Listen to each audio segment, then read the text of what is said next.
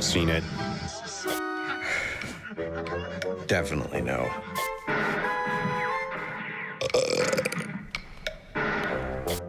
No.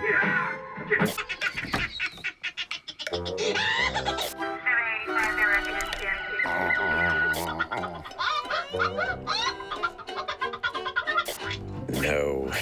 Nope. Boring. So many channels, nothing's on. Welcome to Myth Crackers. Oh.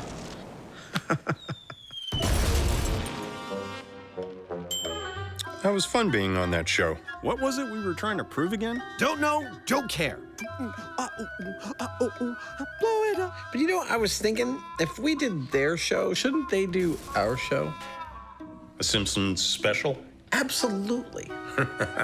Let's do it.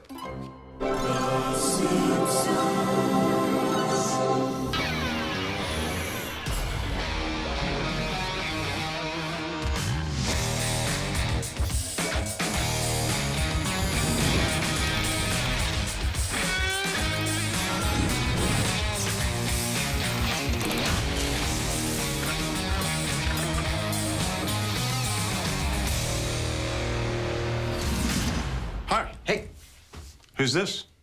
it's Al Jean. Okay. Hi, Al. Pleased to meet you. Jamie, it's Al Jean, I'm sorry. the executive producer and the showrunner of the best animated series ever and the longest running scripted show on television, The Simpsons. Oh, The Simpsons. Welcome, Al. You were thinking South Park. So, are we going to be animating? No, look, their writing staff is packed with science and math geeks, right? 110%. And they try and hold to the laws of physics, right? Yeah. Conservation of mass, it's the law. Ish. We're gonna do a couple stories from The Simpsons. Like what? Okay, we've got one where Bart throws a lit cherry bomb into the sewer system of his school and turns all of the toilets in the school into geysers. One of my favorite episodes, The Crepes of Wrath. Okay, that works. What else? We have another one where Homer protects his house from a 5,000-pound wrecking ball by putting his body between the wrecking ball and the house. So, cartoon physics in the real world. That's Jamie excited. He's excited to get out of this room. Yeah, probably.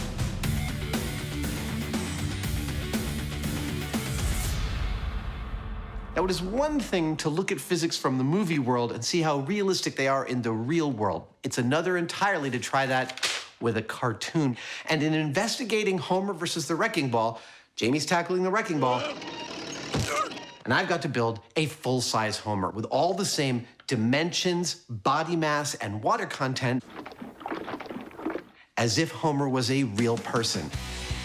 Yep, to determine the kinetic energy implications of Homer's heroic intervention, the size and mass of the key animated elements have to be accurately translated from Springfield to the real world. So, Al, we really strive to be as accurate as possible on this show. So I'm hoping you can supply us with some real-world dimensions of Homer. Lights. How tall is he? Well, you have to be really accurate. He's 5'11", and that's what the animators always use. What about his shoe size? 11 and a half. Those are almost exactly my dimensions. Well, the good news for you is you have less stomach and more hair. Speaking of his stomach, how much does Homer actually weigh? Well, about 240, but we think 239 is funnier, so 239.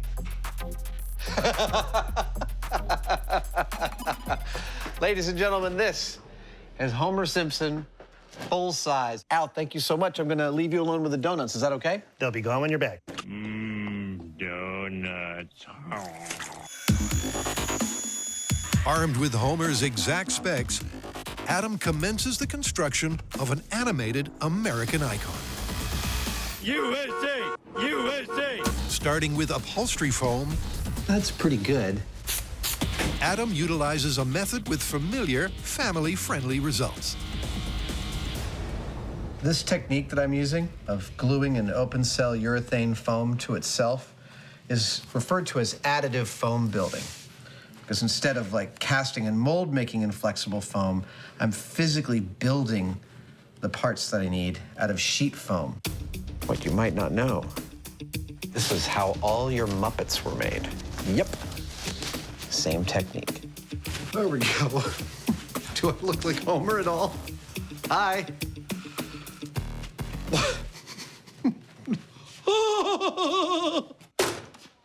Hey, Jamie. Check it out. Look at you, homie. I'm Fomer now, not Homer. I'm Fomer Simpson. How you doing? So we're gonna put you on the sphere, and you're gonna be the Homer, are you? No, I will not. You are not allowed to touch this ever again. You're filthy. Bye. Bye. With the arms starting to take shape, it's onto Homer's famously tubby torso. This kind of work, it brings me right back to the sense memory of being the mid-90s working in commercial special effects. It was just like this. Super short timelines, tight budgets, and when we needed something carved out of foam, we didn't have time to find someone who was an expert in foam carving. We just had to figure that stuff out for ourselves, job by job, piece by piece. It's been 20 years and I'm still doing the same thing. 1, 2, 3, 4, and 5. Doesn't look like much, but that's gonna be Homer soon. A series of cylindrical discs glued together form the tapered shape. Yeah! The human-like mass and density will come later. For now, Adam's immersed in his art. I know exactly what it feels like to be Michelangelo. Well, maybe not exactly, but, just like a little bit. If he carved in foam and made cartoon characters. This is what we call a shop shower.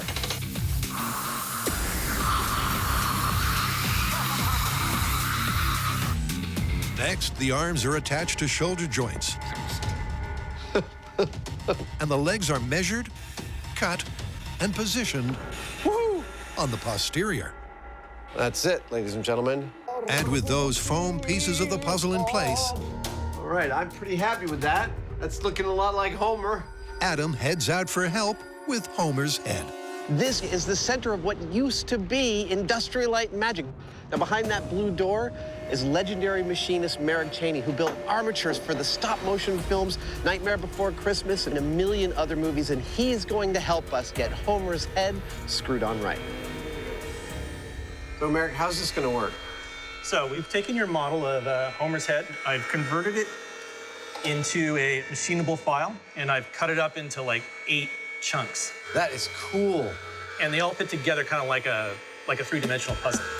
And that 8-piece puzzle will form a central cavity, a negative space mold of Homer's ironically large cranium. So there you go. That is mold block number 1, comprising the bottom left side of Homer's face, the front part. That's number 1 of 8. While Adam waits for all 8, the Hyneman has been concocting an ingenious plan. In the cartoon, Homer appears to be on a wrecking ball that's about as tall as he is. And because it's so much larger than a real-world wrecking ball, I've got to make my own. And that's not exactly an easy task. But I've got an idea. Easy as pie. The task at hand is to build a custom wrecking ball the same dimensions as the one in the clip, but weighing in at a realistic 5,000 pounds. So you're starting to get the picture? It's a unique manufacturing assignment the Hyneman is tackling in his own unique way. There are a lot of different ways of making a big, heavy ball, but the quickest and easiest way I know of to do it would be with steel-reinforced concrete. Now, to do that, you need a mold, and I've come up with an idea of creating what amounts to a hemispherical-shaped auger that I can chuck onto the back of some earth-moving equipment and dig 2 hemispherical holes right in the ground. It looks like it might sort of just make it. We pour our concrete in there around a steel armature, let it cure, put them together, and you got a ball. One big-ass heavy ball. Yep, to make 2 hemispherical molds It's working! for the 2 halves of the concrete wrecking ball, That's what I'm talking about. Jamie's designed and constructed a one-of-a-kind tool. This is working great.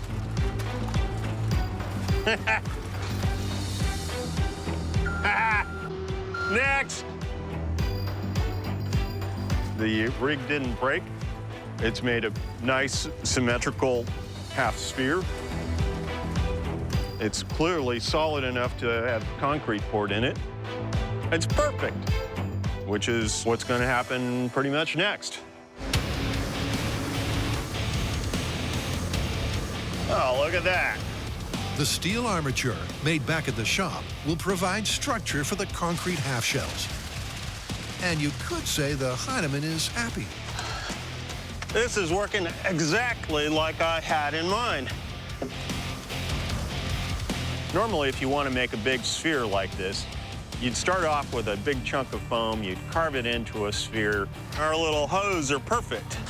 You'd put fiberglass over it, and then you'd make another mold of the interior cavity, and it'd take several people pretty much all week long just to accomplish this. Instead of doing that, we just dug a hole.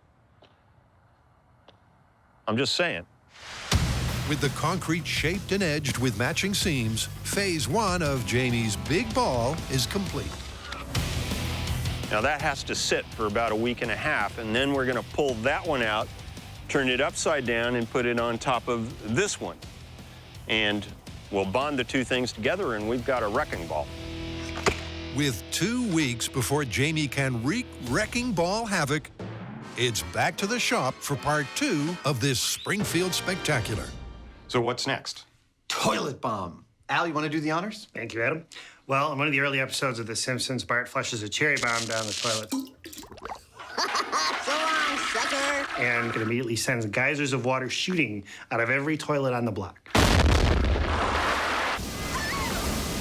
So explosives in toilets. I'm thinking we should start small scale. I totally agree. I am licensed to drive this. Oh, whoop.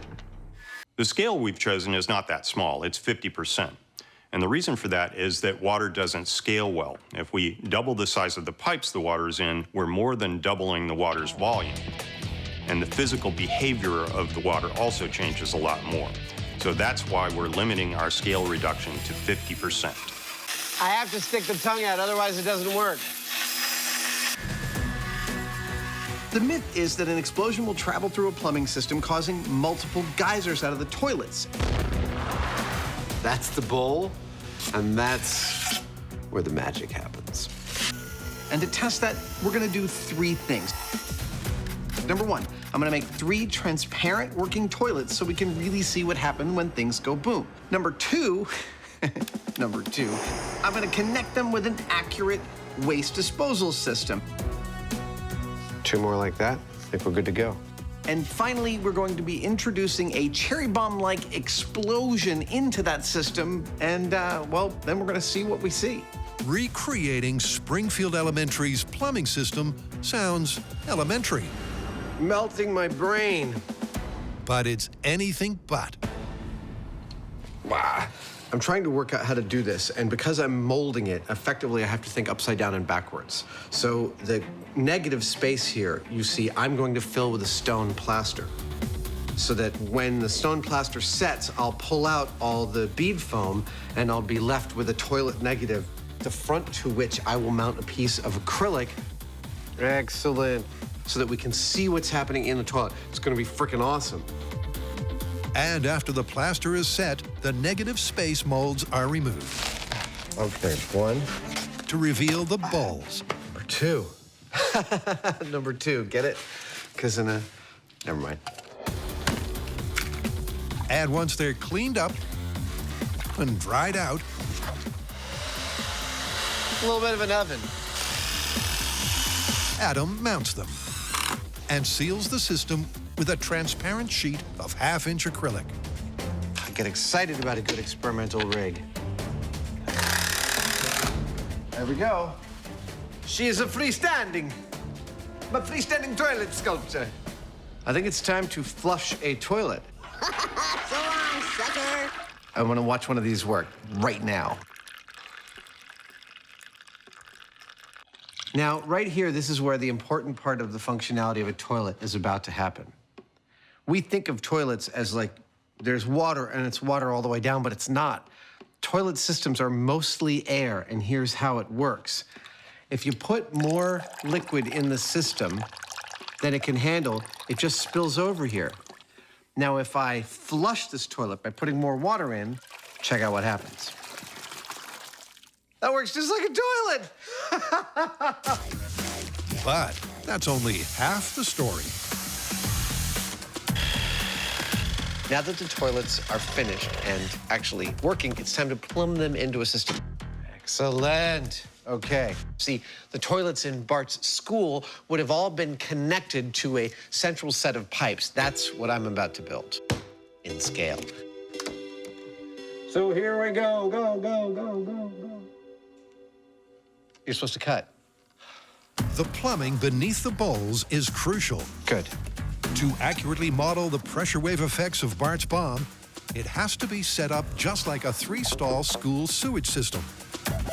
Complete with 2 crucial effluent outflows, the system has multiple exits for the blast. And with that, this Simpsons special Game of Thrones Fire in the bowl! Explosion in 3. is ready for blast-off. Go.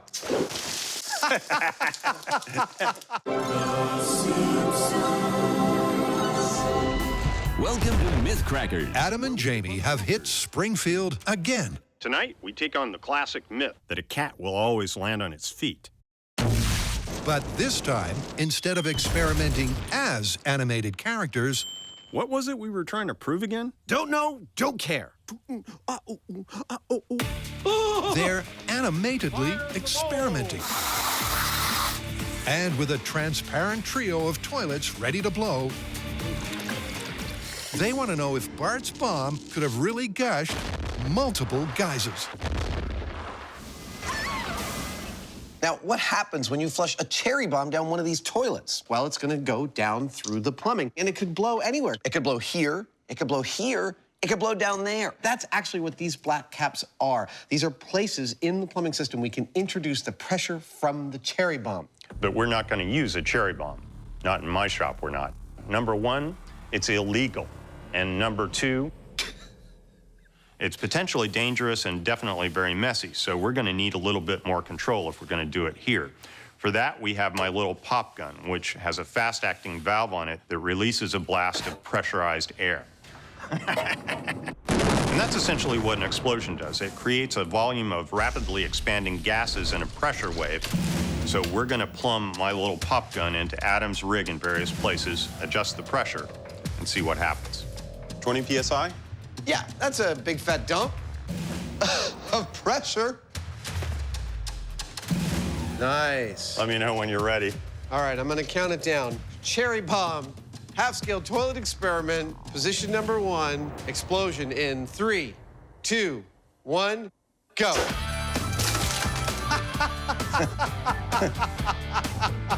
Go. A simultaneous tsunami and the physics of Springfield are looking surprisingly accurate. This first test showed that pressure delivered to the middle toilet was pretty evenly distributed to the other toilets around it. It's quite pretty, actually. Yeah, it's like a little bit of a water ballet. Some sort of modern art. Now we want to know what would happen if the cherry bomb and its pressure went here or here. Would that make any difference? I don't know about you folks, but whenever I go to the toilet, I always take my umbrella. Half-scale cherry bomb toilet experiment, position number 2. 2. Explosion in 3, 2, 1, go.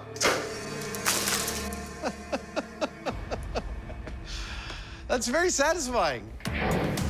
Another successful concurrent eruption. Position number 3, go. One that's replicated regardless of where the explosion originates. Which kind of makes sense because there's resistance in each of these toilets. And so with multiple inlets, that resistance is going to tend to equalize the pressure. Yeah. The pressure spread is plausible, but Adam has an issue with volume. Now, up until now, we've been experimenting with a properly set up plumbing system, but it's not quite the fountain of water that we see in the show because there's just not enough water in the system. But what if there is a clog in the system? Here we go. The clog could have water backed up in that system, and the cherry bomb could go in that, and then it's pushing water. What do you think? That's about got it. All right. What happens to that water? Does it come out of the toilets? I kind of think so, but we're gonna try it just to make sure. All right, this is a fully clogged toilet system. 3, 2, 1, go! I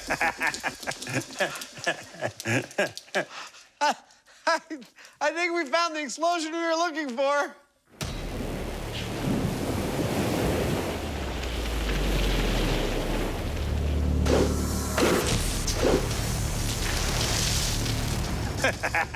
Well, aside from being pretty to look at, our half-scale system has demonstrated exactly what we were hoping, and that is the Simpsons-like fountain water shooting out of the toilet behavior from a cherry bomb thrown into the system.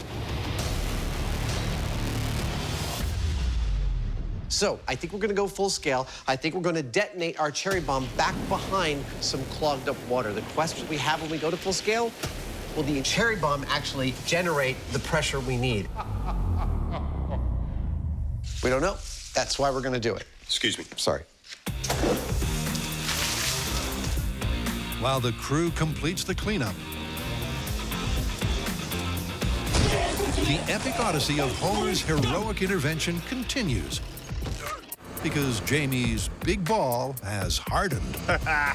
And his distinctly unconventional plan has paid off. The dirt infilling technique seemed to work pretty well. I feel like I just planted a big potato. It's created a more or less hemispherical inside, which is exactly what the plan was. So it looks, it's looking pretty good. Next, he makes the two halves a whole and seals the deal with a super strong sealant. This is a specially formulated epoxy for anchoring things in concrete. So my plan worked exactly as I had in mind, and we've got a nice spherical shape.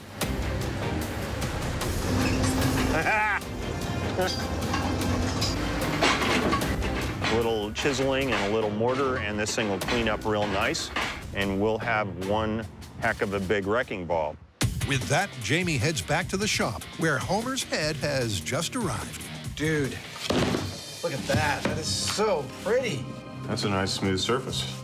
Now that we have these lovely molds of Homer's head, we're going to coat the insides with a tinted latex because that'll give us the correct color and also a nice, tough skin. We don't get to do this kind of thing that much on Mythbusters anymore because we're too busy blowing crap up and stuff like that. But I have done literally hundreds of applications of latex like this into various sorts of puppets and masks, whether you puppet them live action or you have a stop motion armature in them or whatever you do. Generally, it's done by covering the inside of a mold with latex like this and then filling it with foam. Once the latex skin is dried, Jamie fills Homer's head with a two-part pouring foam. Now this stuff expands about 4 to 1, and it's a little hard to estimate Homer's head volume. All I can see is that it's much larger than mine, as hard as that is to believe. You want to help me pull this thing apart? 15 minutes later, the foam is set. There you go. It's coming. And Homer's precisely proportioned profile is revealed in all its glory. Oh, it's kind of heavy. Oh, that looks awesome. Totally fantastic. For the finishing touches, Jamie paints Homer's famously unshaven mug. Starting to look like Homer. Adam coats his torso with waterproof rubber. And Jamie adds the ears and those instantly recognizable eyes. Kind of comes to life when you do that. So Homer is very, very nearly complete. We've painted all of his body parts, including his head and now his hands, a suitable shade of Simpsons yellow. After this, we'll send his measurements out to our seamstress to make him a full set of clothes. Then it's time to take him out to the location and abuse him.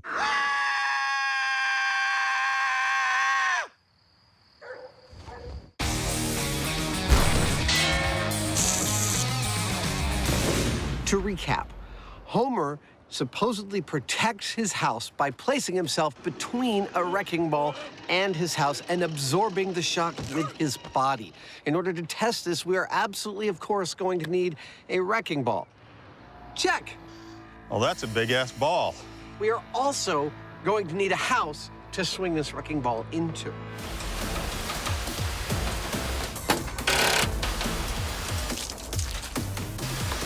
So we decided to build our own. Actually, we built two. We're always painting some before we destroy it.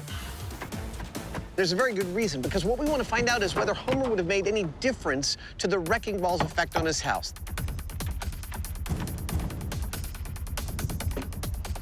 All right, let's go.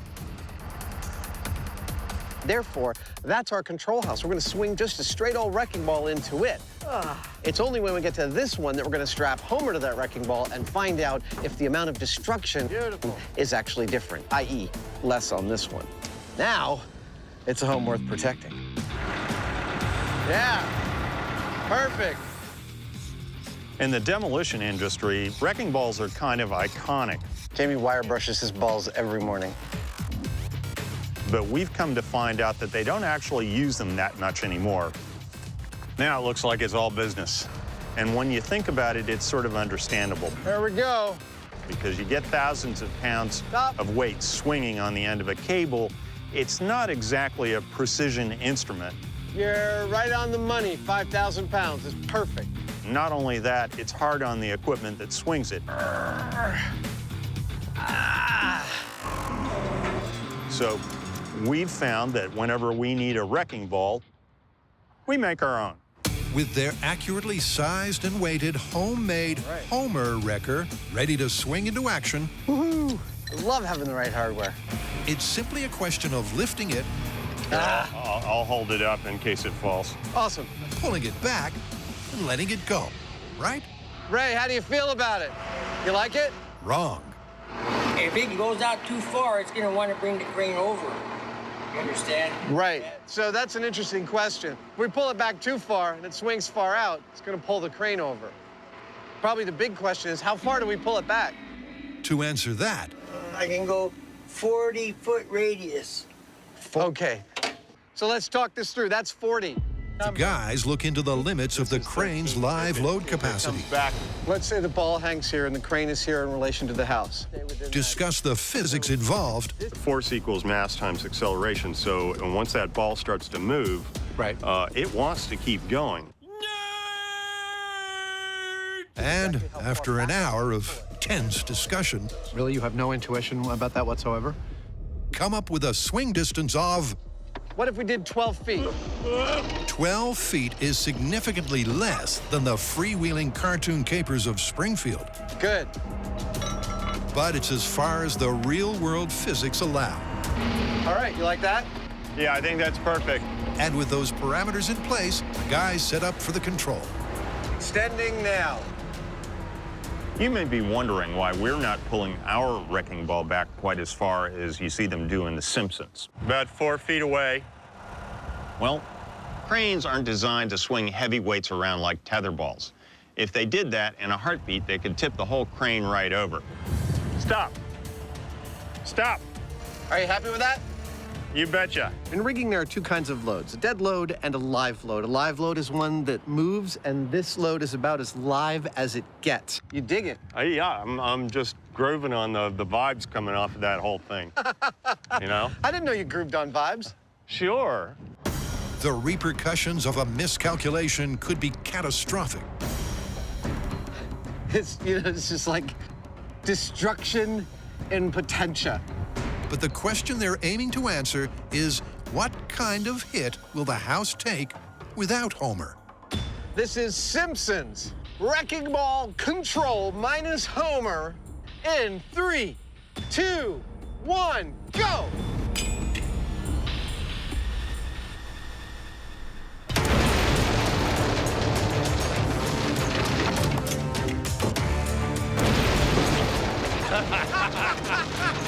Yeah! Oh, fabulous. Yeah, the second hit. Oh, yeah. Third hit. Let's go for third hit. The whole building just is kind I know. of shifting. Well, from a damage assessment, its second story is pretty much a write-off. The chimney's totally destroyed. That's not cheap. Moving through the back, even despite all of our bracing, it's also jacked that back wall back about 8 or 10 inches. Yeah, you'd be looking at a complete rebuild of your second story.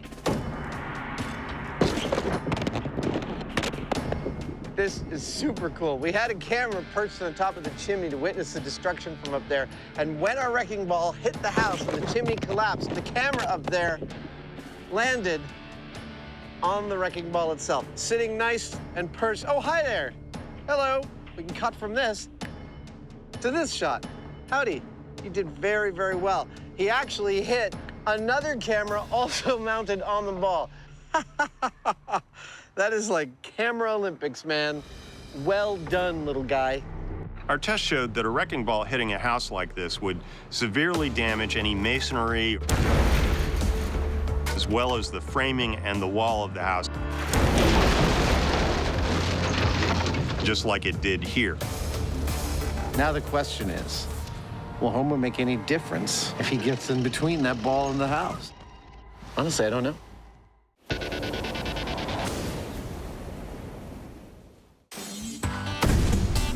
The Mythbusters and Toilet Tall Tales go way back. All right, that's significant. And to continue this Game of Thrones, they're taking on Springfield's prankster-in-chief. To find out if Bart's Bellagio-esque fountain will translate from the success in small scale to full scale, the Mythcrackers hit the bomb range. After having played with miniature toilets to our heart's content, Go. we're going to assemble 3 real toilets on a platform 7 feet off the ground with a real full-scale plumbing system. Ready to get started and build this thing? Can you give me a minute? Sure. So that we can cherry bomb it all day long. And believe me, we will. Yeah, come on. 1 toilet, 2 toilets, 3 toilets. To recreate the exact same setup as the shop test, Remember, kids, proper care of your toilet requires brushing twice a day. but as a standard-sized sewage system, It's almost like Godzilla. the guys plumb the multiple inputs. Yes, that's it. A gas vent and central waste pipe to a 7-foot-high platform. Maybe we should just back away a little bit. And up top, Adam finishes with 3 fully functional toilets. Hey, that totally worked. All right. Now, what about the boom that shakes the rest? Cherry bombs are illegal in the U.S. Okay, I'm gonna light it up. You wanna get behind the shield? What? The only reason that we've got these now is that we're doing it under the supervision of a licensed pyrotechnician and the Alameda County Sheriff's Department bomb squad. Come on, cherry bomb. So if you do find yourself in possession of one, don't even think about setting it off. Cute but deadly. It's really dangerous. Here it comes. Nice. Oh, look, the casing's on fire. It's an added bonus.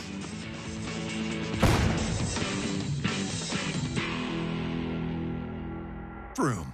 Under strict bomb squad supervision. All right. The guys are using their own Mythbusters-made cherry bombs to find out if the fuse will fizzle when wet.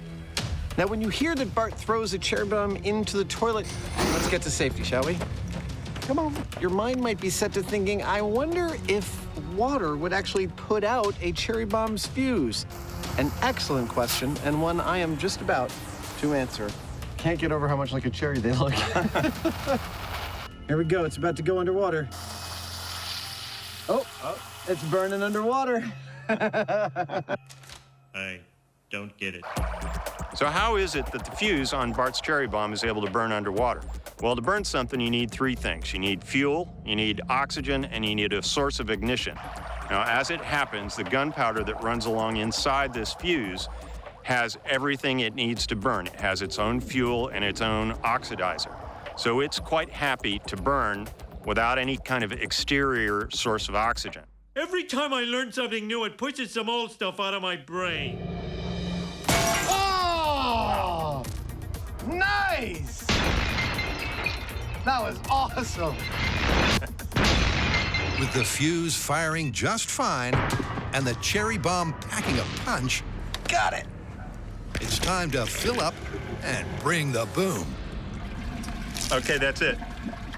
Our first cherry bomb experiment with the full-size toilet system is going to replicate the circumstances that we found to be our ideal circumstances in the small scale. That is, the sewer system clogged with water, with the cherry bomb placed under that water. Right about here. Now, we're going to be lighting this off with an electric spark via these wires, because that'll allow us to place this exactly where we want and set it off exactly when we want from a safe distance. Okay, we're all sealed up. Setting off explosives in the air as opposed to water is really quite different, and that's because air compresses and water does not. So if you apply pressure to water, it'll deliver a shock wave directly to whatever it's connected to, kind of like a hammer blow. Are you ready? I'm ready. High speed's ready? Now, in our case, that water hammer can become massive. And 3, and it'll deliver the shock wave through the water, through the plumbing, 2, to anything that it's connected to. 1.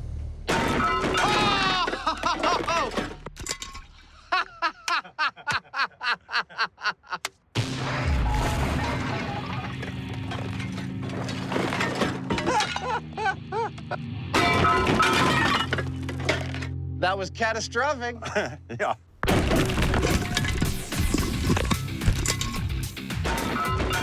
Yep, Jamie's hammer theory nailed it. In contrast to the shop test's Simpsons-like water fountain. Oh, yes. Hey, this camera's still rolling here. When faced with the same firepower as a real cherry bomb, It is a freaking horror show up here. the standard full-size lavatory fixtures were forced free of their moorings, leaving the porcelain and possibly the myth busted. Looking carefully at the high-speed footage, you'll notice that water starts coming out beneath the toilets at the same time as it starts coming out the bowls. Now, that means that that water was moving so fast that the toilet's plumbing was not able to absorb the onrush, which is why it broke the toilets off their mounts instead of creating 3 large geysers. Our cherry bomb gave us a stunning explosion. Unfortunately, it also happened to rip all 3 of our toilets right out of the floor. I have to admit, just approaching a toilet in this stance, on my knees, on the floor, my head above the bowl, does not remind me of some of the happiest times of my life. That pretty good? Looks good to me. So we have gone to the measure of bolting them right to the cast iron flanges of the plumbing that they are plumbed to, and that should hold them tight for this test. You ever had a toilet seat cause you trouble? Need to replace it? Don't get around to it for a long time, like most people with their home repairs? I know I'm the same. Putting in a toilet seat is easy. Literally, put it on here, put these 2 things, tighten it. You're done! There was no reason to delay. Should have just taken care of it when it first happened. Procrastination. All right. Doink and doink. And now your toilet's ready for blowing up. I hope this has been a good lesson for you today. After a quick reset up top, You know, all evidence to the contrary, I think you and I would make a good pair of plumbers. this time they place the cherry bomb at the lowest possible point of the plumbing. The guys are hoping the larger volume of water above the explosive will absorb more energy and give them the mythical gushing geysers. This is it. After small-scale and large-scale experiments, this is the blast we hope will work. We have changed the position of the bomb. Hell, we've even bolted them to their own plumbing, which is totally unrealistic, but it's what we hope it will take to give us the geysers that we're looking for. And it's just about to happen. Are you ready, sir? I am. Okay. 5, 4, 3, 2, 1, go!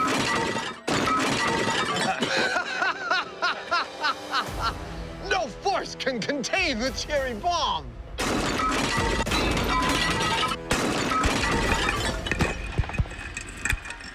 What are you gonna do? Yep, the power was simply too much. The pressure blast couldn't escape through the narrow plumbing fast enough. And something had to give. This is clearly why we can't have nice things. I have to say, I'm pretty impressed with the power of that blast. This time, instead of putting the toilets on their standard mountings, we through-bolted them into the steel plumbing, and still, that cherry bomb this big had enough power to rip all 3 toilets off their moorings and send them tumbling to their demise. It's not exactly what we saw on the show, but I'm impressed. What we're seeing is that if you have enough energy to push a lot of water up and out of those toilets using something like our cherry bomb, that same energy and the shock wave that accompanies it is also going to break the toilets off at their bases. They're simply not strong enough to stay in place. So, as far as I'm concerned, using an explosive, you're never going to see the kind of geyser that we saw in the cartoon. In this house, we obey the laws of thermodynamics. The cartoons don't reflect reality? Wow, this is big. This is, what is the word? Busted. It's busted. Yes. Yeah! Kicking toilets apart since 1930. Them some steel-tipped shoes. With the porcelain pummeled, Adam and Jamie head back to Homer's house, where our humble hero awaits his moment of glory. Go! Hello, friends. If you're like most people, you probably are sad that you haven't been able to afford your slice of the American dream, but now it turns out that you can. On the outskirts of Springfield, a new development has arisen, one that provides picture-perfect homes if viewed from the right angle. We've reduced homeownership to its barest essentials. 1 wall, 1 couch, 1 floor. Welcome to Shady Acres. Pay no attention to the wrecking ball.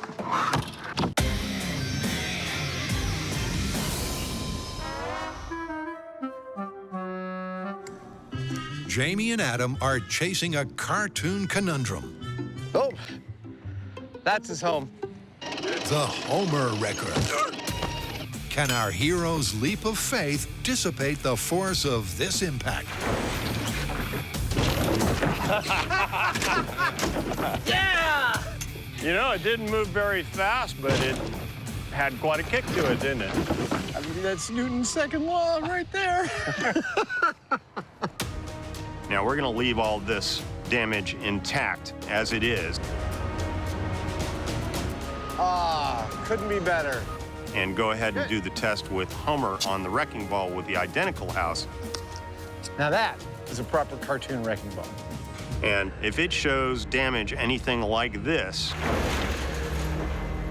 we will know that Homer's efforts would have been for naught. And ta-da! Allow me to introduce you to the completed, ready-to-be-tested with hero of this episode, Mr. Homer J. Simpson. Ladies and gentlemen, let's give a round of applause. Our accurately sized and dressed Homer There we go. is attached to the ball exactly as per the clip, That's it. First arm is on. Okay. with a final crucial component. Since part of this is what happens with Homer's body mass on the ball, we need to give him some body mass other than just foam. We're doing that by adding water. The average density of a human body is within a couple of percentage points of water. Perfect. So a water-filled Homer is an almost perfect energy absorption analog for a real person of that size and shape. Oh, Homer is substantial. Our cartoon character is coming to life. The question is, with a real-life mass of 239 pounds, can he save his house? I think we're good to go up. All right. It's happening. We're making sure that we're positioning the ball exactly the same way that we did the first time.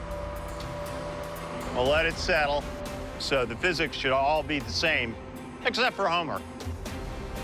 Does it look like his ass is dead center? He couldn't be more perfectly on the horizon of the lines of force between the ball and his house. Look at the potential energy. As per the control, the velocity on impact may only be a pedestrian 6 miles an hour. What are we doing? But with 5,000 pounds of ball, Who's paying for this? This is awesome. there's a lot of energy to dissipate. Say goodbye, Homer. Can our hefty hero really absorb that impact? All right, here we go. Homer versus the wrecking ball. The final experiment. 3, 2, 1. Here he goes! Yeah. Oh! That's a result that I never would have bet on. He's clearly made a big difference. Yeah, I mean, look at this house and then look at that one. Wow. I'm just saying. Homer's ass is quite impressive, actually.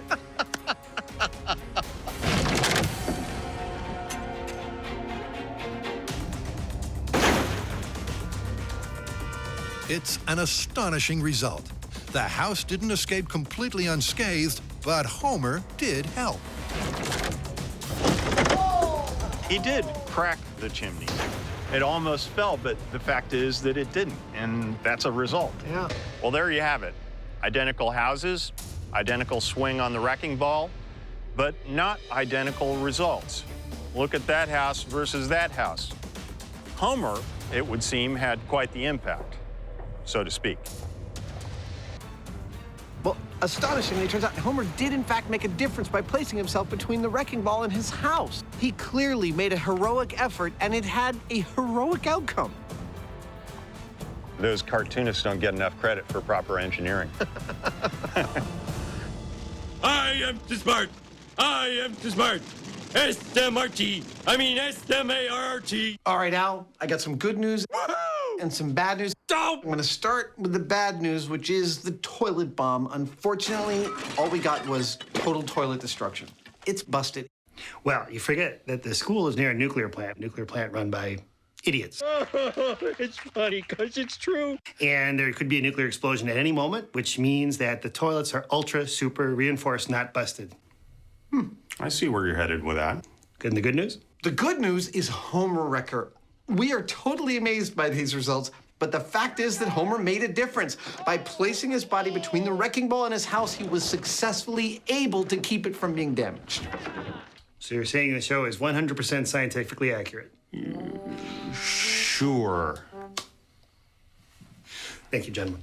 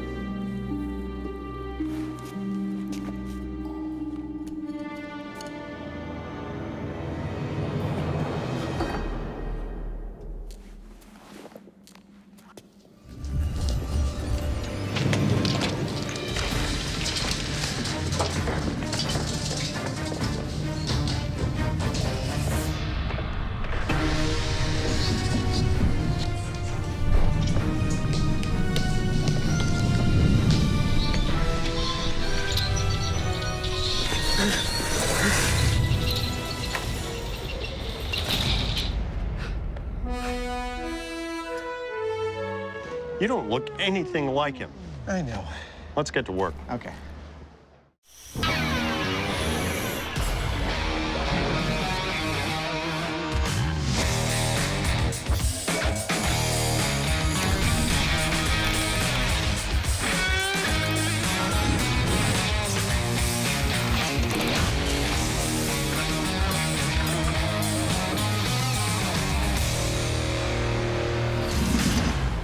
Why are you dressed like my old archaeology professor? No, I'm dressed as Indiana Jones. That's him, Dr. Jones from Indiana.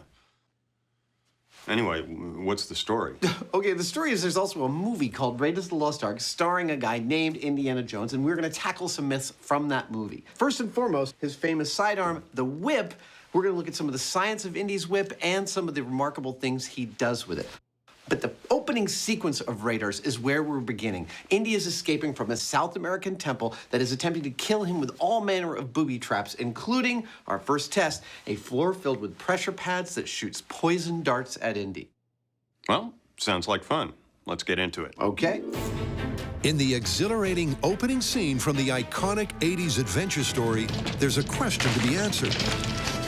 By simply running for it, would Indy really have escaped unharmed? And as a massive fan of the franchise, Adam's in his element.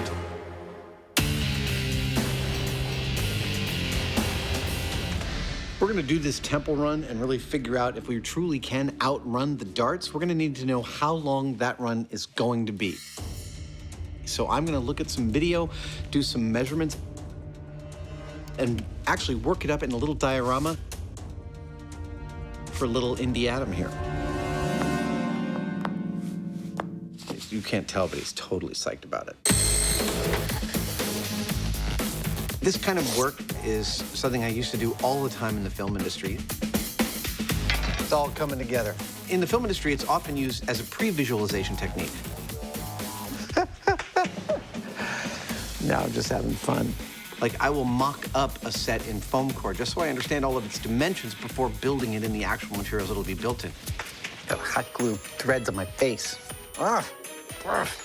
Seeing something in that white space, for some reason to me, it's deeply, deeply satisfying. I put my head down and I can see what it looks like from different angles. It's like I'm building a playground for my brain.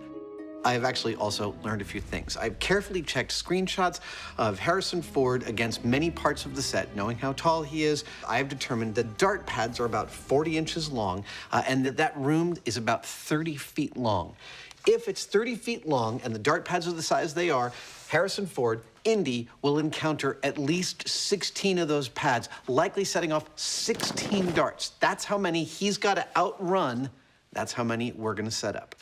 Do you notice that I managed to keep the label Of the pipe facing the thing, so you really see 450 PSI. It's really shattering the illusion.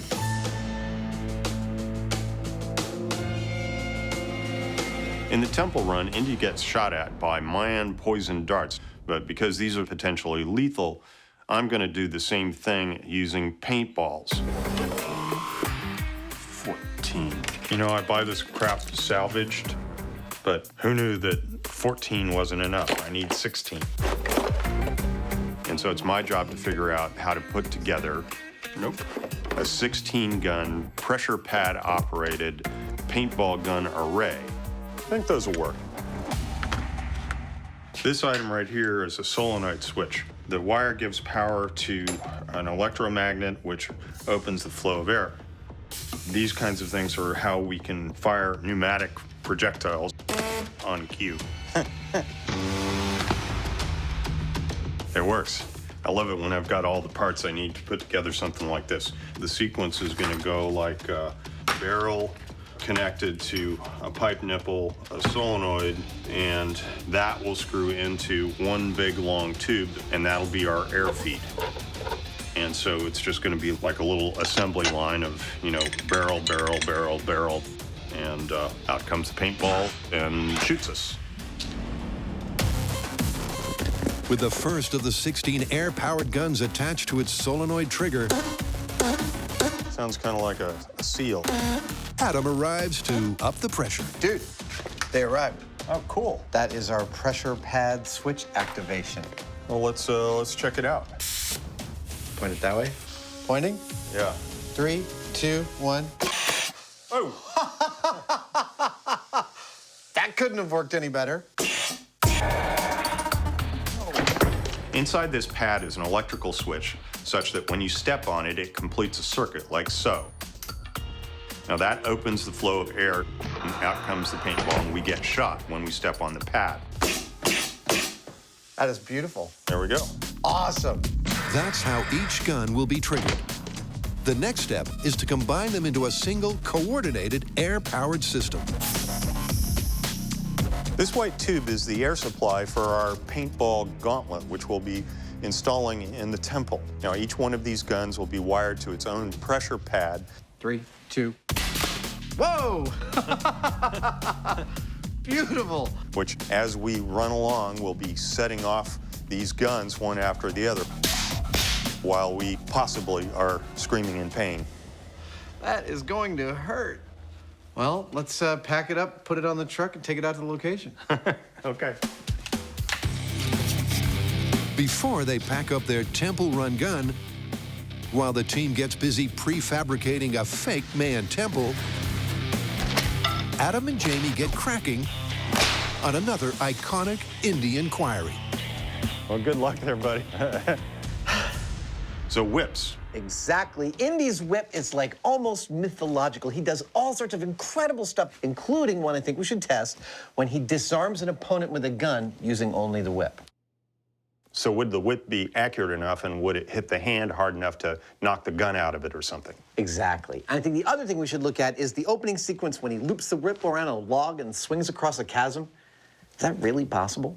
Yeah, I wonder whether the whip would actually have enough grip. And then if it did, how are you going to get it off? I think we need to deeply look into the science of whips. Whoosh. If we're going to put whips through their paces in this episode, we're going to need, wait a minute, whips. Whip making is something I taught myself about 17 years ago. I built the whip I'd always wanted from Raiders of the Lost Ark, and to start this episode, I'm going to build the first whip. This is kangaroo hide. Don't let anyone tell you any different. This is the strongest leather in the world. Whip making is an art for which Adam clearly has a passion. Now, astonishingly, this right here is everything required to make a 8-foot leather bullwhip. Animal fat. But before I start, I actually need to prep the laces. I need to treat them with a leather dressing that softens them and allows me to stretch them to bring them out to their natural state. Then I'm going to braid them. I'm going to do a 4-plate braid, that is using 4 laces, and this will comprise the inner and smallest core of the whip. This will be the center. Now you're starting to see where this is going. That is called the belly. The first belly, the interior belly of the whip. I'm going to cover this belly with a bolster, which is effectively a long triangle of leather. That bolster will then get another belly laid over it, because the Indiana Jones whips are what are called 2-belly whips. The braided core and leather bolster is doubled up to form the second belly. And in the middle of this meticulous process, Adam couldn't be happier. In case you haven't guessed already, I loves me the bullwhips. I started out inspired by Raiders. I'm done with the second belly, and I quickly learned that I love 2 distinct things about the practice. These will be the 12 laces that make the actual outer coating of the whip. One was that I love the practice itself, the craft of whip making. The meticulous, repetitive stretching, checking, cutting, lacing. It is deeply meditative. Hold on, I gotta drink my own urine. I'm kidding, I wasn't drinking my own urine. I was drinking someone else's. The second thing I love about it is the form and function coming together magnificently. I mean, you've got this beautiful form of a smooth leather object that is tapered from one end to the other. Dude, it's looking so good. And then that tapering turns out not just to be lovely and compelling, but in fact crucial for delivering the energy from your hand out to the tip of the whip with the maximum amount of strength. That is really cool. I am really pleased with how this is looking. For the finishing touches, Adam decorates the handle, and then to make the whip actually crack, attaches 2 thin strips called the fall and the cracker. But will all that work pay off with a working whip? All right. Whew, this is very exciting. Oh, it sounds good. Yeah!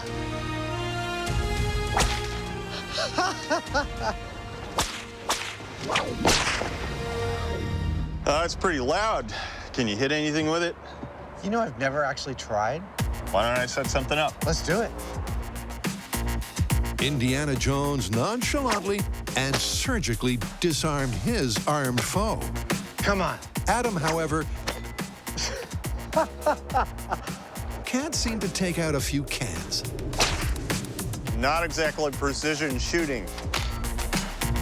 Until he gets real close and the laws of probability weigh in.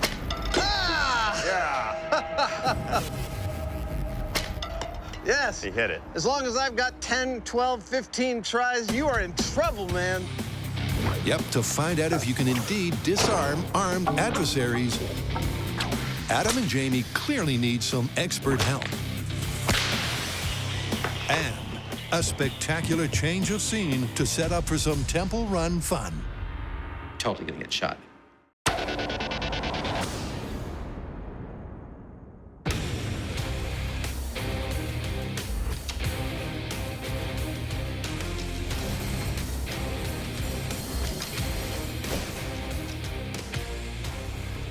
Indy's whip is a character in its own right in the Raiders films.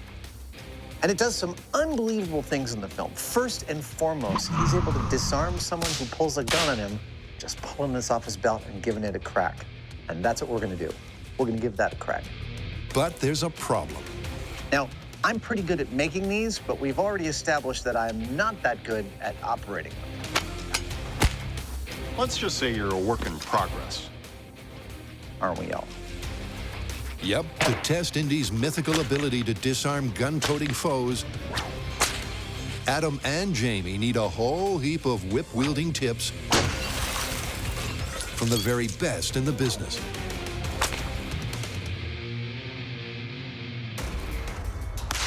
The science of the whip is the acceleration of kinetic energy. All energy added to the whip is multiplied. A small amount of focused energy literally produces explosive results. Wherever I point the handle, this is where the whip is going to go. So I'm literally aiming with my whole body instead of this kind of, I sure hope this works. That's pretty much the school I'm in. Weight on the back foot, weight on the front foot. We brought a lot of experts onto this show over the years, but Anthony might be my all-time favorite right now. And then, now it's just timing. I have rarely ever had someone teach me something so quickly. And I got results I really didn't think were gonna happen within such a short period of time. Open your hand, straighten your arm, close your hand. Hey! Perfect. That totally worked. This is awesome. This is a far more precise tool than I thought it was. Bend. We've gotten a lot of the basics of whip handling from Anthony. Excellent. But now it's time to see if we can't use the whip to grab a gun out of somebody's hand. But it's important to note that we never actually see how Indy disarms the bad guy. So to cover all our bases, we're going to run a couple of tests. So stretch it out and send it out.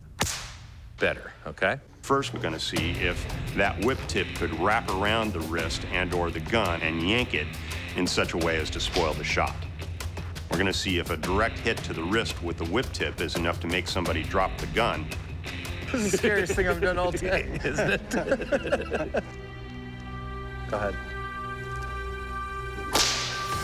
That was perfect. That was a nice crack. You got it was that. right on the tip of your thumb. Yeah. That would have hurt a lot. Jamie's making contact, but there's no mythical grab and aim spoiling pull.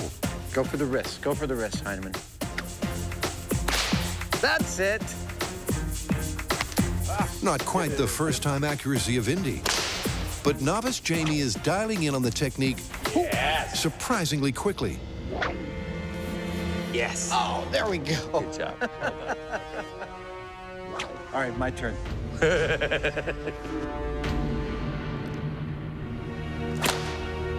Did I get you? Yeah.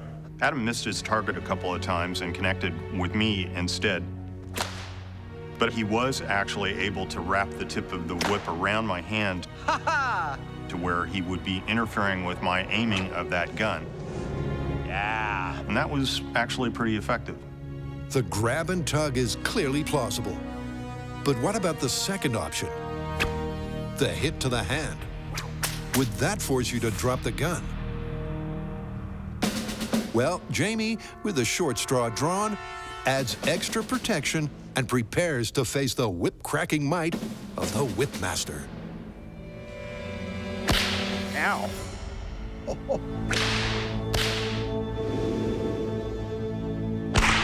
I'm positive I wouldn't have been able to hold on to that gun if I didn't have this glove on. It would be equivalent to somebody slicing at your hand with a sharp knife. You'd drop the gun. Yep, without padding, Jamie's dropping the gun every single time. Yeah, I don't think there's any way I would have been able to hold on to this if I hadn't had this protection. So, Anthony, it strikes me that we have enough experimental evidence gathered thus far to conclude that the first appearance of a whip in Raiders of the Lost Ark is actually pretty reasonable, that it is feasible to disarm someone with a gun if you're only holding a whip. Would you agree? I do agree. I think a targeted strike to bare flesh is going to make it pretty much impossible to hang on to the gun, let alone operate it accurately. So this is plausible. Is that what you would do if you were in the same situation? Absolutely not. No? Okay, what would you do? I would go straight for the face.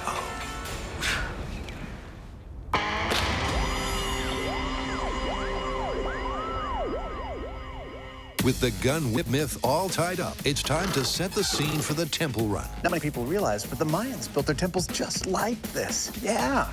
And Adam's having a whole heap of fun. Look, I know that some of the lengths we're going to seem a little bit over the top. Now, I'm thinking right about this level. Yeah, upper torso. Yeah.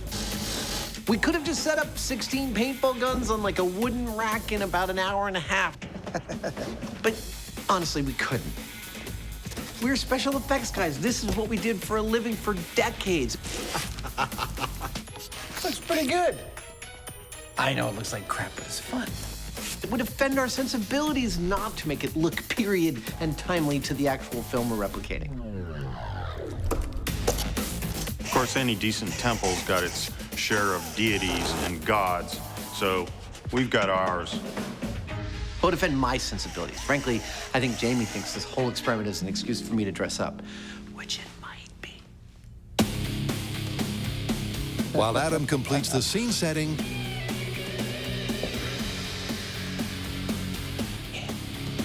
Jamie's connected the pressure pad and gun one for a test run.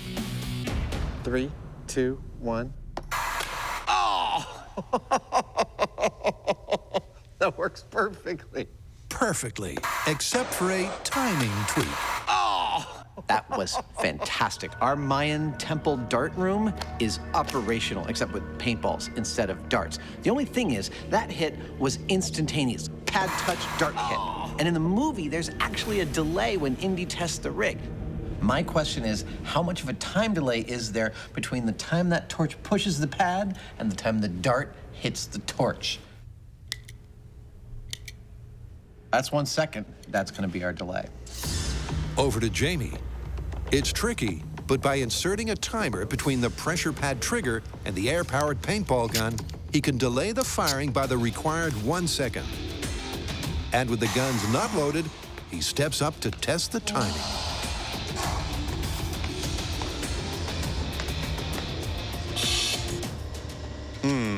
Hoosier, we have a problem. That's, not quite what we had in mind. If you wondered exactly how Adam and Jamie got the ball rolling on this Indiana Jones junket, wonder no more. Believe it or not, this is actually going to be our spherical temple run stone. Jamie's gonna love this. Rise! Rise! This is just as much fun as I was hoping it would be. This inflatable sphere will form the basis of their boulder. I don't think I'm getting ahead of it. I'm gonna pass out. And so far, it rocks.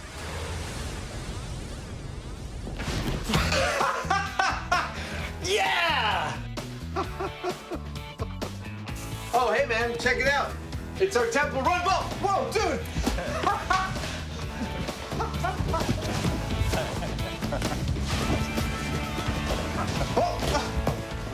You all right? I could seriously mess with you in this. You sure about that? Dude, does this make a perfect Temple Run sphere or what? Yeah, this is great. All right, now, how do I get out? This is perfect. It's our Temple Run ball. But it doesn't look like anything anyone in a movie would be frightened of. So we're gonna have to scenic this puppy up. That's sort of mimicking my birth. And luckily enough, Jamie and I did that for decades before we had this job. So we've got our big clear plastic ball, but to make it look like a boulder, we had the idea that we'll take this two-part foam and mix it together and slather it all over the surface. If we do it kind of sloppy, but in the right way, it might just look like a big stone thing, which is what we want. So here we go.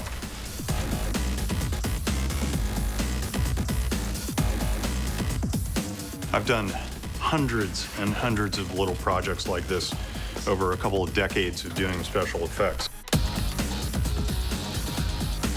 I think it's gonna work great. And it's actually kind of a joy to just get back into that world for a little bit while doing this. Pretty soon, this is gonna be solid. When I first started doing this work, it was in New York City at a model shop there, and the guy that ran the shop would see us doing our work and he'd say, "F it up. You gotta f it up so it looks natural." See these little stripes here? That's the kind of stuff that I'm looking for. And that just means, you know, I haven't thoroughly mixed it. I've kind of f it up. By cutting corners on mixing the foam, Jamie's artwork has become more authentic. And 3 hours of satisfaction later, this Rolling Stone is ready to rumble. That looks fantastic. Thank you. Wow. That looks like a piece of stone. Inflatable stone, no problem. It's called safety stone. If this was real stone, I think it weighs somewhere around, give or take 20,000 pounds, depending on what kind of stone it was. In this case, it's probably around 300 pounds. Looks like a big rock to me.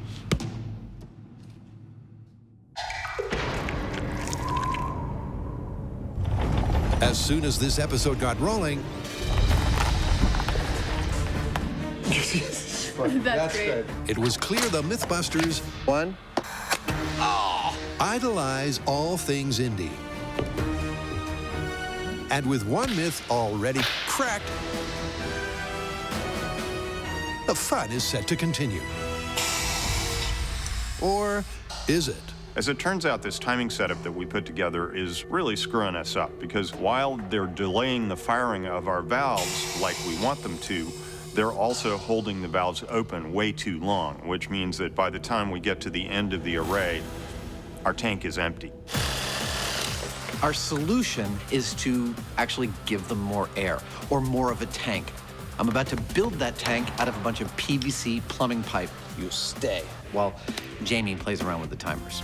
And with the larger air supply hooked up, it's time for the Temple Run test run, take 2.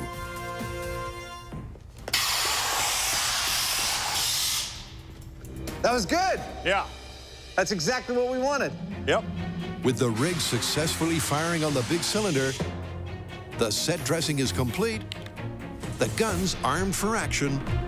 16 barrels, 16 paintballs. There we go. And Adam's geared up, ready to run the paintball gauntlet. Any second now, I'm gonna grab that idol and hightail it across this chamber. Now, if the myth is true, if the movie's version of events are correct, I should make it to the other side alive. That's what we're gonna find out. Remember, their run has the same number of booby traps as the movie, and they'll shoot with the same 1-second delay. You ready? Yep. See you down the other end. Okay. The question is, will Adam, who'll run with the same hunched, protective shuffle as Indy, make it out unscathed? Okay, in 3, 2, 1, go. Something's not turned on. That was anticlimactic. Anticlimactic and a mystery. 3, 2, 1, go.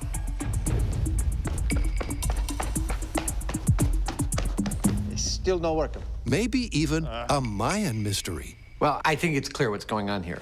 It's this guy. Mythbusters is clearly suffering the idol's curse.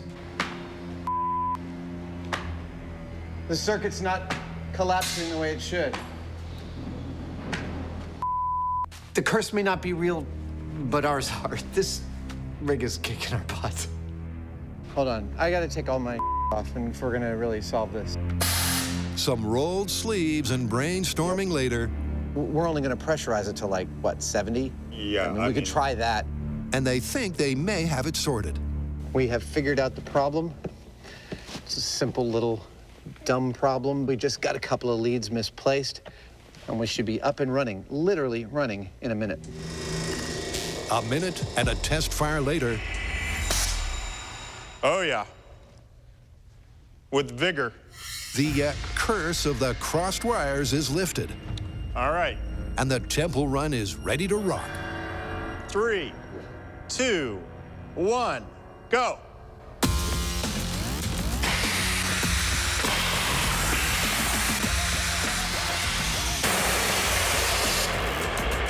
I didn't feel a thing. I don't think I got hit. You were a mile ahead of them. Really? With a 1 second delay, you were halfway across the thing before they started to fire. Fantastic. So Indy really could have made it out. Easily.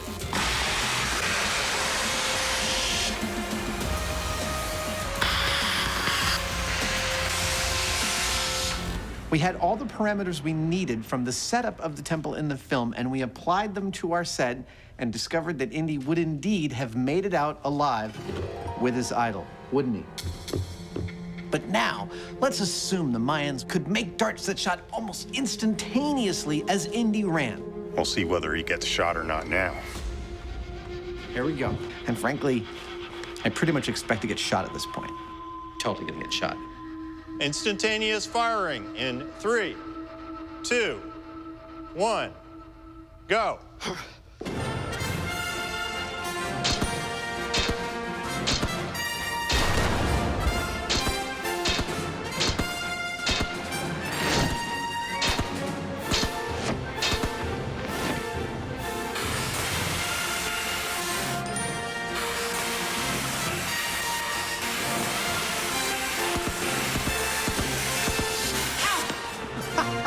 I totally got hit. I got one in my back. Right That's there. the only one I see on you. Really? Yeah. As I expected when we set the darts to instantaneous, I got shot and I'm dead. It's a poison dart after all. What I didn't expect is that I only got shot once. So as far as I'm concerned, if you ever find yourself looting a piece of precious Mayan gold from a temple while you're probably gonna die, I say run for your life.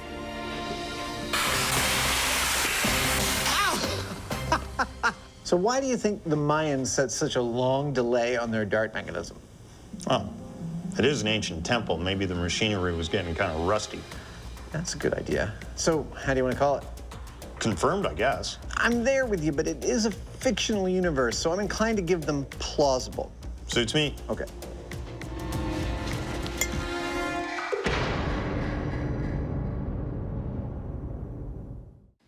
At this point, I think it's worth pausing to discuss a little bit about how whips work and why their structure is intrinsic to how they work. Now, I'm sure everybody has had the experience of being at one end of a rope and giving it a flick and watching a bump travel down the length of the rope.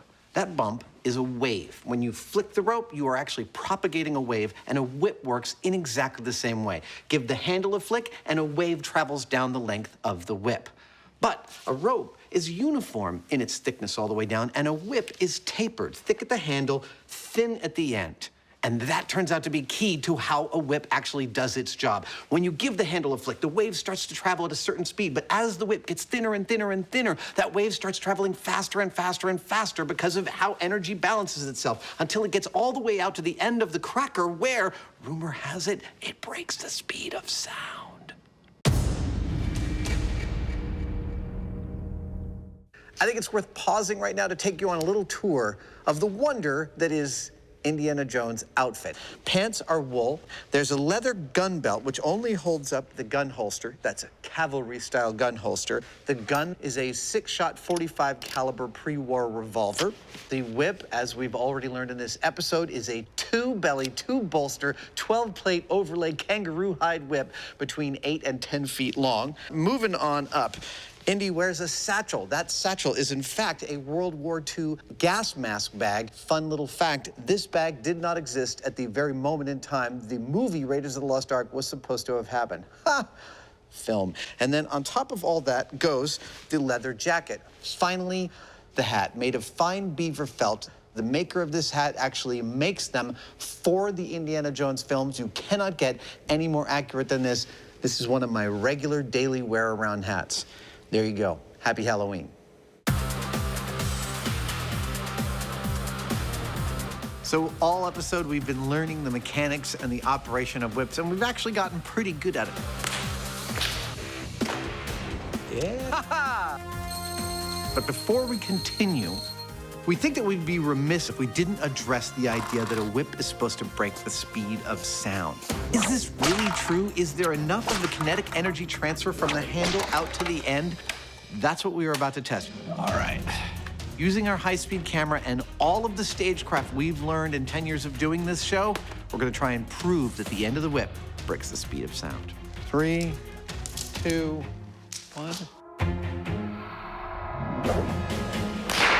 Because the tip of the whip is moving so fast and over such a large area, it makes it really difficult to see where and when it's making the crack. Yeah, the tip's starting to swing around at about 4D. So with that in mind, we've created this background with a grid on it. Yeah, right about there, a little bit below it, so we can hopefully zoom in on it with the high-speed camera. Oh, spank, right on the same mark. But with the camera recording at the 6,000 frames per second required to measure the speed of sound, zooming in and capturing the exact moment of the crack is a very tricky task. Okay, are you ready? Yeah. Okay, here we go.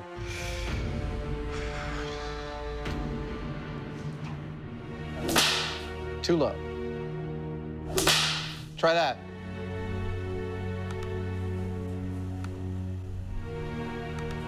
In terms of time, this is like looking for a needle in a haystack. There's a lot of increments when you're looking at 6,000 frames per second to find the exact instant that that passes through the frame. Yep, not only does Adam have to get a clean crack, that was too low, and pull off the unlikely feat of hitting the exact same mark, the guys then have to find those 4 or 5 frames of action.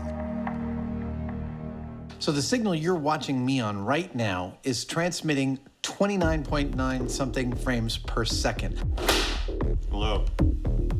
I'm aiming at the same spot every single time. Our high-speed camera is catching almost 2 seconds of footage at 6,000 frames per second. That's gonna be too high. It is, it's a little bit of a hunt and peck.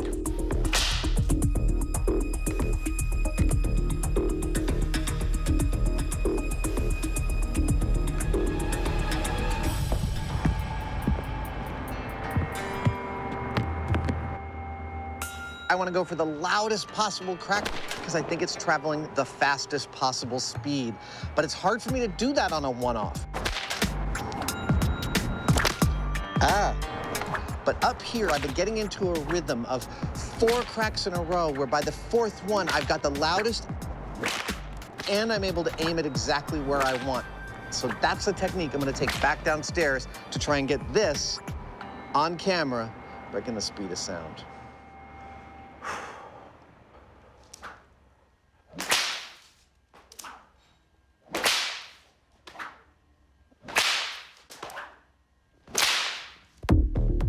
try that.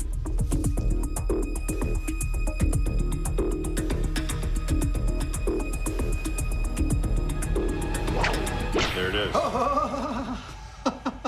Finally, in glorious 6,000 frames per second high speed. Now, how fast is it going right here?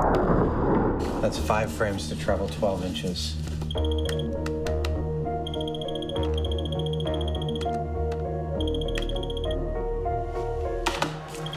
1,200 feet per second. That beats the speed of sound. That is awesome!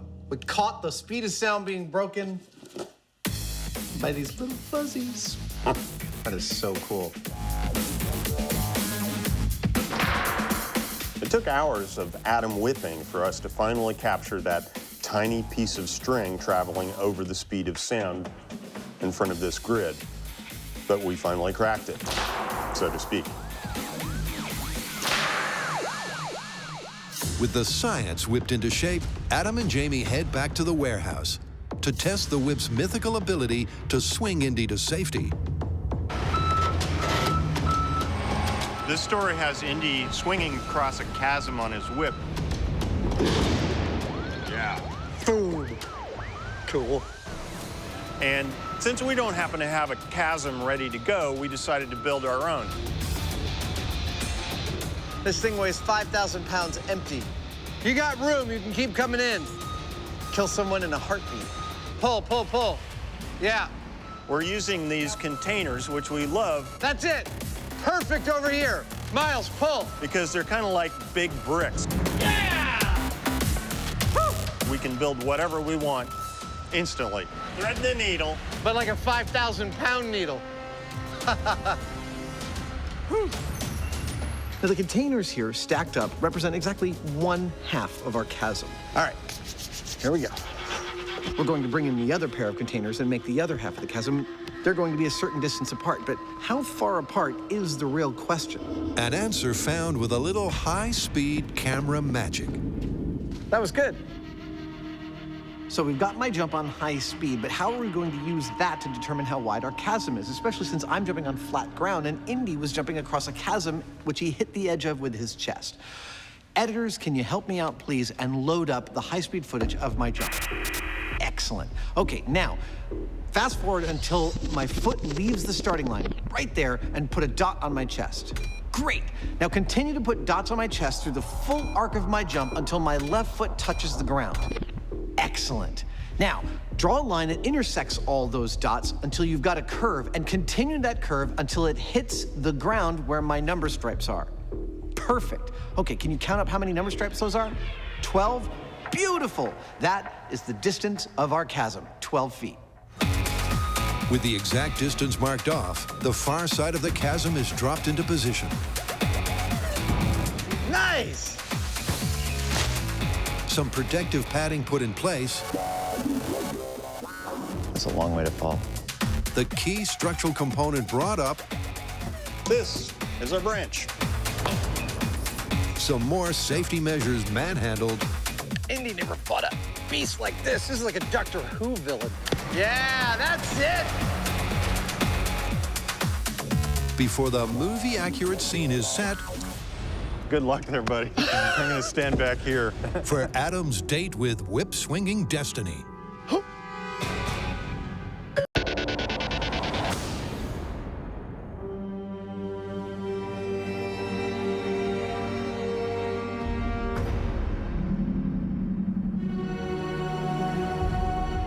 This test is all about the relationship between the whip and the tree branch. And so we've looked very closely at the film and tried to replicate the diameter of that tree branch with this log and its placement above the chasm.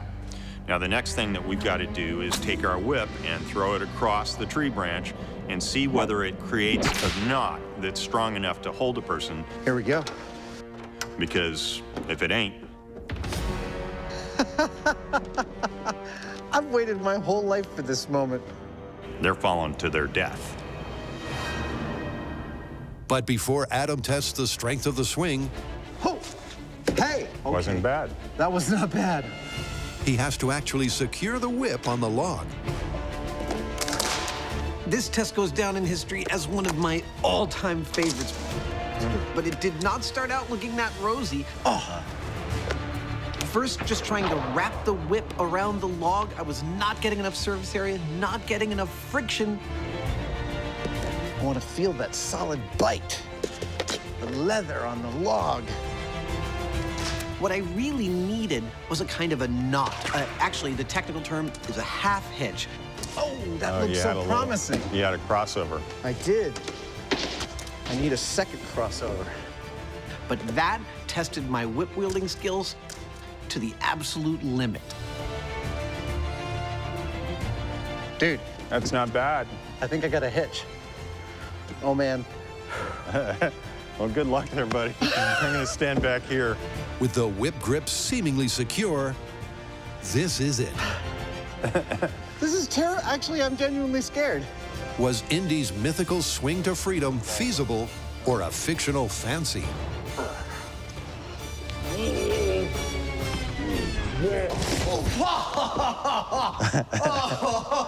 I'm good. I'm okay.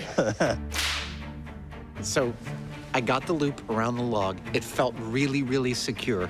I think I got a hitch. And then just before my feet reach the other side, the whip unwinds from the log and I go tumbling. All right, we got to try this again. That was too much fun. Even though Adam fell, I have to say I'm surprised he did as well as he did, because from this distance, you're only going to get around 3 wraps out of it. There you go. So a single half hitch holding a close to 200-pound guy, pretty low odds if you ask me. Yeah, you're moving the whole log, dude. Am I? Yeah, I think you're going to do it, buddy. Here we go.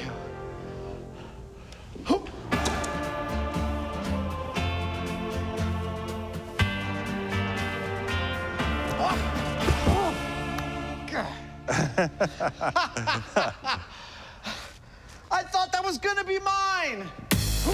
Once again, the whip and potentially the myth unravels at the last second. But as Edison almost said, mythbustering is 1% inspiration and 99% repeatedly throwing yourself into a chasm for science. Oh, dude. Well, no guts, no glory. No guts, no glory. 3, 2, 1. You're gonna make it. Oh, drat! Oh!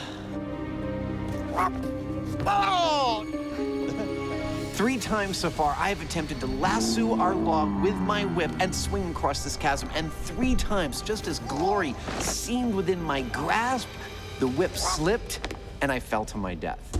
But for due diligence, we are going to cover our log with some bark-like friction material and give it another go. This sandpaper or our pseudo bark may not seem like that much, but it may not actually take that much to allow the whip to bite. Without this, it can just slide. It's almost like it's lubricated. With this, it'll just give it a little bit of tooth so that those coils can actually cinch onto the log. All right. One more time? Go for it. Okay, here we go. So what difference will this small real-world detail make? A first-time grip, and it's looking good. But Adam's been burned before. As many times as I've done this, it's still scary. All right, it's now or never. Here we go. Yeah! Give me some!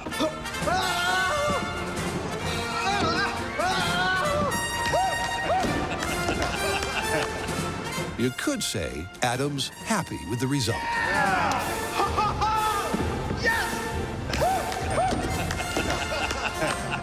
Not quite an indie reaction, but dude, we totally did it! Yeah. All right, throw me the idol. Come on. Well, the question now is, can you get it off there? Oh, right, okay, here we go. Come on, come on. So once we added a little bit of friction, some bark to our log, the whip grabbed easily, and I swung across handily. It was beautiful. Ah! Come on, baby.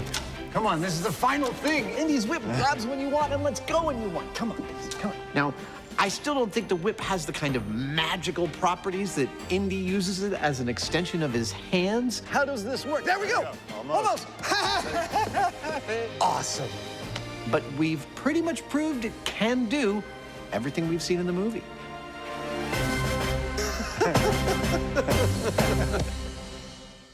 With that, this archaeological adventure romps to a conclusion.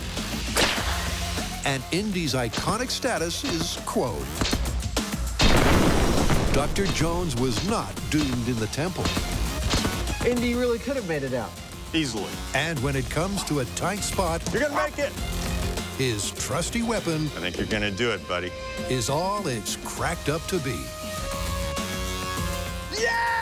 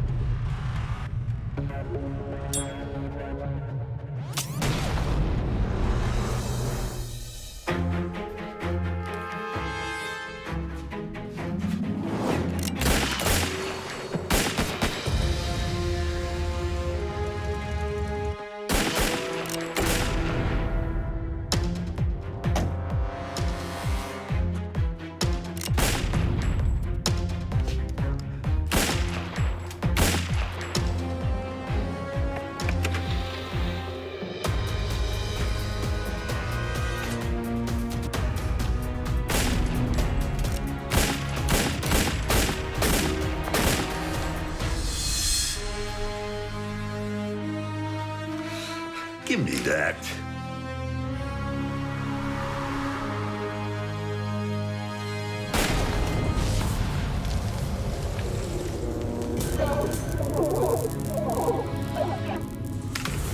Amateur.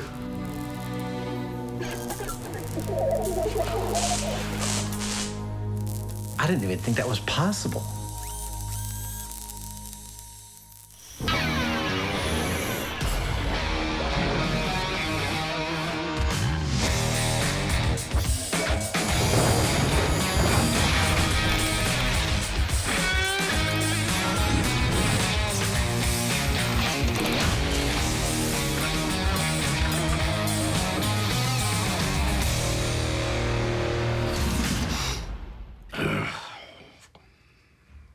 Why is he here? I don't know, but I would just get on with it. So, I could be mistaken, but I'm getting the sense that we're doing something with guns? You are totally right. Specifically, shooters with seemingly supernatural abilities with guns. Later on, we've got a story about a guy who fires bullets that he holds in his hand while he holds his hand in a fire. So the bullets are like between his fingers? Exactly. But first up, we have a sort of a classic movie hitman trope in which hitman is tracking his guy.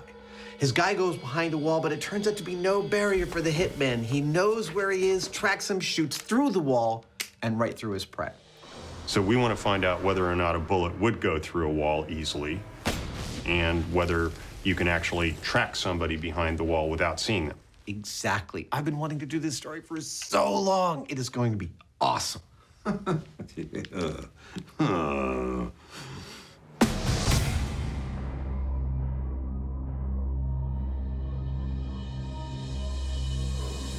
you might imagine that we would test this by going to a shooting range, setting up a wall, pulling out some guns, and just blazing away at it with all the ammo we can bring to bear.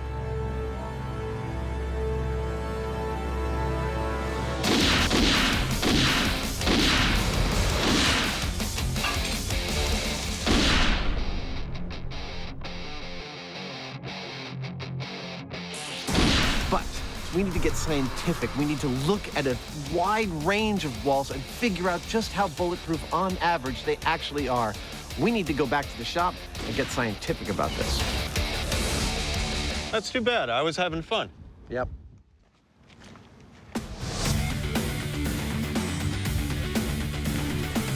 Now, when we're talking about shooting through walls, the word wall could mean many, many different things based on when and where the building you're in was actually constructed. Ah, too big, too big. The walls could be made of different materials, and they could have lots of different things inside them. Starting to look like something. We want a broad representation of walls to shoot at, so I've assembled all the materials walls have been built out of over the last 100 years. The house I grew up in was all lath and plaster. Ah, the old crafts. As well as a lot of the things, electrical boxes, insulation. I hate fiberglass insulation. Wiring and plumbing that you'd find inside those walls. Hey, that's awesome, it fits. When does that ever happen? With this, we should be able to make the targets that we need to find out just how bulletproof, or not, walls actually might be. Almost ready for shooting. Now it's ready for shooting, and so am I. Decided to come in costume as the man in black, the man of mystery, the man you don't want to see at your doorstep. Normally, when we're using guns, we come to a firing range. But because we're going to be firing into walls, these bullets may behave, well, unpredictably. I think it looks pretty good. So instead of using the normal targeting range, we're going to go off to one end where we can safely control what happens. It's time to introduce you to the ammunition and pistol we'll be using today for the experiment. The bullets we'll be firing are standard high-velocity hollow point rounds. They'll be fired from a standard double-action 9mm pistol used by the military and law enforcement the world over, and also a staple of action movie heroes. Here we go.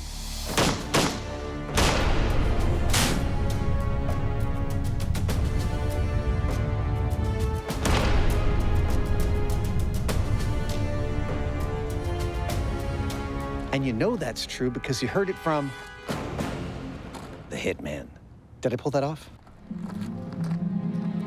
The panel we'll be shooting into is composed of the kinds of things that you would find in a standard wall, from sheetrock to a solid wood stud, sheet metal stud, sections with plumbing fixtures, and lastly, an electrical box. Now, we'll be firing bullets out of this 9mm pistol into those sections. I guess that ought to do it. Of course, for safety, we'll be triggering this from behind the blast shields. Now, we don't just want to shoot at walls, we also want to witness what happens when the bullet and the wall meet. Thus, we've set our high-speed camera perched carefully above, looking down through the inside of the wall. We've also chosen an extremely high frame rate of 17,000 frames per second. That's one of the highest frame rates we've ever used on the show. All will be known by this rig. And with a steel backstop, It makes a cool noise when a bullet hits it. their 6-in-1 interior wall mock-up is ready to go. Will any of them halt a Hollywood hitman? First up, a blast from the past, lath and plaster. I actually think that lath and plaster is going to do pretty good in slowing the forward progress of the bullet. Range is high. Whether it stops completely, I can't say. Count it down. But I do think it's going to provide a nice barrier. Okay, 9mm into lath and plaster in 3, 2, 1.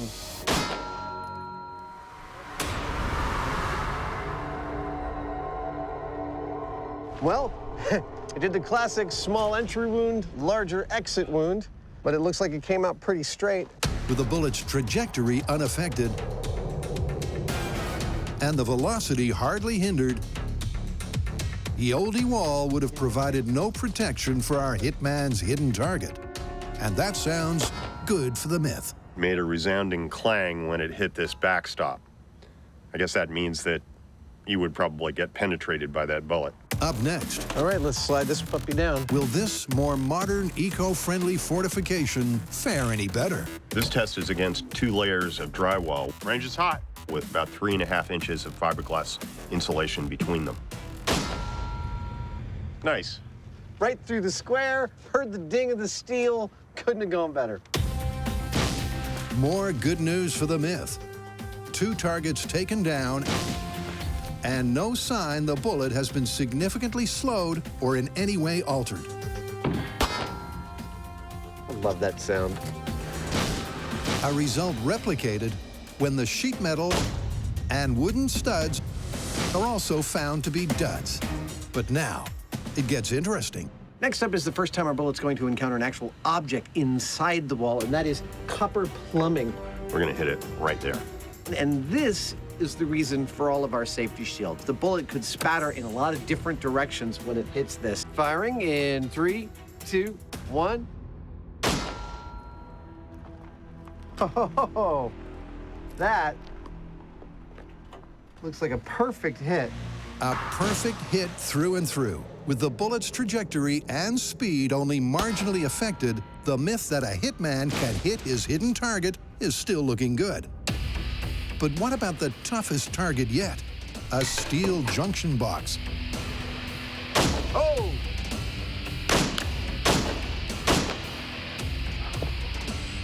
Oh, yes.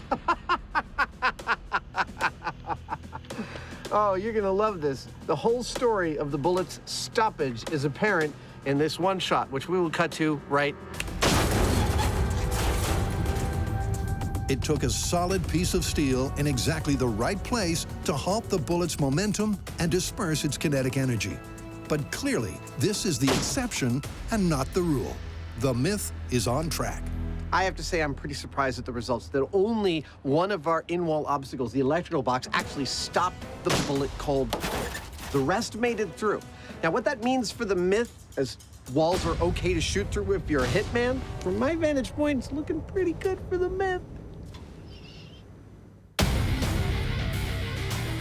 And so it's back to the shop, where our hard-to-please professional is waiting for an update. So is that it? No. We actually have a few more tests to do before we finally call shooting through walls, but we're now jumping to the second story in this episode. It's from a movie called Shoot 'em Up. I am dead on about who you are, right? Say that again. I said, I am dead. Stop. That part of it you got right. At the end of the movie, our hero is cornered. It looks like he is dead. He doesn't even have a gun. But what the bad guy doesn't know is that the hero has a handful of bullets. Shoved between his fingers, he thrusts his hand into the fire, and 2 seconds later, no more bad guy.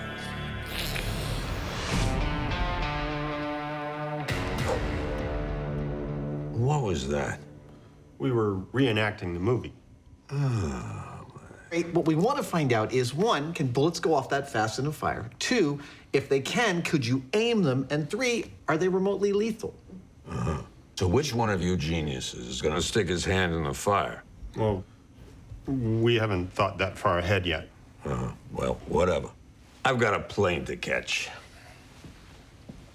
Shall we start testing? Sure. For that, Adam and Jamie hit their all-time favorite location to cause a commotion. Lots of goats. They don't seem to mind the fact that my jacket is made out of them. To set off this myth, the first item on the menu is a controlled fire. Even a simple fire can be fraught with difficulties and dangers that are unforeseen. That's why, 1, we've come out here to the Alameda County Sheriff's bomb range to set this fire. 2, we've put it in a barbecue. And 3, Jamie and I are wearing all the proper safety equipment to make sure nothing gets out of control. Safety is always of the first priority to us. We don't like to let anything get out of control. All right, that's more like it. That's a nice little fire. After the flames have died down, it's time to get cooking. And they're starting out hands-free. Like we often do on Mythbusters, we try to remove variables so we can isolate what exactly we're seeing. And in this case, that means we're taking a single bullet, attaching it to a rod, and inserting that into the fire. But they're also playing it safe. The single round being baked has had the projectile removed. The empty case and primer will react to the heat, but no one's in danger of being shot. Yet. Question is, will the ignition match the movie? Now, there are 3 things that we will be testing in this fire test with the bullet shell casings. You ready to do this? Yeah. 1 is, will the shell casing go off in the fire? 2, will it go off exactly where our hero is holding his hand in the film clip? He holds his hand just about 3 inches above the logs, right in there. And 3, will it go off in 2 seconds? Okay. Shell casing test in 3, 2, 1.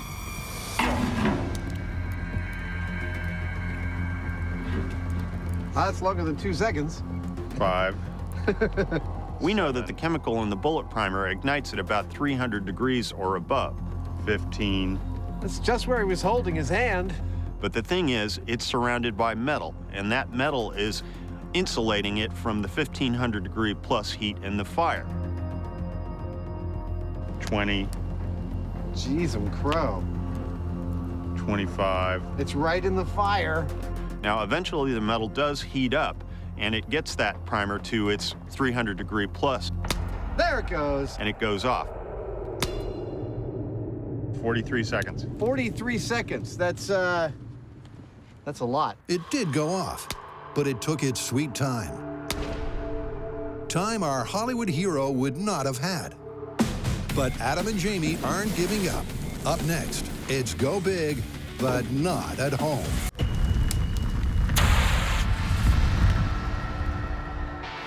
The movie Shoot 'em Up looks like it's being shot down. Well, the results of our movie parameter test are in, and the 2-second time is totally out.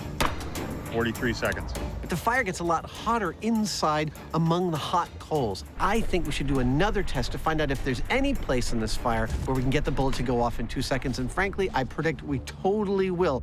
So for test 2, Jamie stokes the fire. Mommy, I don't like barbecues at Jamie's house. Because this time they're baking the bullet deep among the coals. A temperature differential from test 1 of 800 degrees. All right, sir, you ready? I'm ready. I'm going all the way in this time. Looking for the hot spot.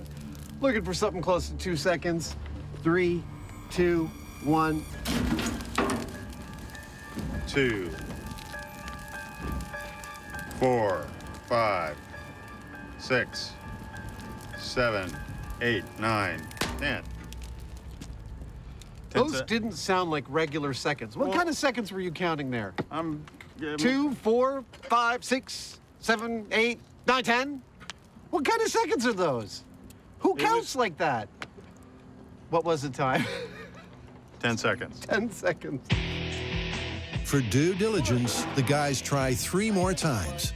But their fastest fire is still pedestrian. 8 seconds. 8 seconds. Well, you can color me surprised at the end of this testing. We exposed our bullet to every part of this fire that we could imagine and couldn't get it to detonate in any less than 8 seconds. I think we've definitively proven that there's no way a bullet is going to go off in that fire in 2 seconds flat. Yeah. I mean, it will go off, but not in 2 seconds. Even exposed to the hottest heart of the fire, at temperatures no human hand could survive, the primer did not reach its flash point in anything like the time it took in the movie. I think we could use a hand on this story. But although one facet of this film fable is an obvious fiction, the guys aren't done yet. Well, it's true that the timing of the hand in fire is busted. Nevertheless, I've got to find out whether bullets fired in that manner are both accurate and lethal. So to do that, I need a hand that I can heat up safely. Yep, Dr. Franken Hyneman is making a heat-resistant human hand. Well, I've got a good start with the grinder, but from here on in, it's mostly going to be blacksmithing.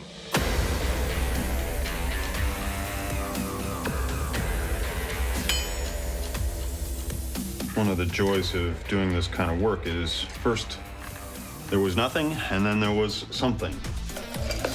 That something being an adjustable, articulated hand able to realistically grip bullets between each finger. Detailed and disturbing work the doctor clearly enjoys. I've left a texture that is not unlike the wrinkles in my finger, and where it kind of smooths out all over the knuckle, I've done that with a blob of weld. It's all very fast and crude, but it gives it a strangely organic look for it being all metal. For added accuracy, it fits like a, you know what. A leather glove that grips like skin is heat molded onto the metal skeleton. And to gauge human-like strength, position number 1, between the thumb and index finger. Adam sets a calibration benchmark with his own grip. 8.1 pounds. This force gauge here holds what's called a peak value. That is the most amount of weight that it took since you last pressed 0. Now, I will put the bullet on this string on the force gauge and hold it between two fingers as hard as I can until it lets go. Ah! Ow, ow. And then I read that value, enter it into this chart. With the data handed over, Jamie mechanically matches Adam's grip strength to his metal digits. A couple of minor adjustments, and I think we should be all set. And this myth is all set to go off. It's perfect. But first, there's some unfinished business for our wall shooting hitmen. Now that we've determined exactly how porous walls are and that bullets will most likely make it through them, it's time to deal with what's on the other side. So, you are the good guy, the camera, you're people watching TV, and you're looking at a wall, and there's a bad guy behind. Where is he? Oh, there he is. Now, that bad guy is gonna move behind the wall, and you've gotta shoot him. How are you gonna do that? We figured there's two methods that you could use. One is you could watch him run behind and make an assumption that he's going to maintain his speed, bang, and try and shoot him. Or you could listen for the sound of his footsteps and use your natural powers of triangulation to make an assumption about where he is and shoot there. I'm not sure if either one of those is gonna work, but in either case, it's gonna require a rig with a motorized dude on it. The dude. How you doing, dude? Isn't a very handsome dude. Something kind of like this. Walk, walk, walk. So, bullets can penetrate an interior wall. But is hitting your target as easy as Hollywood would have us believe? That is so weird. To find out, the team is testing two mythical methods. First up, target tracking. Here's how this test is going to work. Our target, that's me, will always start every test by moving from a visible position to an obscured position. The operator will be able to control the position of the target with this joystick, and he'll be able to see what he's doing through this monitor. The shooter must use trajectory, tracking, and their intuition to surmise where the target might be behind the wall and attempt to shoot them through the wall. Beautiful. Okay. There are two restrictions in this test. One is shooter can't start shooting until the target's past that yellow and black line. All the action happens on that side. And only one bullet at a time. This first test is going to be pretty basic. I'm going to be moving the target at what amounts to walking speed continuously. Jamie, you ready to start this? I am. Gun is loaded. Safety is off. Range is hot. All right, count me down, sir. 3, 2, 1.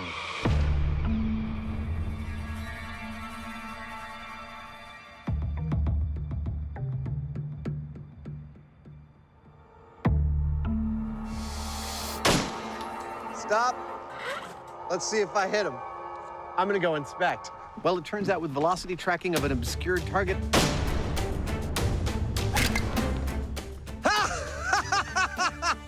a perfect hit. I'm actually pretty good. I got myself in the face on the first try. A perfect hit. But maybe Adam got lucky. It's Jamie's turn. Okay. Range is hot. Time to double down on the data. Let's go see if you hit me. With nothing to go on but the projected trajectory of the target, how did Hyneman the hitman fare? Yeah. Nice. Right there. Took out my left lung. Adam and I both got what might have been kill shots on our first go, but that was following a consistent movement. So that obviously is the best case scenario. Look at that. Nice little boo-boo. The reality is going to be more like somebody is starting and stopping. Who knows what they're doing back there? And the only thing you might have to go on is sound. So that's what we're going to try next.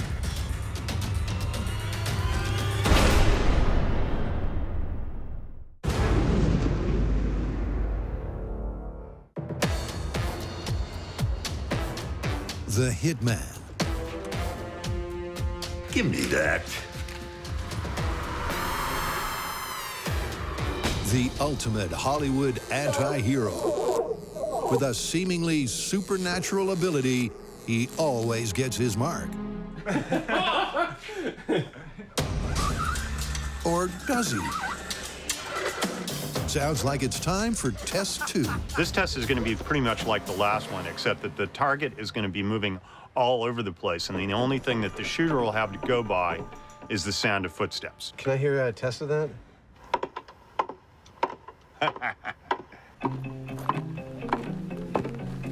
With the fake footstep audio coming from a speaker attached to the target,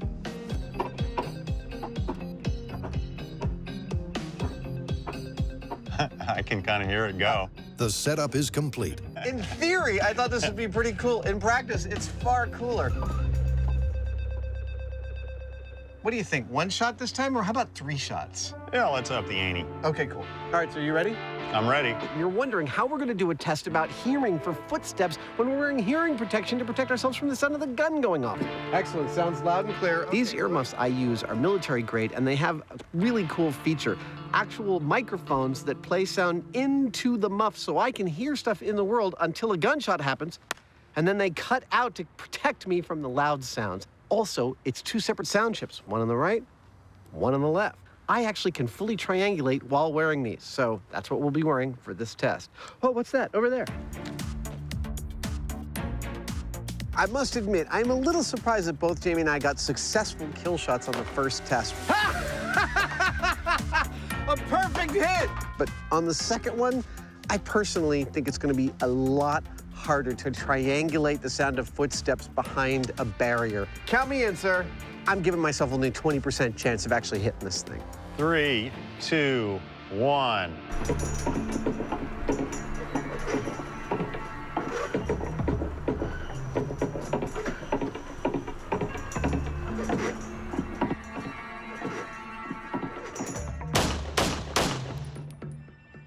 Let's see if I hit him.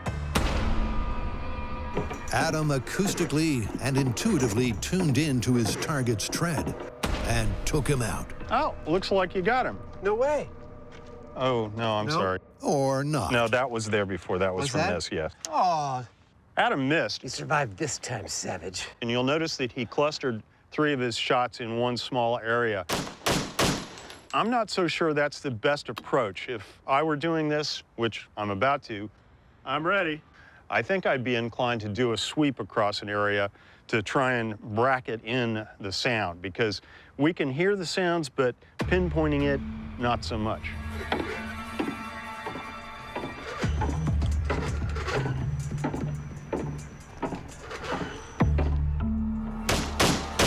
Despite the benefit of being able to adapt his tactics, You missed him. Yeah. Entirely. Jamie missed as well. So, while you can easily shoot through a wall, the real-world detail of the prey's unpredictable position makes hitting a moving target tough. And this myth is on the ropes. But we have one more test up our sleeve. This is the spray and pray technique. We're gonna unload an entire magazine of bullets at the wall while he's moving around behind the wall and see what his odds of survival are. I'll tell you one thing. I wouldn't want to be behind this wall during that. That was really fun. But was it successful? Nothing. Not a single hit. It seems shooting blind really is just a shot in the dark. But it is fun. I can barely describe how much pleasure I get out of watching this rig go and out of shooting at it. And I'm not saying I couldn't have built this before we had Mythbusters as a show, but the design and execution of this rig is something that could only have come out after all these years of doing this show. This is a direct result of our experience in setting up experiments, and honestly, this is one of my favorites.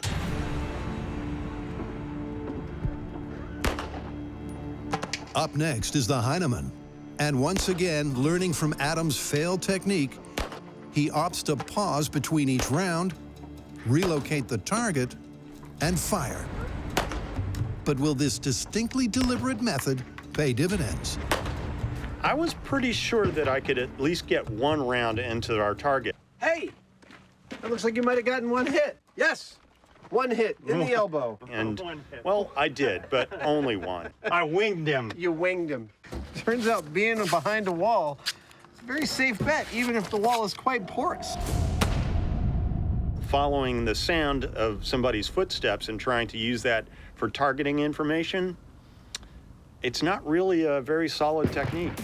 So what do you think? If we answered the question of shooting people on the other side of the walls and how easy it is? Well, mechanical moving targets are all well and good, but I don't think there's any substitute for the real thing. I think we ought to shoot at each other. Maybe. Not with real guns, right? Well, okay. Paintball guns. Paintball guns. Okay, I think we could do that test. A new test, a new day, and a new location for a spot of hitman elimination.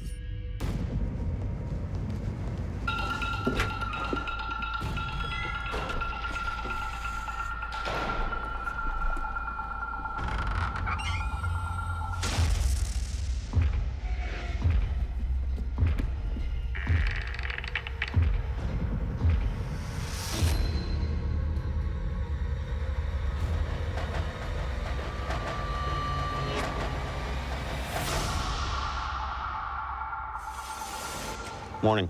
Morning. Shall we get to work? Yeah, let's do. We have brought you to an abandoned machine shop in Mare Island, California to put all the disparate elements of this story back together for a nice, violent, fun-filled, family-friendly finale. Jamie, you want to tell the audience where we stand? We've shown that a pistol round fired through an interior wall can potentially be lethal to somebody on the other side. And we've also shown that somebody moving at a consistent speed behind that wall can be fairly easily tracked and hit. Ah, look at that. Nice little boo-boo. But the minute they start to move inconsistently, the chances of being hit drop dramatically. Nothing. Not a single hit. So it's time we ramp things up and use live human targets that are moving, namely Adam and I. That's right. It's you and me, Hyneman. Suit up. Am I out? Aw, crap. For this gunfight head-to-head, so freaking cool. Adam and Jamie are putting the human back into the experimental equation. This last test is a classic cat and mouse. We're building a hitman fantasy camp. Jamie and I are going to stalk each other through a labyrinth created of walls, making hallways, rooms, doorways, the whole kit and caboodle. Excuse me. We must try and win this stalking contest by shooting each other through one or more of the walls of our labyrinth. Our walls are made of paper. Our weapons, paintball guns. With help from their origami army. Go ahead, Willie, pivot around. And an artistic finishing touch or two. Lovely. The 8-room Assassin's Arena is ready for the showdown. But it won't be a free-for-all. These are the rules. First, there's no time limit. The winner is the first one to shoot the other through a wall. We each only have one 8-round clip, so every shot counts. Finally, during the test, we are not allowed to travel beyond the boundaries of the experimental space. So that we can hear each other, the piece de resistance is some special footwear, tap shoes. Seriously? Absolutely.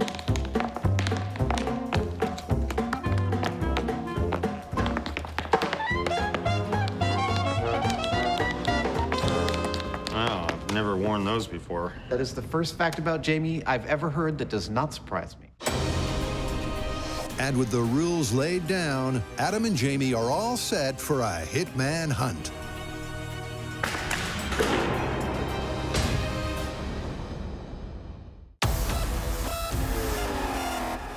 To test Hollywood's idea of a handheld shoot-'em-up,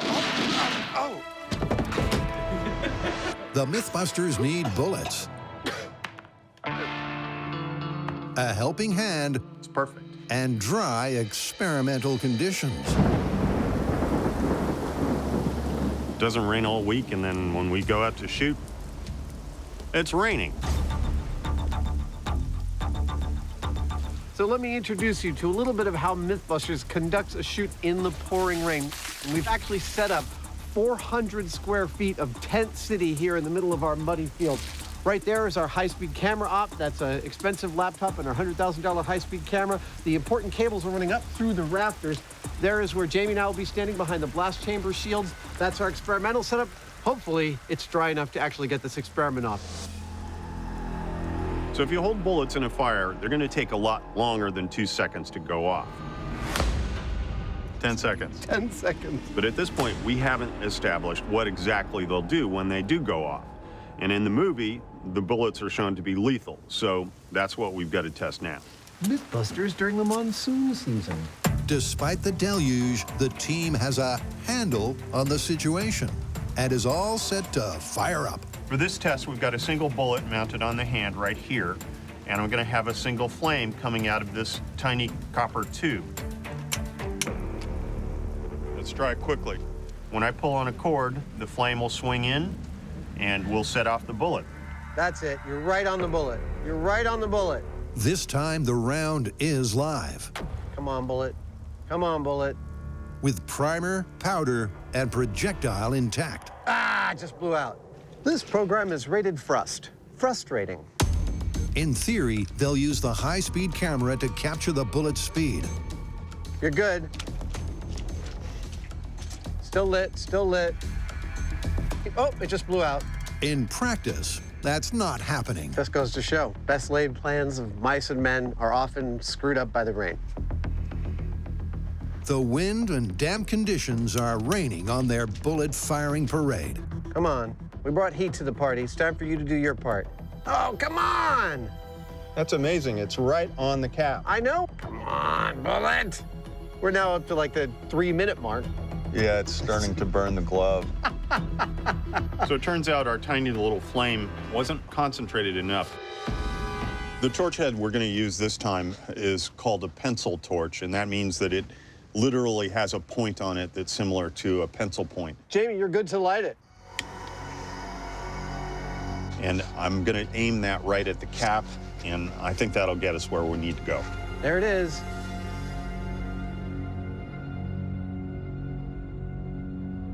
Hey! That worked a lot better. That was like within 10 seconds. That's what I wanted. Excellent. At last, there's fire in the hole. But what does the data say? Flame placement looks perfect. Oh. Let me see if I can't get a rough idea of speed here. The bullet's moving at 82 miles per hour. Yeah. Question is, why is it going so slow? When you pull the trigger of a loaded gun, the bullet inside basically explodes. The resulting shockwave travels down the barrel and propels the bullet out. But without the gun to enclose and back up the cartridge, there's nothing to prevent it from simply expanding and rocketing backwards instead of pushing the bullet forwards, hence the low speeds of the bullet. With no barrel to contain the energy, it disperses, and the bullet comes out at 10% of its usual velocity. I don't think that's going to be lethal, but for due diligence, let's put our dummy in there and see what happens to him. Sure, why not? Okay. Your days are numbered, dude. So, will a handheld bullet accurately hit a target with lethal impact? Awesome. We are close. Our villain is about to meet the business end of justice. This test with a flesh-accurate ballistics gel dummy is going to find out. Okay, coming in.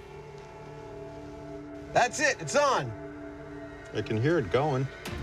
Hey, there it went. I don't know if it hit him. The early signs for accuracy are not good. Well, I don't see any bullet holes. I don't see any bullet holes, nor do I see any bullets. This is a job for the high-speed camera. Bang. Oh, it went way down. Boink. Is it bounced off? Actually, it looks like it's still there. Apparently, the camera never lies. It looked like it hit him. It looked like it hit him right in the middle of the chest. But maybe it has. I don't see what looks like any kind of break. I'm confused. I'm gonna look at high speed one more time. Yeah. It actually hits him right there. Spoink. And that is literally right here. Well, this is a mystery. This is right about where it looks like it hits, right? Well, see any reason why I shouldn't excavate? I don't see any reason why you shouldn't excavate. High Speed says bullet entered the dude. We should cut him open and find a bullet. Let's see. Okay, there it is. Whoa, no way! Embedded in his chest. Amazing! It's a satisfying and surprising result. But with such shallow penetration, it wouldn't have been lethal, merely painful.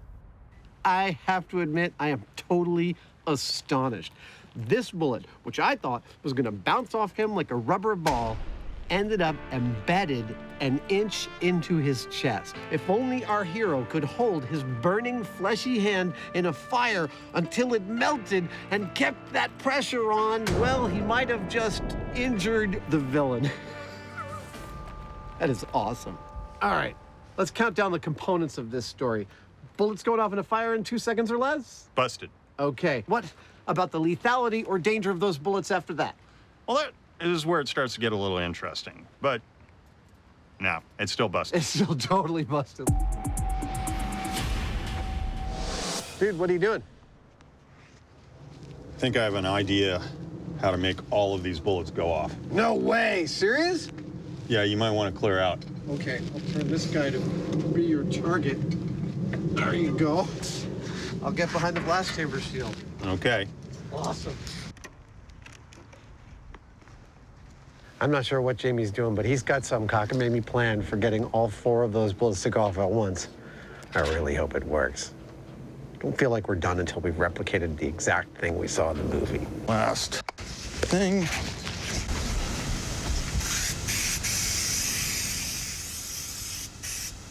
That looks flammable.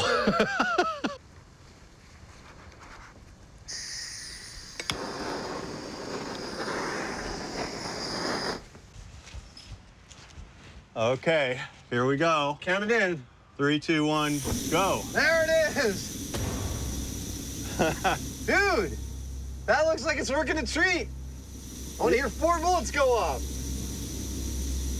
It may be a new way to sizzle the slugs. Oh, there goes the glove. But it soon turns into the same old story. Seriously, I can't believe it's not going off.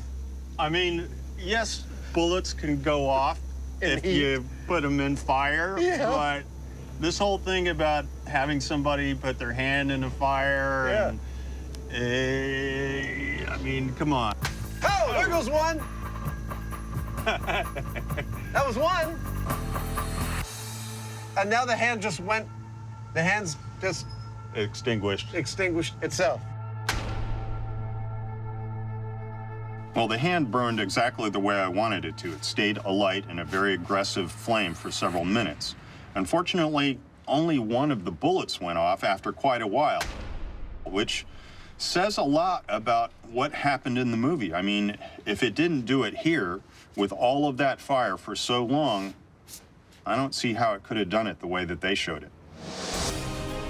That's one myth done and busted. But still to come, a head-to-head hitman showdown.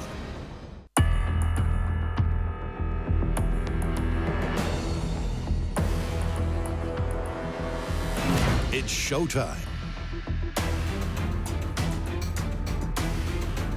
One by one, our would-be hitmen are guided silently to separate, random locations in the arena.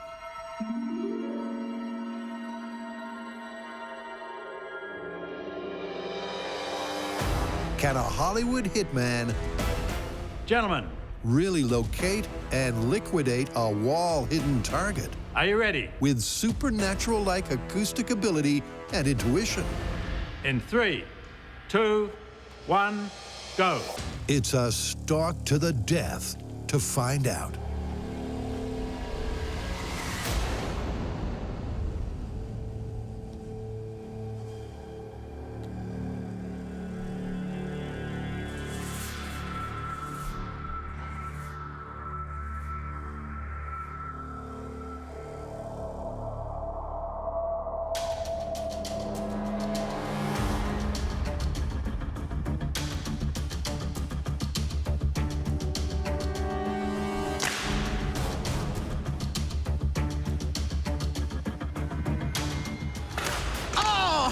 Oh, I'm hit. He got my gun hand. He got me right in the wrist. I've been looking forward to this test for a while, but that was far more scary and hair-raising and exciting than I ever imagined it would be. That's just stunning. You might recall from our earlier testing, to track somebody moving behind a wall was fairly easy to do as long as you can anticipate their movement. Now, in this first game, I remembered that. I peeked out the doorway just in time to see him move behind a wall, and so I was able to actually track his movement, fire through the wall, and I hit him. That was beautiful. It worked, just like we learned. So, the combination of a preliminary visual cue, audio location, and intuition does make it possible to pop your opponent. Good news for the Myth, but Adam's not giving up yet. Nicely done. Best out of 3? Okay. This is too much fun to give up after one try. Love this game. That's the cue for a fun and fear-filled test 2. Looking down on this test from above, I'm struck by a couple things. One, how lovely it is with all the colors and all of the labyrinth. Go. But perhaps the most diabolically scary part of this test to me was the quiet. I open my eyes. I don't see Jamie. I hear little creaks, but that doesn't necessarily help because you're waiting somebody else out. You know that they want to kill you. And even though this is for play, it doesn't make it any less of an adrenaline rush to know that someone's got your number and they're looking for you and you are looking for them. It is really, really thrilling in a way that few tests that we have done on this show really deliver.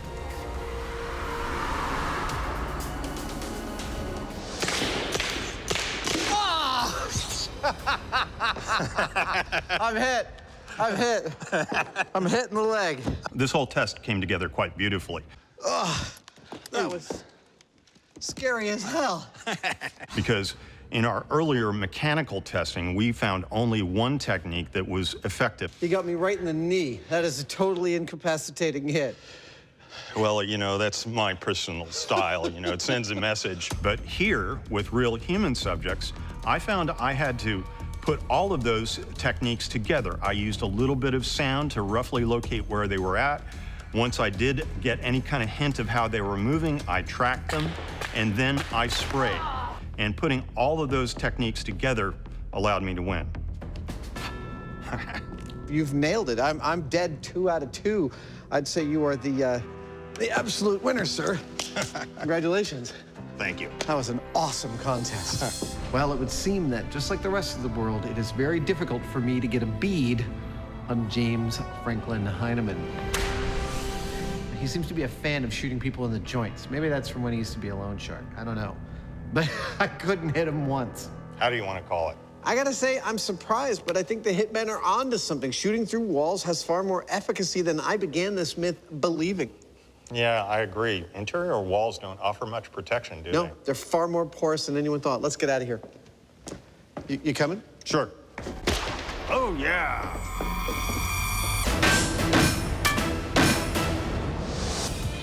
Back across town, it's time to settle accounts.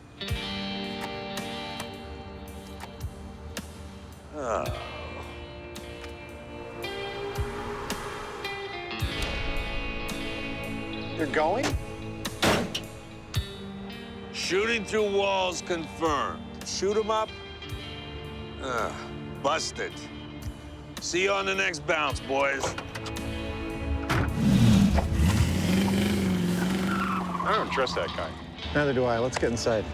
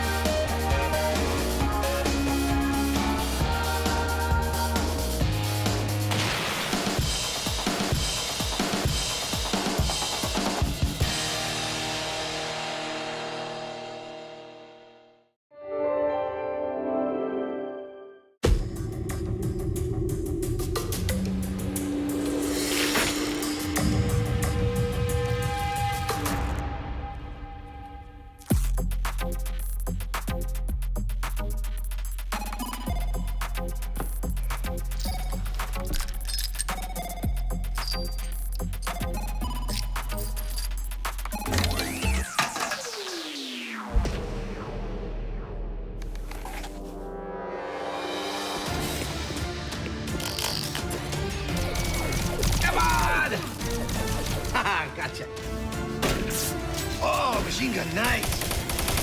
Ah! I can't believe I can carry all this stuff. Gotcha! Woo! Ha ha!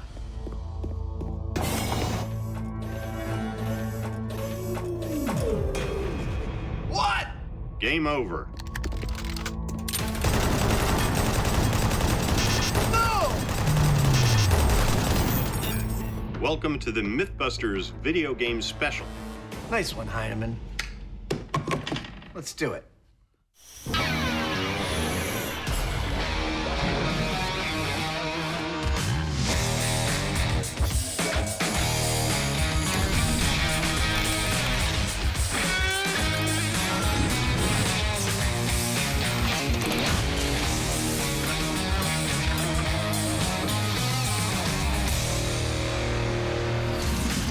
So we're doing a whole episode on video games. Yes, we are. Well, given that there are thousands of them out there, isn't that a pretty broad topic for us? Well, you're absolutely right. The video game industry is not only massive, it is incredibly diverse. However, we've boiled it down to a couple of games that I think are pretty representative and also pretty cool. Go on. Well, later we'll be tackling Fruit Ninja to see if you can slice through real fruit as easily as you can slice through digital fruit. But first up is a myth from a little game called Doom. That's one of those games where you're shooting monsters, right? Yes, it is referred to as a first-person shooter, and Doom effectively invented the genre. You are moving through a world shooting stuff, and as you come across things that you need, you can pick it up. Ammo, medical packs, guns, supplies, whatever you need. The thing is that no matter how much you pick up in a first-person shooter, it doesn't ever seem to slow you down as you move through that world, and I'm thinking that's something we should test. Well, if we're going to test it, we're going to have to make a real-world version of a Doom level, right? Exactly. Doesn't that sound cool? First-person shooters include some of the most popular titles in video game history. But is it really possible to pack so much heat and still function effectively? Or is this a myth that's doomed?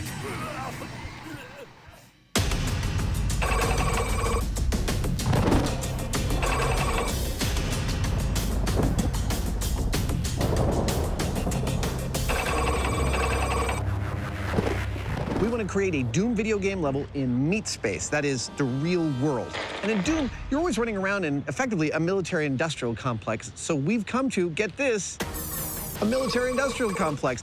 From the outside, the building's got potential. But on the inside, it's out of this world.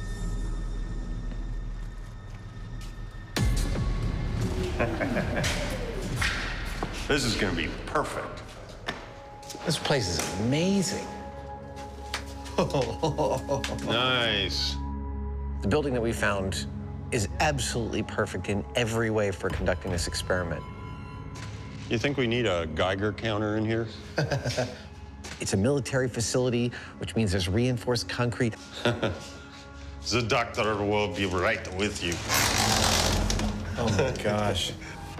It's abandoned, which means the paint is peeling everywhere and there's signs and evidence of human habitation, but clearly long since departed. It's a perfect blank canvas for us to build this real-world Doom level. When you play a first-person shooter game, you're supposed to pick up weapons, ammo, medkits, and carry it with you. Now, the myth is that having all that stuff on you does not in any way negatively affect your ability to succeed. But would it? Well, that's what we're testing. And to make sure that testing is accurate, It's like making a big bed. it's vital that their real-world course matches the virtual world. Ready? Both in terms of the spatial dimensions This is going to be the sliding door where we start from. and the number and placement of monsters and munitions. Dude, I think this is perfect. Oh, yeah. And to ensure that, Adam's turn to the top. Our real-world Doom level is shaping up quite nicely, but we wanted to get a better idea of how it measured up to the real thing, or the fake thing, the video game Doom. Right. So we're bringing in Tim Willits, a 20-year veteran at id Software. He's developed thousands and thousands of levels. He's going to take a look at ours and tell us how we're doing. I think this space is really cool. I mean, it has all the elements of a Doom map. It's got scary textures, right angles. It's got this great cheesy lighting. You know, I could show you this space in a Doom level. Totally. Virtual for the... That's awesome, yes. Let's do it. Okay. All right, Tim, this is the map. This is what we're watching ourselves walk around in. Yeah? Yes, this is our Doom editor. This is the top-down view, which is much like a CAD program. Okay. This is our render view, which is a preview. And then here is where we pick our textures or our wallpaper. And I can have a 3D space that is rendered in real time. This is our space? Yes, we're here. This is that elevator. Oh, this is the elevator we're standing right in front of. Yes. Dude, that's like windows on either side and everything. This is so cool. See, this is the hallway that we walked through. Here's the red lights. Dude. This is where you and I had the conversation. Yes. Wow. Thanks to his expertise in the virtual world, I can also show you the demons that you may want to use. This guy's on fire. Tim helps certify their course as correct. It's got the right look, the right size, and crucially, the right amount of monsters, medikits, and munitions. This is the arsenal we will have at our disposal. Everything from handguns, shotguns, to machine guns. All of them shooting darts and paintballs. All of them weighted correctly to their real-world counterparts. Now, the first time we run this level, every time we pick up a weapon, we're gonna be putting one down. But the second time, we gotta hold on to all of it. That means by the time we finish the second level, we'll have everything on these tables strapped to our bodies. In theory, if we make it. I seriously don't know. So to find out if you can really carry your own arsenal and still function, we're going to start out here at these Doom-accurate double doors. Once you're inside, you find your first weapon, and that's a handgun. You pick it up, and you start hunting the bad guys. Next, you find weapon 2, and that's a machine gun. And that's pretty much how it works. Go room to room, picking up Doom-type weapons and taking down the enemy. Over the entire course, there are 15 things to collect and 10 bad guys to eliminate, just like there'd be in the virtual game. But can you actually carry it all? This is going to be fun. Now all that needs to happen... Dude, that looks so awesome. I would put this on my house if I could. ...are the finishing touches to the arena. And it's game on.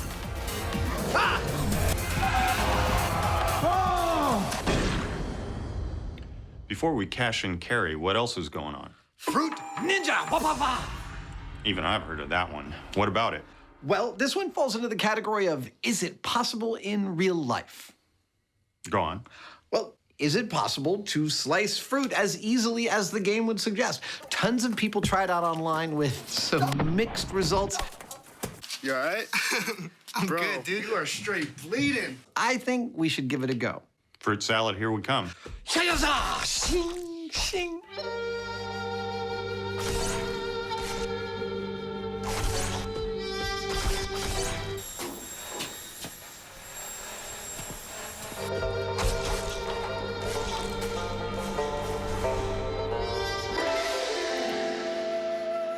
Let's play.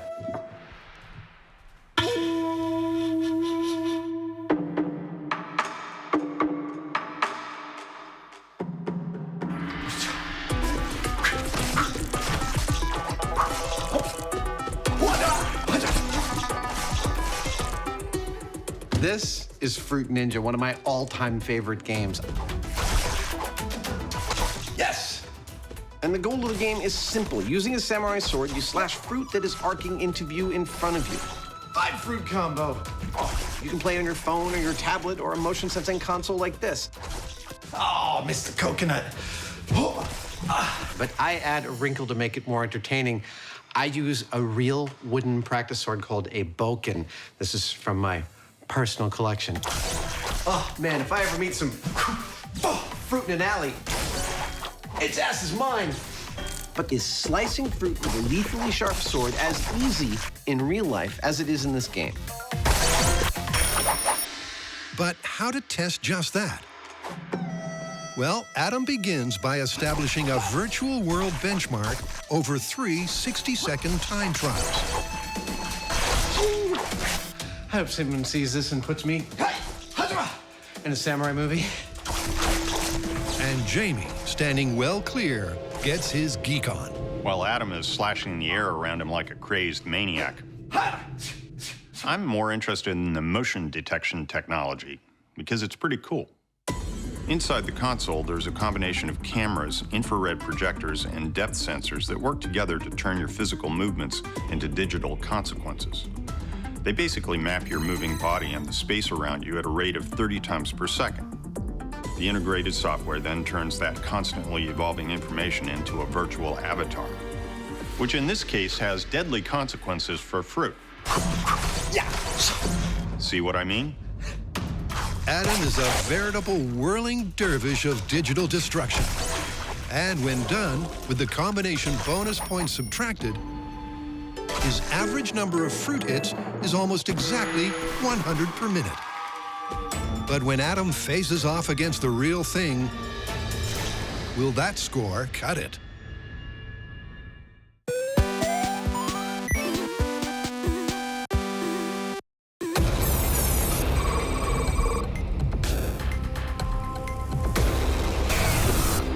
This is so awesome. Right outside these doors, Jamie and I have constructed a real-world simulacrum of a level of the video game Doom.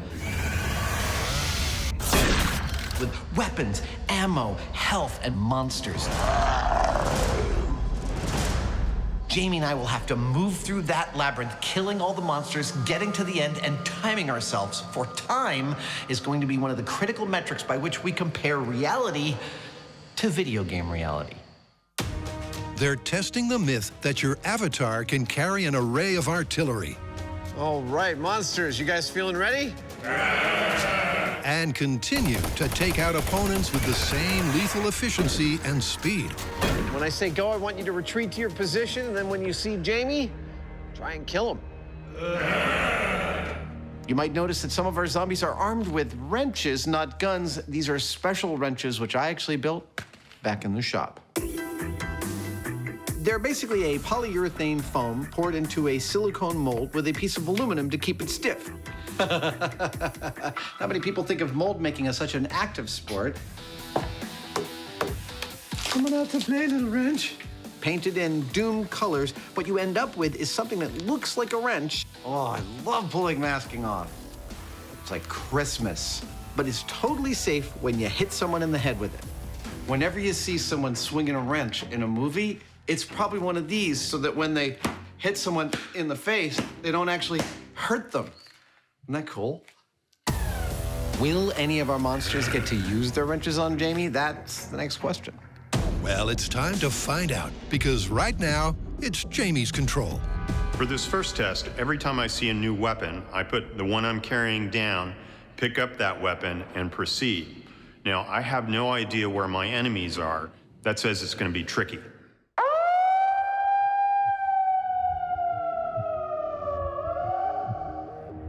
Ow. Jamie, are you ready? I'm good to go.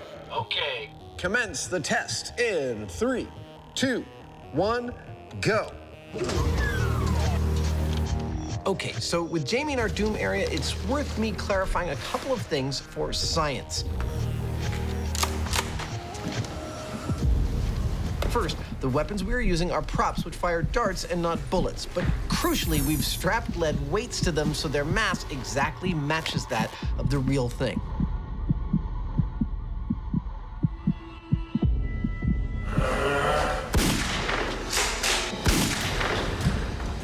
Second, this is our control test. Every time Jamie picks up a new weapon, he'll put down the one that he had already been using.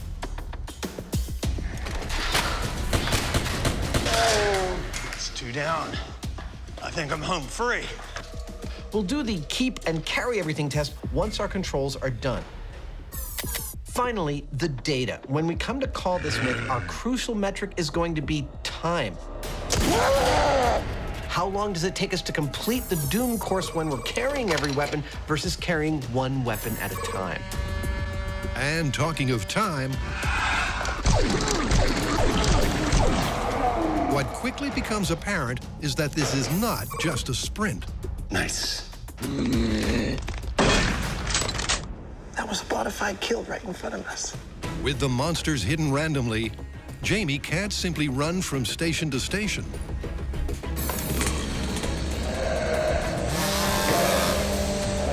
To stay alive, he has to take a more considered and tactical approach. Meaning the extra gear in Test 2 may not slow him down as much as expected.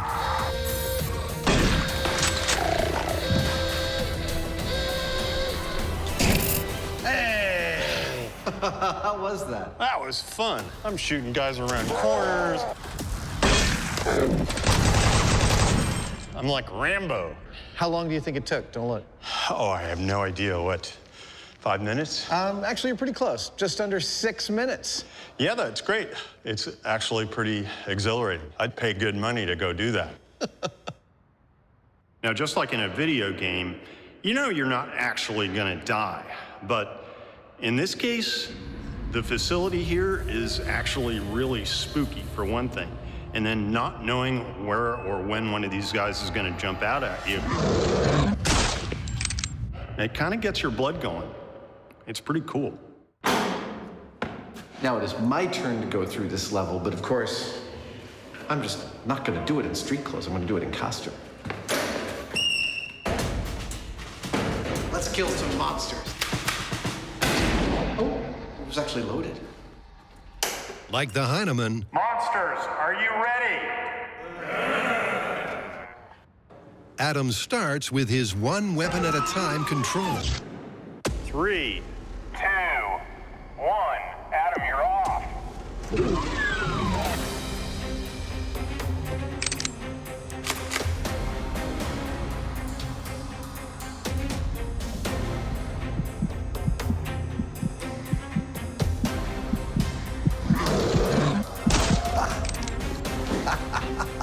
You know, you spend a lot of time talking through stories like this, setting them up and making sure the science is spot on.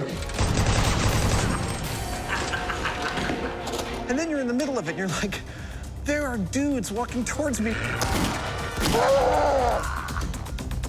And I've got to shoot them. What could be more fun than that?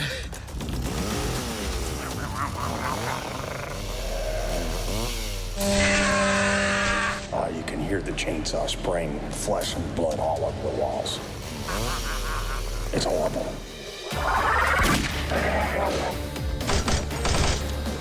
Yes!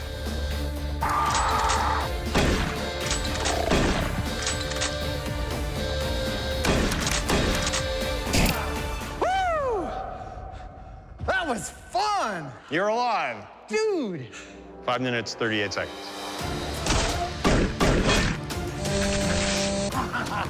Whew, that was not only freaking insane, but we actually, I think, got some interesting results. First of all, Jamie and I completed the course in just shy of 6 minutes, which is frankly longer than I thought it would take.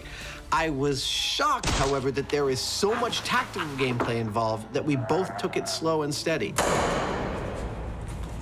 Now, of course, later when we're doing the pick up and hold on to everything test, it's going to be harder, but I'm not convinced it's going to take longer. Again, because of the tactical play. I'm kind of feeling like it's looking sort of good for the myth at this point. dealing out digital destruction in 2D is as easy as 1, 2, 3. But add a dimension and fruit of various sizes subject to real-world physics. Is it as simple?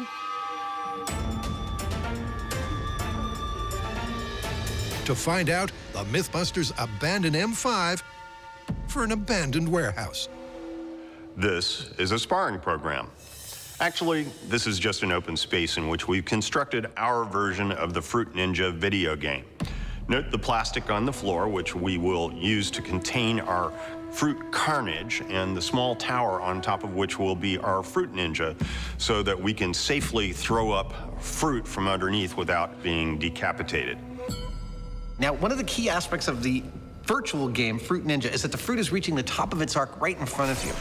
So we want real fruit to reach the top of its arc, so we need people who are really good at throwing. You know who's really good at throwing? Jugglers.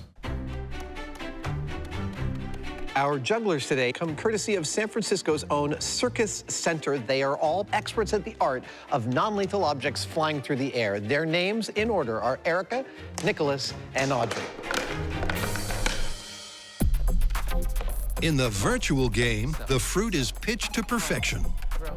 As it rises, gravity pulls it down and decreases its vertical velocity to 0 at the apex. And to match the game, that has to happen at exactly the right height in front of Adam. So, high, catch. Hey! Let's throw some fruit. All right. This is how this is going to work. We've got our basket full of fruit. We've got our jugglers to throw the fruit up in the air. All we need is our ninja up there to slice it. I'm totally ready. Let's do this. This is gonna be great. When it comes to wielding weapons of sword-like proportions, he's no novice. Ow. I've got a headache. So do I. But Adam has some concerns when it comes to his katana's capabilities.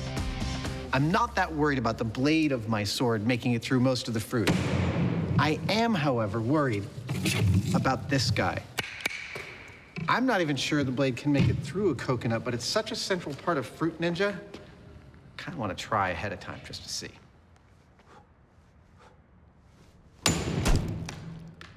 That's awesome. Oh, our coconut. With all ingredients confirmed as cuttable, it's go time. Can Adam beat his 100 cut benchmark? For this test, our ninja, aka Adam Savage, will have 1 minute to cut all the fruit he can. But for the most part, I'm gonna be doing that. Oh, this feels great. You ready, sir? I'm ready. Are you ready? Not quite, but what the hell? All right, you count us down, Jamie. Okay. Fruit Ninja in 3, 2, 1, go.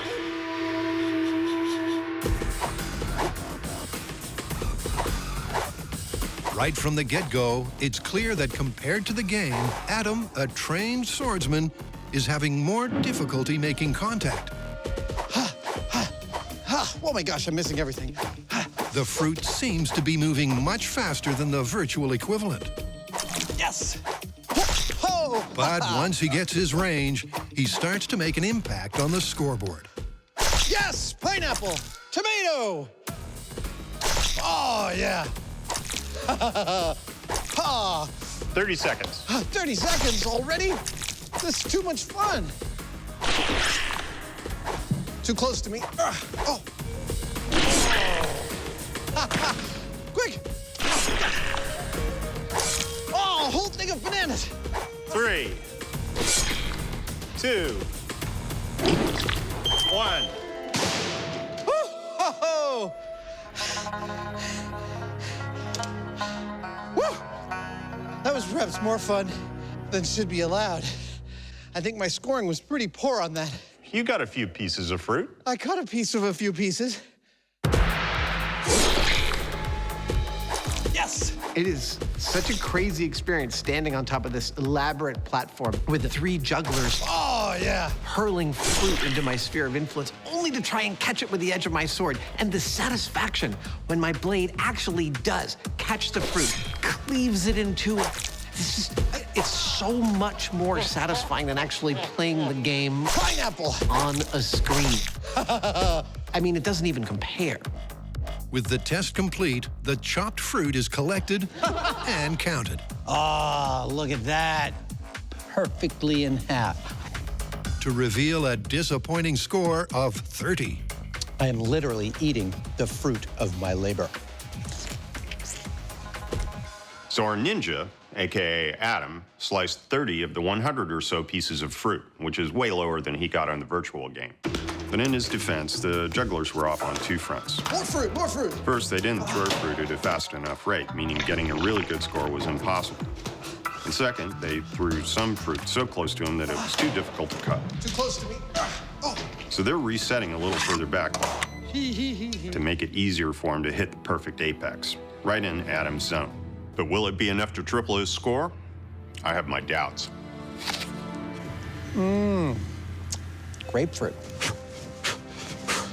All right, I've had a little bit of a breather. We're about to go again. The jugglers have mastered their arcs, and we're gonna try this test for real. I think I'm gonna do much better this time than the first one. Fruit Ninja in 3, 2, 1, go. Oh, yes! Pineapple. Yes! From the first fruit to be beheaded, it's obvious Adam's improving. Yes! Bananas are mine! With the jugglers now right on target, Coconut. Ah, yeah. every piece hits the apex at a cuttable height. 30 seconds. 30 seconds! And Adam appears to be taking out his targets with video game-like ease. There's an 15 apple. seconds.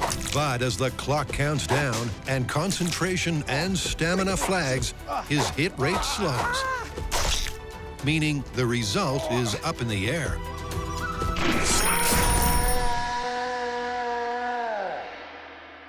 Whew.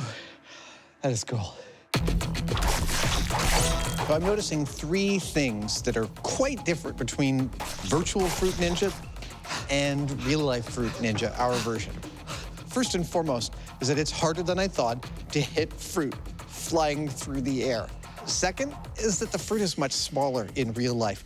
The best I can tell you is that an apple in the game is about the size of a watermelon in real life, so it's much easier to hit. In addition, the size of the fruit is tied to the game's apparent gravity. If they were scaled correctly, they'd be moving considerably faster. Third is the slicing itself. In the game, you just move your hand in the direction that you want to slice, and it slices the fruit. In real life, the actual edge of the blade has to be pointed in the direction that I'm slashing. And that requires a level of coordination that means I have to stay super, super concentrated. I'm missing them all. It's fun, but it's also difficult. And that difficulty is reflected in the score, because even with perfectly pitched fruit, Adam only chopped a few pieces more than half his virtual score. But that's given Jamie an idea.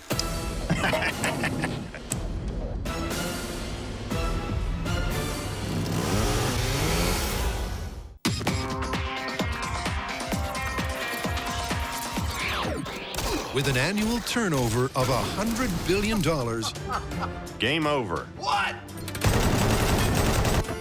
Video games are massively popular, and first-person shooters pride themselves on their intense realism. But exactly how real are they? It's time to find out. With the control under our belt, it's now time for Jamie and I to run our Doom level again.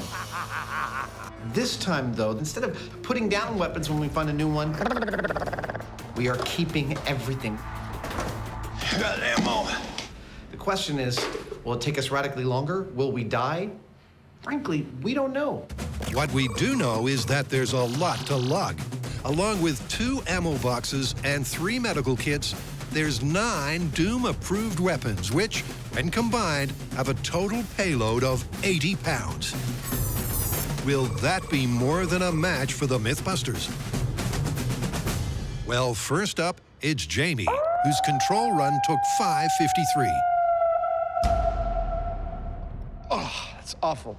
Jamie, are you ready? I'm set. Starting the test. In 3, 2, 1, go. Like last time, Jamie immediately encounters a backpack, equipment sling, and handgun.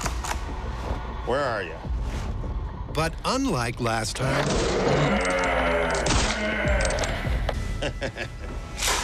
When he finds gun 2, he doesn't drop gun 1.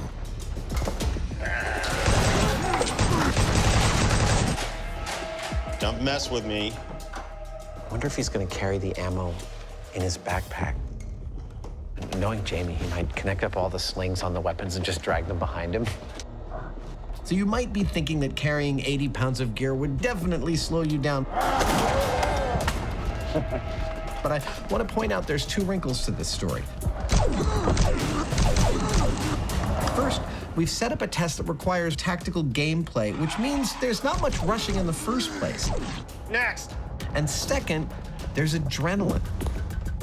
Adrenaline, the so-called flight or fight hormone, is released in times of stress, and it basically preps your muscles so they can work harder and faster for longer. And believe me, Jamie is feeling some stress right now, and his adrenaline is pumping. Adam's theory may be sound. Crap. Because halfway through, Jamie's kept up with his control. That is seriously the most twisted Santa Claus image I have ever seen. But that doesn't last long. Because soon, the combination of weight and bulk starts to take its toll.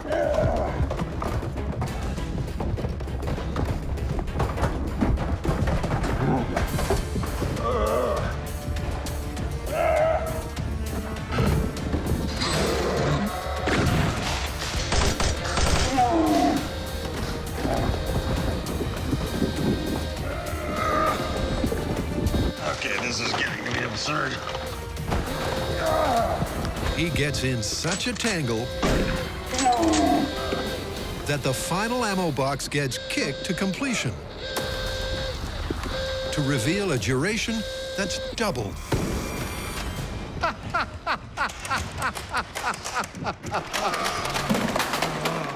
Well, Christmas has come early. How was that? That was awful. Really? That just took all the fun out of it. Really? Yeah, I mean, after the first couple of guns, stuff starts falling off. It's like, okay, I could take my time and spend a half an hour neatly packing and hooking everything on, but that's not the way this is supposed to work. Well done. Have a rest and then I'll gear up.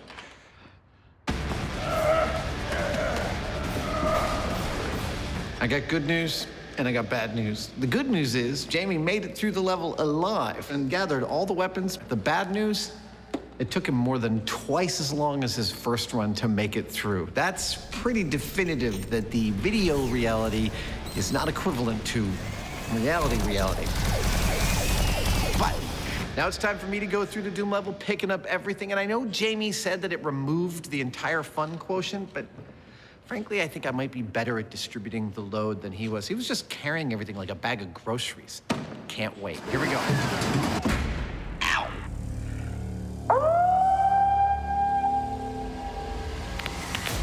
Adam, are you set? I'm ready, sir. 3, 2, 1, go. Adam has a plan to bring this myth back from the brink. Jamie ignored the backpack and packed his weapons poorly. Dead. Adam, however, is going to lock and load efficiently. He's dead. Using the utility backpack and equipment slings properly. One shot. But there's no getting around the actual mass and bulk of the gear. It's starting to take its toll. And in the heat of the action, They'll never hear me kill me. his neatly packed plan begins to come undone.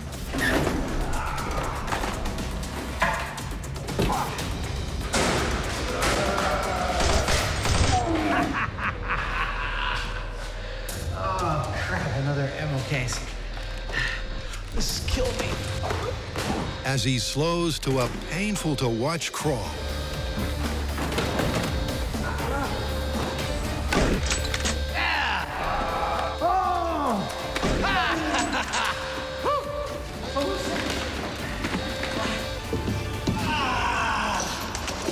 You made it. Yeah! That was a freaking nightmare. Isn't that awful? Oh, I was doing okay until about halfway through. And then...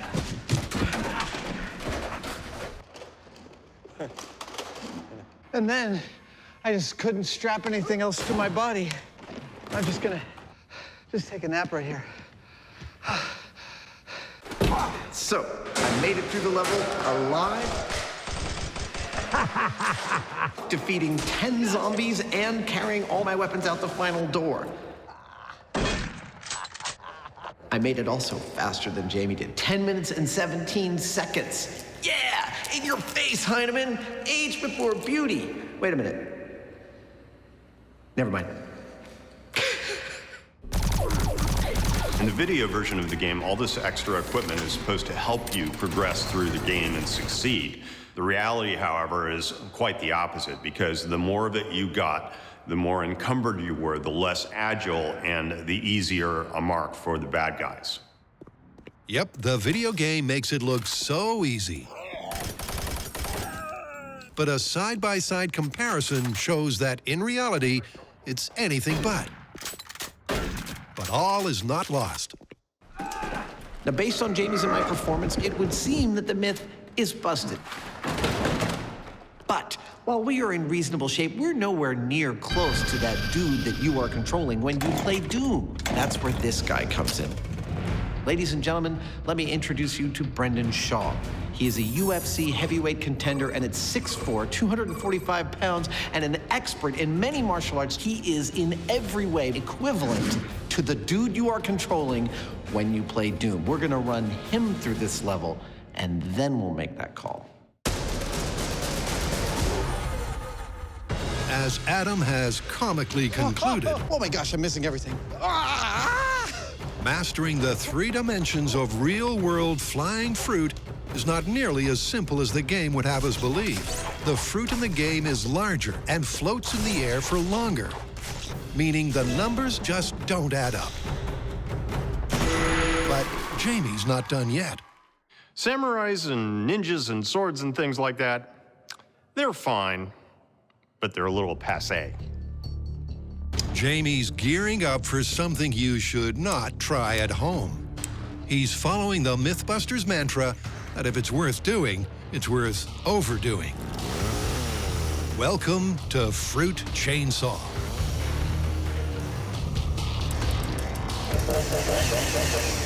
Nowadays, we use chainsaws. Oh, yeah! Tackling fruit with a sword is one thing, but with a chainsaw, it's something else. I mean, all you have to do is touch it, and thanks to that chain going a bazillion miles an hour, you've got instant fruit salad. Yeah! So if you find yourself having to hack away at flying fruit, it's hard to beat. Yeah! Beautiful! Jamie's chainsaw was unbelievably effective. I was really kind of worried that the fruit would skip off the edge of the blade, but oh man, it was actually so much more awesome looking on camera than the sword. I'm thrilled. I want to keep going. Can we do some more? Scott, our cameraman, is collateral damage from sliced up banana from Jamie's chainsaw. The sword's just much cleaner and easier on the crew. I've got to say, this is some of the sweetest smelling carnage we have ever produced on this show. How do you want to call it? I'm going to say it's much harder to play Fruit Ninja in real life than it is in the game, but it's also much more fun. What do you think? I'll let you know. I'm waiting for the chainsaw version. They're totally going to do that now. Let's get out of here.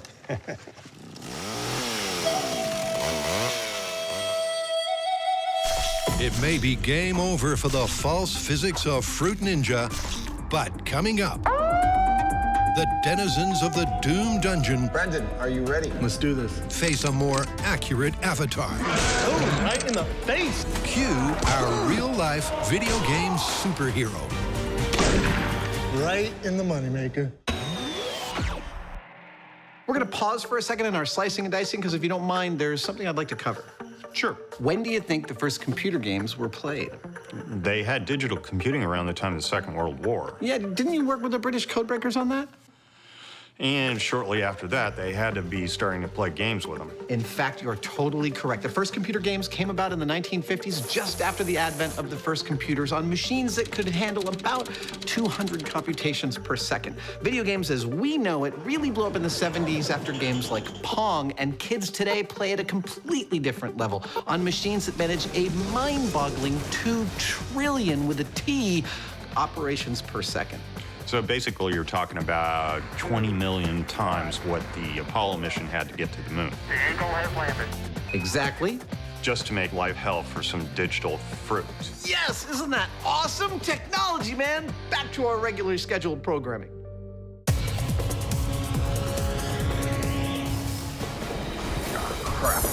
Adam and Jamie have just failed to fire in their first-person shooter. But an accurate avatar, they're not. That's where this guy comes in.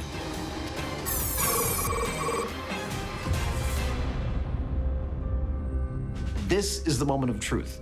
Jamie and I have run this Doom level once each, carrying all the weapons with an average time of just over 11 minutes. Now it's time for Brendan to do the same.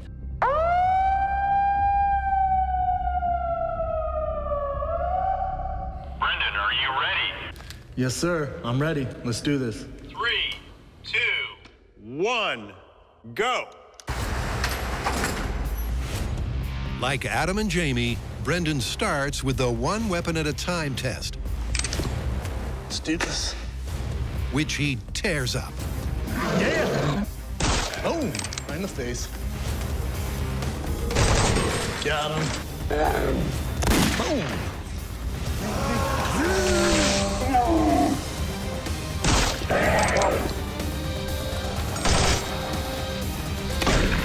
Right in the moneymaker. Brendan completes the control in a mere 4 minutes.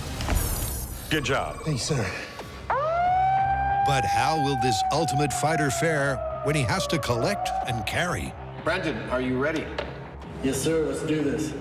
Start the level in 3, 2, 1, go. Right from the double doors, I'll bet he's gonna kick our butt at this. We'll see. Useless backpack. Check. Brendan tackles the course with the same energy as before. Right in the face, sniper. That's very fast first encounter. 2 guns and 18 pounds has no effect. Got him. 33 pounds, the same. Even the dreaded chainsaw impedes him not at all.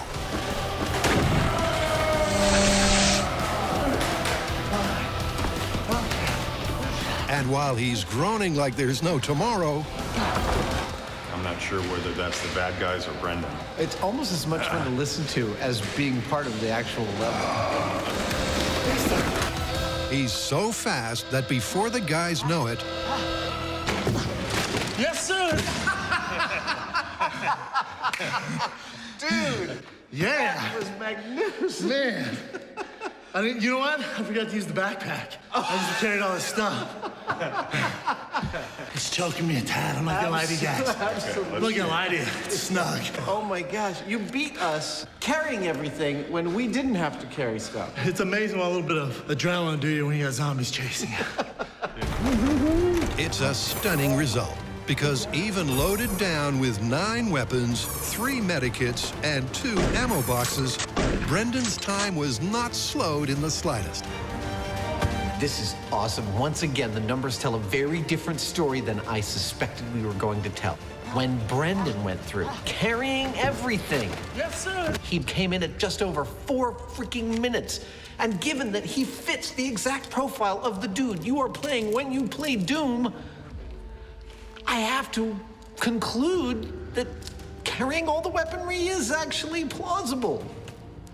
I never thought that I would actually say those words at the end of this episode. That's not all we've learned today. You know what? These zombies, demons really, right in the moneymaker. They don't like to get hit in the penis. For whatever reason, I'm just really good at hitting them there. Right in the money shot. In the groin. I don't think the extras are too happy about it, the volunteers, but you gotta do what you gotta do. How do you want to call it? You know, it's funny because we got most of the way through this set of tests with me being convinced this was going to be busted all the way down the line, and then after Brendan's run, gotta say, I think it's plausible. I think you're right. Let's get back to the real world. Okay.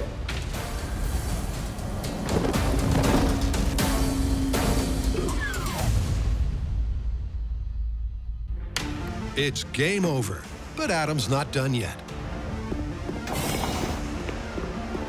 For gamers, the lines between the real and virtual worlds can often be blurred. Adam's taking that concept to a whole new level. Guy jumped down, I shot him before he even landed. Oh, machine gun, I'll take that. He's playing a virtual Doom level designed by our Doom designer that he has only just conquered in real life. Can you spot the difference?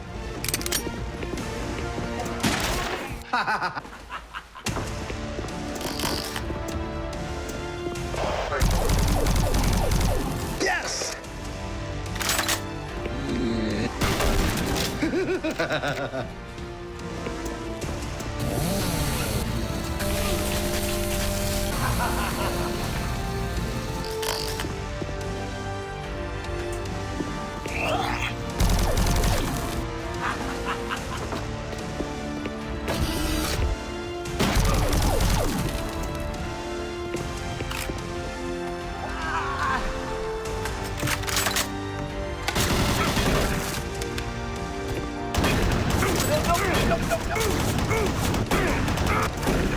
Gotcha! Woo!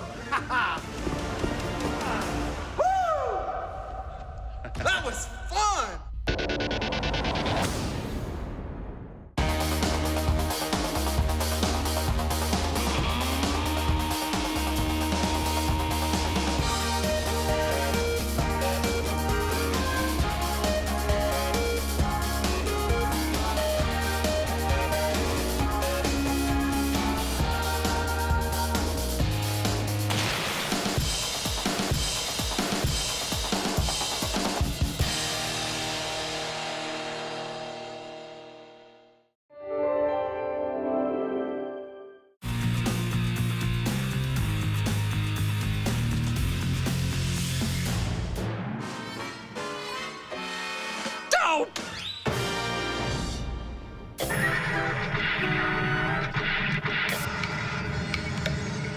Seen it.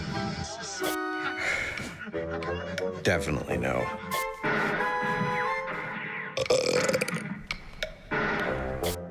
No.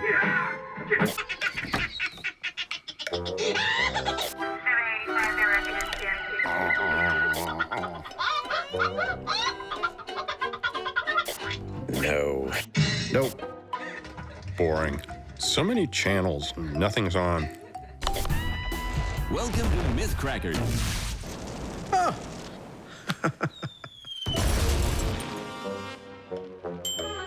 That was fun being on that show. What was it we were trying to prove again? Don't know, don't care. Blow it up. But you know, I was thinking, if we did their show, shouldn't they do our show? A Simpsons special? Absolutely. Let's do it.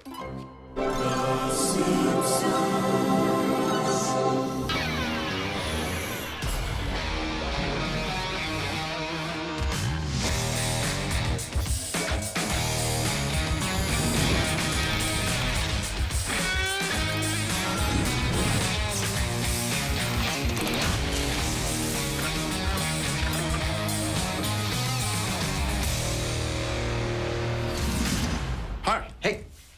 Who's this? It's Al Jean. Okay. Hi, Al. Pleased to meet you. Jamie, it's Al Jean. I'm sorry. the executive producer and the showrunner of the best animated series ever and the longest-running scripted show on television, The Simpsons. Oh, The Simpsons. Welcome, Al. You were thinking South Park. So, are we going to be animating? No, look, their writing staff is packed with science and math geeks, right? 110%. And they try and hold to the laws of physics, right? Yeah. Conservation of mass, it's the law. Ish. We're going to do a couple stories from The Simpsons. Like what? Okay, we've got one where Bart throws a lit cherry bomb into the sewer system of his school and turns all of the toilets in the school into geysers. One of my favorite episodes, The Crepes of Wrath. Okay, that works. What else? We have another one where Homer protects his house from a 5,000-pound wrecking ball by putting his body between the wrecking ball and the house. So, cartoon physics in the real world. That's Jamie excited. He's excited to get out of this room. Yeah, probably.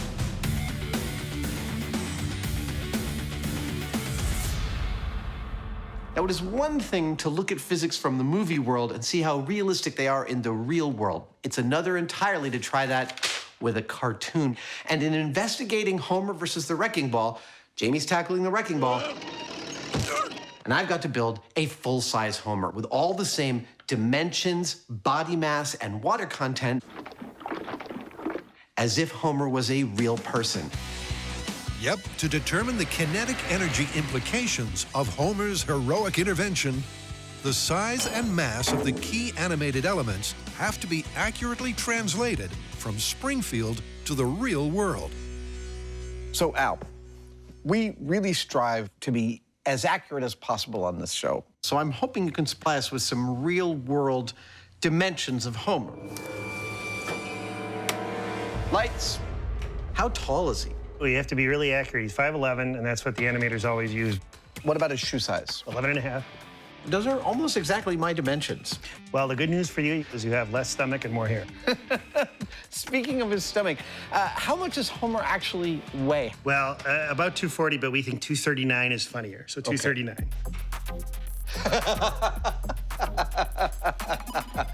Ladies and gentlemen, this is Homer Simpson, full size. Al, thank you so much. I'm gonna leave you alone with the donuts. Is that okay? They'll be gone when you're back. Donuts. Armed with Homer's exact specs, Adam commences the construction of an animated American icon. USA! USA! Starting with upholstery foam, That's pretty good. Adam utilizes a method with familiar, family-friendly results.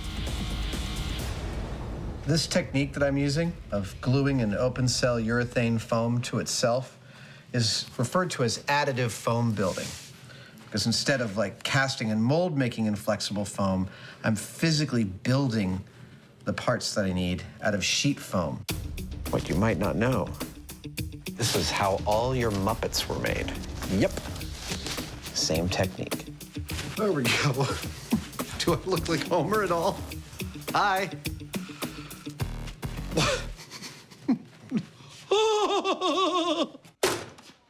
Hey, Jamie. Check it out. Look at you, homie. I'm Fomer now, not Homer. I'm Fomer Simpson. How you doing? So we're going to put you on the sphere, and you're going to be the Homer, are you? No, I will not. You are not allowed to touch this ever again. You're filthy. Bye. Bye. With the arms starting to take shape, it's onto Homer's famously tubby torso.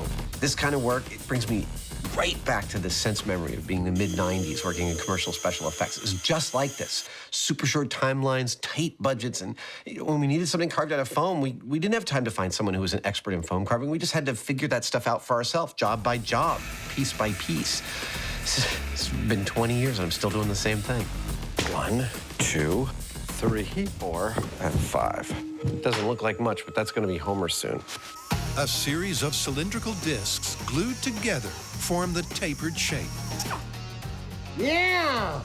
The human-like mass and density will come later. For now, Adam's immersed in his art. I know exactly what it feels like to be Michelangelo. Or maybe not exactly, but, just like a little bit. If he carved in foam and made cartoon characters. This is what we call a shop shower.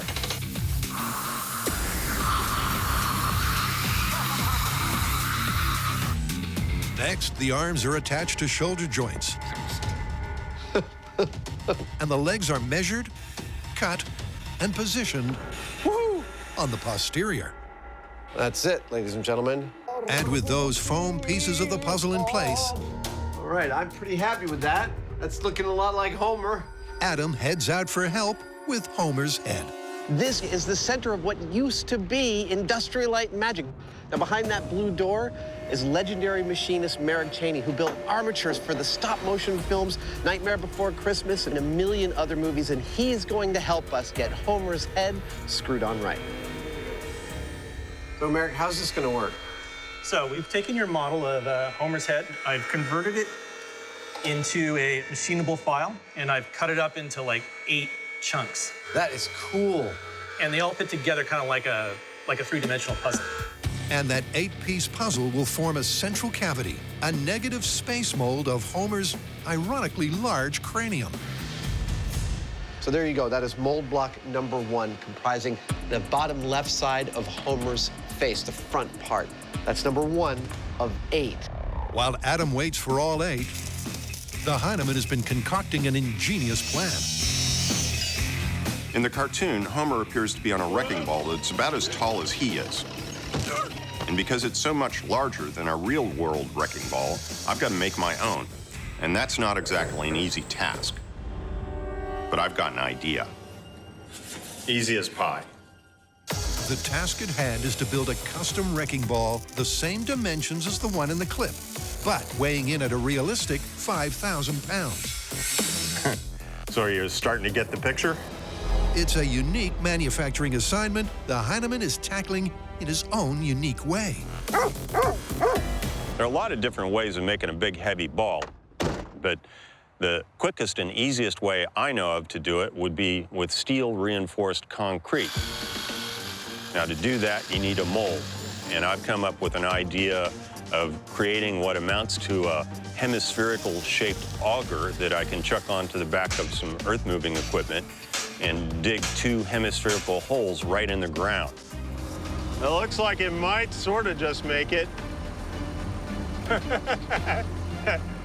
We pour our concrete in there around a steel armature, let it cure, put them together, and you got a ball. One big-ass heavy ball. Yep, to make 2 hemispherical molds. It's working! For the 2 halves of the concrete wrecking ball, that's what I'm talking about. Jamie's designed and constructed a one-of-a-kind tool. This is working great!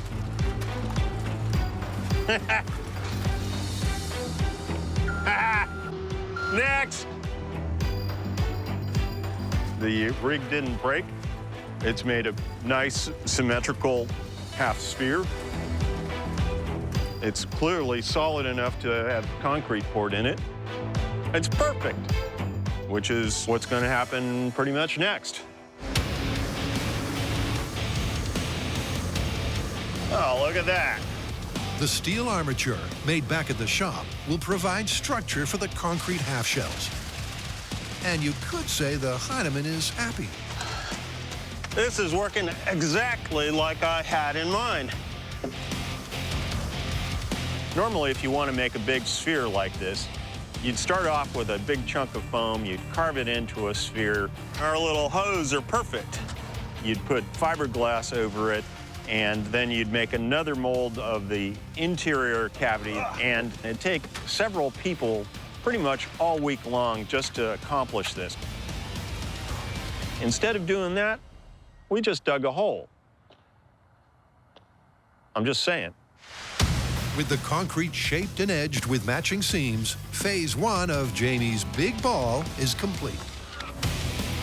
Now that has to sit for about a week and a half, and then we're gonna pull that one out, turn it upside down, and put it on top of this one.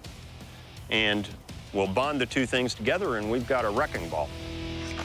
With 2 weeks before Jamie can wreak wrecking ball havoc, it's back to the shop for part 2 of this Springfield spectacular. So what's next? Toilet bomb. Al, you want to do the honors? Thank you, Adam.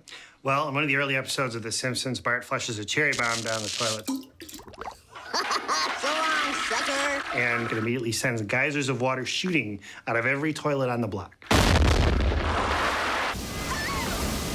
So explosives in toilets, I'm thinking we should start small scale. I totally agree. I am licensed to drive this. Oh, whoop. The scale we've chosen is not that small, it's 50%. And the reason for that is that water doesn't scale well. If we double the size of the pipes the water's in, we're more than doubling the water's volume. And the physical behavior of the water also changes a lot more. So that's why we're limiting our scale reduction to 50%. I have to stick the tongue out, otherwise it doesn't work. The myth is that an explosion will travel through a plumbing system, causing multiple geysers out of the toilets. That's the bowl, and that's where the magic happens. And to test that, we're gonna do 3 things. Number 1, I'm gonna make 3 transparent working toilets so we can really see what happened when things go boom. Number 2, I'm gonna connect them with an accurate waste disposal system. 2 more like that, I think we're good to go. And finally, we're going to be introducing a cherry bomb-like explosion into that system, and well, then we're gonna see what we see. Recreating Springfield Elementary's plumbing system sounds elementary. Melting my brain. But it's anything but. Wow. I'm trying to work out how to do this, and because I'm molding it, effectively I have to think upside down and backwards. So the negative space here, you see, I'm going to fill with a stone plaster. So that when the stone plaster sets, I'll pull out all the bead foam, and I'll be left with a toilet negative, the front to which I will mount a piece of acrylic. Excellent. So that we can see what's happening in the toilet. It's gonna be freaking awesome. And after the plaster is set, the negative space molds are removed. Okay, 1. To reveal the balls. Number 2. Number 2, get it? Because never mind. And once they're cleaned up and dried out, A little bit of an oven. Adam mounts them and seals the system with a transparent sheet of half-inch acrylic. I get excited about a good experimental rig. There we go.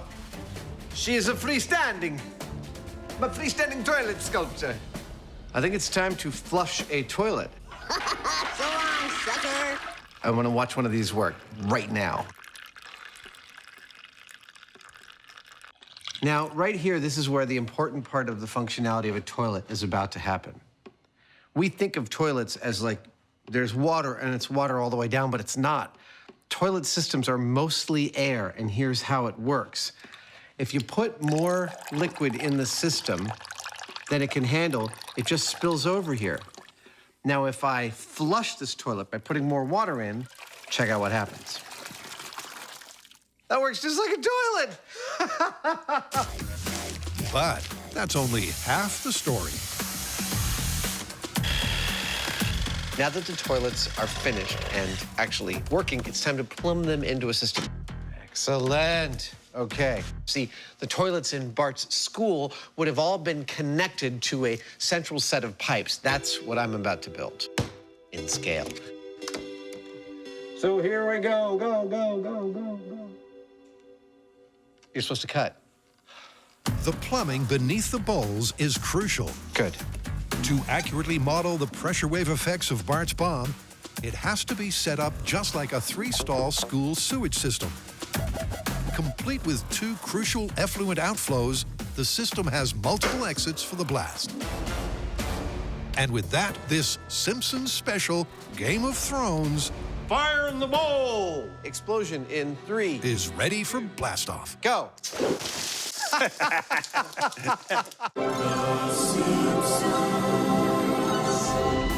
Welcome to Mythcrackers. Adam and Jamie have hit Springfield again. Tonight, we take on the classic myth that a cat will always land on its feet. But this time, instead of experimenting as animated characters, What was it we were trying to prove again? Don't know, don't care. they're animatedly experimenting. And with a transparent trio of toilets ready to blow, they want to know if Bart's bomb could have really gushed multiple geysers. Now, what happens when you flush a cherry bomb down one of these toilets? Well, it's gonna go down through the plumbing, and it could blow anywhere. It could blow here, it could blow here, it could blow down there. That's actually what these black caps are. These are places in the plumbing system we can introduce the pressure from the cherry bomb. But we're not going to use a cherry bomb. Not in my shop, we're not. Number one, it's illegal. And number two, it's potentially dangerous and definitely very messy, so we're going to need a little bit more control if we're going to do it here. For that, we have my little pop gun, which has a fast-acting valve on it that releases a blast of pressurized air. And that's essentially what an explosion does. It creates a volume of rapidly expanding gases in a pressure wave. So we're going to plumb my little pop gun into Adam's rig in various places, adjust the pressure, and see what happens. 20 PSI? Yeah, that's a big fat dump of pressure. Nice. Let me know when you're ready.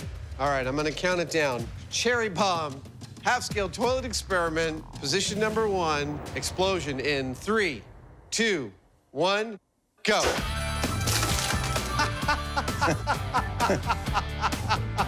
Go. A simultaneous tsunami and the physics of Springfield are looking surprisingly accurate. This first test showed that pressure delivered to the middle toilet was pretty evenly distributed to the other toilets around it. It's quite pretty, actually. Yeah, it's like a little bit of a water ballet. Some sort of modern art. Now we want to know what would happen if the cherry bomb and its pressure went here or here. Would that make any difference? I don't know about you folks, but whenever I go to the toilet, I always take my umbrella. Half-scale cherry bomb toilet experiment, position number 2. 2. Explosion in 3, 2, 1, go.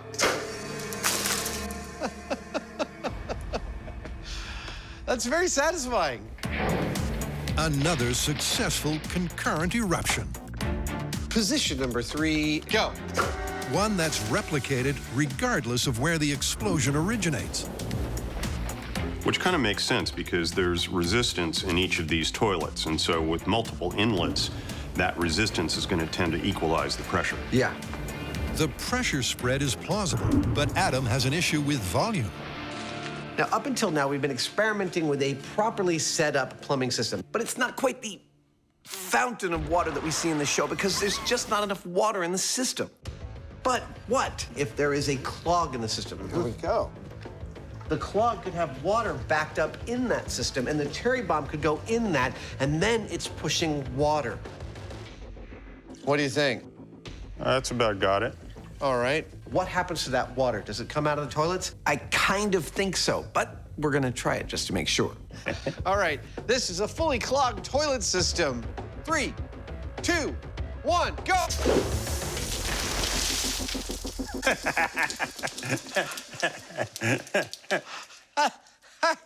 I think we found the explosion we were looking for.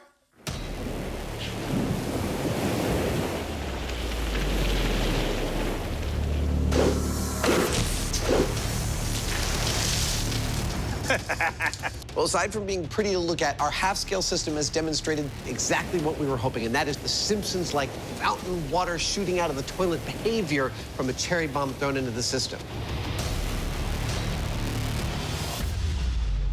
So, I think we're gonna go full scale. I think we're gonna detonate our cherry bomb back behind some clogged up water. The question we have when we go to full scale, will the cherry bomb actually generate the pressure we need? We don't know. That's why we're gonna do it. Excuse me. Sorry. While the crew completes the cleanup, the epic odyssey of Homer's heroic intervention continues. Because Jamie's big ball has hardened. And his distinctly unconventional plan has paid off. The dirt infilling technique seemed to work pretty well. I feel like I just planted a big potato. It's created a more or less hemispherical inside, which is exactly what the plan was. So it looks, it's looking pretty good. Next, he makes the two halves a whole and seals the deal with a super strong sealant. This is a specially formulated epoxy for anchoring things in concrete. So my plan worked exactly as I had in mind, and we've got a nice spherical shape.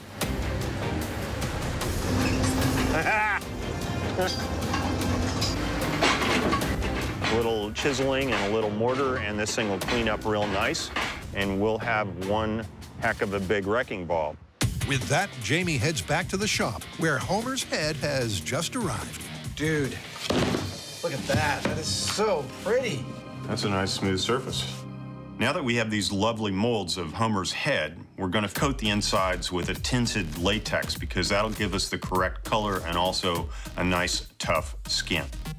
We don't get to do this kind of thing that much on Mythbusters anymore because we're too busy blowing crap up and stuff like that. But I have done literally hundreds of applications of latex like this into various sorts of puppets and masks, whether you puppet them live action or you have a stop motion armature in them or whatever you do.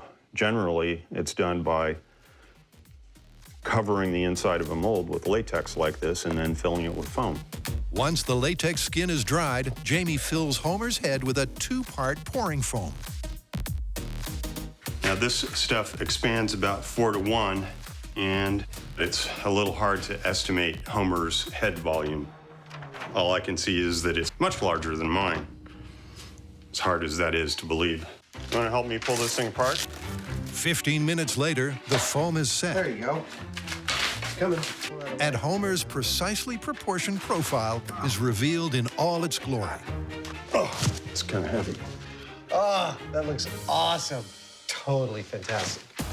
For the finishing touches, Jamie paints Homer's famously unshaven mug. Starting to look like Homer. Adam coats his torso with waterproof rubber. And Jamie adds the ears and those instantly recognizable eyes. Kind of comes to life when you do that. So Homer is very, very nearly complete. We've painted all of his body parts, including his head and now his hands, a suitable shade of Simpson's yellow. After this, we'll send his measurements out to our seamstress to make him a full set of clothes. Then it's time to take him out to the location and abuse him.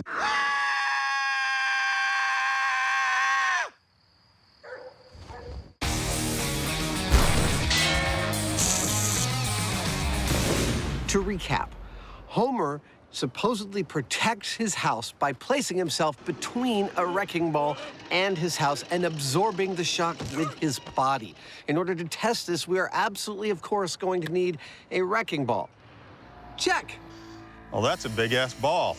We are also going to need a house to swing this wrecking ball into.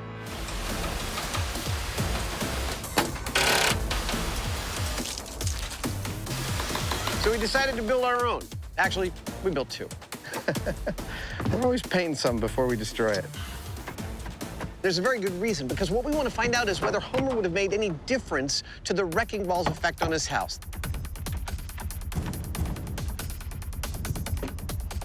All right, let's go. Therefore, that's our control house. We're going to swing just a straight old wrecking ball into it. It's only when we get to this one that we're going to strap Homer to that wrecking ball and find out if the amount of destruction is actually different, i.e., less on this one. Now, it's a home worth protecting. Yeah, perfect. In the demolition industry, wrecking balls are kind of iconic. Jamie wire brushes his balls every morning.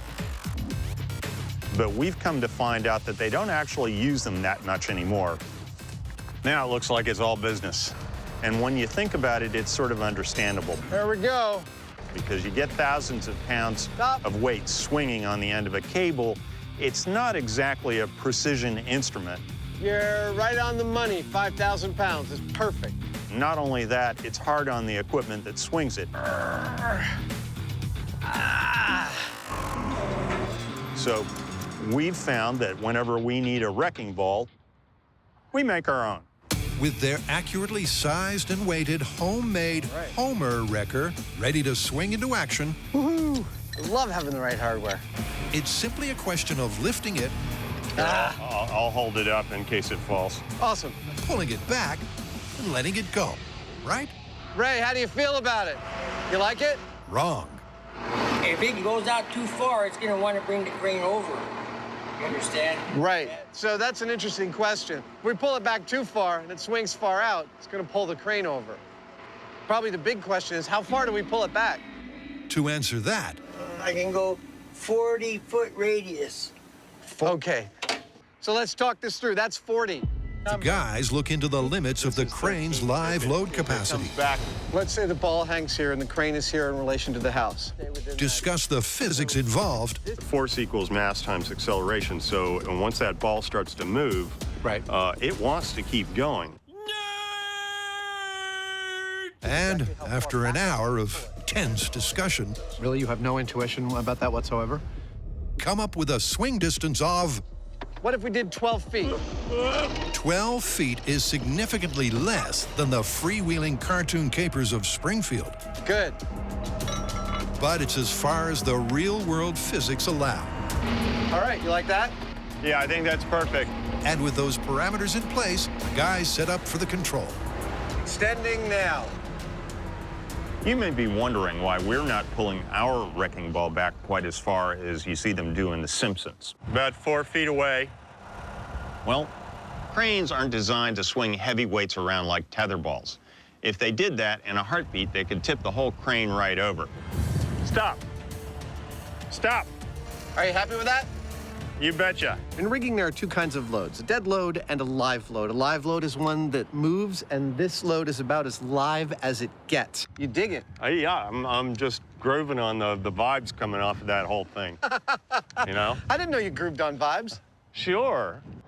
The repercussions of a miscalculation could be catastrophic. It's, you know, it's just like destruction in potentia. But the question they're aiming to answer is, what kind of hit will the house take without Homer?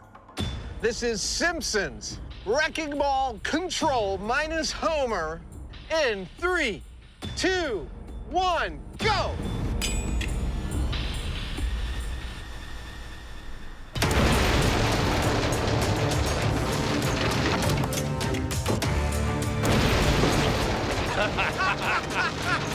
Yeah! Oh, fabulous. Yeah, the second hit. Oh, yeah. Third hit. Let's go for third hit. The whole building just is kind I know. of shifting. Well, from a damage assessment, its second story is pretty much a write-off. The chimney's totally destroyed. That's not cheap. Moving through the back, even despite all of our bracing, it's also jacked that back wall back about 8 or 10 inches. Yeah, you'd be looking at a complete rebuild of your second story. This is super cool. We had a camera perched on the top of the chimney to witness the destruction from up there. And when our wrecking ball hit the house and the chimney collapsed, the camera up there landed on the wrecking ball itself, sitting nice and perched. Oh, hi there. Hello. We can cut from this to this shot. Howdy. You did very, very well. He actually hit another camera also mounted on the ball. That is like camera Olympics, man. Well done, little guy. Our test showed that a wrecking ball hitting a house like this would severely damage any masonry, as well as the framing and the wall of the house, just like it did here. Now the question is, will Homer make any difference if he gets in between that ball and the house? Honestly, I don't know.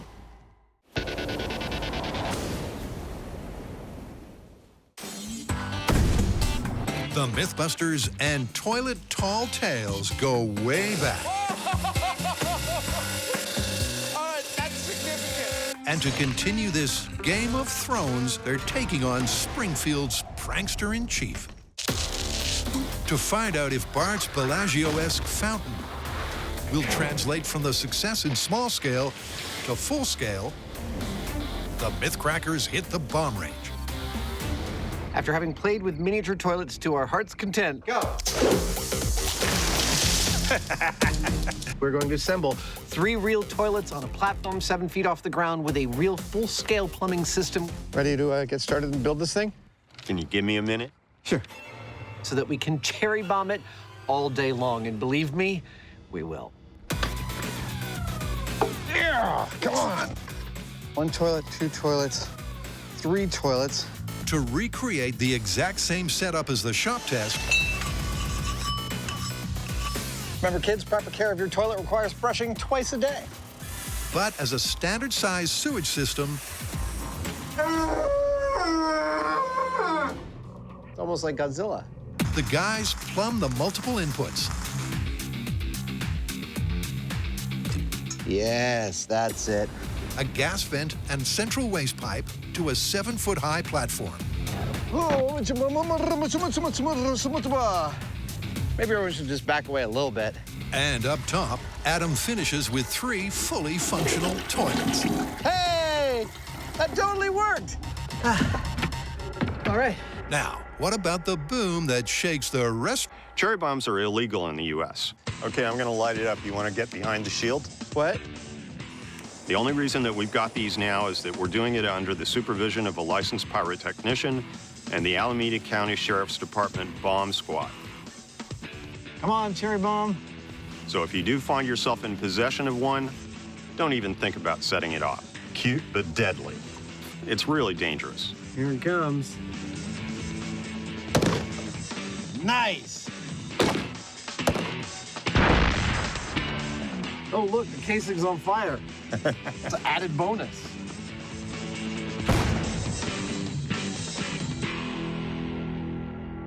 Room. Under strict bomb squad supervision, All right. the guys are using their own Mythbusters-made cherry bombs to find out if the fuse will fizzle when wet. Now, when you hear that Bart throws a cherry bomb into the toilet, let's get to safety, shall we? Come on. Your mind might be set to thinking, I wonder if water would actually put out a cherry bomb's fuse. An excellent question, and one I am just about to answer. Can't get over how much like a cherry they look. Here we go. It's about to go underwater. Oh, it's burning underwater. I don't get it. So how is it that the fuse on Bart's cherry bomb is able to burn underwater? Well, to burn something, you need 3 things. You need fuel, you need oxygen, and you need a source of ignition. Now, as it happens, the gunpowder that runs along inside this fuse has everything it needs to burn. It has its own fuel and its own oxidizer. So it's quite happy to burn without any kind of exterior source of oxygen. Every time I learn something new, it pushes some old stuff out of my brain. Oh! Nice! That was awesome. With the fuse firing just fine and the cherry bomb packing a punch, Got it. it's time to fill up and bring the boom. Okay, that's it. Our first cherry bomb experiment with the full-size toilet system is going to replicate the circumstances that we found to be our ideal circumstances in the small scale. That is, the sewer system clogged with water, with the cherry bomb placed under that water. Right about here. Now, we're going to be lighting this off with an electric spark via these wires, because that'll allow us to place this exactly where we want and set it off exactly when we want from a safe distance. Okay, we're all sealed up. Setting off explosives in the air as opposed to water is really quite different, and that's because air compresses and water does not. So if you apply pressure to water, it'll deliver a shock wave directly to whatever it's connected to, kind of like a hammer blow. Are you ready? I'm ready. High speed's ready? Now, in our case, that water hammer can become massive. And 3, and it'll deliver the shock wave through the water, through the plumbing, 2, to anything that it's connected to. 1.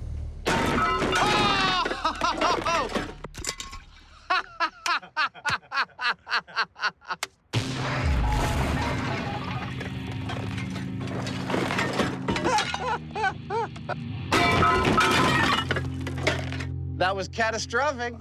Yeah.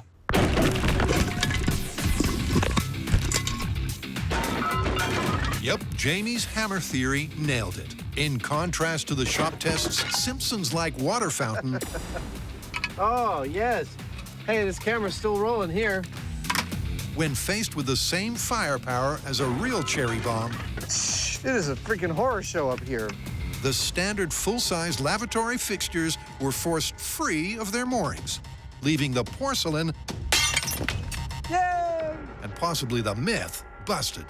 Looking carefully at the high-speed footage, you'll notice that water starts coming out beneath the toilets at the same time as it starts coming out the bowls. Now that means that that water was moving so fast that the toilet's plumbing was not able to absorb the onrush, which is why it broke the toilets off their mounts instead of creating 3 large geysers. Our cherry bomb gave us a stunning explosion. Unfortunately, it also happened to rip all 3 of our toilets right out of the floor. I have to admit, just approaching a toilet in this stance, on my knees, on the floor, my head above the bowl, does not remind me of some of the happiest times of my life. Is that pretty good? Looks good to me. So we have gone to the measure of bolting them right to the cast iron flanges of the plumbing that they are plumbed to, and that should hold them tight for this test. You ever had a toilet seat cause you trouble, need to replace it, don't get around to it for a long time, like most people with their home repairs? I know I'm the same. Putting in a toilet seat is easy. Literally, put it on here, put these 2 things, tighten it. You're done! There was no reason to delay. Should have just taken care of it when it first happened. Procrastination. All right. Doink and doink. And now your toilet's ready for blowing up. I hope this has been a good lesson for you today. After a quick reset up top, You know, all evidence to the contrary, I think you and I would make a good pair of plumbers. this time they place the cherry bomb at the lowest possible point of the plumbing. The guys are hoping the larger volume of water above the explosive will absorb more energy and give them the mythical gushing geysers. This is it. After small-scale and large-scale experiments, this is the blast we hope will work. We have changed the position of the bomb. Hell, we've even bolted them to their own plumbing, which is totally unrealistic, but it's what we hope it will take to give us the geysers that we're looking for. And it's just about to happen. Are you ready, sir? I am. Okay. 5, 4, 3, 2, 1, go!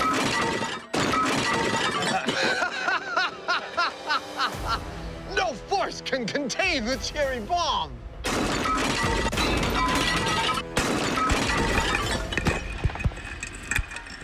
What are you gonna do? Yep, the power was simply too much. The pressure blast couldn't escape through the narrow plumbing fast enough.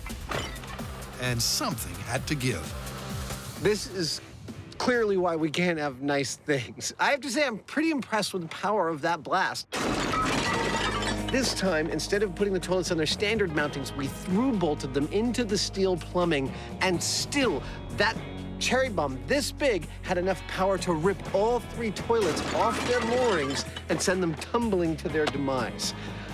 It's not exactly what we saw on the show, but I'm impressed. What we're seeing is that if you have enough energy to push a lot of water up and out of those toilets using something like our cherry bomb, that same energy and the shock wave that accompanies it is also going to break the toilets off at their bases.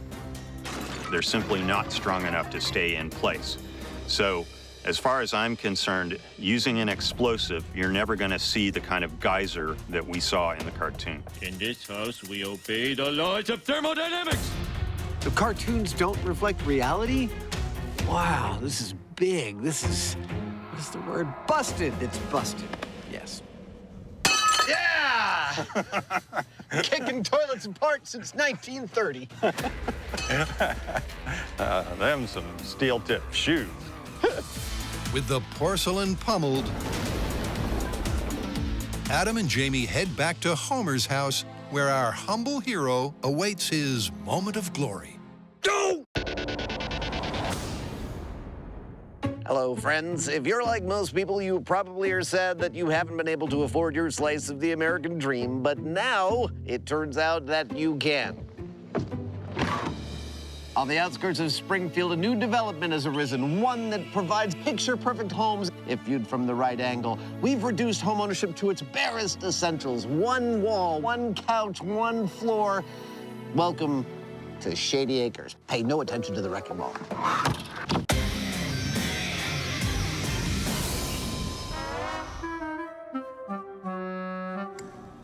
Jamie and Adam are chasing a cartoon conundrum. Oh, that's his home.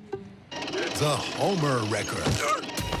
Can our hero's leap of faith dissipate the force of this impact? Yeah! You know, it didn't move very fast, but it had quite a kick to it, didn't it? I mean, that's Newton's second law right there. Now, we're going to leave all this damage intact as it is. Couldn't be better. And go ahead and do the test with Homer on the wrecking ball with the identical house. Now that is a proper cartoon wrecking ball. And if it shows damage anything like this, we will know that Homer's efforts would have been for naught. And ta-da! Allow me to introduce you to the completed, ready-to-be-tested with hero of this episode, Mr. Homer J. Simpson. Ladies and gentlemen, let's give a round of applause. Our accurately sized and dressed Homer There we go. is attached to the ball exactly as per the clip, That's it. First arm is on. Okay. with a final crucial component. Since part of this is what happens with Homer's body mass on the ball, we need to give him some body mass other than just foam. We're doing that by adding water. The average density of a human body is within a couple of percentage points of water. Perfect. So a water-filled Homer is an almost perfect energy absorption analog for a real person of that size and shape. Oh, Homer is substantial. Our cartoon character is coming to life. The question is, with a real-life mass of 239 pounds, can he save his house? I think we're good to go up. All right. It's happening. We're making sure that we're positioning the ball exactly the same way that we did the first time. We'll let it settle, so the physics should all be the same, except for Homer. Does it look like his ass is dead center? He couldn't be more perfectly on the horizon of the lines of force between the ball and his house. Look at the potential energy. As per the control, the velocity on impact may only be a pedestrian 6 miles an hour. What are we doing? But with 5,000 pounds of ball, Who's paying for this? This is awesome. there's a lot of energy to dissipate. Say goodbye, Homer. Can our hefty hero really absorb that impact? All right, here we go. Homer versus the wrecking ball. The final experiment. 3, 2, 1. Here he goes. Yeah. Oh! That's a result that I never would have bet on. He's clearly made a big difference. Yeah, I mean, look at this house, and look at that one. Wow. I'm just saying. Homer's ass is quite impressive, actually.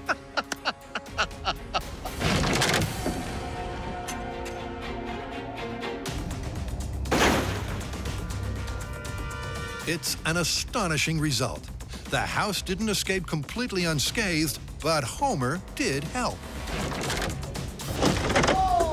He did crack the chimney. It almost fell, but the fact is that it didn't, and that's a result. Yeah. Well, there you have it. Identical houses, identical swing on the wrecking ball, but not identical results. Look at that house versus that house. Homer, it would seem, had quite the impact, so to speak. Well, astonishingly, it turns out Homer did in fact make a difference by placing himself between the wrecking ball and his house. He clearly made a heroic effort, and it had a heroic outcome. Those cartoonists don't get enough credit for proper engineering. I am too smart. I am too smart. S-M-R-T. I mean S-M-A-R-T. All right, Al, I got some good news and some bad news. I'm going to start with the bad news, which is the toilet bomb. Unfortunately, all we got was total toilet destruction. It's busted. Well, you forget that the school is near a nuclear plant run by idiots. It's funny because it's true. And there could be a nuclear explosion at any moment, which means that the toilets are ultra, super reinforced, not busted. I see where you're headed with that. Good. And the good news? The good news is Homer Wrecker. We are totally amazed by these results, but the fact is that Homer made a difference. By placing his body between the wrecking ball and his house, he was successfully able to keep it from being damaged. So you're saying the show is 100% scientifically accurate? Sure. Thank you, gentlemen.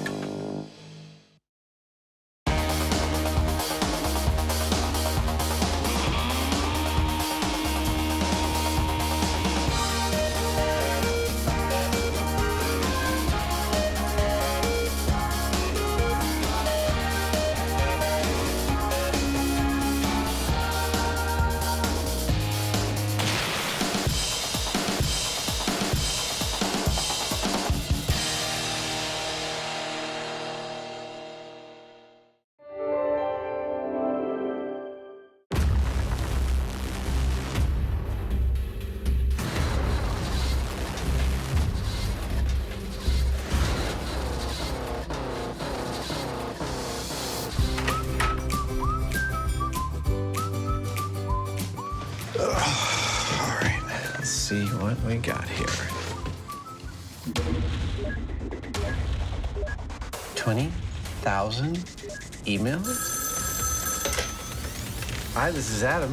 That is a good idea. Oh, hold on just a second, can you? Hi, this is Adam. Yeah, that's a terrific idea. Oh, and can you hold on just a second? I'm getting another call. Hi, this is Adam. Okay, everybody, hold on just a second.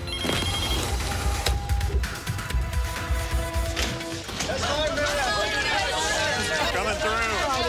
Coming through. Coming through. What the heck was that? Suggestions. What, for stuff we got wrong or stuff we should retest? All of the above. Sounds like we have some unfinished business.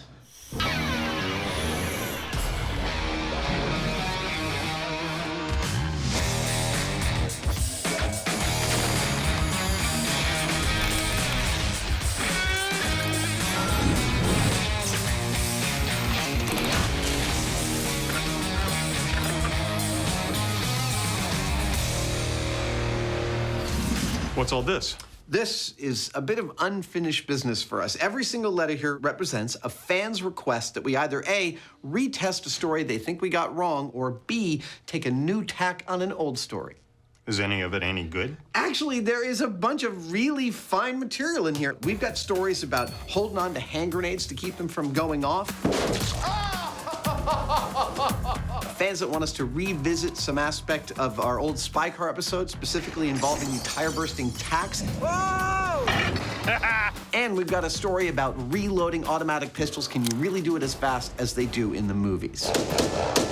Anything else? Yes. The first one I think we should tackle involves video games. Fans want to know, if you're playing a video game that is representing a real-world skill, can the video game make you better at that actual skill? Video games as a teaching aid. Yes, I think we should test that. That sounds great. I'm up for it. All right, let's do it. In the video game special, the Mythbusters had a blast. But fans say there's unfinished business. Because Adam and Jamie didn't test an idea that's as old as gaming itself. Can virtual practice provide real-world skills? To find out, Adam and Jamie first need a blank slate.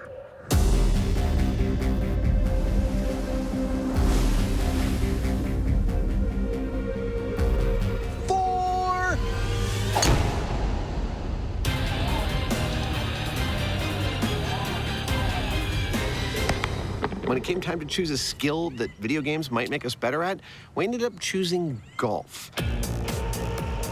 Hop in, fancy pants. All right, let's go play golf. It turned out upon discussion that neither of us had ever played a game of golf in his entire life, either in real life or in the virtual space. Thus, golf it is, and golf is perfect. We're here at one of the most beautiful and certainly one of the most famous golf courses in the world, the legendary Pebble Beach Golf Links. The fact that Adam and I, with absolutely no knowledge of golf whatsoever, are playing our very first game here is, well, it's kind of a travesty, actually, but what are you gonna do? Well, luckily for the course, that travesty will have to wait, because first, it's time to swing for science. At this point, neither Adam nor I have played any golf at all. So the first thing we're gonna do before anything else is we're gonna take a swing here on camera. Am I supposed to whack it or putt it?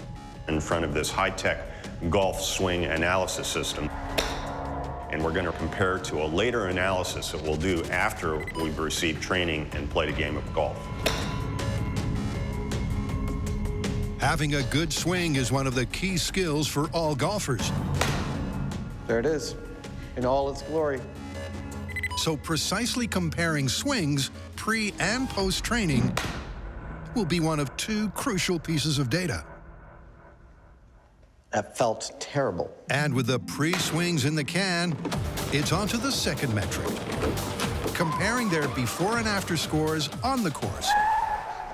And for that, our golfing greenhorns, shall we play? Must fare to the fairway. If we're going to investigate improvement, we need a baseline to compare that improvement to. I think we're supposed to go that way. That means we need a control, and that means Jamie and I are going to play golf as the blank slate neophytes we really are. I've never played a game from scratch before. We're going to tally up those scores and then separate for some real training. Jamie's going to spend a day getting trained by a machine. I'm going to spend a day getting trained by a person. Do we have any balls? And you got those little stick things, right? After the training, we will reconvene on the golf course, play the same holes, and tally up and see just who has improved the most. Coupled with the swing analysis, the guys are pulling out all the stops. Go for it, sir. And first to tee off, it's Jamie.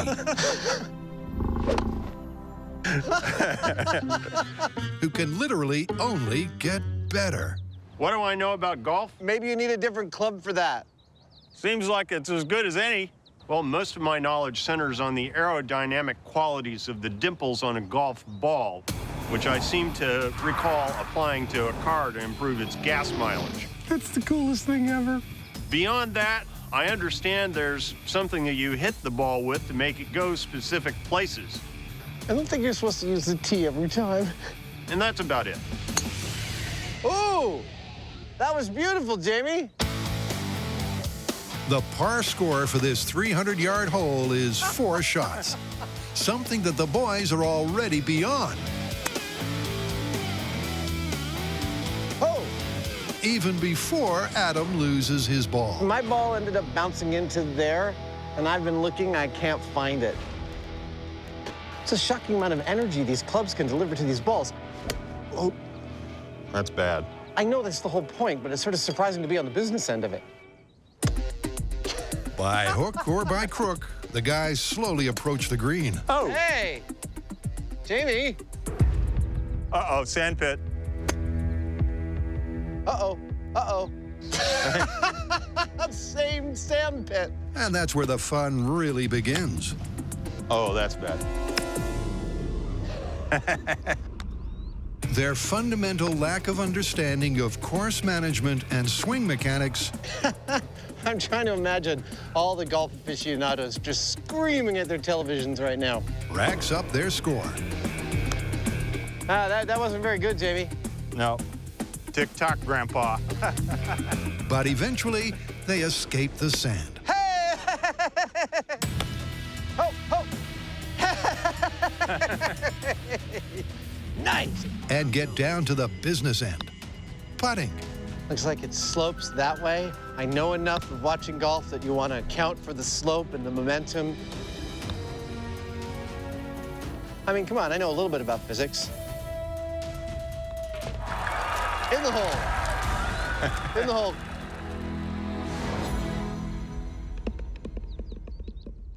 So there you have it. For the first time in my life, I was able to get a little piece of plastic several hundred yards from where I started to a hole using some carefully engineered sticks. This is a very interesting process, trying to learn a game as complicated as golf without being told anything. There we go. Not bad. It's pretty clear that Jamie and I are improving certain things. Dude, that was so close. But it's also clear that it is this mountain of knowledge that we're not even touching. Feels like sort of stabbing around in the dark with a fork, trying to kill a bear. We should have been able to do this in 4. Oh. That's a par 4.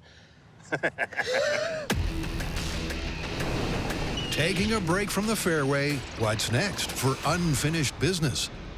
So what was the issue with how we did spike our tacks? Well, fans noted that while we correctly replicated spikes we'd seen in movies, There we go.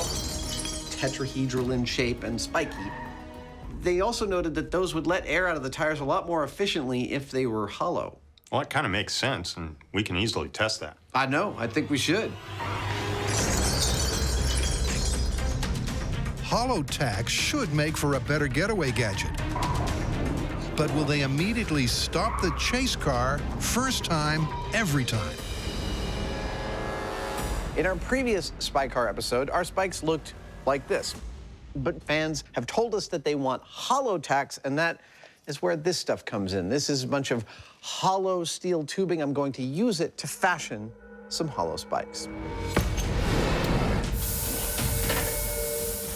Now, I could just bend and cut and weld each spike individually, but I'm a big believer in the assembly line process. Perfect. Oh, not perfect. That's perfect. So this bending, this is actually the first step in my assembly line for these spikes. It's the first step in a 4-part process. I love blacksmithing.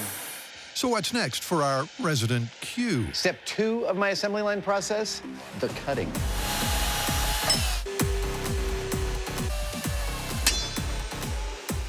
So now there's 2 halves of one spike, and there you go. That's how that puppy's gonna work. Cut out a bunch of these, start to weld them together. Boom! We have our hollow spikes. With Adam cutting corners for science, it's soon onwards and upwards. Step 3 of my assembly line process, the welding. You may recognize the rig I'm gonna use for welding as the one I built for the first episode, and it works like this. Look at that. You sit the 2 parts in there and weld in the middle, bang, you're done. Isn't that cool? Because only a small weld is required per tack, it's not long before Adam sealed the deal on all 50. Ah, awesome. That's the last one. Now, normally if I was a cop making my own road spikes on the weekends, I would leave them this color because they blend in with the road. But we're making a television show and I want these things to be bright. So step 4 of my assembly line process is to paint them bright pink so we can see them on camera. Oh, yeah, look at that. So pretty. It's worth covering why the tack is the structure that it is. Why 2 90-degree angles join perpendicularly at the center? Well, it's because when you do that, what you end up with is called a tetrahedral arrangement. A tetrahedron is a 4-sided regular polygon, one of the Platonic solids. In layman's terms, it means one point is always facing up, and that means it's ready to pierce the tire. That's the theory. But at the runway, will it be license to kill?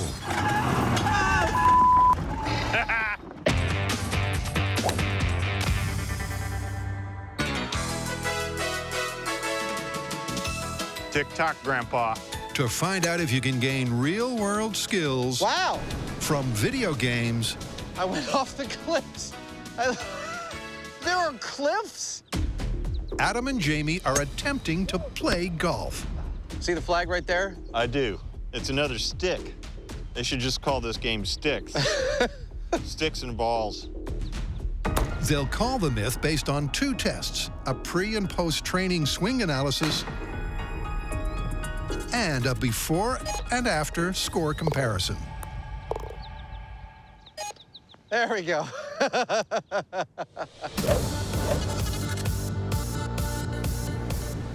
It's worth repeating right here that Jamie and I know absolutely nothing about the game of golf. Where'd it go? I think it's gone.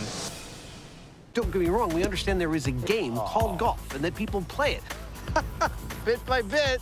And I have spent many Sundays watching it on television because golf is the only sport that I enjoy watching on television for some reason.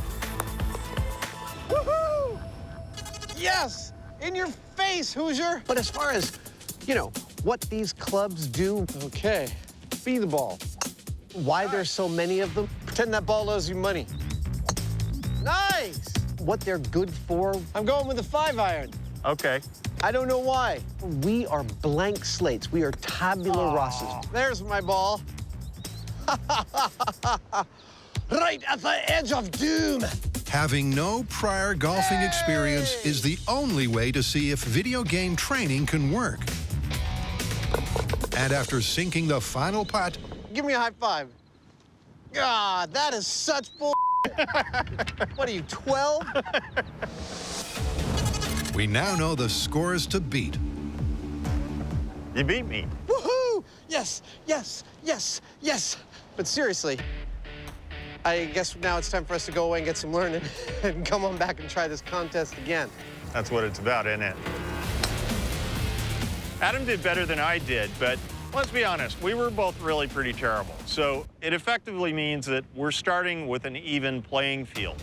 But from here on in, I'm going to be trained by a machine, and Adam's going to be trained by a person. I'm genuinely curious to see if Jamie's game improves by playing against a machine. I mean, heck, the man was born from machines. They ought to be able to speak his language. Back at the shop, Jamie plugs in and goes to work upgrading his internal golf app. There are a lot of different virtual golf games out there, but we've chosen one in particular called John Daly's Pro Stroke because it claims to help you improve your swing. Now, a golfer's swing is crucial to his game, so I'm going to see if it helps me improve mine because I could improve a great deal. So we're on the first hole, and I've got to go 440 yards to get that ball into the hole. I'm going to have to hit it as hard as I can, which means that I'm going to have to come all the way up. Using the game's motion capture wand, Jamie's often swinging. I almost hit some people. And despite being instructed what club to use and when... Okay, so it says I need to use a 3-iron. Oops. What'd I do? His virtual start is as bad as his real-world start. I bumped the ball, and it only went a foot. That was bad. Watching me practice with this software, you might think there's no way it's going to actually help me improve my game. Did I overshoot that? But if there's one thing I've learned on this show, it's to not be so sure of myself. I'm back where I was. So we've got to give it its due chance. Where's my caddy? A double-digit start is not great, but Jamie soon realizes that there is information he can glean from the game. At this point, I'm noticing a whole bunch of stuff. I guess I'm going to try to mimic what he's actually doing physically, and we'll see whether that helps. And it does seem to be very exacting about what it requires. While I'm in the rough, the little subtleties of a slight change of the angle of the swing, the head of the club in a certain orientation to the ball. Oh, well, I'm not in the sandpit. So this is pointing out that even the most minute variations on that are going to make a huge difference out on the field. After 2 hours of intense practice. Nice. Bogey. I made a bogey. Jamie's swing seems to be improving. Looks like I got fairly close, actually. He's also learning how to read the wind and the greens. Well, it is teaching me that I need to account for the angle of the terrain. Something that's reflected in his scores. Oh, my goodness. I made par. I'm doing fairly well. The numbers are showing that I went from 10 down to where I'm now at par for the first time. So I'm apparently learning something. Jamie is getting better and better. But will any of this help him back in the real world, as the myth would suggest?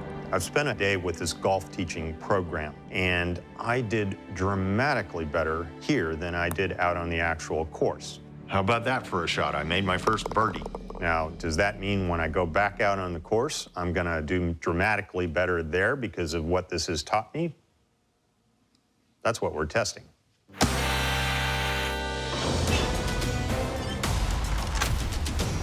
When Adam and Jamie recently took aim at grenades,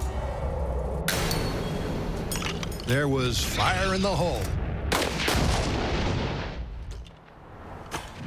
But fans have found a new detonation drama. So get a grip. Get a grip yourself. No. That is actually the name of the story that we're doing. There is a TV show called The Bridge, and on this show, a bad guy took a mother with her kids and locked them in a shed, but before he locked them inside, he handed the mom a live grenade, so that she's holding on to it, knowing that her ability to hold on to it is her only line between life and certain death. And after a couple of hours, she can barely hold on any longer. Her forearm's all cramped, and she's just about to let go when the hero shows up and saves the day. But here's the question.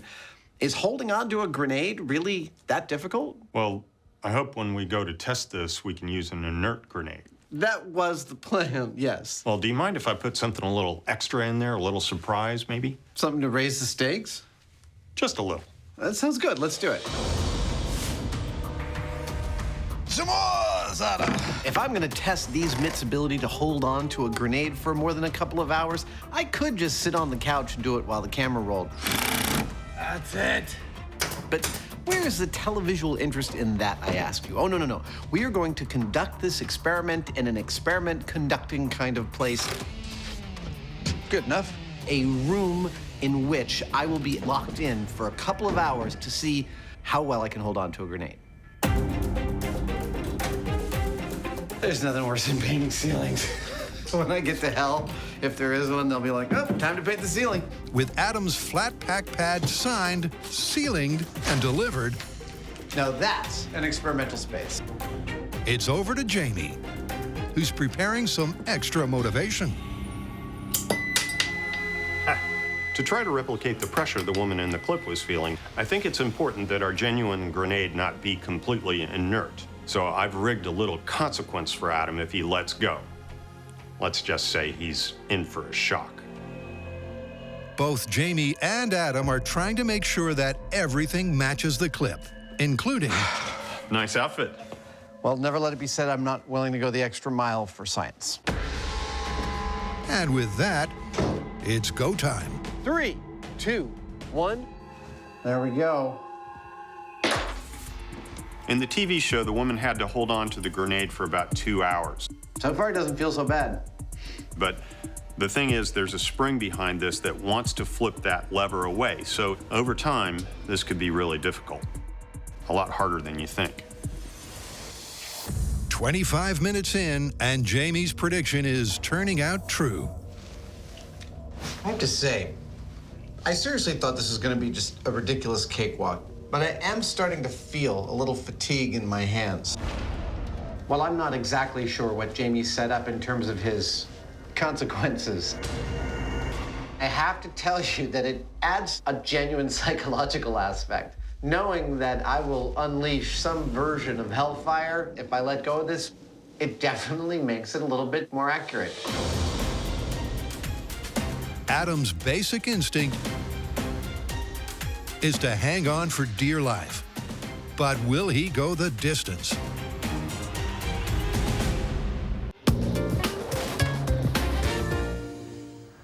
Let's see what we got here. Thanks to an inbox that's fit to burst. 20,000 emails? And a mailbag that's full to the brim. Adam and Jamie are retackling fan favorites. Sounds like we have some unfinished business.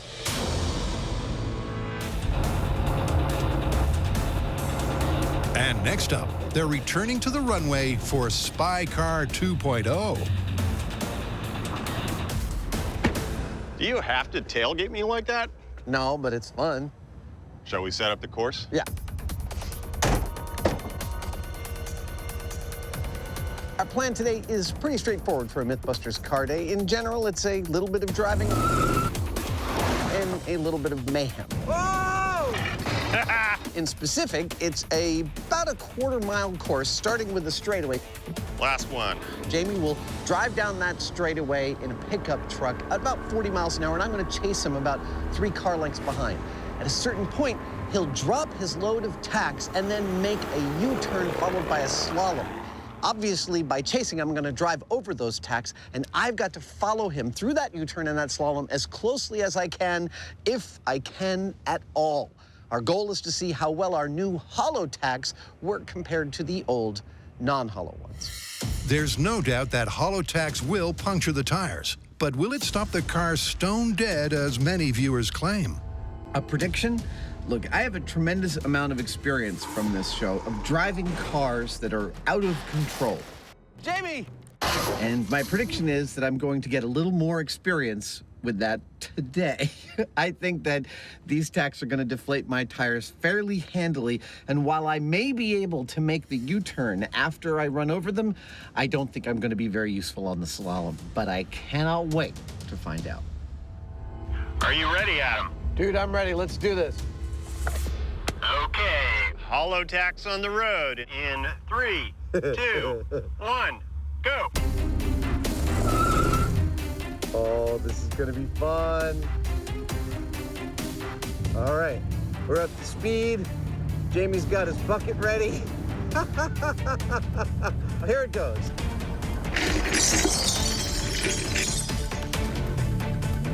Oh, ho, ho, ho, ho.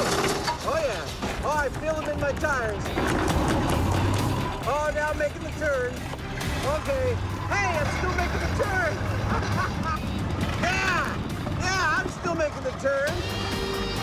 Whoa! Whoa! Whoa!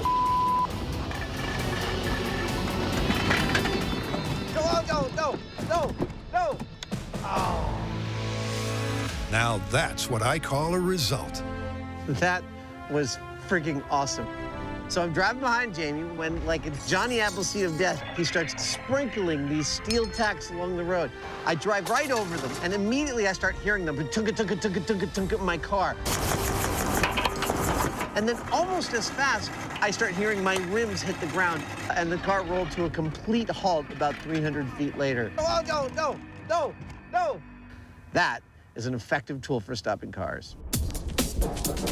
Yep, just 15 seconds after impact, Adam was brought to a grinding halt as all 4 tires got trashed. One of the things I noticed about this particular design is that if they stick into the tire, they form a nice tube through which air can flow and deflate the tire quite quickly. But if the tire is moving really fast, they can sling back out again, and instead of leaving a narrow hole that will close up like the solid spikes did, they're cutting a rubber plug out and taking it with them. It's pretty cool.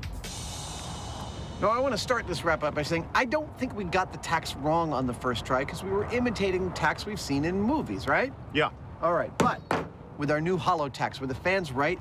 Yes, they're deflating tires in seconds as opposed to minutes with the other one. Totally confirmed. Let's get out of here in a car that runs. With one piece of unfinished business now finished, it's back to the Hurt Locker. These safety goggles are starting to give me a headache. Where Adam's testing if he can derail a detonation by gripping a grenade. I've been holding this grip so long that I actually can feel that my fingers are a little bit weaker. I can feel the spring of the spoon wanting to push my fingers outwards. That is interesting and not a little scary. The reason Adam is struggling is down to cramp.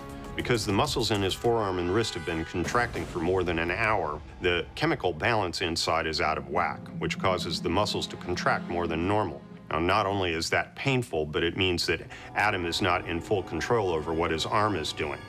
so he may just let go yet. That's the theory. How you doing? What are you, a marionette? But because Adam's grasping with a light touch, he's able to keep most of the cramp at bay. And while it is undoubtedly uncomfortable, Ow, ow, ow, ow, ow. Oh. it's not long before time's up. There it is, 2 hours. I'm still alive. I just want to point out that in the show, she was saying that her arm was all cramped up and really hurting, but I don't feel anything like severe cramping. I could easily go for probably a couple more hours at least before, I don't know, I'd switch hands and I get another 4 hours. Oh. Yep, despite the odd twinge, Adam got a grip with way less hassle than the clip. And that's not all. So I was thinking, why take the risk of getting cramps at all? I don't love this. I don't love it. It's too wide. I mean, this woman had access to all sorts of stuff. My pantyhose. Stuff she could have used to tie down the spoon of the grenade. Oh, and I thought this experiment couldn't get less dignified. Surely that is going to be the easiest of all options. Yeah, that's what I'm talking about. I only had to sacrifice my dignity to make it happen. With the grenade bound and gagged, there's no chance of a boom. Until Adam takes one for the team. This one's for you. I'm also kind of curious about what's going to happen. Here we go. 3, 2, 1. Oh!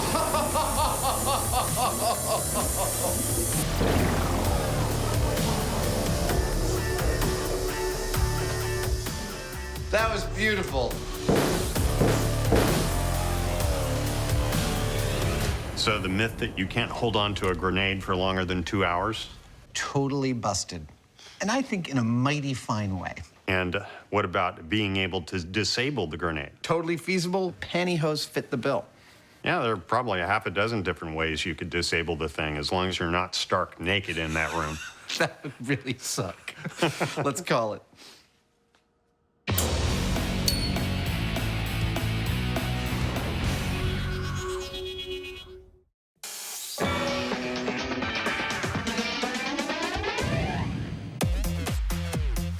Can playing video games really set you up with real-world skills? To find out, Jamie's the test subject taming the technology. Bogey.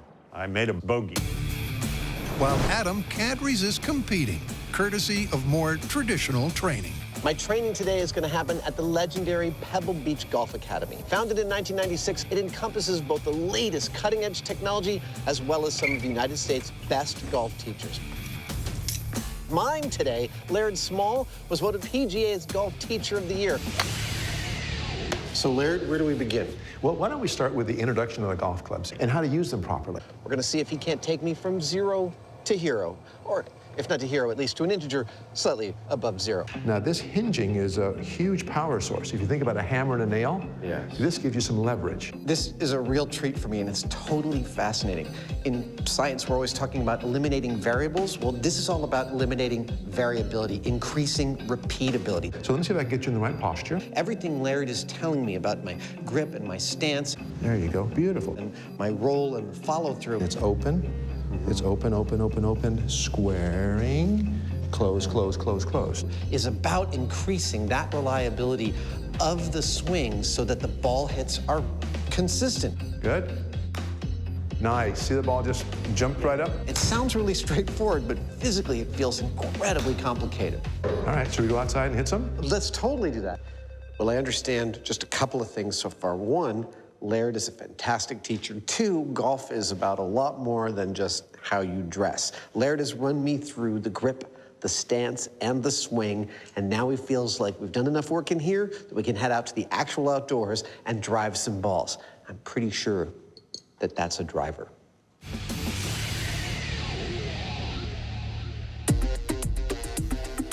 Adam's receiving a solid grounding in the fundamentals. Here's your driver. The clubs, the grip, and the mechanics of the swing. Hey! Nice, look at that. Wow. That is spectacular. It went like that way. Yes, that's right. And after a full day of this traditional training, wow, Adam has clearly lifted his game. That felt great. Obviously, I'm an inveterate skill learner, and I have learned to do many things in my life. That was awesome. That's amazing. How'd that feel when you hit it? That felt incredible. Way to go. But I've very specifically taught myself a couple of precise skills that apply directly to golf. Wow. How about that? It left the trap. That was the thing that was flummoxing me and Jamie repeatedly. Nice. One is juggling, and the other is billiards. In both cases, it's about refining your physical movements and your body memory until what you're about to do is predictable. Yeah. And amazingly, I'm starting to see how it could actually work as a game. It is no longer a mystifying game to me. I now start to see its outlines and think, maybe I could actually play this. Yeah! Oh, yeah. Oh, yeah. Oh, yeah. Woohoo! I think I'm ready for the Hyneman. Laird, thank you so much. You've radically, well, to say you've improved my game is a misnomer because I didn't have a game a few hours ago. I really, really appreciate it. This was a lot of fun. You did great. And you know something? Don't let this get out, but you're very coachable. Oh, excellent. I like being coachable. Me too. Thanks so much. Good job.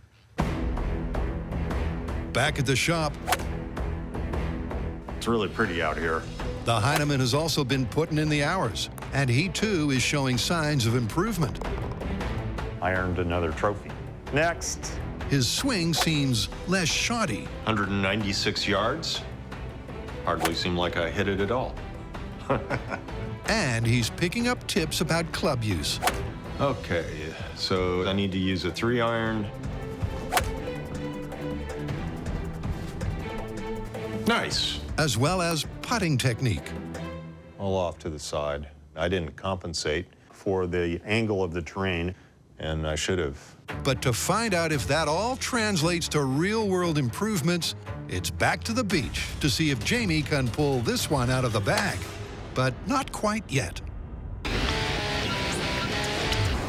Over the years, we have done tons of stories about guns and ammo.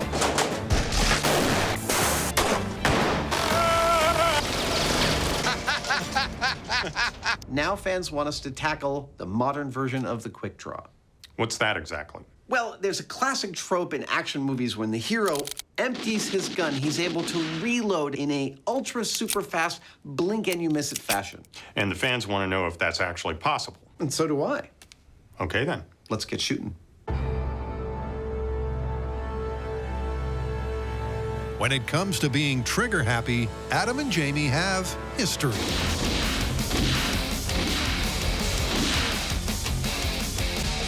But are they quick enough on the draw?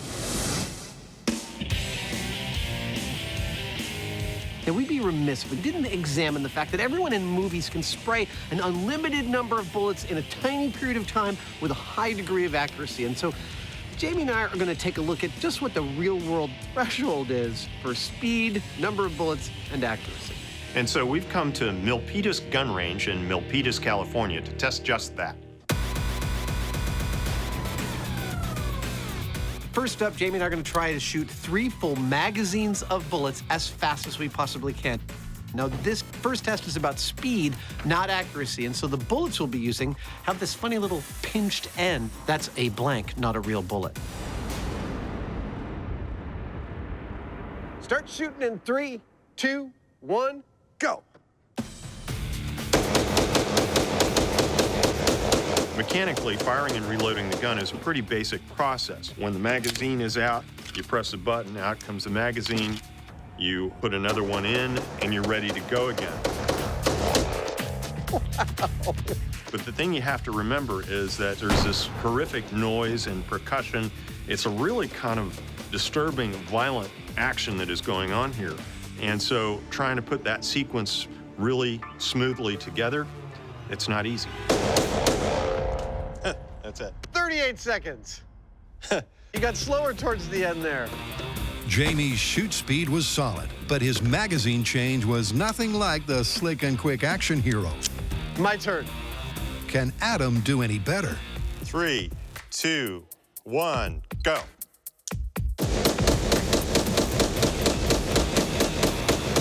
In the annals of things that we learn while doing things that we don't normally do, that is up there. Just firing 3 magazines worth of bullets, my finger got exhausted and I stopped being able to go pop, pop, pop, pop, pop, and started going pop, pop. Oh! What was my time? 27:66. Woohoo! At a rate of 2 trigger pulls per second with a reasonable reload, Adam has upped the ante. But what if their shots had to count? A lot of work to load 3 magazines. Cue the live ammo. Here's the accuracy part of this test. Our goal is still to fire as fast as possible. 3, but this time to stay with all of our shots. 2, landing within this 7 ring. 1, go.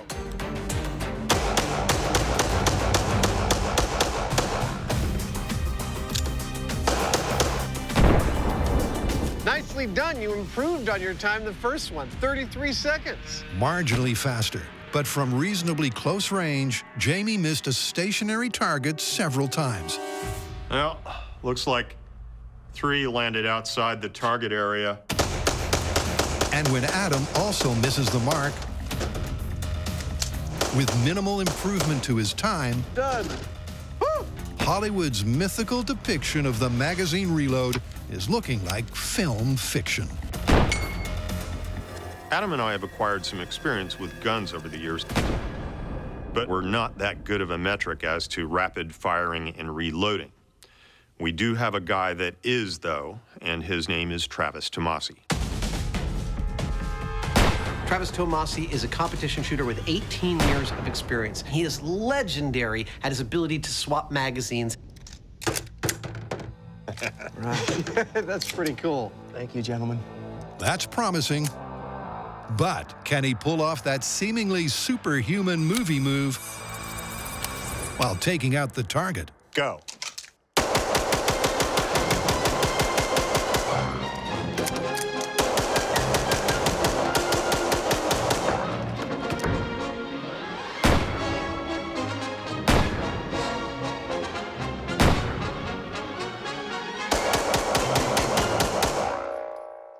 Wow. Clear. That was amazing. What was his time? 17 seconds. 17 seconds. That was incredible.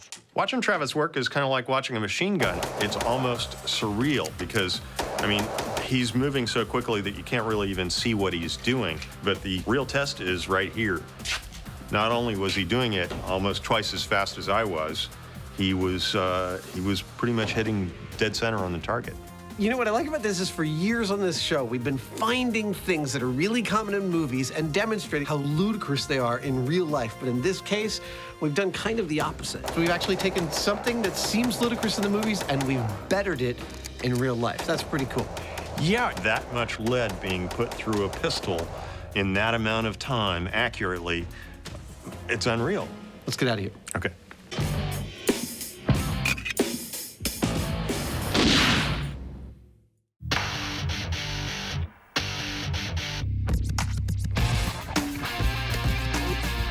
After a truly abysmal game of golf, Jamie and I went off to get some training. Him by a video game. Where's my caddy? Me by a person. Now we've come back to the links at Pebble Beach, and we're going to put those potential skills to the test. Remember, this isn't about whether machine learning is better than person learning. It's about whether learning from a video game has any efficacy at all. Whoops. That's 1. I'm just here to provide a control, and control is what I hope I finally have over this guy right here. Let's get started. Having been trained by a pro, Nice. Cool, that felt good. Adam's first 2 shots show immediate improvement. That worked like exactly how I wanted it to work. The key question is, what happens to Jamie? Nice. Will his video game training result in any improvement at all? Ah. Well, not so far. In the real world, his swing is still unbalanced. That wasn't very good at all. And without computer assistance, he's guessing which club to use when. I think I'll try this one. Still not really sure why, but looks right to me. And that's reflected in the scores for the first hole. Traditional training has seen Adam's score plummet, while Jamie's only bettered his best by 1 shot. There are several things that caused me concern about the video game instruction, and one of the key ones was that it seemed virtually impossible to miss the ball. Now, I know that it's possible to miss the ball. Well, you're on the fairway. I'm just saying. On hole 2, although Adam's tee shot that was terrible. was less than ideal, Wow. You hear about rough, but boy, this stuff is practically jungle-like. his post-training recovery is the shot of the day. Nice. I felt pretty good. Adam is clearly doing well, but Laird's taught him not just the rules, but also the regulations. In addition to learning what it's like to play golf on a real course, we have also learned that proper playing of golf involves adhering to the rules of etiquette, and there are many of them. Among the most important are, the green is for putting, not for sitting, not for your golf clubs, and definitely not for lying down. Golf requires lots of concentration. It's totally frowned upon to yell on a golf course. And it's vital when teeing off to yell the customary 4 to warn golfers ahead of you lest you strike one of them unsuspectingly in the head. Try as he might, Jamie's not only unable to emulate Adam, Well, it didn't go in a bunker anyway. he's also unable to better his own benchmarks. Oh, I could do better than that. As he takes one more shot on hole 2 than he did pre-training. And that's a pattern that continues on the final 2 holes. Right into the sand pit. So it's no surprise when Jamie stops trying to improve his own game and starts trying to sabotage Adam's. Adam, did I compliment you on your socks? Jamie, shut the right now. Are you kidding? I'm just saying, they're really nice socks. It's now, okay.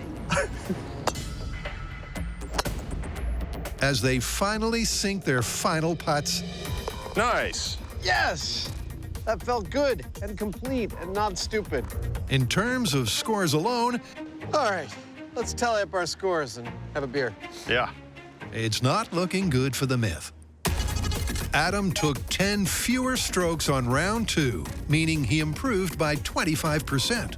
But Jamie, the key metric for the Myth, took just 2 shots fewer, which statistically is no difference at all.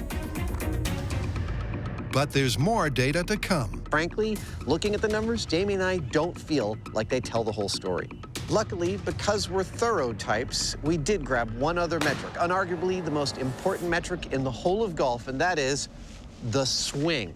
Laird examined our swings both before and after training, and the results are pretty interesting. How did I do, Laird? Well, come on over. So you can see that as you swing the club back, you can see how your weight is more between your feet. You can see over here that you've landed beautifully on your left foot. Right foot's perpendicular to the ground. Laird, on a scale of 1 to 10, what would you say the comparison is? Well, I think on the first one, I'm going to give you a 3. On what we finished up with, I give it 8.5 to a 9. I think you did really great. Wow. As on the course, Adam's improvement is immense.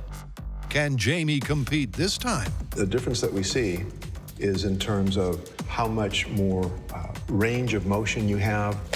So because of that, you can develop more speed. By developing more speed, you have a chance to hit the golf ball farther.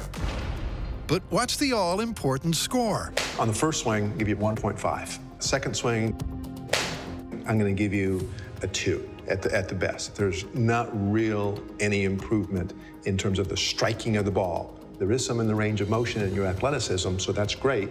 But in the delivery of the club to the ball, sorry, no improvement. Excellent. Yep, despite his hours spent flying solo, Jamie's swing is still not the thing. As far as I'm concerned, while the video games did offer some guidance, they seem to be more focused on entertainment than instruction. Oh, this is actually kind of fun. So, were they of any real help? Not half as much as coming out here and just playing golf. So what do you think, Game Jockey? You think we've answered the question as to whether video games can make you better at real-world games? I think we have. And that answer would be? No. That's pretty definitive. Shall we play another round of real golf? Sure, it's nice out here. I agree. I've learned some things about my swing I could show you. Oh, shut up.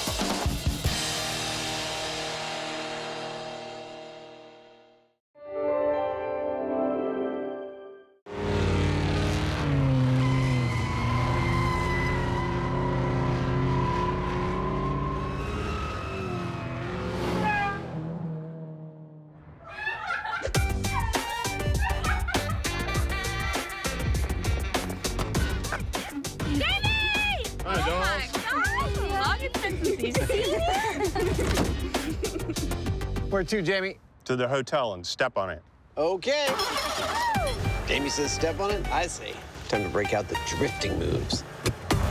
Because apparently drifting is not just slicker, it's quicker.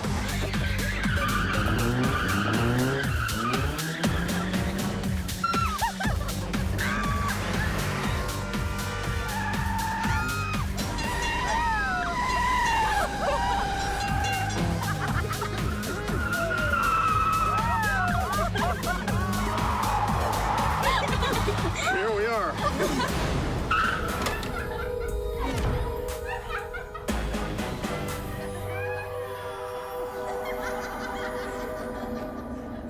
That was quick, but sloppy. You could use some lessons. Okay. Hold on, I'm coming.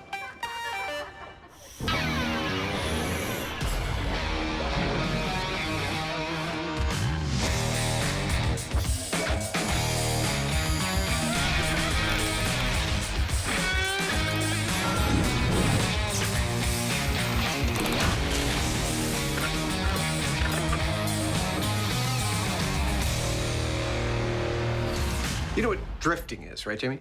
Yeah, it's a style of racing where they spin the rear wheels and are able to slide around corners going sideways. Exactly. You know, it's funny, that's the one thing that I can think of that we haven't actually been trained to do with cars. Well, that ends right now because this entire episode is devoted to drifting. Later, we're going to power slide into a parking space. But first, we have a myth on the docket that drifting is actually faster than regular race driving. Time to break out our racing gear. Exactly. The perfect drift requires a precisely timed sequence of moves. The engine's revved, the handbrake momentarily engaged, and the power applied. Then by steering into the slide and keeping the throttle floored, the kinetic friction of the spinning tires supplies the centripetal turning force. But is it actually quicker, or does it just look slicker? To find out, it's driver training with a difference.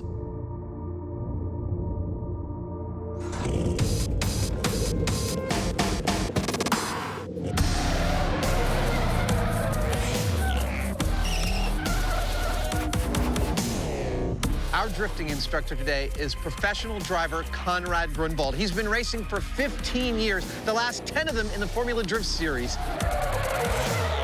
And he's going to show Jamie and I a little bit about what's what when it comes to drifting. Shotgun. Okay.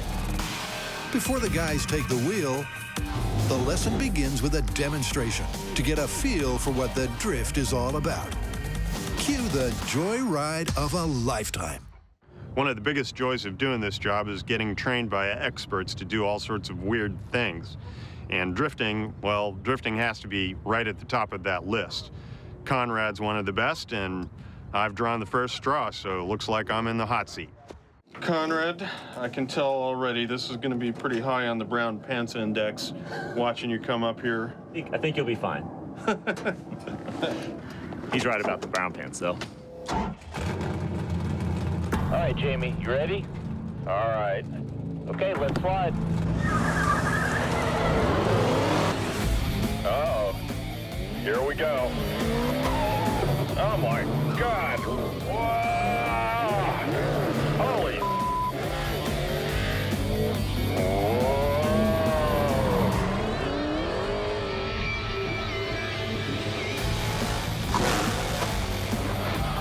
Yeah, baby. That's what I'm talking about.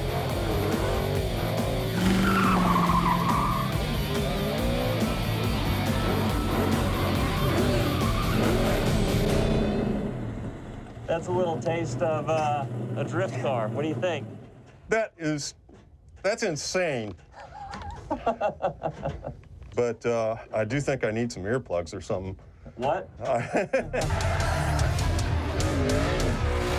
With Jamie suitably impressed and 4 tires already totaled, it's Adam's turn to calibrate the brown pants index. All right, Adam, do the best you can to pay attention to how I move the steering wheel and what I'm doing with the gas pedal. All the movements are going to be quick but subtle, all right? All right.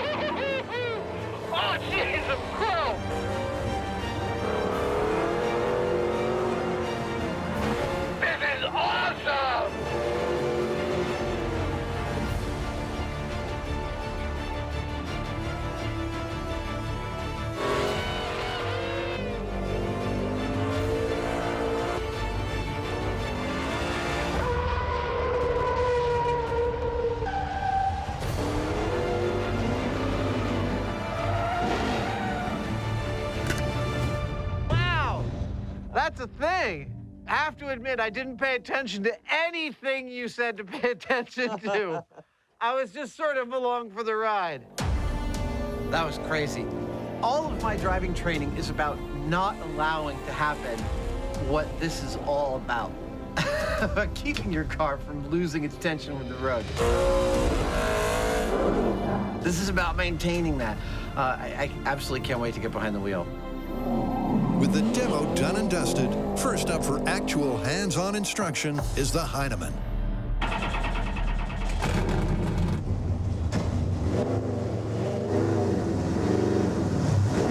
About 20% of what we're going to do is with timing, and that's with the steering wheel inputs and what we're doing with our foot on the throttle and or the brake. Oh, too much. The other 80% of what we're doing is really your eyesight. Steady.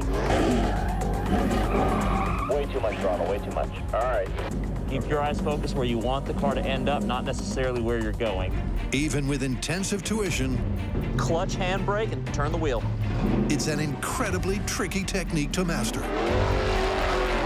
Ah, darn. Jamie's attempting to simultaneously lose traction but maintain momentum. I lost it. Let's give it another try. Through a full 90-degree turn. Brake, brake, brake, brake, brake. Spinning out and losing control is not ideal. A little more practice. This is intense. I think I'm starting to get the hang of it. Really? Because it doesn't look like it from over here. It looks like one of the most difficult things we've ever had to learn how to do. It's right up there. It's it kind of gets you going. It's a lot of fun. All right, keep going. But our drifting debutante eventually dials it in. And here's how. Okay, hard on the gas, that's it. But what is the technique? Stick with it. Nice, good. Basically, as you approach a turn, you drop the clutch and floor the throttle so you rev up the engine. Yeah. Nice work, Jamie.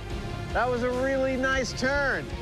Then when you release the clutch, there's a huge surge in power, which makes the wheel spin so fast you lose traction and the back end swings out. Hard on the gas, go. That, believe it or not, is the easy part. The hard part is holding the drift rather than wiping out. Nice job, man. Nice job. That's what I'm talking about. And that needs a delicate combination of throttle, steering, and a bit of a handbrake. And what can I say? It takes practice. Back to Earth. I was in outer space.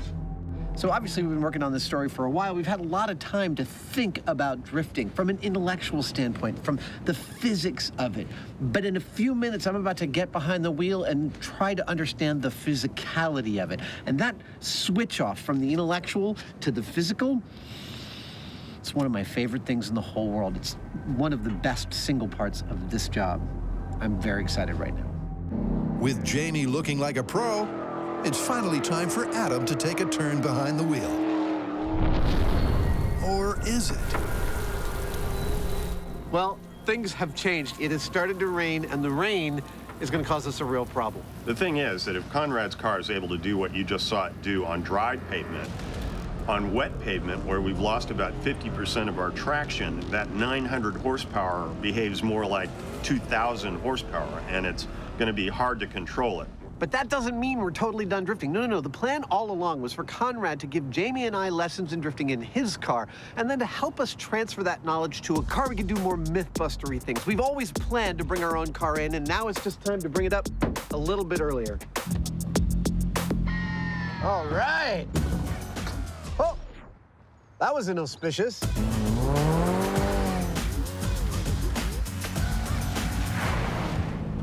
Hey, man. You want to show me some ropes about how to do some drifting in this thing? Yeah, let's do it. Just go ahead and give it some gas and look where you want it to go. Wow. It may be a world away from Conrad's supercar, but to drift, this more mythbustery motor requires the same technique, which is just as difficult. Part of what Conrad is teaching is you start going in a circle, gun the engine a little bit to break it free, and then kind of feather it, keeping it exactly that same RPM. Too much. You did everything right, just the timing was off. And then if you don't control it just right, you go too far and you end up going backwards and stopping just like that. Look that way. Whoa! It's a tricky task to master. A little too much. A little too much. Adam takes a while to get a grip on letting it slide. That's it, that's it. It really good. Off the handbrake. Good. Aha! Very good, Grasshopper. Nicely done. I have to tell you, this is one of the most fun things I have ever learned on this show. Power, go. Yeah! That was the best one yet! Maybe it's because it's so hard to get right. That feels good. Wow, the whole world changed shape there for a second. Doesn't it? Maybe it's that when you get that 180 right because you've shifted into gear and you're starting to give the gas and the wheels start to spin out and you're looking at this spot to your left and you're spinning around it like you're attached to it by a chain. Oh, what a show off. That was pretty good. It's a rush. Have I made that clear? Good speed, clutch, handbrake, turn the wheel. It's been a long, hard training day. Tough on the tires and tough on the trainees. Back off, back off, back off, back off, slow down. But after 12 hours of intense instruction... Oh, nicely done. Where did that come from? Holy dude, that was great. Our dynamic duo are ready to delve into the myth. We're going to get to the meat of this story, and that is whether drifting is better than driving. We're going to have to deconstruct the drift, set up some courses, and see if that is, in fact, looking like the case.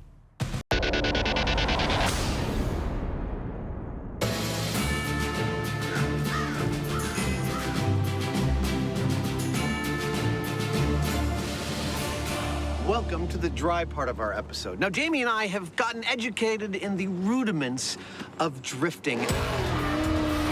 Yeah, nice work, Jamie. But now it's time to bump that up a level and do some actual testing. So we have abandoned the runways of Alameda, California, and come to California's Central Valley to this beautiful dry runway.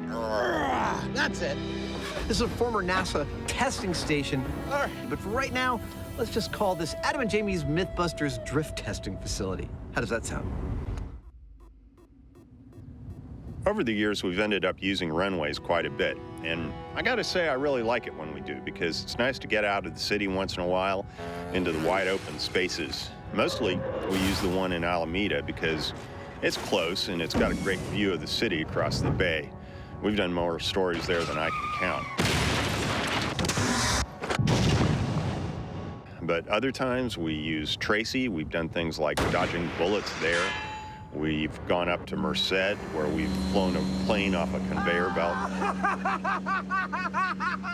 This one here is at Crow's Landing, and it's new for us. I think it's going to work out really well for us. It's got a really nice surface. Check it out. The view's great. Time to trash some more tires! In pursuit of the myth that drifting is the fastest technique for taking a corner, the guys set up for a time trial.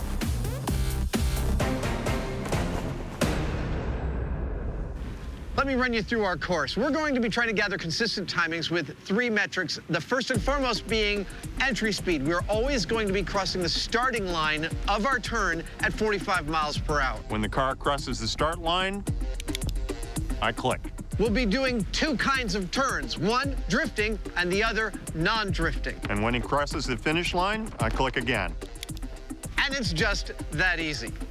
Here we go, turn test in 3, 2, 1. Yep, first up with a consistent entry speed.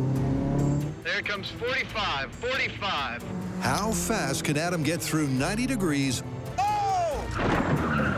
without drifting? Well, that could have been better. You're gonna have to back up. Oh, look, it sprung right back. There's your problem. Well, that was not my best turn, but I got to dial into this. This is the first time I've driven this thing. It's going to take me a few tries just to get the comfort and feel. 45. Oh, boom. Well, there goes our car. I'm actually a little surprised. I thought Adam would ease into it until he got the right feel for that corner, but it seems like he's not. Here I come. It's an inauspicious start. Pulling to the outside. But from there on in, yeah! Adam dials it in and nails the corner. What was that? 4 seconds. In a consistent time. 4 seconds.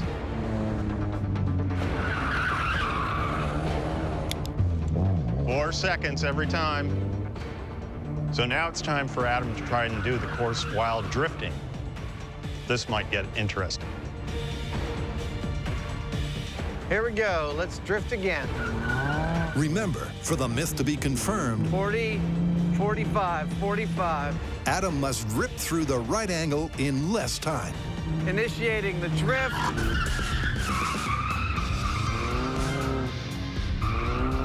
Yeah! That was cool! But a PDQ power slide, it ain't.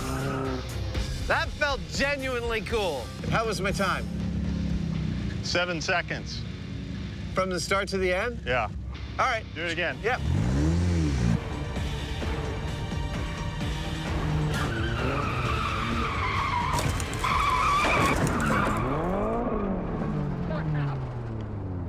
There is a lot going on in order to drift through this 90-degree turn. I've got to choose a specific spot, and at that spot, pull on the e-brake just a little bit while pushing on the clutch and then steering against the turn so that I slide into it and then give enough gas so I can come back out of it. I need a couple more to get scientific about this. That's it. 43, 44, 45. I'm at 45 miles an hour. This is perfect. I'm going to do it now. Yeah! Damn, that feels good.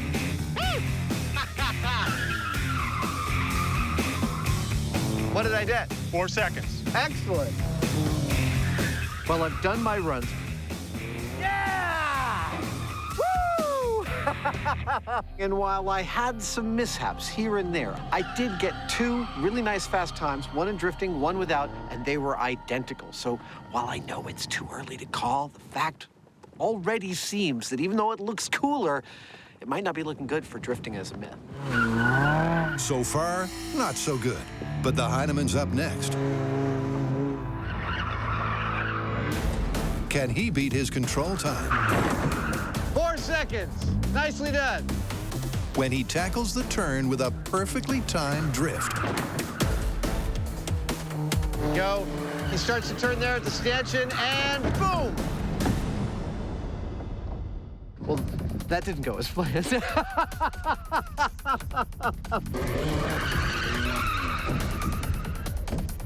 All right, so the goal is not to hit those things. Yeah, I understand. Okay, cool.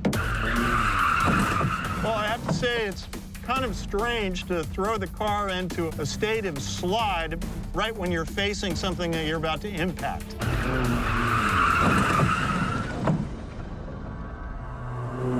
It is something that you sort of naturally don't want to do. Yeah, that's bad right there. That's bad. We have a special technique for that. It's called tape. Yeah. It's all happening so fast, it's hard to say, like, okay, turn exactly now. Frankly, I think I would take a lot of practice before I could get through this at a maximum speed.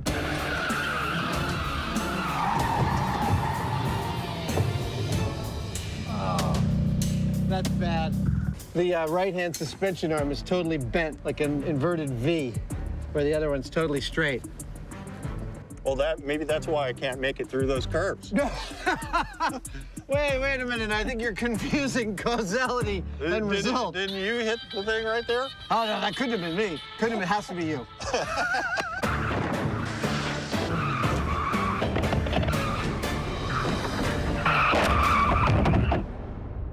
That's the cue for more less than subtle running repairs. Never happened. And a new angle of attack. With the 90-degree left-hand turn under our belt, it's now time to add a real wrinkle to this, and that is a 180-degree turn inside of two-lane road. A complete reversal of the direction of momentum is the ultimate turning test. But there's a tweak to the planned protocol. Before we destroy that little car, we figure I'll just take over the straight driving, Adam will do the drifting, and we'll do our comparisons that way. So, first up. Well, here we go. The 180, straight up. Let's log some data. Jamie lays down a series of controls. Into the turn, give a little goose out. Yes, that's it, and boom. Clocking a consistent benchmark.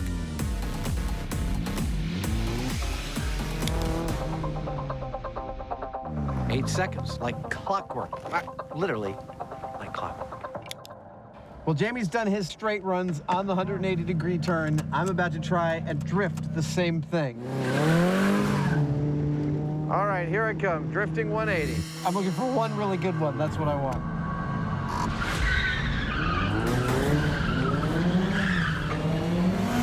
Yeah! Woo! Yeah! Woo-hoo-hoo! Damn, that feels good. That felt beautiful. It looked good. How was it for time? 9 seconds. 9 seconds? I don't think I'm gonna do much better than that. Dude. I think it was perfect. I felt like an action movie hero, man. That was awesome. It looked cool and felt great. But cold, hard data doesn't lie. It appears that drifting is not faster. Which I'm frankly totally astonished by, because if you look at Jamie's 180 in regular driving and my drifting 180, I swear that mine looks like the faster run, but it's not. It was slower by a half second in my best of all runs. Yeah! It's not looking very good for this story. So we've run ourselves through a couple of very sharp turns, which would be about as sharp as you would ever run across in an urban environment, which is exactly where we're going next.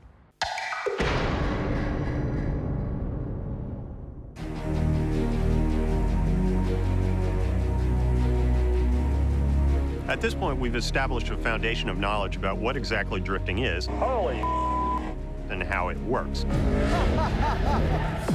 But the one thing that we haven't done is take the car through a regular driving course.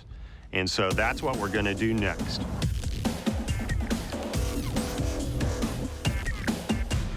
All right, let's go. Now we want to put all of our experience into a full and complete test. This is our starting line. sort of an urban driving environment full of twists and turns,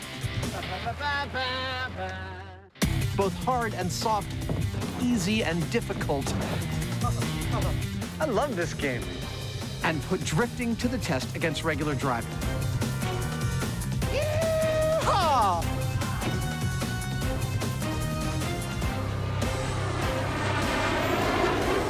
We're filming out on this runway, and we keep getting flybys from this guy here. It's kind of loud. Hello! I'm not even sure what that is. Is it like a MiG or something? Looks like it's fun to fly. This is our course that we feel provides a really good balance of twists and turns and both standard and exciting driving maneuvers to make this test fun, but also experimentally valid. Now there's nothing to do but to drive. Jamie's up first. I don't know how to make that work. But before that, here's 2 insights into the workings of Adam's brain. Exhibit A. As you can imagine, I'm a little hard on my equipment. Earlier today, I actually dropped my walkie into a water-filled traffic barrier and had to get it out. And through the magic of a thing we call a flashback, you can see exactly how it went. A call on the radio. I seriously did drop a walkie into one of these traffic barriers. Ah, all right. Oh, okay. Oh, no. Ah, there it goes. Ha! Got it. Ha! Ow! Luckily, when it's your show, no one yells at you. They'll yell at someone else. And Exhibit B. This is a very cool location. As we said, it is a former air testing facility for NASA, and behind me is the boarded up, really spooky control tower. I got about 3/4 of the way in before I was too afraid of getting bitten by some cornered rodent, and I left. But what really fascinates me is the question of what the heck happened to the ladder. Look at that. There's only 2 possibilities. A Japanese monster. B, a plane hit the freaking control tower. In either case, what happened to that ladder is the worst thing that ever happened to that control tower. I guarantee that. Now back to your usual transmission. Now it's time for me to run the course with straight driving as fast as I can. We'll take my best time and compare it to Adam's best time while he's drifting. In 3, 2, 1, go! Sounds exactly like that when Jamie leaves for work every morning. To clock his fastest time, Jamie will take as many laps as he needs.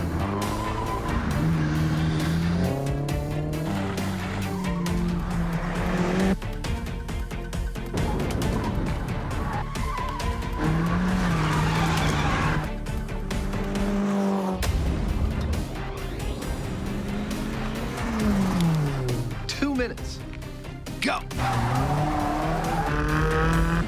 Using more traditional racing techniques in direct contrast with drifting, Come on! Yeah! That was beautiful! Jamie maintains traction, clips each apex, and accelerates through the corners. Fast and smooth is the goal. Trying to race like this is actually a new experience for us. And in this case, with my skill and with that car, I'm as fast as I'm gonna get. Here it comes. It's going to be a good time. That's what I'm talking about. Now, if this myth is true, drifting should allow me to ride this course much faster. I'm not talking like 1 or 2 seconds. I'm talking like 5 to 10 seconds. That's what we're looking for, a nice big difference between these 2 types of runs.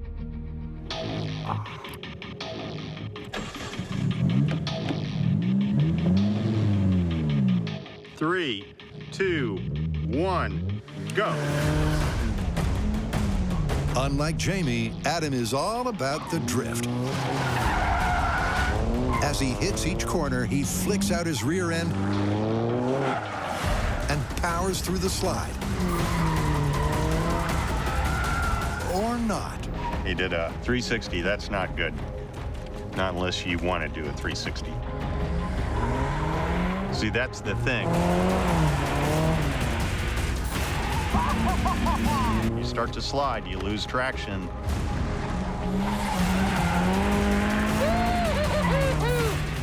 out really good.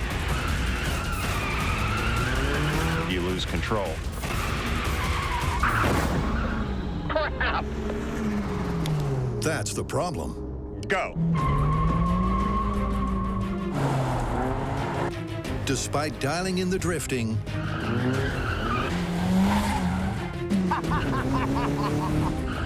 Adam makes at least one major time-sapping error on every lap.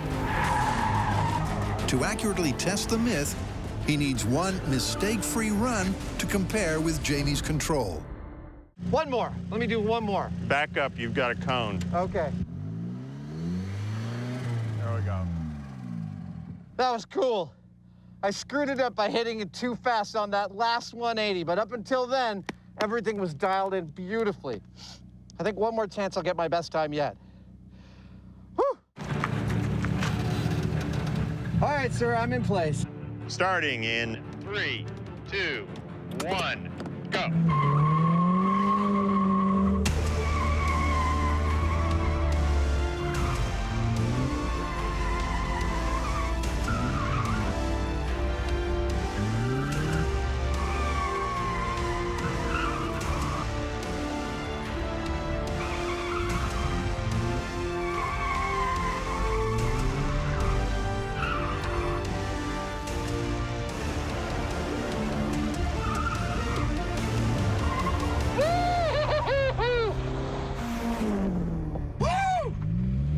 I'll bet that was good. I'll just bet that was good. That was 154.5. Dude, I matched your time! You did. Boom! So, Adam completed his stylish sideways lap, but in the final analysis, simply failed to go faster. Meaning the myth is dead and buried, unless... Cue our professional race driver. If Conrad can't, no one can.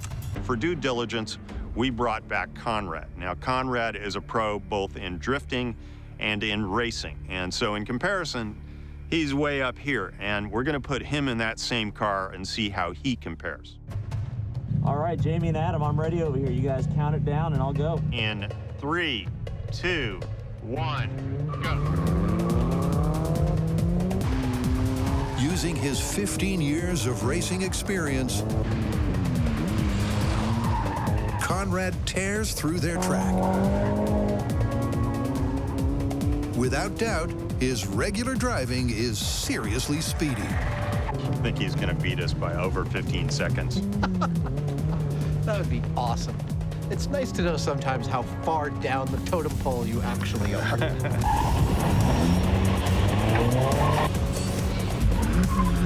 As he comes home in 1:47.2. Over 7 seconds faster than Jamie.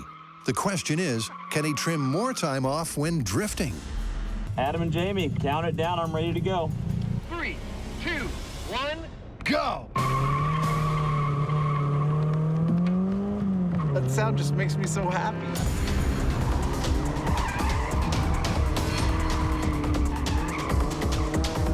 What's immediately clear is that Conrad's killing it. His drifts are bigger, better, and louder. He's squealing a little more than you were. That is as it should be. But how does this more talented technique time out?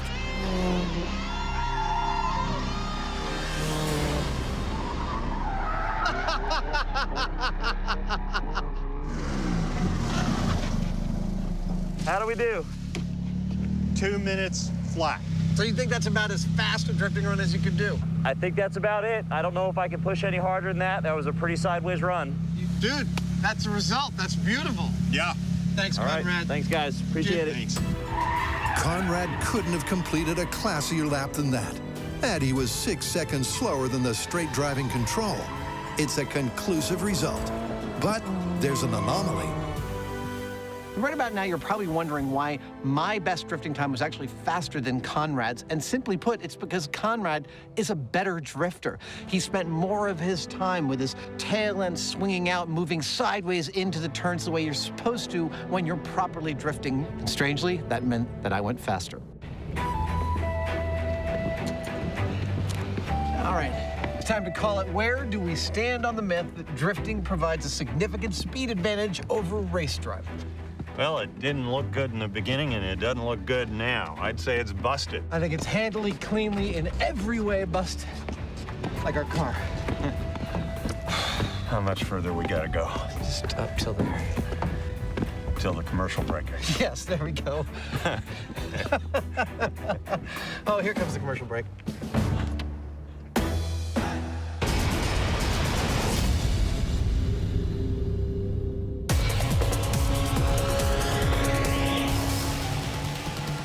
Now that we've shown that drifting is not necessarily a faster way to race, I had an idea that maybe there is something that is quicker to do with drifting.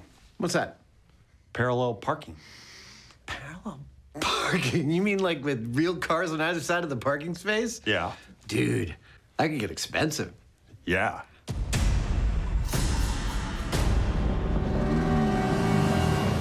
Now, no clear investigation of the slipping and sliding and racing and speeding would be replete without an investigation of parallel parking. The bane of everybody's driver's test. You got to pull up alongside the car and turn the wheel according to some formula your mom told you. No, no, no. The action movie hero has a totally different way of parallel parking. They drive at speed towards the parking space, slam on the brakes, and power slide perfectly right into the space they want. Now, Jamie has been practicing out on the open tarmac. That was really cool. And he feels like he's got it dialed in. Yeah. Yeah! There we go. So we've got a little parking space right here, and he's gonna put his practice to the test and see if it works. All right. Here we go. So I don't know how this is supposed to be done, but what I'm doing is getting up to the right speed, throwing the wheel over, pulling the handbrake. Oh, so close! Breaking free of the rear wheels with that handbrake. That was better. But then stopping with the foot brake at exactly the right time.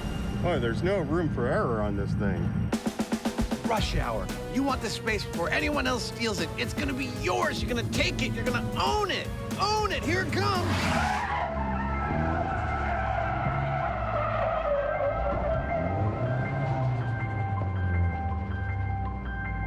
Oh! Yeah. Beautiful! Yes! You are literally like kissing the cones on the other side. That is what I'm talking about. I'd say the evidence is pretty clear that this car was not parked in a normal fashion. You can tell by the linear black marks on the pavement that the driver must have brought this in at speed and hit the rear brakes, swinging the rear end of the car exactly into position against the curb, if you catch my drift. That's a great start, and it's seemingly as simple as the movies would suggest. But at 90 degrees, they're only halfway there. Here we go. 3, 2, 1. And he's off. Hollywood would have us believe the full 180 is just as easy.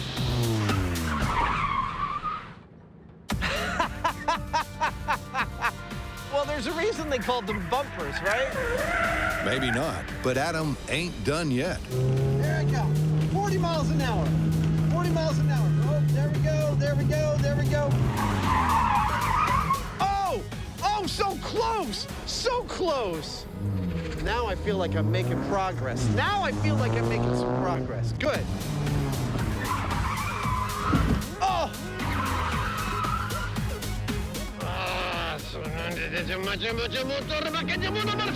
Come on! How do we make this work? Hey! Beautiful! Woo, woo, woo! Good job. Awesome! Give me some. Awesome! Woo! Oh, if only there was a horn, I would honk in celebration. Here, sound guys, could you give me a horn?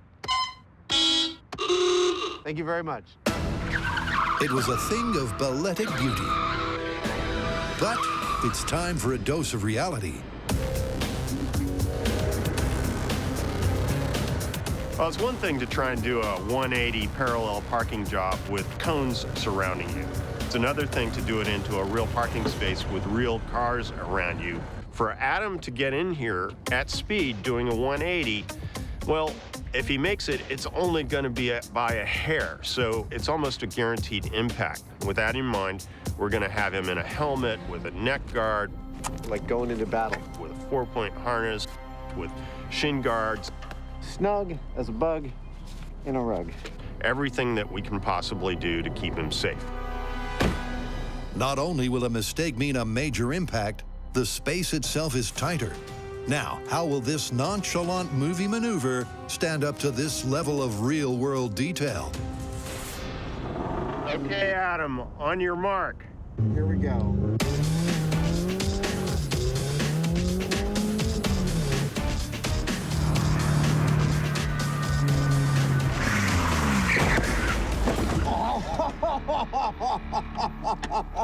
I'm fine. So close. Rats.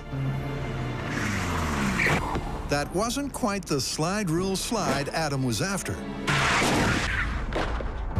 But unlike his car, he's undamaged and raring to go again. All right, Adam, on your mark. This is your last journey, little baby. Here we go. Give it everything. Let's go. Yeah!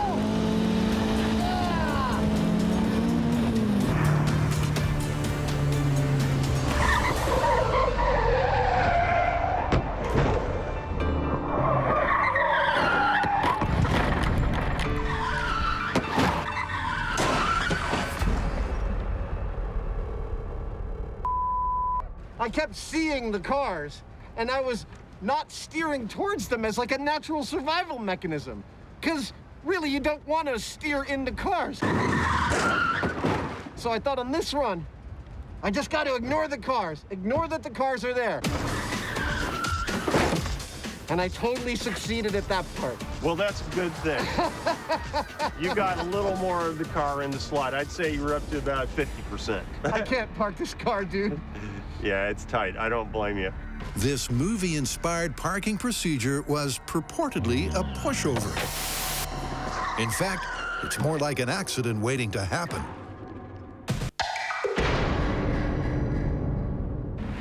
With the course marked out in cones, yeah, Jamie and Adam were clearly on course for a confirmation. Hey! Although with a smaller space and cars in place, it wasn't nearly as simple. I have to say, as the skilled collectors Jamie and I have been all our lives, this episode holds a special place in my heart. This is one of the coolest things we've I think it's time to bump it up a little. What do you mean, Jamie? Time to raise the stakes. Raise the stakes how? Oh, no. Let's see a parallel park this beast. Okay. It just got real. Well, the bad news is that big old cars like that are basically like driving boats. They got crap for suspension, they're spongy, they're all over the place, they're anything but a precision driving machine. But the good news is that things like anti-lock brakes and stability control and electronics didn't exist when they made that car. So between the two of those things, I'd say it's a toss-up whether Adam hits the mark spot on or not. Because the guys are not allowed to damage the vintage limo, the parked cars are played by foam cutouts. Okay, Adam, are you ready? I'm as ready as I'll ever be. 3, 2, wish me luck.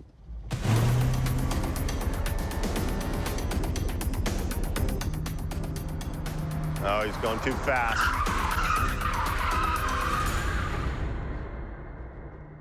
Told ya. I think I might have hit something, like another car.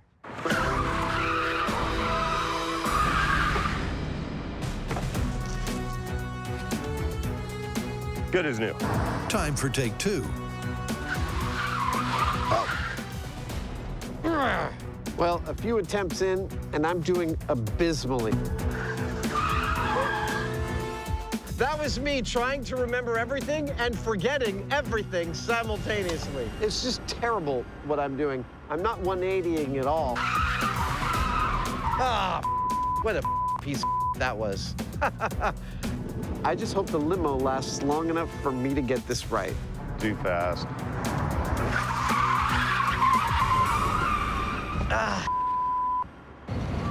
Like I said, too fast.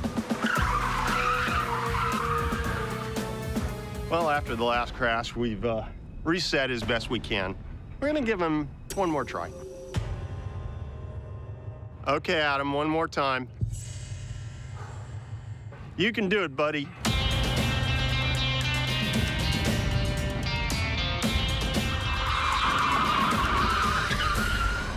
That was terrible. That was terrible. Did you order a limo? I'm here. I think it's time we brought in an expert. Conrad, you're up. All right, Jamie, I'll give it a shot. I call this maneuver prom night. Wow! That was amazing! That was astonishing. That was beautiful. Thanks, Adam. Amazing. Nice work. Thanks, Jamie. Can be done. No, it can be done. I just can't do it, but it can be done.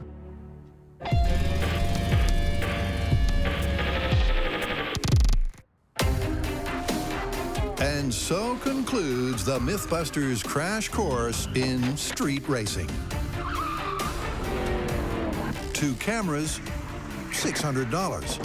18 tires, $3,600. 1 second-hand car, $3 grand.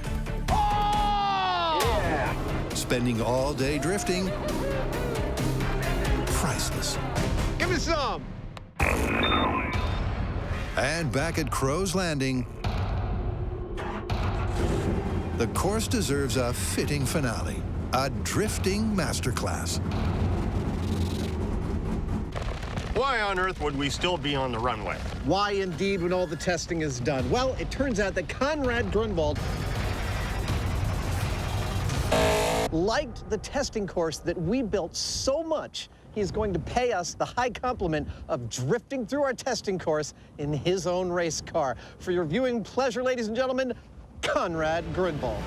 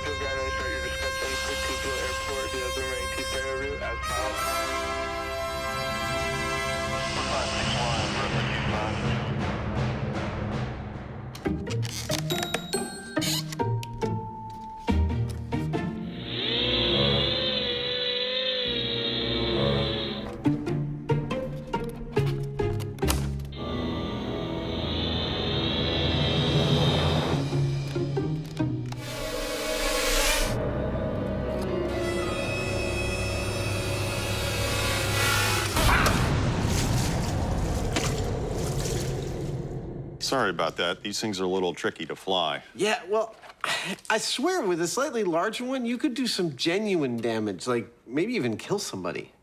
Wait a minute.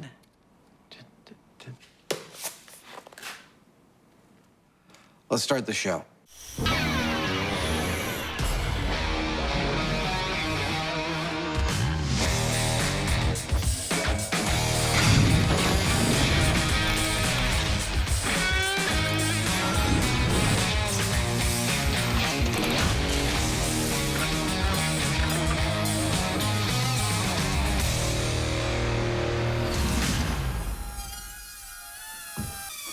I'm guessing this story's about drones. It is. In fact, we have two awesome flying stories in this episode. One of them is about these guys. But first up, we have a totally amazing story. Let me ask you, do the words Dragon Lady mean anything to you? I don't want to talk about it. Okay, I think we're probably thinking of different things, because Dragon Lady is, in fact, the nickname for the legendary high-altitude single-seater U-2 reconnaissance plane in use by the Air Force since the late 50s. Okay, what about it? Well, there is a myth that the U-2 plane is the toughest plane to fly and to land of any other plane. I think we should take a close look at that. The Air Force isn't going to let us get anywhere near something like that. C134.8, 34.8. I thought the same thing, but amazingly, they have agreed to let you and I have a close-up, first-person look at their U-2 program and see just how tough those planes are to operate.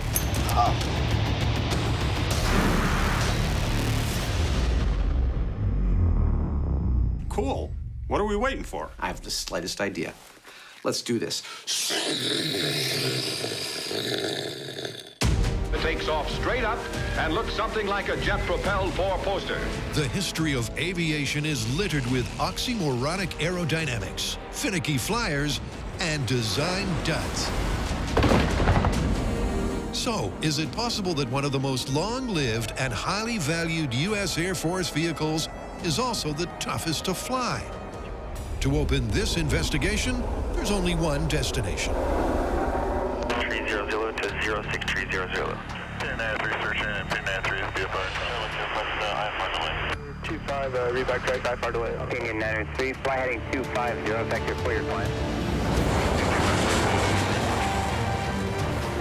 Opinion 902, descend and maintain level 4050. Well, when you've got questions about the U-2 plane, they will get answered here. I'm standing at the home of the U-2 program. This is where the planes are serviced. This is where the pilots train before flying to every corner of the globe to do their jobs. We should totally be able to get to the bottom of this myth here, and we might even get a flight.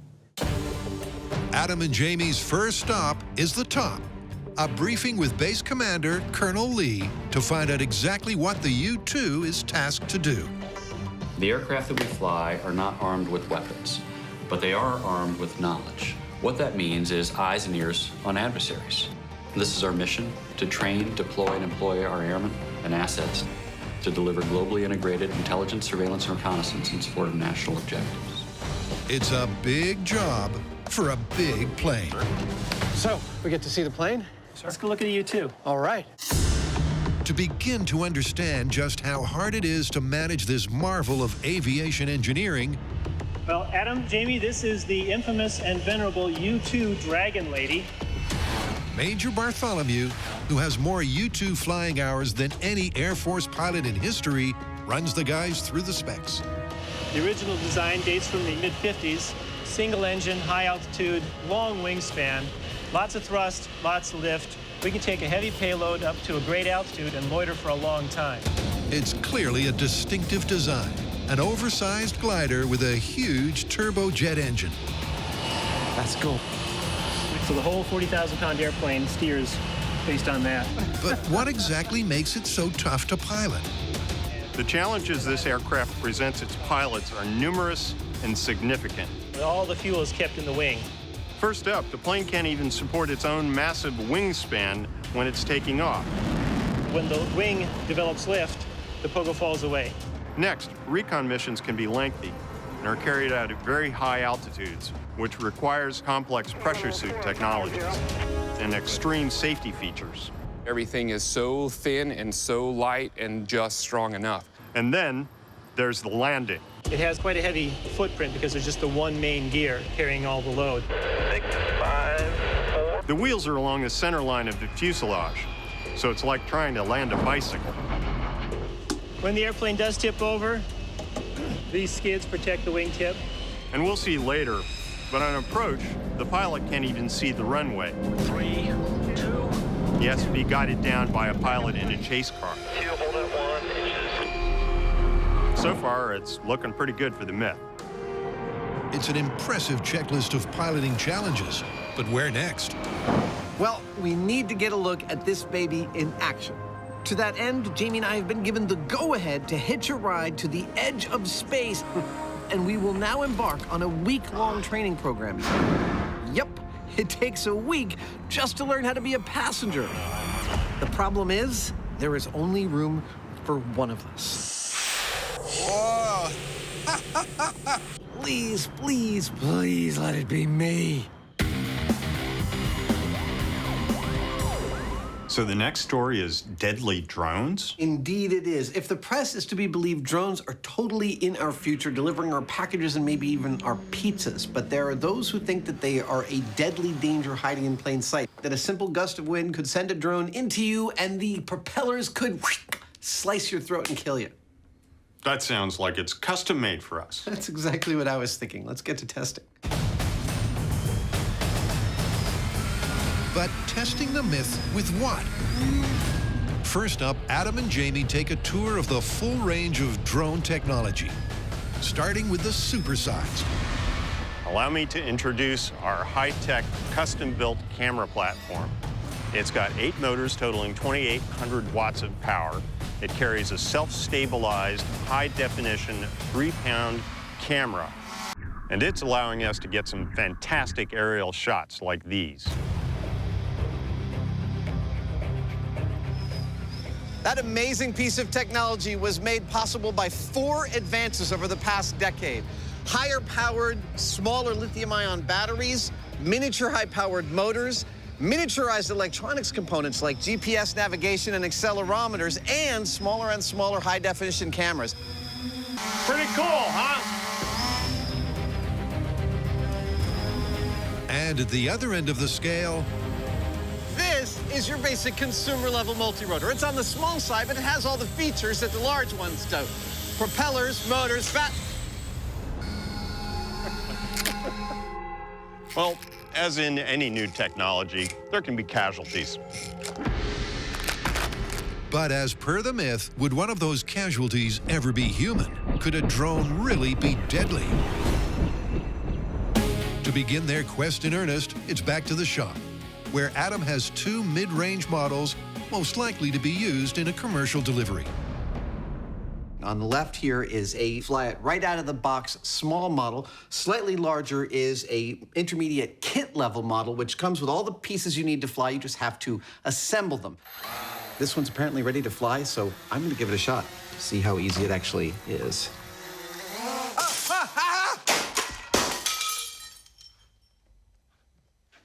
Really easy to fly. Now, obviously, depending upon the operator, these things present certain dangers, but whether or not they're lethal actually depends on a couple of important factors. And some of those factors are the size and stiffness of the propellers, the power of the motors, and how fast the blade tips are spinning. So first up, they're going to measure how fast the blades of the rotors are spinning. 7,000. This thing right here is a laser tachometer. You can see the little red dot it's sending out, and it's reading these propeller blades as traveling at 7,500 RPM. Approximately 180 miles an hour. That sounds dangerous. But what does that mean in terms of power? Is it fast and powerful enough to spin a Hyneman? So we've determined that the tip speed of these propellers can be as high as 180 miles an hour, but that's just a number. What does it mean in terms of the actual power they possess? Watch what happens to Mr. Hyneman when I turn on the propeller he's holding on to. You ready? Yeah. All right, here we go. That's half power. Well, you know what? You guys are gonna be in deep doo-doo if I barf. You want more power? More power, Scotty. I need more power. Oh, my goodness. You sure this is safe? I'm pretty sure, and I also know that Mr. Hyneman doesn't barf, so I feel totally confident. You want more? Sure. Oh, I feel like I'm gonna take off. You look pretty stable. Wow. The room is still moving the same speed it was when I was actually moving. Would you do me a favor? Would you get up and walk? Oh, totally normal. Never mind. While the damage done so far is enlightening, a proof of concept is required. Ew, it dripped juice on me. To find out if a multi-rotor propeller could ever cause a flesh wound, Adam and Jamie have a standard-sized blade spinning at flight speed on a stick and a chicken. I think today's lesson is going to be fairly self-explanatory whenever you're ready, sir.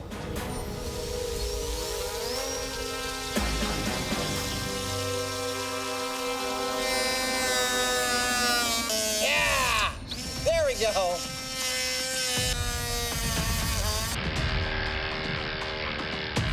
Yeah! Check that out. That right there, my friends, that's an injury. But let's face it, we're not just talking about an injury, we're talking about lethality. Which means we're really talking about this vein right here, the jugular, yeah. I think if we're gonna continue testing, we need to make a neck as a testing platform that we can run our multirotors into. Could a drone delivery ever be deadly? Adam and Jamie have a promising proof of concept. Yeah! There we go. Now, to cut a little deeper. Now, if we're going to be testing whether one of these can slice through one of these, we're gonna need one of each. And these are easy to buy at the store, but these, well, they're a little harder to come by. We're gonna have to make our own. And to do that, I'm gonna use a lot of this and this guy right here, and it's going to spurt blood if it actually gets cut. It's gonna be awesome. Yep, Adam's manufacturing a mortal mannequin that will react accurately to an impact. The basic gist of what I'm gonna be doing is casting a neck out of ballistics gelatin. How tall is this neck? Who were these men? With holes in it that I can fill with blood that will be blue for televisual purposes. But it needs to be really close to the edge of the skin. So I'm gonna effectively mold those veins using these brass rods in here. It's sort of like thinking inside out and backwards.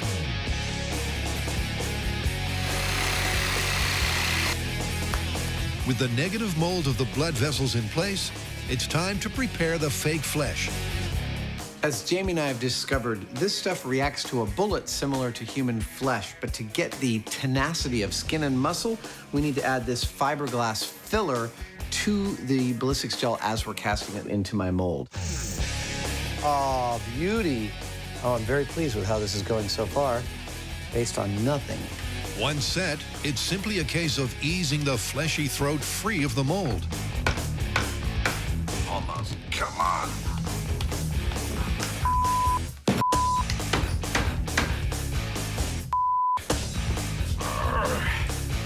That's it. All right. Thank you. Then Adam plumbs the system with blue blood. Nice. And tests his anatomically accurate jugular. It's at the right depth beneath the flesh. That is a bleeding neck. And requires the same force to slice. All right, could someone give me a Band-Aid? Next, Adam mounts the neck ready for its date with a potentially deadly drone.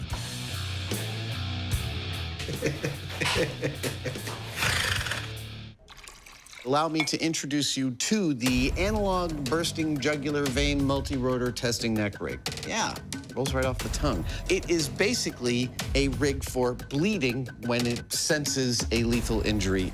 Now, I have more than 2 veins in this rig, even though we have only 2 in our neck, because we can test multiple times just by turning the neck. Yeah, it's like that versatile. So we can test as much as we want and watch bursting blue blood fly out of the veins. I'm gonna stop talking.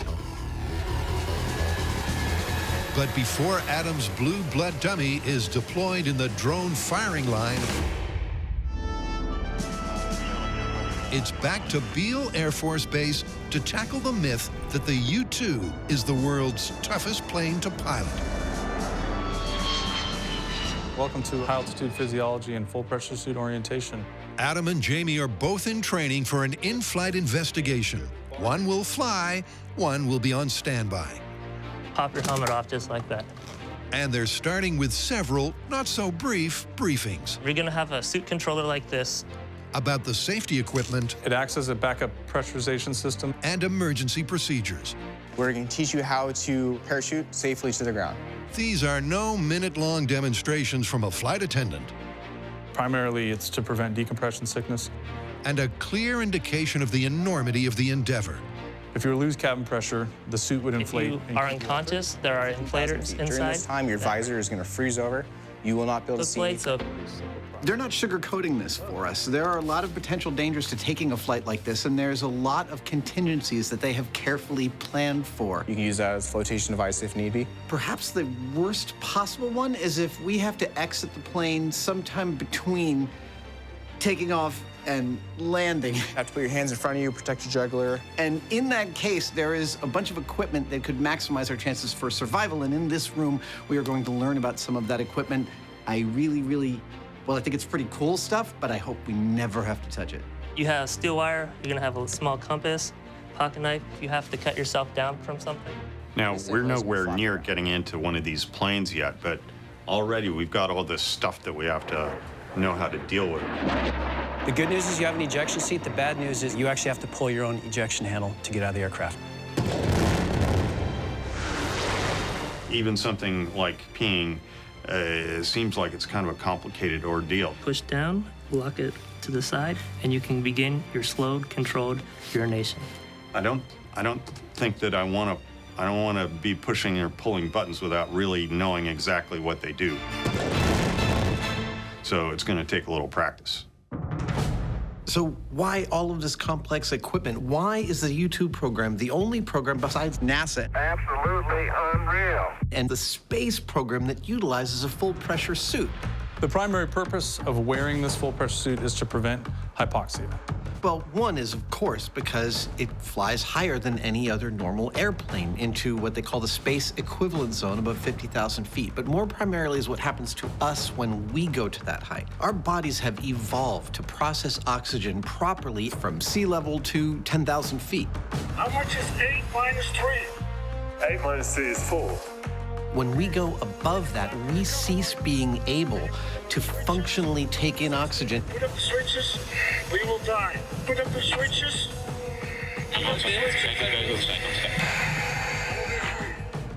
Therefore, the suit and the cabin of the plane have to artificially induce the conditions of atmospheric pressure in order so that the pilots stay alive. That is a significant amount of technology to solve that one problem. Let's pull down on the red lanyard. It potentially could whack you in the face. It releases a hook on the inside of your harness. After a full day of intense information acquisition, day 3 dawns, and our raw recruits... Time to start training. ...are getting physical. Want to see the coolest part? Aha, look at that. Patch. With a crash course in what to do if the plane crashes. That's 3 weeks of Army Airborne parachute training right there. That's all you do. Land. This is pretty cool. We've just gotten walked through all of the different contingencies that could happen if we have to bail out of the plane at altitude. This is very cool. What happens when the parachute lands, how to land. As soon as you land like so, You're gonna break one of them. something's broken. Fascinating. And most specifically, There we are. I just learned how to actually lower myself if I end up landing in a tree and I'm like hanging above the ground. Oh. Ah. There we go. And then lowering myself safely down to the ground. Lower myself down. Very nice. All of this is stuff that I hope I only ever have to try here in the safety of this room. It's been a long and exhausting day. Bail out, bail out, bail out. And the sheer scale of the task, technology, and expertise required to fly at the edge of space could not be more apparent. It's quite an experience being trained in this fast and furious way. So in order to actuate that, you push the button, and Copy. then it rotates back 45 degrees. These guys are dumping an overwhelming amount of information into our heads. Because the minute you look down is when the seat's gonna fire, and you're probably gonna break your back. They're describing the various fixes and methods. It's a sharp tug, but Copy. if you need to get out of the airplane, you'll find a way. Yeah. What would pretty much be the worst day of my whole life. But it doesn't happen very often. No, At all. Okay. To have to actually implement some of this stuff, to actually have to remember some of it. You pull it, and that will actually come out in your hands. It's like, wow, what if I actually have to do this? In the highly, highly unlikely event that both the primary and the backup fail, you're left with a tertiary manual bailout. That sounds really bad. Yeah, it's a bad day. Questions on that? Piece of cake. Piece of cake. Two words come to mind during all this: complex and terrifying. 3 days of information overload. The ejection seat we have was also used in the first 4 flights of the Space Shuttle Columbia. And the rigors of flying the Dragon Lady are evident. But is it the hardest plane to pilot? To find out, the Mythbusters are being prepped to fly to the edge of space. These are like my space jammies. And despite the high spirits, All right, sir, can you hear me? Yep, I kind of feel like dancing. the pressure is on, literally. All right, bring you up on system 2. Jamie and Adam have one final stage of training to be passed as fit to fly. Oh. You doing okay? That's different. In fact, that doesn't feel very good. Ow. Can I bring you back down? I could see somebody feeling like panicking. It's a lot of stuff to process. They each have a full systems check in the pressure suit, followed by a high-altitude emergency simulation. Right now, Jamie is getting fitted into this high-altitude pressure chamber. Right and left gloves are integrated and locked. It will replicate the lack of pressures that he might experience under different circumstances in that very suit. The environment inside the chamber will simulate the flight plan of a U-2. So, Jamie, what we're going to do now is bring the chamber up to 5,000 feet, check the ears and sinuses and make sure they're clearing okay. If the cabin pressure of the U-2 was to fail, how are you feeling right now? Jamie needs to prove he can operate the suit and emergency systems. So right now we're just doing a slow ascent up to flight level 400. As they approach cruising altitude, there's a startling reminder of the dangers involved. Oh, there we go. A beaker of water at body temperature begins to boil. If Jamie's suit were to fail, that's what the liquids in his body would do. All right, let's go ahead and try to reach that ejection handle. With that thought in mind, and at maximum altitude, Jamie has a few tasks to complete. Down by your right buttocks there, that's the scramble handle. Pull it up towards your chin just a little bit. That's good. The final being the suit's automated response to a sudden cabin pressure failure. 3, 2, 1. And go ahead and pull that helmet hold down. That was something else. It's kind of scary, actually. 1. There's a lot of force, and when they decompressed rapidly, it's just like, whoa. You're sort of feeling like popcorn. While Jamie clearly didn't enjoy the experience, he did pass muster. Oh, awesome. Cue fanboy Savage. Oh, the gloves. The coolest thing about this is I'm not just wearing a suit. I'm not even wearing a machine. Wow. Oh, man, that's far out. Woo! I'm wearing the apex of decades of tens of thousands of people problem solving how to survive in hostile conditions. And I can feel that technology. Whoa. I can feel how reliable they've made things to touch and to understand with your hands. All of this born by hard experience. Lots of people gave their lives so that this suit could protect these pilots. Are you good to go? I am good to go. Honestly, everything about this kind of astounds me that people do this every single day. Starting climb to 5,000 feet at 5,000 feet per minute. It takes a team of people to put me in this suit correctly. How's your comfort level? Well, I'm fighting up a storm. But more than that, once I was under the simulated depressurizations. Oh, there we go. Wow. Where the suit would inflate, it gets incredibly tiring. Locate the ejection handle in between your legs. Oh, there you go. So your fingers around it. Yeah, there we go. Okay. These guys have to be in incredible shape because I was just sitting in a chair being tested. These guys are actually potentially flying planes under these conditions. 3, 2, 1. Go ahead and pull that green lanyard. Use the mirror. So, our training is done and we are ready to fly. Excellent. Welcome. Welcome, everyone. Remember, we went through all of that just to be passengers on the U-2. Now we got to do two things. One, we got to figure out which one of us is going to fly, me or Jamie. And two, we got to let these professionals figure out the logistics of their flight plan. Just a little bit of waiting.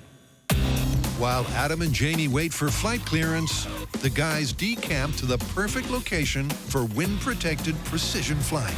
We are testing the myth that multi-rotors can possibly be lethal. So this is our multi-rotor, this is our multi-rotor pilot, James Franklin Hyneman, and this is our potential victim with veins filled with blue blood, clearly a Vulcan, who we're going to steer this thing right into. You ready to fly? Sure. Okay, here we go. All right. For this first test, we're going to get our little copter up about this high. I wouldn't want this thing flying at me. Sounds like a swarm of angry bees. And then drive it right into the neck of our dummy. And we'll see what happens at that speed with those propellers. Oh! That was a perfect hit. And it was going pretty quick. Oh! It doesn't seem to me that anything at all happened to the neck. Take a look at the high-speed footage of the multi-rotor hitting the neck. You can see the props bending right out of the way, even in the face of something as soft as neck flesh. Yeah, clearly they were designed to do that. Yep, the fly-it-out-of-the-box quadcopter didn't make a dent. But next up, the kit model. That one's much scarier. More likely to be used for large deliveries, it's heavier, has more power, 6 rotors, and sturdier propellers. Let's see what it can do. Oh. Whoop. That's no good. Take 2. It's going right for me. Oh! Oh! Oh! Sorry about that. I'd rather not experiment on each other. The larger model is proving trickier to handle. Aww. But eventually, Jamie gets it going where he wants it. Yeah. Ah! Nice! Well, bigger multi-rotor, bigger propellers, nice fat hit right here in the vein. Nothing. No penetration. I just say that aside from being amazing pieces of technology, these multi-rotors are genuinely spooky to be around. One, they sound like a hive of angry bees. Two, I am genuinely physically afraid of them hitting me, but apparently that fear is without any reason because we've been smacking them into our neck without any injury whatsoever. So where does that leave us? Well, come on, we're the Mythbusters. We're gonna sling our camera platform into it. This has 8 rotors, weighs 16 pounds, and the propellers are not made of plastic that bends out of the way. No, they're made of carbon fiber. I'm genuinely scared about what this is going to do to this neck. Scared and hopeful. The myth that one of these can cause a lethal injury is looking suspect. He's totally fine. But the team is dumping the 2 realistic mid-range models and going for broke with the Mythbusters' own custom-made camera-carrying behemoth. I thought the other 2 multi-rotors were scary. Cue the team's expert pilot, Duncan, and this myth's final chance for gory glory. I was wrong. That thing is terrifying. This large multi-rotor is a different beast than what we've been handling earlier. All right, shall we do this? You ready? Ready. It's much bigger and heavier. Once it starts to move into the neck, it doesn't want to just bounce off because it's so heavy. So I think this is going to actually do something to our neck, something bad.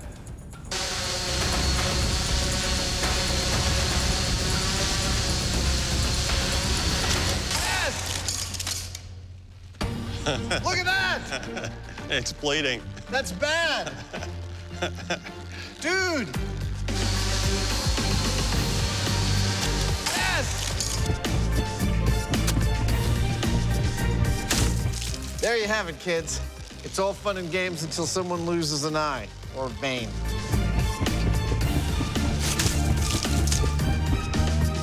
You put your finger there, you'll be fine. I'm not sure. So what have we proven after all this mayhem? I think we've actually proven two different things. On one hand, the smaller multi-rotors you can buy at the store are pretty darn safe, and they're designed to be that way. But this is a new hobby, and there are lots of people building larger and larger multi-rotors to handle bigger and bigger payloads. And when those multi-rotors get bigger, the dangers they present are absolutely real. I know we've been looking at a worst-case scenario, but I think we gotta call this thing plausible. You agree? I agree. You know, as a general rule, I always try not to put my neck near large, heavy, fast-moving objects with spinning blades on them. I think that's a good general rule. Let's get out of here.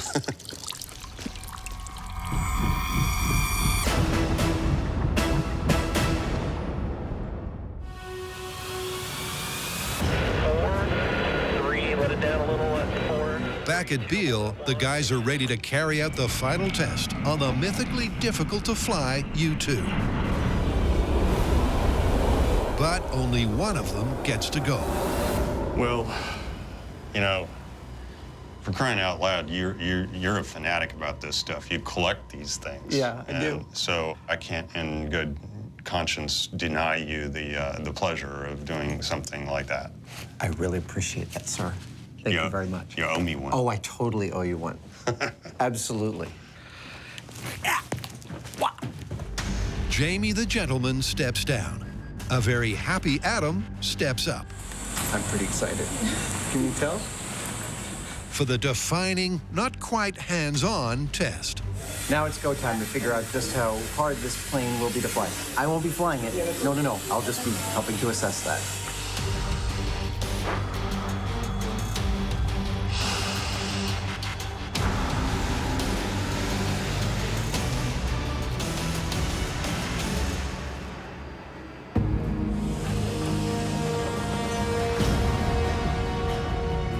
It is an unbelievable day here in Northern California. There is barely a cloud in the sky. It's incredibly clear. It is a perfect day for flying.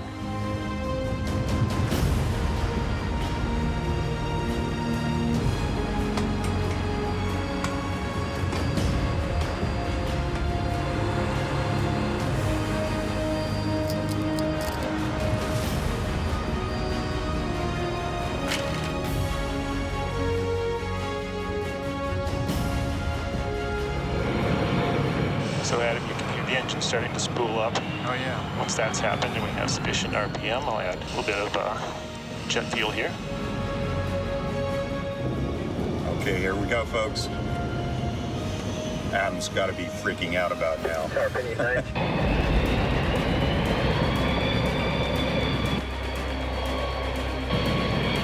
All right, Adam, at this point, you need to make sure that the boost lever is aft and your T-block there under your left rib cage is 1 notch open. Yes, it is currently 1 notch open. Boost lever is still aft. Tell you one thing, this plane is such a unique and problematic thing to fly that it requires a lot of people to make sure it's all perfect before it takes off.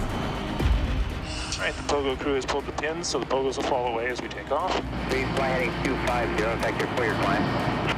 All the checklists have been checked. We are just seconds away from taking off. All right, here we go. Brake release, full power. Here we go. Here we go. We are taking off. Oh, man. That is a lot of horsepower. Wow, we're already lifting. That's crazy. Whoa, wow. Man, that's steep. Wow. We are already lifting. We're banking hard to the right. This is part of a takeoff that keeps the U-2 above the base. We're sort of spiraling straight up.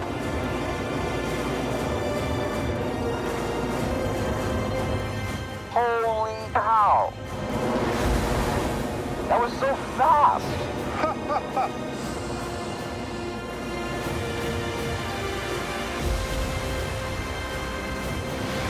We're turning on a dime as we spiral up into the air, climbing very rapidly.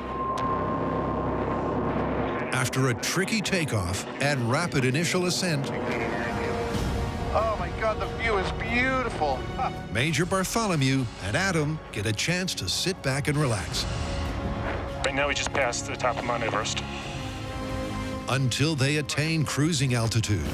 We're transitioning now from 160 knot climb to a 0.715 Mach cruise. 3/4 the speed of sound.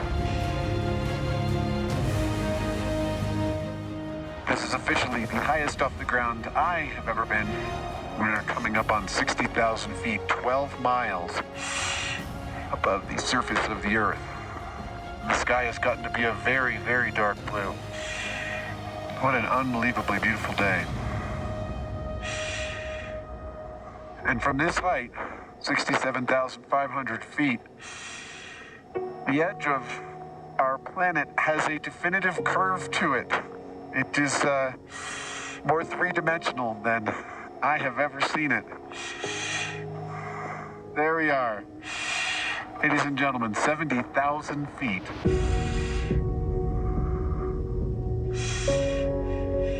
At this point, aside from the 6 astronauts on the space station, we are the 2 highest humans off of planet Earth. More than double the height of a standard commercial airliner. Oh, and did I mention I'm wearing a pressurized spacesuit? Yeah, strapped to a rocket. This is not a bad way to spend your day. Jamie, I totally owe you one. The complex, exhaustive preparations and taxing takeoff seem a world away. Oh, look at that. Wow, that is San Francisco. That's my home. But this is exactly what the U-2 is designed to do. Spend hours up here, looking down, gathering intelligence. The view from a commercial airliner is beautiful. This one is transcendent. It's the maneuvers at either end of proceedings where the pilots earn the big bucks. The challenges in landing this plane are unique, and Adam is about to get a real close look. We'll be back with our landing after this commercial break. Hey, Space Boy, how you doing up there? I'm doing pretty good, Jamie. The view up here is absolutely astonishing. Looking up makes you realize that you've left the bulk of the Earth's atmosphere. That's why it's dark. You're looking down at this fragile mist that surrounds our globe that allows us to breathe. What allows me to do so is the ingenuity of thousands and thousands of hardworking men and women who have sought to harness the raw materials that we dig out of the ground into things as astonishing as airplanes and pressure suits. What a privilege. Well, have fun up there. Don't pull that yellow handle between your legs. I promise I won't. I'll talk to you when I land. Roger, over and out. I don't know if it's me or my ears or the altitude, but my voice sounds lower, kind of like that time I inhaled the sulfur hexafluoride. It's scientific! I'm convinced it's the 100% oxygen. I think it has a slightly opposite effect to helium. That's interesting. The sound waves moving through the oxygen are probably slightly different, and so it sounds quite unique to us. Oh, that could be it. That right there is Lake Tahoe. And It's hard to describe how absolutely blue it is. That is an incredible cerulean blue. It is almost like a jewel, like a polished stone. It sort of feels impossible. If you did a painting of it, someone might say, I think you made it a little too blue. And yet, there it is. And it's genuine. I just let out a good burp and a couple of good farts. All this pressurization is moving the gas in my body around with its own logic. So above me, this little string that you can see is a yaw string. And as long as it's straight, according to the plane, you know that you're flying straight forward. If it starts to move to the left or to the right, you know you're slipping through the air somewhat sideways. And that was an invention of the Wright brothers. This plane encompasses the entire history of aviation in one machine. I love the low-tech elegance. Yeah, this is the one instrument on the aircraft that's not going to fail, even with total electrical loss.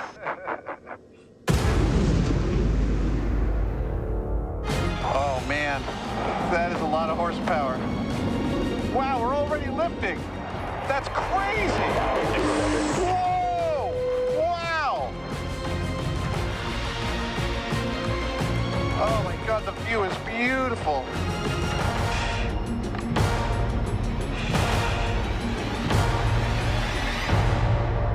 Wow, look at that. There's no doubt the high-altitude U-2 is a beautiful piece of aviation technology. Caffeinated apple pie. Yum. But the question yet to be answered is, oh, that's delicious. Is it the most difficult to fly and land? These guys fly these planes upwards of 12 to 14 hours at a time. Yep, and after such mammoth flight times, you must have some butt shimmying exercises you do to keep yourself from going numb during long flights. I call it building your ass callus. comes the landing. Alrighty, ready to begin the descent? This is where the rubber meets the runway. I'm gonna start by dropping the gear so you'll feel a little bit of a clunk. And perhaps the biggest challenge facing any pilot anywhere. 2 gear down and locked. Now I'm gonna bring the throttle back. The Dragon Lady lands tail wheel first at a speed that practically stalls the wing. And with only 2 sets of landing gear in the center of the fuselage, it's like landing a bicycle. The pilot has lowered the landing gear and implemented several procedures to add drag so that it's moving slow enough when we get to the runway that we can actually land. That's not all. There's the ground effect.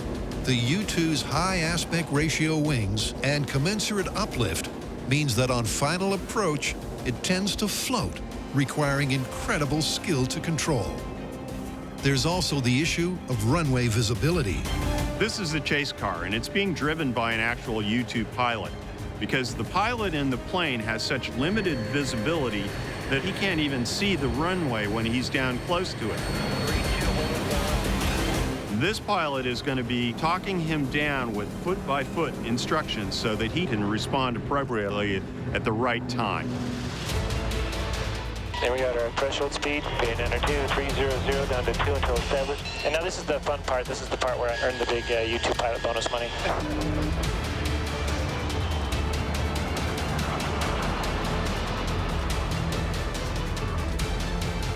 All right, so we have one guy rolling out on final ahead of us. Yeehaw. We are gear down, flaps full, speed brakes out, stall strips deployed, lights on, and spoilers in the landing position. Configured and ready for landing.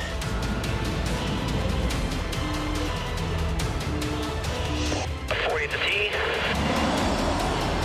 Look at that. 15, 12, 10, 8, 7, 6, 5, 4, 3, let it down a little at 4, 3, 2, hold it at 1 inches.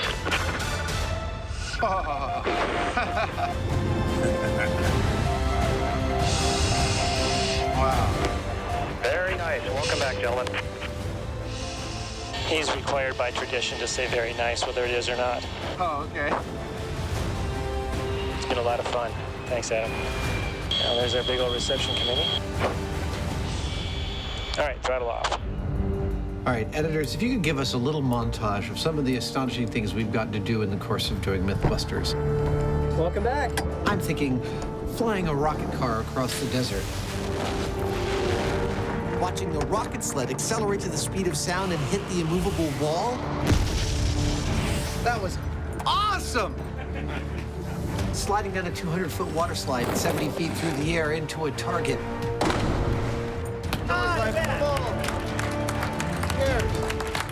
This tops all of those by a factor of 2. That was unbelievable, unrepeatable, incredible. I'm out of superlatives. I have just spent the last 2 hours strapped to a rocket, wearing a spacesuit, flying to the edge of our Earth's atmosphere and seeing my hometown from a vantage point. Wow. It's a great view of the bridge. It is an incredible view. That was completely unique. So Adam, how do you figure we're going to call this? Because, I mean, this is supposed to be the most difficult plane to fly, but we haven't looked at any other planes. Okay, but we did learn this. It is a completely unique airframe, purpose-built for a completely unique mission. It requires a more numerous flight crew and a more exhaustive set of protocols than any other plane in the military, and it is the only airborne endeavor besides going to space that requires the wearing of a spacesuit. This is not a bad way to spend your day. I think that places it in the plausible category. Okay. All right, I think it also places it in the ultra-cool category. Absolutely. Let's get out of here.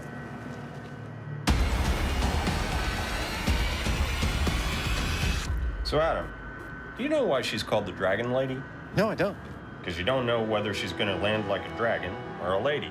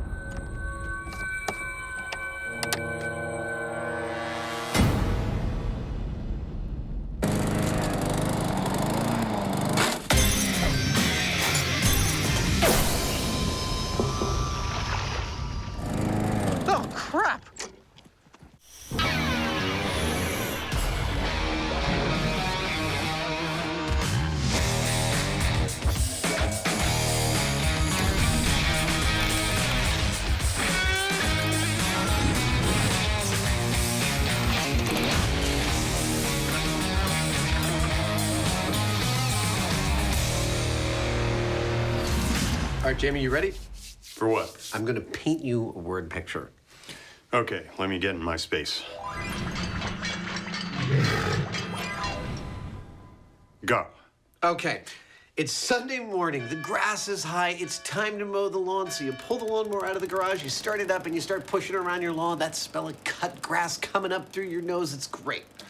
So you're almost done. You're close to the driveway where there's some rocks on the lawn, and your lawnmower goes over one of those rocks, kicks it across the street, kills somebody. Kill somebody? Well, it doesn't actually have to kill somebody. The idea is that a rock kicked by a lawnmower can have an equivalent amount of force as a bullet delivered from a .357 pistol. Lethal lawnmowers. I like it. What else we got? Well, continuing in the theme of accidental ammo, we have a construction site myth called glass guillotine. Goes a little like this. Pane of glass in a building. Guy walking down the street. Pane of glass comes loose. Shing. Well, that sounds like a pain in the glass. Exactly.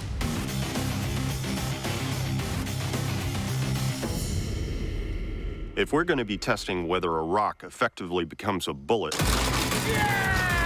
when it gets hit by a lawnmower blade, we need to be someplace like this. We've actually been filming in this very location for 10 years. Down there is the range in which Jamie and I first got trained to fire sniper rifles. And this is where we made hands out of chicken parts. High five. And cut them to ribbons with the off-gassing from a Magnum revolver. Today, we are using one of their more remote ranges. All right, here we go. Oh! Remote, because in an episode devoted to accidental ammo. What are we doing with all this plywood? You'll find out. The Mythbusters are bringing some ballistic bedlam to their soon-to-be-made backyard. What did one sheet of plywood say to the other? We're screwed.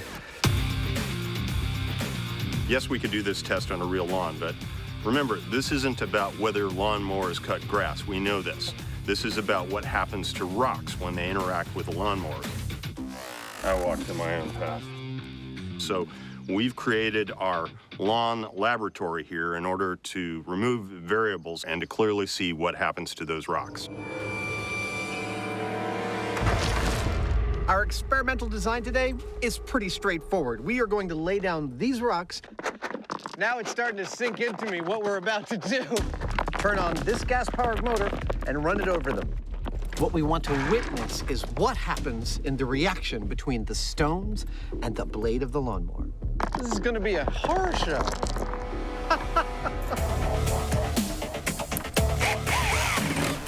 Our blue figures are painted onto styrofoam, and so if any rocks come out of the mower with any force, this foam is soft enough that it should easily show it. All right, well, I guess it's time to do some testing.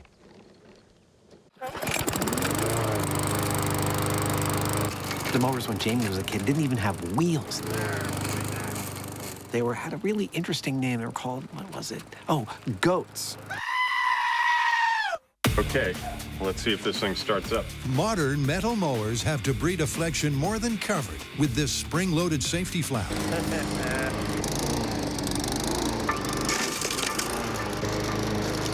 Nothing came out. We gotta pull that door. But Adam and Jamie want to know what happens in the worst-case scenario. It seems like the safety features work beautifully, but as you know on Mythbusters, that's never stopped us. The first order of business, remove this little door with the word danger on it. There we go. Safety feature removed. With the mower now poorly maintained, the opening on the right-hand side means any debris propelled by the blades will hit the styrofoam targets. Adam, standing behind the mower, should be safe. What's going to happen? 3! Well, one thing's for certain. 2! Unless you're wearing hockey armor, 1! you don't want to stand in front of the opening to that mower.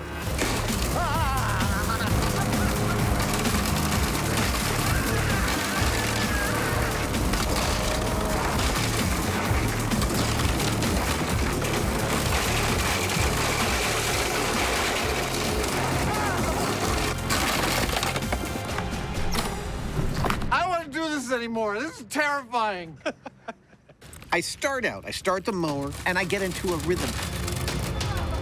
It's the most terrifying rhythm I've ever been in. I actually ended up by turning my entire body away from this rain, this shower, this firestorm of little tiny pebbles. One even flew up in the air and landed on my hat. And I can't even picture the physics required for that to occur. Good Lord! I ran out of steam, and that is fine with me. Here, I'm no expert with cameras, but that's bad. Am I right? That's bad? I don't ever want to be behind a mower doing that again. While Adam was behind the mower, out of the line of fire. I'm really sorry about that. I apologize here. I'm put that right there. A veritable firestorm of stones and ricochets meant no one was safe. Come here. Oh my gosh. Hit, hit, hit. With the foam onlookers peppered. That went all the way through. Wow. The myth that a lawnmower can fling rocks at bullet-like force is clearly on the right track. It threw this. That's heavy. With enough force to embed itself in this. I mean, I know that it's foam, but this is... I'm amazed. So there's evidence the ballistic fallout is significant. But the Hyneman can't resist ramping it up. This thing here is what you call a premium domestic lawnmower. It's a ride-on, and it's made to mow lawns fast. It's fun. That's beautiful!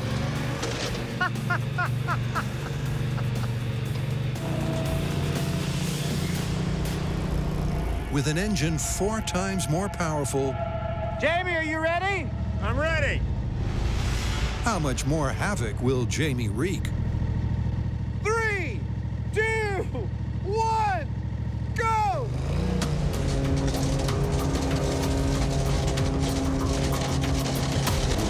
Oh no!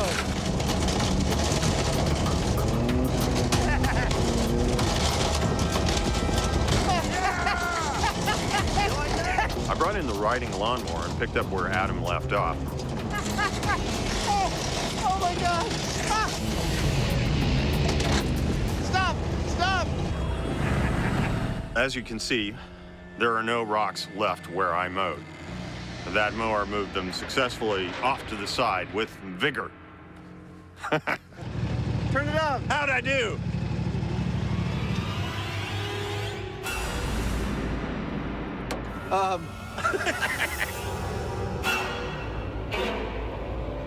You know, I don't really care. You might want to think twice before inviting a Mythbuster to mow your lawn. I'm just saying. Look, we have had fun so far, but it is important to remember that this entire story is about the interaction between a spinning lawnmower blade and a rock. How fast does it leave, and with how much energy? Now, were those rocks leaving the lawnmower at the speed of a bullet, or with the same amount of energy? That we don't yet know. I think what we've got to do is take some of this equipment back into the shop, remove even more variables, and hone in to find out if they really are kicking those rocks with the energy of a 357. The mower mayhem is set to continue.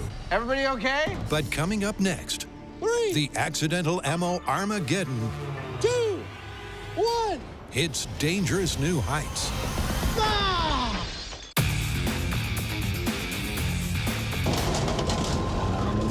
I did not expect that level of carnage from our lawnmower. Yeah, we might be onto something with that. True, but a lot is going to rest on exactly how fast those rocks are actually going. But before we get to that, let's say we crank up the gore on another story. You're talking about glass guillotine. Yes, the myth is that if a pane of glass falls out of an office building and you're unlucky enough for it to find you on the street, it will shing, cleave you right in twain. Well, I don't know about that, but whatever happens, it ain't gonna be pretty. No. For us to do our glass guillotine experiment, we need something to cut, something that ideally would be like a human. And, well, I asked for some volunteers from the shop crew, but nobody stepped up. So I'm gonna have to make my own, and to do that, I'm going to melt down a clear flesh-like material and pour it into this human-sized torso mold. Yep, for anatomical accuracy, Jamie's using a creepy mix of realistic materials. See the way that tears? This is a polyethylene material, and it actually rips, just like flesh will rip. So I'm going to use this as a filler material so that when our plastic dummy gets impacted, it actually cleaves, if it's going to, like flesh. Getting a human-like texture for their torso is critical. There we go. Adding bags of blood not so much. These bags are made for what's known as sous vide. It's a method of cooking, and it means that the plastic's able to withstand a fair amount of heat. And this will provide a container for the blood, which when we float this or hang it inside our mold, hopefully, if it gets hit with our glass guillotine, it'll bleed. With the gratuitously gory innards placed, the pouring of the now superheated gel commences. Lower down. It's funny to go back through our whole entire history of human analog production. Oh, there we go. I mean, we started off so primitively, just filling molds like this with dessert gelatin. All the way up to, you know, last year we made a human analog that would actually get hypothermia while you watch. It's all looking good. It's nice and clear. In this case, for our glass guillotine, this one bleeds. And in 12 hours when it cools, we're gonna try it out. It's a beautiful start. Oh, it's beautiful. But their bubble is soon burst. That right there, that's a breach of one of our blood bags inside our human analog here.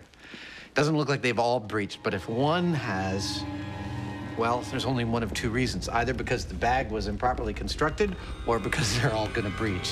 What this means to the final product, I have no idea. We just gotta wait till this cools and see what we get.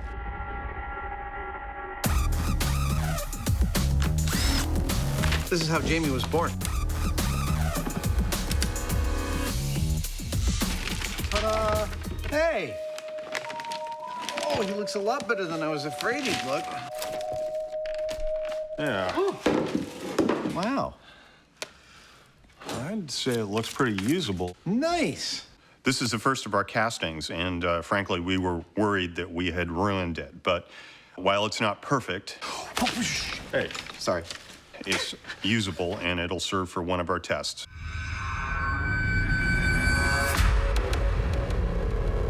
Clearly, if we're going to be experimenting with glass falling from great heights, we're going to need glass and we're going to need great heights. Too low. Now, glass is easy. Great heights, not so much. A little bit better. Not a lot of people want to let you drop stuff off of their buildings unless you come to a building like this. Almost. This is the Santa Rosa Fire Department's fire training tower. That's more like it. Today, I hate heights. we're going to be dropping large panes of glass onto unwilling ballistics gelatin test subjects. Absolutely perfect. Now remember, the myth is that if a pane of glass like this comes loose from its moorings on the side of an office building and plummets to the earth, that by the time it reaches the ground, it could cleave an unsuspecting person perfectly in twain, like a guillotine. So we've got a 4-foot by 6-foot piece of 3/8-inch thick glass, like what they would have on top of a high-rise. Not many people know this, but mimes actually practice behind an actual pane of glass. And I'm gonna hoist it to 75 feet. Good. Where Adam and I are gonna drop it. Looking good. Now, when you're visualizing a pane of glass falling and slicing through someone like a guillotine or a sword, you're probably thinking of something that looks a little like this. But you also probably were watching us move around our pane of glass and thinking, wait a minute, that glass doesn't look sharp. It looks like it's got a kind of a square edge, kind of like that. That's because the glass in an office building is called tempered glass. It's made to be very hard, and it also doesn't break into shards. It actually breaks into many, many thousands of little tiny chunks, kind of like this. It didn't break. Allow me to say this again. It breaks into many little pieces like this.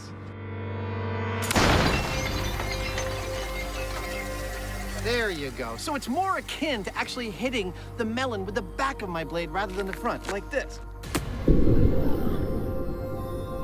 Now, is that what's gonna happen to our guy when our glass falls on him? Frankly, I have no idea. I'm just as curious as you are. All right.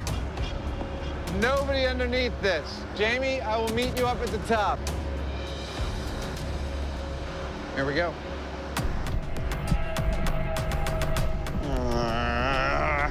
I hate heights. I know nothing's gonna happen to me when I'm in these things. Man, this is scary, but I've always been that way. I just hate heights so intensely. It's just awful. Yeah, that's it. Jamie, this is working beautifully.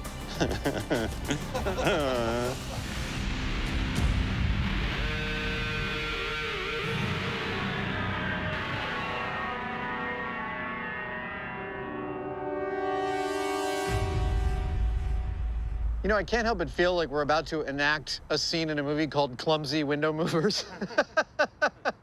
For clarity, it is worth restating that what we are looking for from the glass here is not whether or not it kills him. Okay, now, I figure we hoist it over our heads. Yeah. Although that would be the end result no matter what, if it hit him. Okay. 3. Oh my God. It's that it would cleave him in 2 like my sword did with the melon. Shing. 3, 2, 1. Oh! It did a little turn right at the very end. It looked like it was gonna be perfect, and at the very end, it fishtailed. Oh my gosh. It was so close.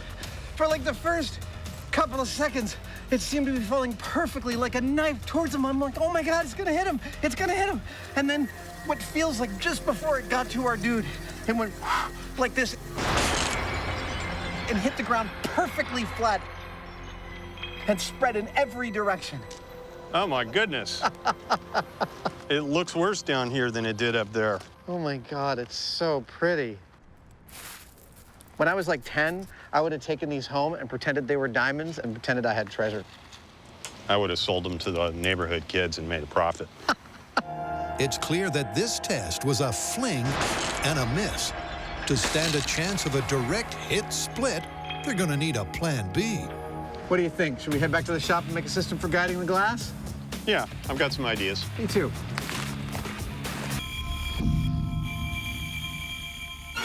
Lurking innocently in your garden shed, a lethal accident is waiting to happen. Or is it? We have been trying to determine whether a lawnmower can fling rocks with the same amount of energy as a bullet.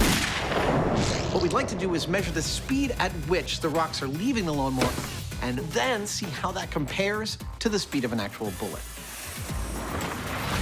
Before comparing actual bullets, they're measuring the mower. Why am I taking the motor off? Well, for us to test it in the shop, we need to look closely at it and run it for a while. And so instead of having this noisy, smelly gasoline engine going in here, we're just gonna swap it out with an electric motor, nice and clean and quiet. This thing's stuck.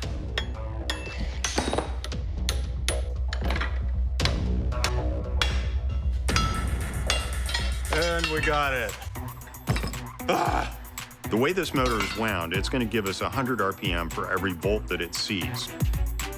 And so given that the gas engine ran at 3,600 RPM, we need to feed this 36 volts to see the same RPM. But the thing is, if we give it that voltage all at once, it's going to spin that blade up to full RPM in like a millisecond. You just built a lawnmower that I want to be behind a blast shield in order to start. And that's scary. It might end up putting the blade in the wall or in me or something, because something's going to break. So I've got to figure out a way of doing it a little more gently. To gently deliver that power, once again, Jamie uses equipment in ways for which it was never intended. This is working perfectly. He's hooked up a DC-powered welding machine to a lawnmower. I love it when things actually work the way you hope. I mean, it is somehow a little counterintuitive to run a motor off of a welder, but Yeah. DC power is DC power. That's amazing. All right, let's get it up on a stand. We need to be able to deliver the rock to the spinning blade in a way that we can actually see what's going on.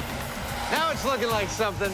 But Adam and I have come up with a way of doing it, which involves putting the whole mower up on top of a sheet of clear acrylic, and then we can see from underneath. Yet another in a long line of pristine surfaces soon to be destroyed and sullied in our hunt for the truth.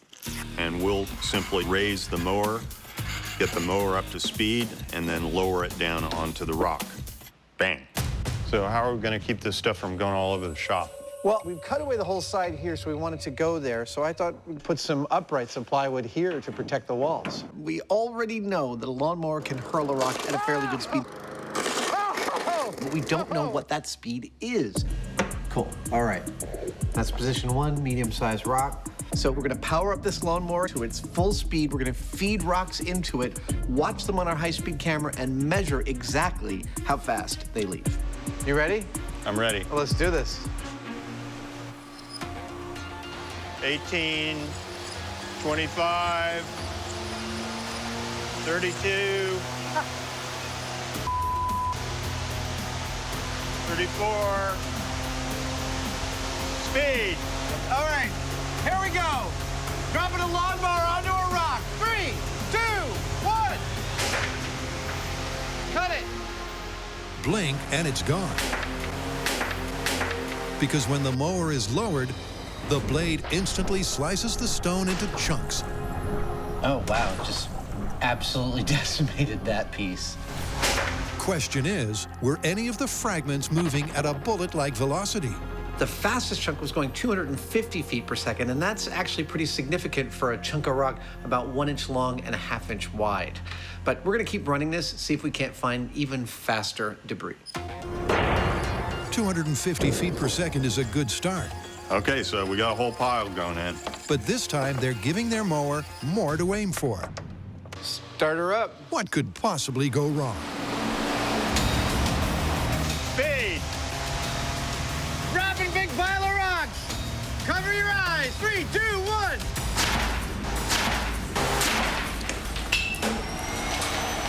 Cut it. Everybody okay? Chunk. Chunk made it out. Well, I hope we got the shot because that was the sound of the blade coming off of the motor. Oh, really? Yeah. While Jamie inspects the carnage. Wow. We cracked our acrylic bottom. Adam, ignoring the mess he's made. There's the blade. Cues up the high speed. Wow, dude. We got the hit that I was hoping to get. Watch the leading edge of the blade here. Boom. That piece, 400 feet per second, 272 miles per hour. Well, I feel like we're in some very dangerous territory. Dangerous for sure. But the crucial question is, how does it compare to the speed of a bullet? Well, Jamie, with high-speed camera in tow, fired up at the gun range to find out. 3, 2, 1. The slowest bullet we measured went at 1,000 feet per second. The 357, which was much faster, went at 1,400 feet per second. Now, the fastest rock we got off of our lawnmower went 400 feet per second, which is nowhere close. But it's not busted right there. No, no, no, no. Because while this rock is bigger and slower than this bullet, it's heavier. What I'm wondering now is there a rig I can build that can compare the amount of energy the bullet brings to the equation and compare it to the amount of energy the rock brings? I think I can. 3, 2, 1. While Adam cogitates on how to illustrate energy comparison, he's thinking outside the box for glass guillotine. Clearly, dropping glass off the building isn't going to be a repeatable way for us to test this story. Oh! So we're going to need to come up with a mechanism for reliably making the glass hit exactly where we want. And I have an idea, except in order to talk about it, I want to build a little model of the fire training tower. And instead of an exotic material, I love making corners match up. I'm just going to use this cardboard box we just got in the mail. Ta-da! I know it doesn't look like much, but check this out. This coat hanger will be a welded steel rack which we sit on the lip of the building. You are clear. These red pieces of parachute cord are guide wires which we mount to the ground. Awesome. The glass has riders on it that keep it aligned with the guide wires. They say the glass is tempered, but is it bad tempered? We bring it up with a winch. Go ahead and winch up the glass. Oh, here she comes. Drop it from the top and tink! It hits our test subject square where we him to and slices him right in half. Or not. That's what we're gonna find out. Back out on location, Dr. Hyneman is doing some fine-tuning. As we're dialing in on what we have to do here, we figure we need to trim this, and so I'm gonna make his head a little bit more natural. My folks always wanted me to be a brain surgeon. It's obviously a little elongated because of the way we did the mold, and hopefully we'll get a cleave right down the middle so we can see it. It'll be cool. Just so you know, little buddy, this hurts you more than it hurts me. The surgery is successful. And with Adam's model design rigged, the glass is poised to come crashing down in controlled fashion. It is really just about to happen. I can't wait to see this. It's time to find out if our unsuspecting bystander will be neatly split in two. In 3, 2, 1. Here it comes. Ah!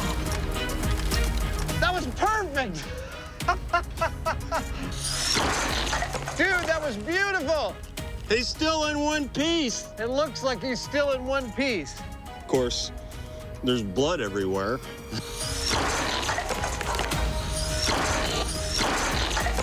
Well, every one of our methodologies worked beautifully. The glass dropped, it hit our dude exactly where we wanted it to, and it did not cleave him in twain. No, it merely beat the living crap out of him. But there's still only one dude. There's not two half dudes. Gotta try something else. Yep, this slasher story, it's gonna be a horror show, is about to get real edgy.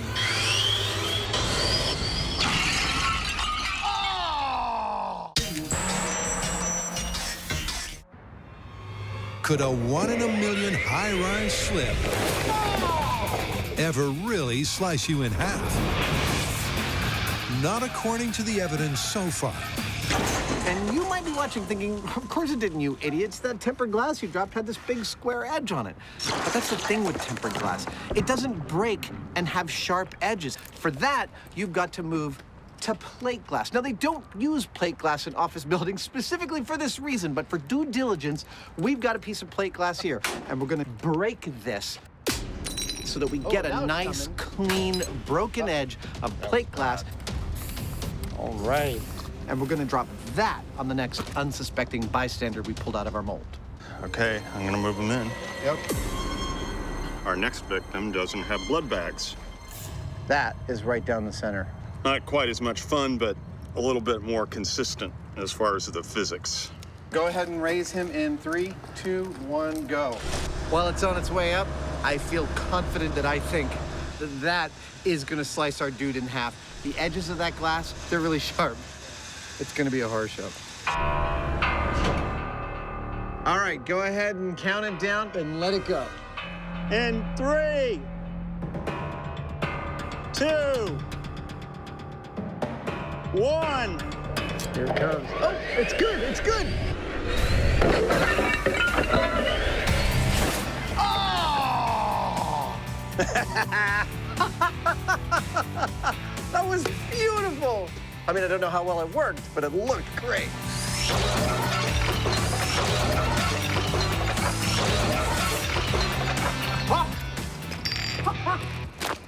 Dude, that would be cleaved, as I've been saying all episode long, in twain. Not exactly a bullseye to the brain, but in twain, he truly is. I couldn't see that chunk fly off of him from where I was standing. It just looked like unfettered destruction. But dude, that's amazing. These two dummies tell the whole story. The first one, we dropped a piece of tempered glass onto, and they manufacture that glass so that people don't get cut. And the result is appropriate to that. Our guy would have had his skull crushed and a lot of bones broken, but he wouldn't have been cleaved in half. The other one, we dropped a piece of plate glass on that had a broken edge that was very sharp, and as a result, he got cut cleanly in half. The end result is the same. He would have died. Take your pick.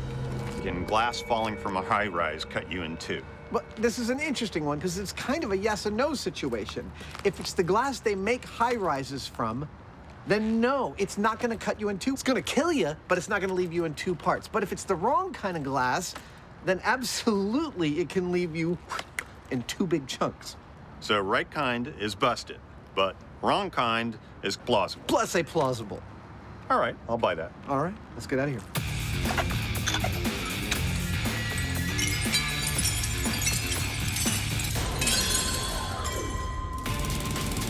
Back on the trail of the Stone Cold Killer. Adam and Jamie have proven a rock from a mower does not travel as fast as a bullet. But speed is not the only vicious vector. So we were looking to compare the amount of energy generated from an impact with a bullet with the energy generated from the impact with a rock. So imagine that this hammer can swing like a pendulum. Then let's take a gun and shoot the face of this hammer. What's gonna happen? It's an indicator of how much energy the bullet brings to the equation. Now, if I fire a stone at the same hammer at the speed it would be kicked by a lawnmower, and the hammer moves the same amount, well, then we could conclude that the amount of energy being brought to the equation by the bullet is the same as the stone. That's the theory anyway. Let's see if it works. Yep, the heavy stone may have been moving more slowly than the lighter bullet. That's beautiful. But this pendulum rig will illustrate and compare the energy of each. Its acrylic impact pad will efficiently transfer the energy of the bullet to the pendulum and can be replaced for each test. Well, that looks nifty. With the rig ready to swing, the first test will be to measure the bullet's impact. Okay. And for that, it's back down to the gun range. Adam built this rig to test bullet impacts, and in theory it ought to work. But there's a lot that could go wrong, and in particular, the fact that the thing that takes the bullet hit is on a kind of a thin arm. It could wobble. We're not sure whether it's repeatable. And then, of course, there are potential ricochets. So I'm going to be behind the blast shields when we test it. Cool, yeah. We're in. So we're hoping that this rig that I built will allow us to compare the amount of energy from a fired bullet to other things. And while we're not sure how much energy that's going to turn out to be, we are pretty sure that it's a lot of energy. It could actually break this rig. Gun is hot. We're going to start with a 22 caliber pistol. Then we're going to go to a 9. Then we're going to go to a 357. By the end of all that testing, we should be able to both know that the rig can handle what we're doing to it and that it performs consistently and gives us real data. Safety's off. Safety's off. Okay, here we go. Testing the 22 caliber pistol on my rig. I hope doesn't fail right now. 3, 2, 1.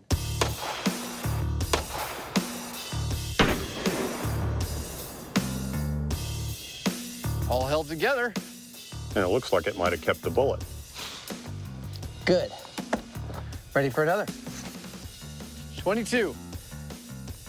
And 3, 2, 1. I'm no expert, but that looked pretty similar. I think it was. Actually, it looks really good. Super consistent.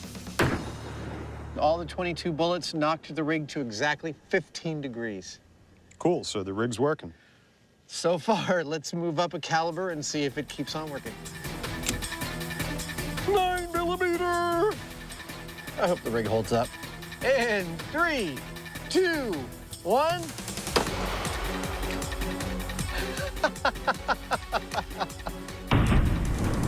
So we just fired a 9mm shot at the rig, and it seemed to perform beautifully, gracefully going up to 41 degrees before coming on back.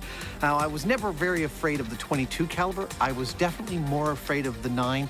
This makes me feel like it's going to work fantastically for the 357. But we're going to do a couple more 9s just to make sure it's consistent. All right, let's go again.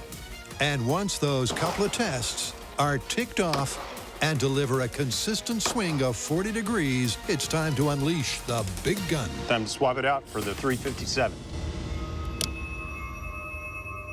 Gun is hot. All right, 357 on your mark. Okay, here we go. Hopefully this doesn't wreck the rig. And 3, 2, 1. The pendulum peaked at 60 degrees. But working on the basis that if it ain't repeatable, it ain't science. The guys go again. In 3, 2, 1. Nice. That looked pretty consistent. We did our 2 tests with the 357, and they were consistent. They were about 60 degrees. So we've got the data we need to move on to stones out of a lawnmower. But if you thought that means no more guns, then think again.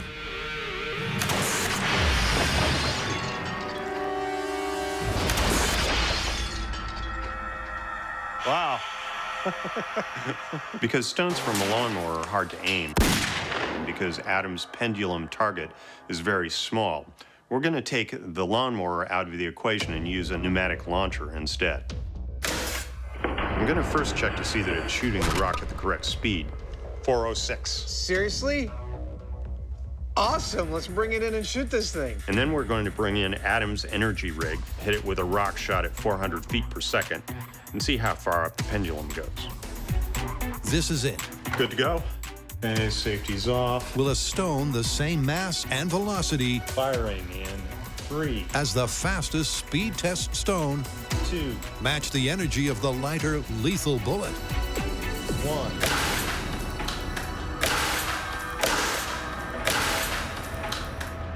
Dude, we got to see the video, but I swear that went past 60 degrees. With the crucial shot queued up, Right. did the rock hit the right angle? See how high it actually went. Wait. Oh my gosh. Dude! Dude! It went above the 357. That's 66 degrees. That is more energy from the rock. I'm sorry, I'm yelling, but I totally didn't expect this result. That is more energy from the rock than from a bullet from a 357. That is amazing. Shocking. Totally awesome. I have been expressing my doubts about confirming this story since the beginning. I just never thought the rock was going to have anywhere close to the amount of energy of a 357 bullet, and yet it exceeded it. I knew lawnmowers were scary. I just didn't know how scary. So with everything that we tested, I think we have definitively proven, and frankly, I'm astonished by this, but that a rock thrown from a lawnmower can possibly have as much or more power than a bullet from a 357. I'm astonished, but this one's confirmed. Yeah, I was surprised too. But you know, that gave me an idea. What? I want to make the lawnmower from hell. You do that, I'm gonna go home and hide.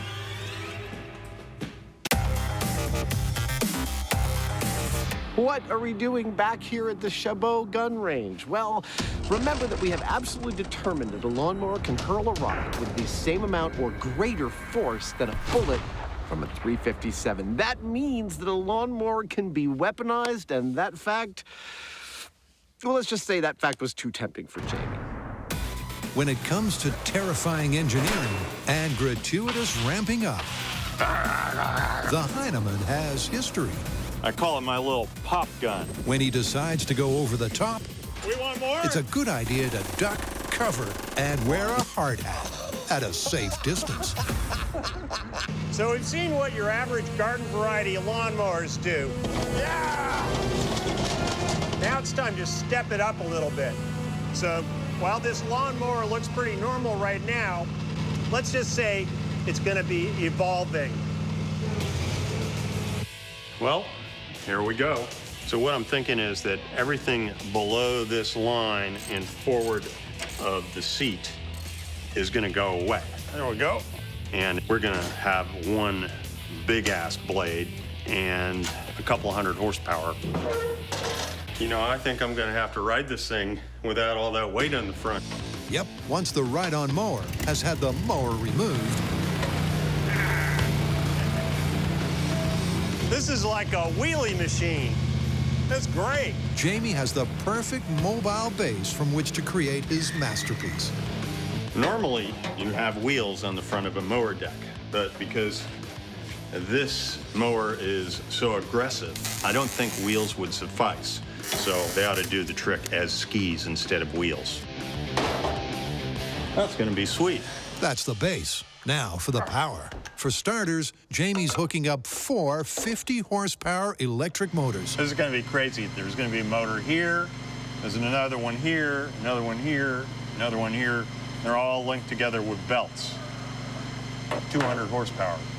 Oh, I think I can make that work. With the motors harnessed together, Last one. the Hyneman's hellish mower is starting to take shape. Realize the blade is coming out like this in the front at like 5,000 RPM. It's terrifying. Next up, the source of the power. Oh my God, that's one big battery. What this is a bank of about 90 volts worth of lithium batteries. This would power an electric car or electric industrial equipment. At about 1,800 amps, that means that shorting some of these outputs on this would pretty much be like setting off a stick of dynamite. It's a lot of power. That's just silly. Under cover of darkness, the Hyneman fires up the furnace to add the finishing touches. And out of the darkness comes...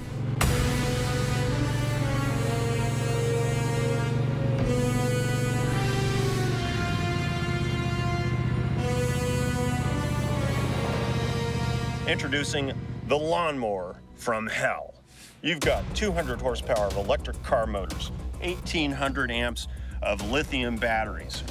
They'll be spinning a 50-pound tool steel blade at upwards of 5,000 RPM.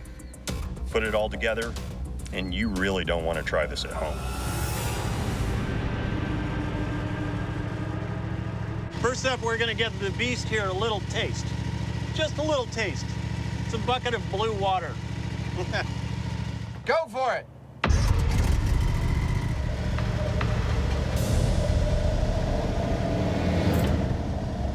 Oh, I've rarely been so happy to be behind the bulletproof shields. He's approaching. 6 feet. 4 feet. 2 feet. It goes. Boom.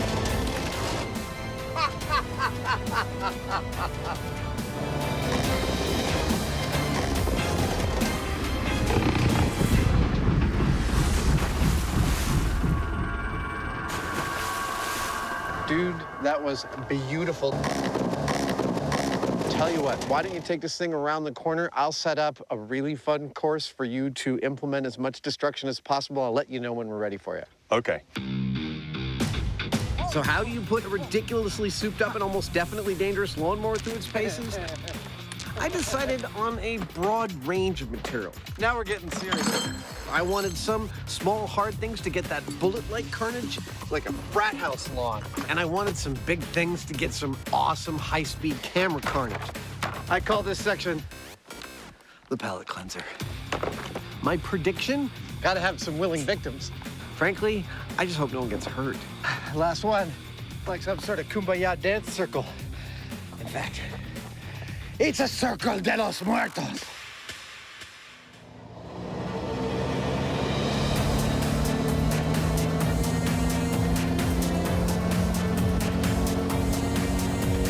Here it comes. I'll bet Jamie's just a little bit nervous right now. Oh yeah, watermelons are first on the menu. Holy crap, something went flying! I think we had a total failure of the rig there. What just happened? What happened was scary as hell. The axle broke. Oh yeah. Oh dude, the axle sheared? Look at this. Oh, it went, oh my gosh.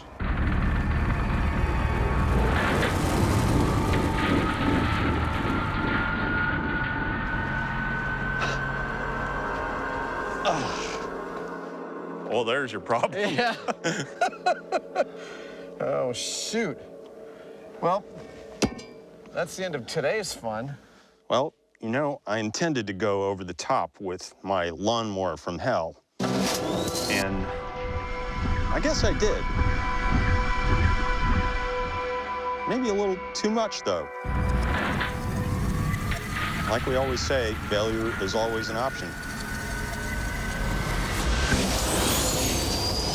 And you know, this is the perfect example that you can learn as much from a failed test as a successful one. What we've learned in this test is, well, that Jamie has built something far too dangerous to turn on again. He is literally sitting on a drivable, cutting, whirling, slicing blender of death. Well, we could put another blade on it, to be sure, but we're gonna bow out for right now. At least until Jamie can figure out how to make this thing safe. Then we will be back.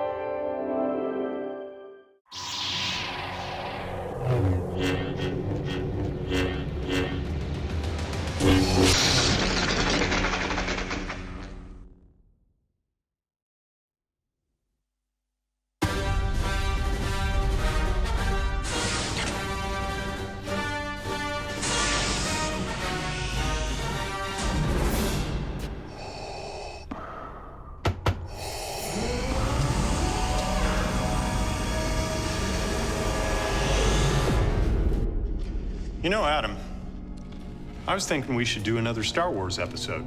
Seriously, I mean, it's a fictional universe. I'm just not sure how much material there is to test. I find your lack of faith upsetting. I mean, disturbing. Okay, well, are you gonna be in here all day? Because we could get started doing some other stuff. Nah, you go ahead. I like it in here. It's private.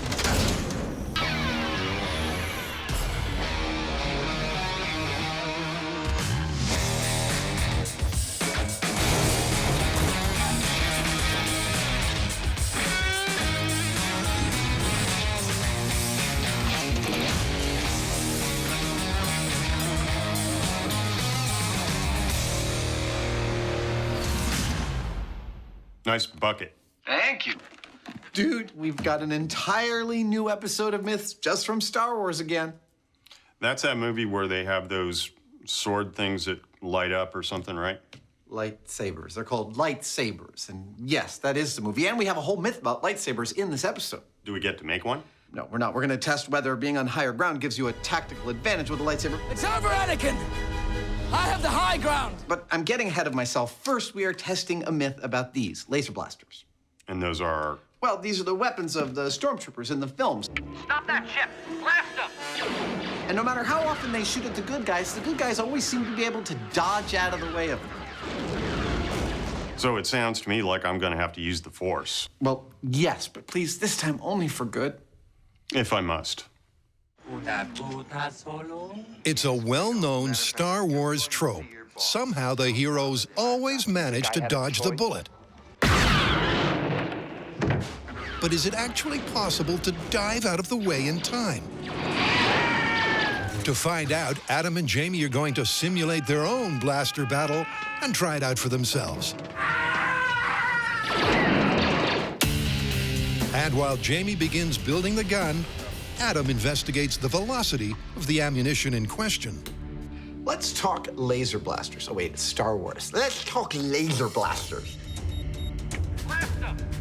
See, everyone in the Star Wars universe shoots at each other with things we collectively refer to as laser blasters, even though the characters only call them blasters. But we think of them as lasers. The question is, are they? Well, let's find out. I've got here a handheld laser pointer, shoots a green laser. Let's figure out how fast this thing goes. 3, 2, 1, there we go. All right. Yep, 186,000 miles per second. I'm kidding. I'm not measuring light with this. This is actually a force gauge. Get it? Force gauge.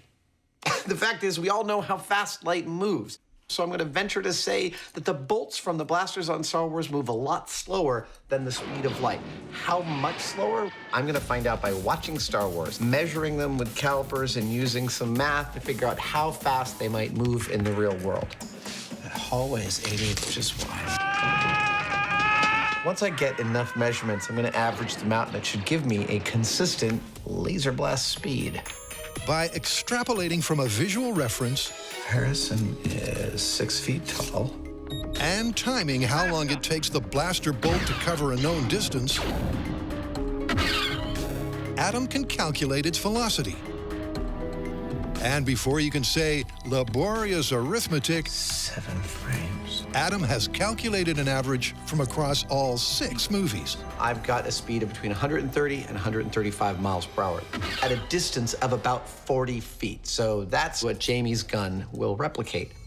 130 miles an hour at 40 feet. We're going to be replicating the performance of the blasters we see in the movie, and to do that, we're going to be using this pneumatic launcher by plumbing compressed air into the back of it. Every time you pull on the trigger down here, it fires a round, and then these pistons push forward and advance another round into position, ready to fire. Ow! That's what I'm talking about. Now, we can put anything that we want inside these tubes. So I'm going to be experimenting to find out what we can fit in there that accurately replicates the performance of what we see in the movie and hopefully doesn't hurt us at the same time. In theory, by altering the air pressure powering his gun, it looks like that's about 350 PSI. Jamie will be able to match the movie specs with his non-lethal ammo. Firing in 3, 2, 1. But in practice, there's a speed problem. This only said it was 26 miles per hour, right? Measuring problem. Didn't quite get a reading. 1. And accuracy problem. And they're going off to the side. Here we have all the problems. Our first laser blasts don't fly straight, and we can't get a reading on how fast they're going, so there's still some problem solving to do. We may end up going with a totally different solution. We don't know at this point. So while the team locates the drawing board, Darth Hyneman and Jedi Savage go head-to-head in a lightsaber duel to tackle the myth of higher ground.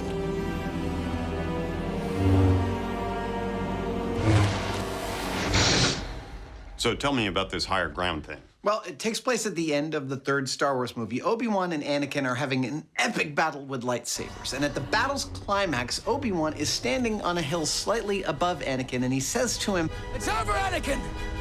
I have the high ground!" Well, from a military perspective, it makes sense, but as far as one-on-one, I'm not so sure.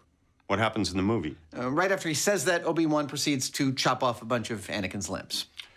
So the myth is that if you have higher ground, it's guaranteed you'll win. Exactly. Ready to do some sword fighting? Sure. Anakin versus Obi-Wan, a pivotal moment in the Star Wars canon. An epic battle that results in the birth of Darth Vader. But is topography really the deciding factor? Now, Jamie and I are going to be battling with swords, but it begs the question, how do you determine who wins?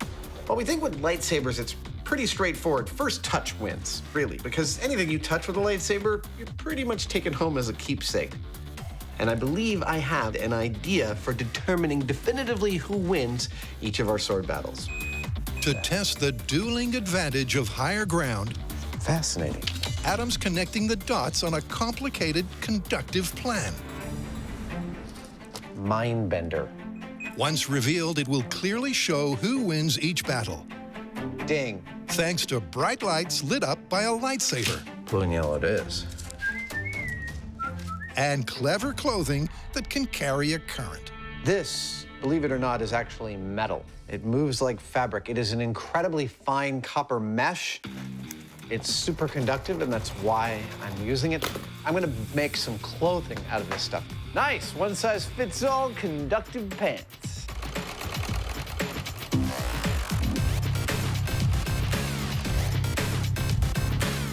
These are looking cool. It's amazing how supple this stuff is. It's just beautiful. We're gonna have to see if it's a Faraday cage. Well, I figure my cell phone's gonna stop working the moment I put it on, right?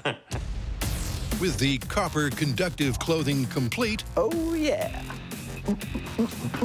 it's time for the lightsabers. What about them? Well, there's probably some people wondering about now whether we're gonna spend part of this episode making our own real lightsabers. Well, I've got news for them. We're not. No. For a whole host of reasons. Yes, not least of which, photons. Light is made up of photons, but photons move in a single direction. You can't program one to stop 3 feet from its source. And even if you gather a bunch in a small place like we do with lasers, the beams of a lightsaber would likely pass right through each other. Well, and then there's the power required, because while there are lasers that cut through stone and metal, they require a massive power input. You'd have to have something like a small nuclear reactor attached to it. Meaning, But what if you could harness a non-laser technology like this cutting torch to make a lightsaber? Well, you've still got your portability problems. You've got an awful lot of heat to deal with, and you still don't have something that behaves exactly like a lightsaber. You're right. Oddly enough, you'd be better off trying to build your own Death Star than a lightsaber. We should try that.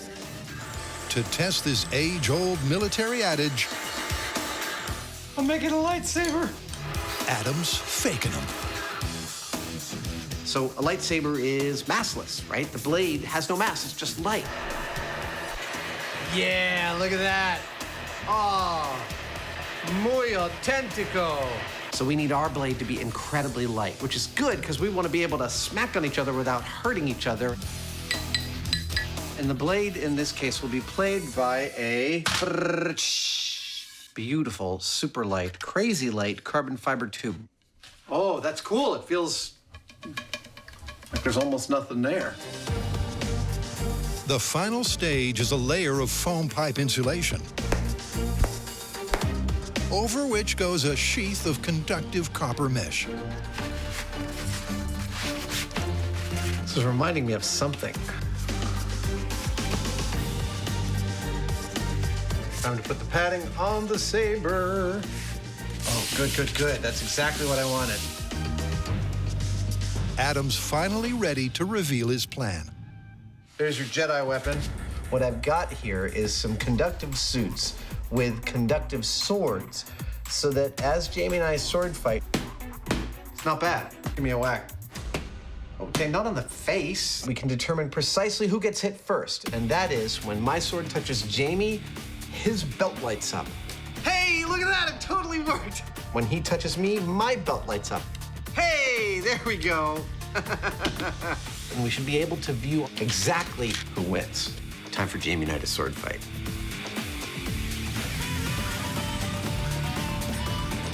And the fighting is going to start here, but I think maybe it ought to be a little more sci-fi. Jamie and I are going to begin with a control, that is, fighting each other on flat ground. Looks good to me. We're gonna put a pair of X's on this platform where we start. And when a bell sounds, can you give me a bell sounds, editors? No. No. That's it. When we hear the bell, we start fighting. Whoever touches first wins, and you know because the other guy's lit up. Reset, go back to 0, and try again. Oh, it's like putting on a straitjacket. There we go. Dude, this is hot. In a best of 25 bouts on an even surface, our copper-clad Jedi will establish a comparative control. You look great. Then they'll repeat the test on higher ground and compare the difference in scores. We're battling with lightsabers. We've ended up working with quite a variety of weapons on this show, and with things like guns and knives, we've even become somewhat proficient. But when it comes to things like swords, not so much. Adam and I are pretty much a blank slate. With the rig ready, when I touch you, you light up. Nice. Our tabula rasas are ready to roll. Excellent. I think we're ready to do some sword fighting. Yeah. Okay, count us into a ding.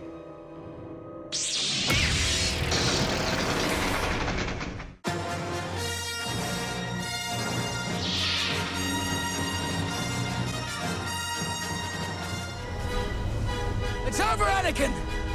I have the high ground! To test the combat cliche that height equals might, Ding. Adams concocted a set of copper suits and non-lethal lightsabers to do battle with. Okay, not on the face. And first up, a flat ground best of 25 control.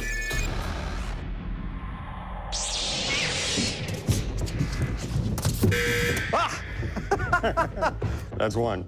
After they establish their relative abilities on the scoreboard,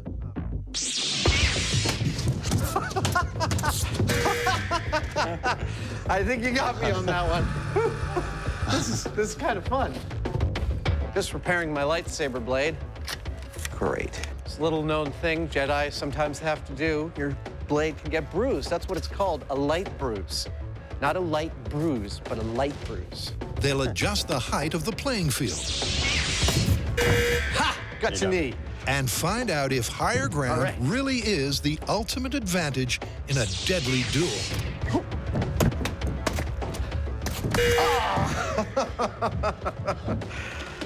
This is genuinely entertaining. Adam, did I ever tell you I was on the fencing club in college?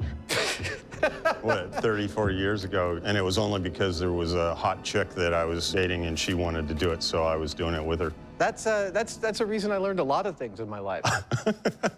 It's true. On guard. All right. Yep, with no prospective mates to impress. Technique, strategy, and composure are conspicuous by their absence. Right in the heart. Our neophyte fighters are simply frantically flailing their way through each bout. Actually trying to come up with a strategy for blocking a hit and then going in and making a hit is incredibly difficult. Gotcha. There's a lot going on, including a guy with a blade trying to kill you while you're trying to think. If there's one thing we've learned from our experience with working with weapons on this show, it's that it's not like it is in the movies where you can hack away with a sword or unload a machine gun and nobody gets hurt. The reality is that people get hurt instantly. All we have to do is a few spars and then we've got a hit. And in the case of something like a lightsaber, just a light touch can mean that you've been cut completely in half.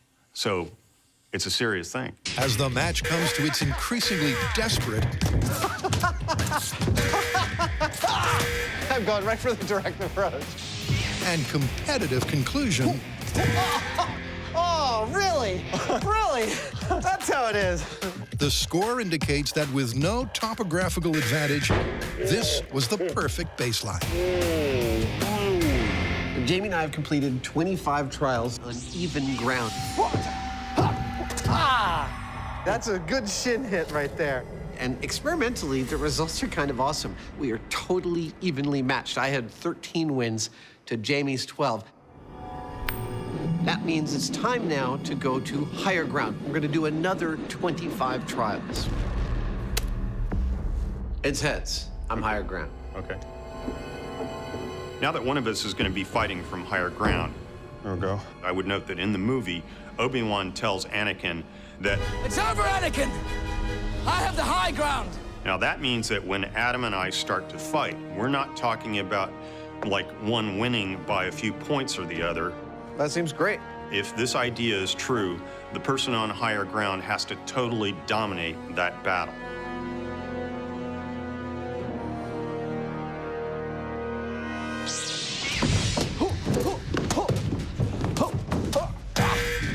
I gotcha. This is very interesting. When we were on level ground, Jamie and I were very toe-to-toe in terms of attack and defense. It's over, Jamie. I've got the higher ground.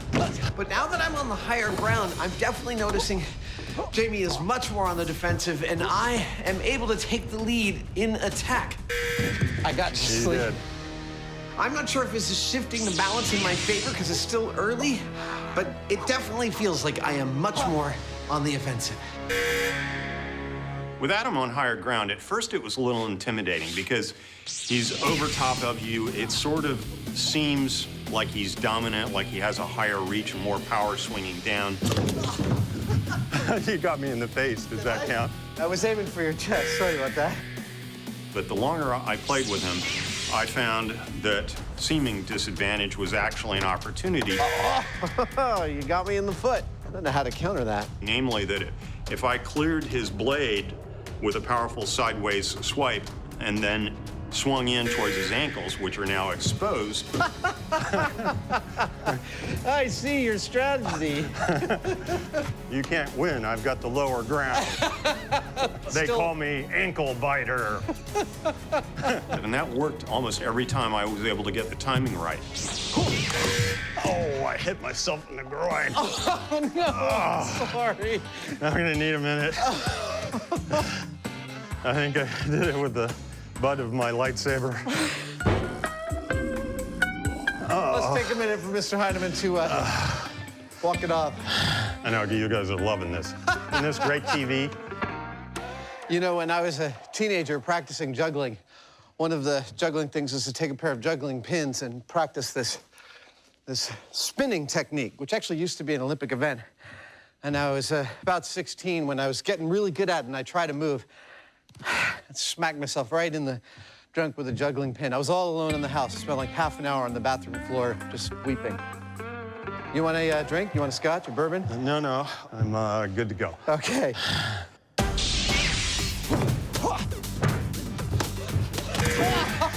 I really thought being above Jamie would just give me this towering plank, and I was just gonna win every one. But he has access to my ankles, which he used incredibly effectively. Once I get close, my legs are just done for. From my perspective, I don't think I can call the high ground an ultimate advantage at this point. Yep, despite finishing with a scoreboard advantage, Adam feels the numbers don't tell the whole story. There's two things wrong with the data we've thus far gathered. One is we're looking for a definitive advantage, not a soft advantage. Two, and most importantly, we're not sword fighters. We don't know the first thing about fighting with swords like this. We need the assistance and perhaps even some training from an expert. Yeah, that's what we need, an expert. And while the guys wait on a Jedi delivery, it's back to the workshop, where the Hyneman has dumped his foam failure. And they're going off to the side.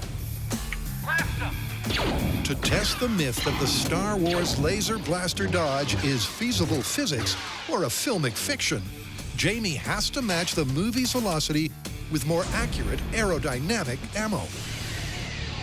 Straight ping pong ball, not very accurate. It's going about 60 miles an hour, which isn't good. But we have ping pong balls made out of foam, and when I put a skewer on them, 150 miles an hour and dead straight. That's cool. One.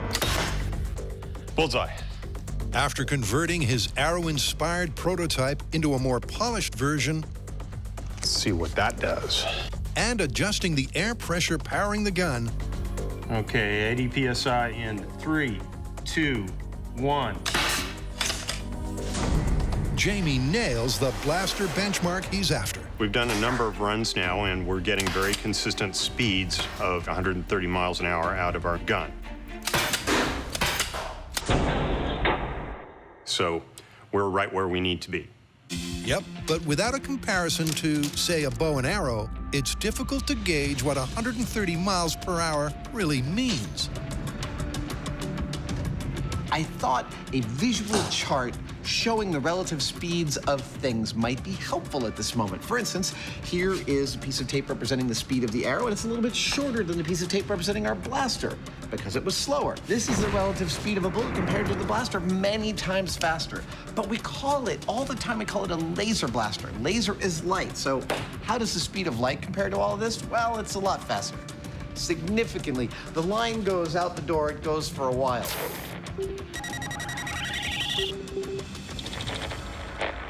It's just a little faster than our blaster bolts. But before the guys hit the location for the Dodge denouement... Are you sure about this? Adam's gonna shoot first. Okay, Adam, go for it. to find out how much a failed test is going to hurt. 3, 2, 1.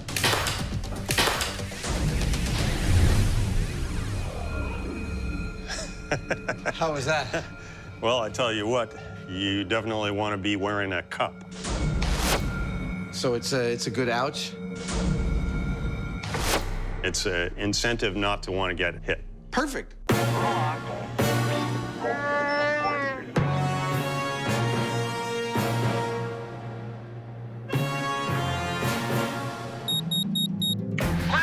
Welcome to the Mythbusters version of the Star Wars universe. We're investigating the myth that the good guys always seem to be able to just dive out of the way of the blasters used throughout the Star Wars universe. Now we have built ourselves our own little version of a rebel ship with a 40-foot hallway. We're gonna set up our blaster at the other end that shoots air bullets at the correct speed, and Jamie and I are each gonna take turns standing here and attempting to get out of the way of those blaster bolts. With their rebel ship ship-shape, All right. first up, they're making sure they stay on target. We're gonna shoot him first to make sure that the darts are hitting the right spot. You know, we're asking our target stormtrooper to do precisely what stormtroopers do in all the movies, which is get shot. 3, 2, 1. Okay, firing now. Well, that's weird. 2, 1. Oops, that one went off to the side. Yeah. 1. Off to both sides, high and low. The gun is firing at the correct speed. Pressure, check the pressure. Yep. Pressure's good? Yep. Firing. Now that's just crazy. But at some point in the mass production of the ammunition, they've become unpredictable. They're kind of like this. The arrow-like fletching has somehow lost the aerodynamic qualities of Jamie's handmade prototypes. That means I'm headed back to the shop to come up with something else. Back at base, Jamie decides to start over. And this time, he's borrowing a design element from Bullet Ballistics. 3, 2, 1. I think that's going to work. And it's diabolically simple. A couple of ice cream spoons that are put in the crisscross that I've cut into the balls. And because I've scissored them, this is going to be like rifling. It's going to spin it and hopefully make it more true. And with that, Jamie whips up a bucket load before heading back aboard, where Adam gets an eye-watering demo. 3, 2, 1. Ow! We are back in business. These darts are working beautifully. The only concern I have is that they keep hitting our stormtrooper where it counts. You first. Okay. Here's how this test is going to work. Jamie is going to be standing over there. I'm going to be standing over here, and I'm going to be shooting Jamie. Oh, there's more. Right, there is more.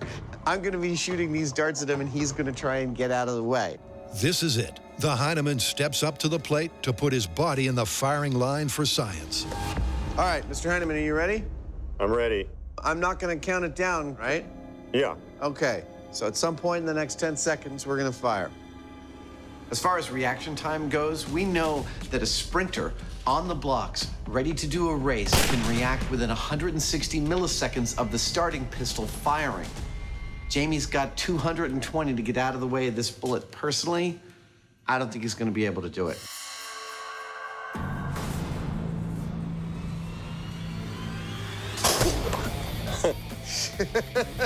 A hit. A palpable hit. Jamie barely moved, but it's the best of 3, and maybe now he's got his eye in. Mr. Hyneman, you feeling fast? I'm set.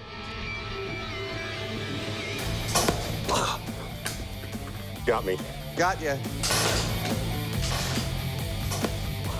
As far as I can tell, I'm just starting to move about the time I get hit. And that means that the flight time of the projectile and my reaction time are pretty close to the same. All right. At some point in the next... right in the center of your solar plexus there. Yeah. That's a 3-peat. Moving at the average speed from all 6 movies, the blaster seems unavoidable. Jamie's unable to react and take evasive action in time. All right, sir. Which means it's Adam's turn. Ah! Right in the shoulder. Whew. Ah! The adrenaline dump is intense. And once he gets an identical and conclusive result, That was no contest. 3 for 3. this myth is on the ropes. Well, there's just no getting out of the way of those things. But I'm thinking there might be a wrinkle we want to add to this that makes it more realistic. But before they test a more realistic quick draw, our junior Jedi will test the martial myth of a higher ground advantage by learning from a lightsaber master.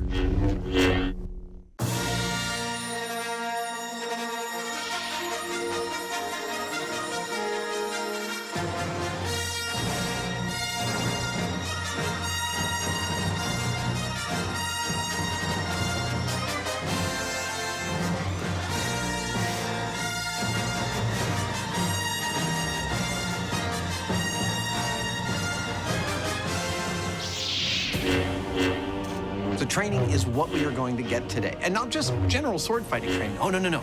Lightsaber training. See, the stunt coordinator for the Star Wars films, Nick Gillard, has invented a true martial form for dueling with lightsabers. And what we've got here is one of his proteges, Colby Boothman, a world-class level fencer, an expert in Jedi sword style.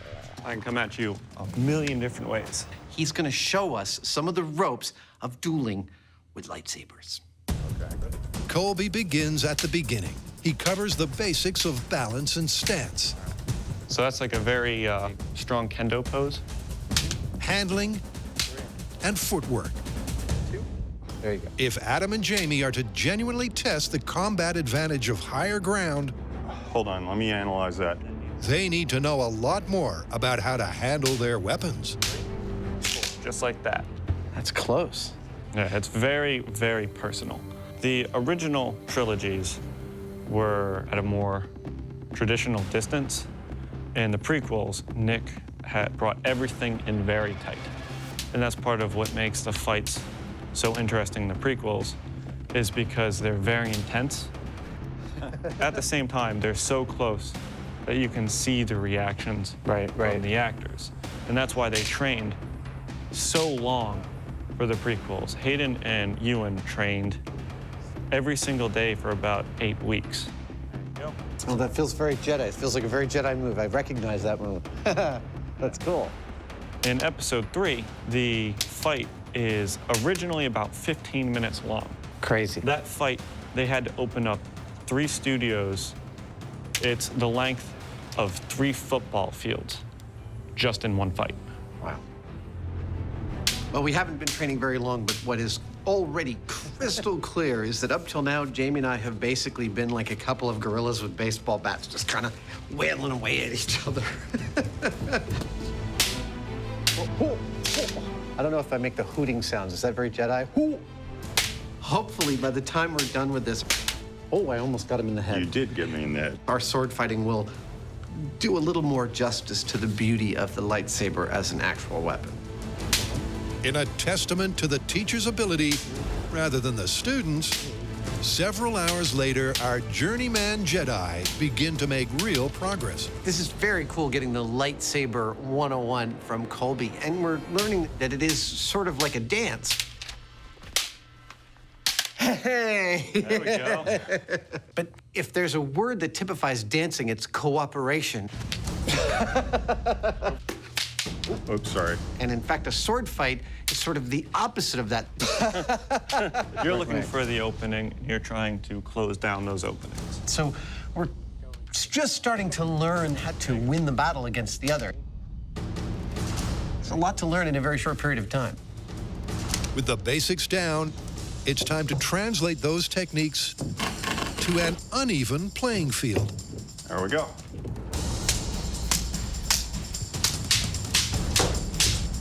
A lot of times, it's not so much putting as much power as you can, it's trying to hit the openings that you see.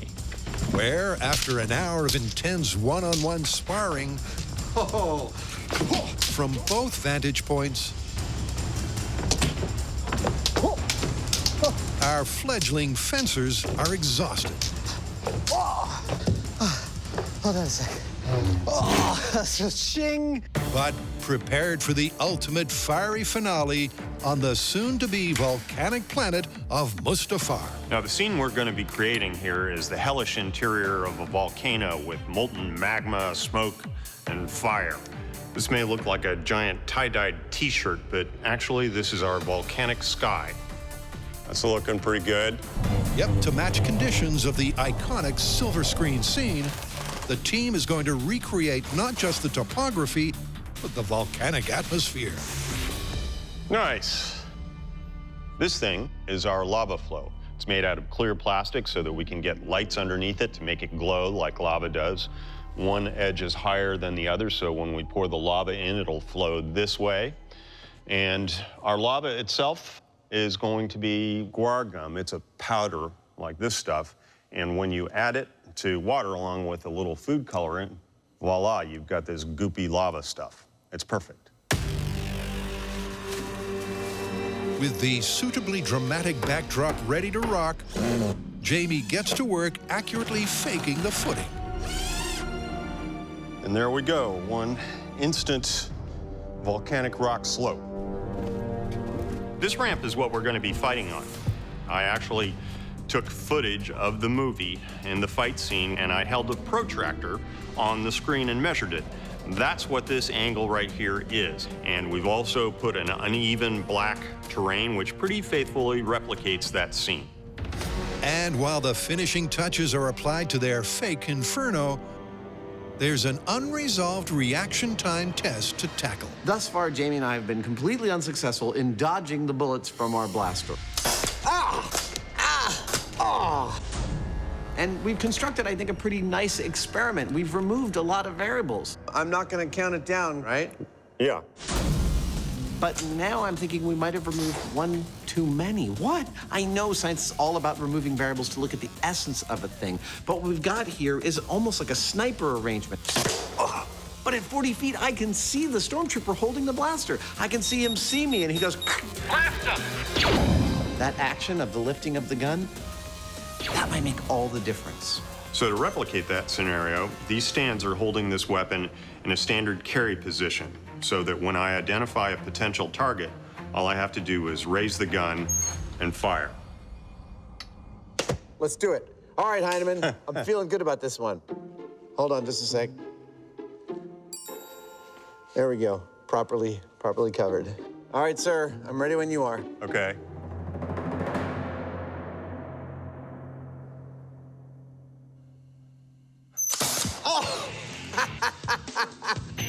Oh, ow! Right in the knee. Oh! The gun raise takes an additional 400 milliseconds. Despite that, Adam's first attempt would have left him limping. There was no getting out of the way of that one. Set? Yep. That was a good one. Unlike the first series of tests, Adam is able to move before the bolt reaches him, but he still can't avoid the hit. All right, sir, I'm ready when you are. Ah! Uh-oh.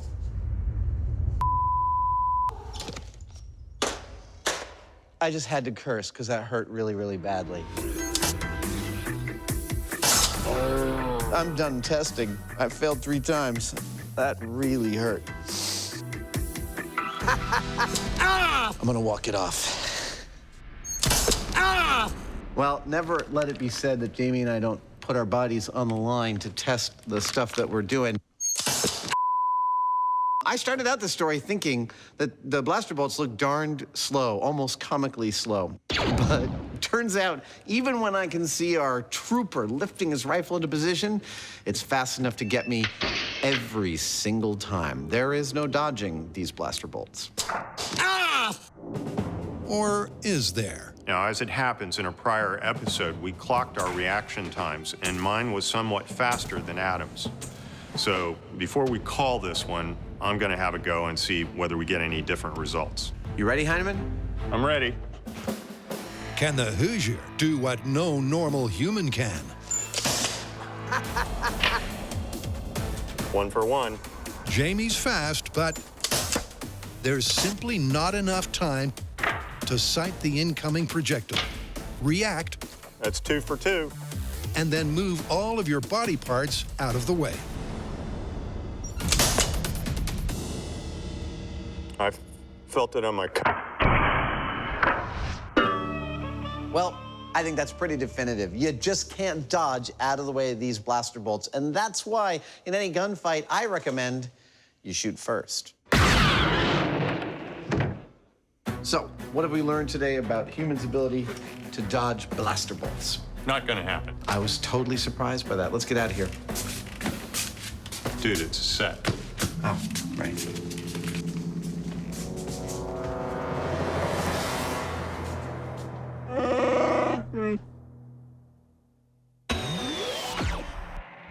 Before we come out swinging, let's talk about this higher ground thing, because from a military point of view, it's supposed to be really important. Well, it does provide several distinct advantages. It is easier to defend, and being on higher ground affords you a wider field of vision than your opponent. As long as 2,500 years ago, Chinese General Sun Tzu advised that if your enemy was on higher ground, do not ascend to attack him.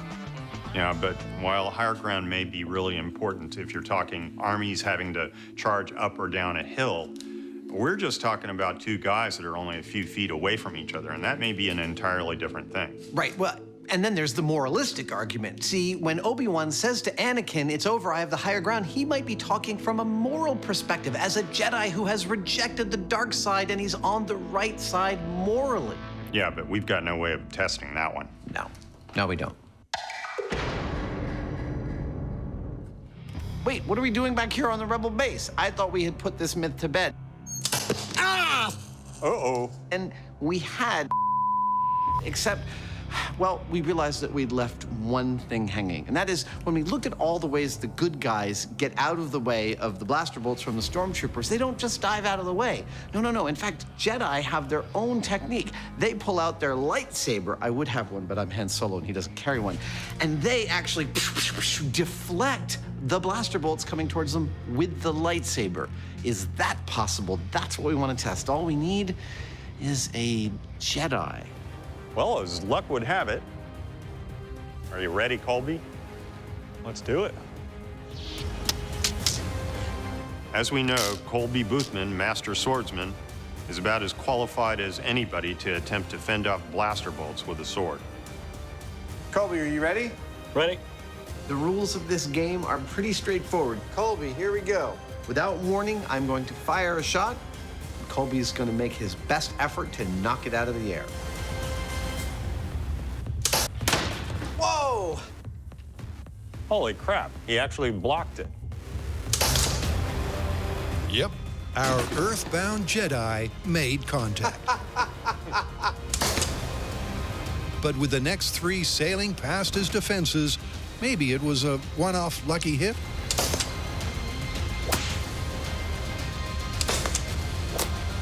Nah, it hit me.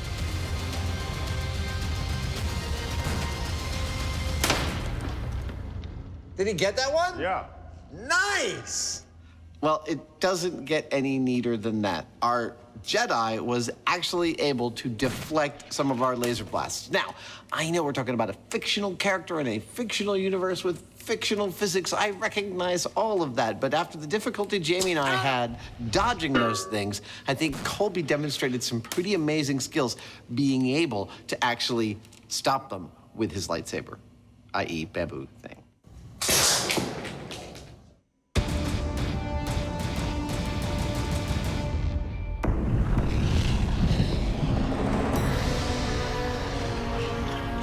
Welcome to the planet Mustafar. Jamie and I wanted to know if higher ground is, in fact, a crushing advantage when it comes to battling with lightsabers. So we brought in one of the actual fight coordinators from the Star Wars films to give us a little lightsaber 101, and now we've replicated the exact pitch of terrain that Obi-Wan and Anakin have their final battle on. Also, for your viewing pleasure, we've replicated some of the aesthetics of the planet itself. We couldn't resist. Am I allowed to make my own sound effects? Okay, go ahead and turn the power on. So how's this going to work? Well, we're going to do 25 rounds with Adam on the high ground and then 25 rounds with me on the high ground. There you go, sir. To protect the lower person's head, we're using this kendo helmet, and it's wired along with the rest of the suit, so we'll be able to see if we actually get a score on that. I'm gonna do a systems check on your helmet. Yeah. Hey, reset. The rules are simple. Yep. When you get hit by a sword stroke and your lights light up, that's a point for your opponent. Totally feels more realistic with this terrain, doesn't it? Yeah, it came out quite nice. At the end, we'll tally up the score and see what we got. You ready, Hyneman? You betcha. Are you a Sith or a Jedi? I would be a Sith.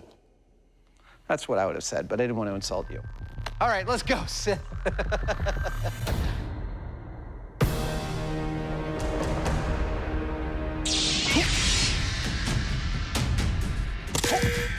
Gotcha.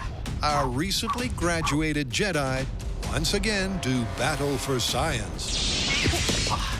Nice. Gotcha. This is intense. Reset. It's pretty clear that just one day of training won't make us sword experts, but it gave us some insight into ways to move the lightsaber. And it also does what all training does. It slows the process down a little bit. Reset. I feel like it's much less of a free-for-all in this test than it was when we started.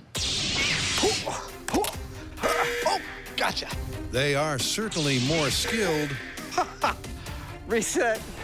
more clinical in their execution. Oh, dead. Reset.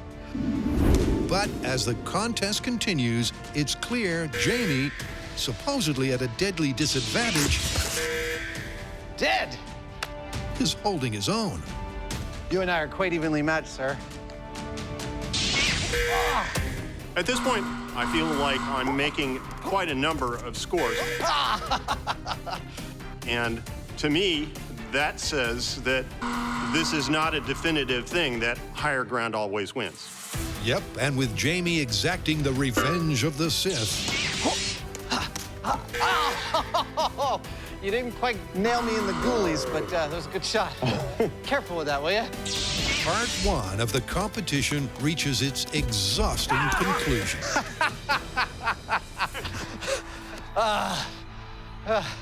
So, that's it for the 25 rounds of Jamie from the lower ground position. Now it's my turn. We're not gonna look at the score just yet, because it's not about which one of us does better. It's about whether higher ground does significantly better than lower ground. Yep. All right, Mr. Hyneman, you ready? I'm ready. Okay. But my intuition right now says higher ground is not a crushing advantage. However, when Jamie takes the high ground, he immediately racks up several quick-fire wins. And Adam's obviously off balance. Reset. Oh! Okay. But as Adam adjusts Oh, I got your foot there. and finds his footing, You got me. it once again appears to be a relatively even contest. Despite the uneven playing field, each position seemingly offers as many scoring possibilities, equal pros and cons. And with all 50 fights done and dusted, the conclusion is clear. Yeah, they both have their different sort of approaches. In the higher ground, you feel a slight bit of superiority because you're high up, but that's quickly dispelled by dying repeatedly. So what do the numbers say? Well, the numbers tell an interesting story, though it's not the story that the movie tells. Out of 50 trials, low ground won 26 times and high ground won 24 times. Well, that's about as close to dead even as you can get without being dead even. Indeed, and that tells me that this myth is dead busted. Let's go back to our home planet. Okay. Where's Jamie's home planet?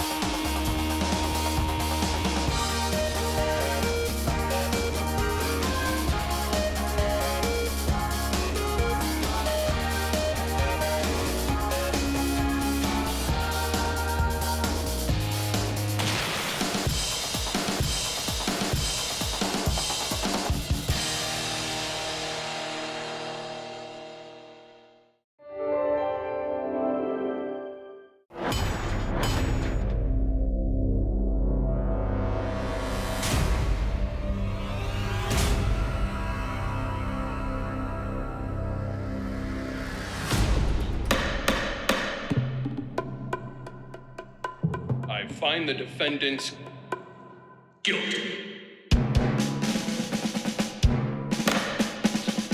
In 2002, a crack science duo was sent to prison for a crime they didn't commit. These men promptly escaped from a maximum security stockade to the San Francisco underground. Today, masked with their new identities, they survive as soldiers of science. If you have a problem, if no one else can help, and if you can find them, maybe you can hire the Mythbusters. You ready for the A-Team special? I was born ready, fool. Outstanding.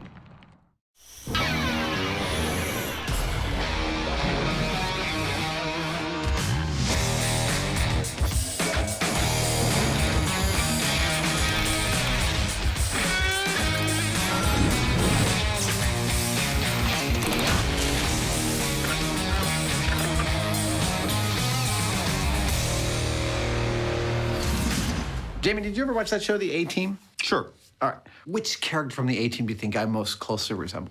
Which one was that guy that keeps ending up in the mental institution? Murdoch. That's Murdoch. That's the one. All right. Well, we have an entire episode devoted to the 80s cult classic, The A-Team. What's on the docket? Well, later we will be trying to disable a car with a manhole courtesy of a sewer explosion.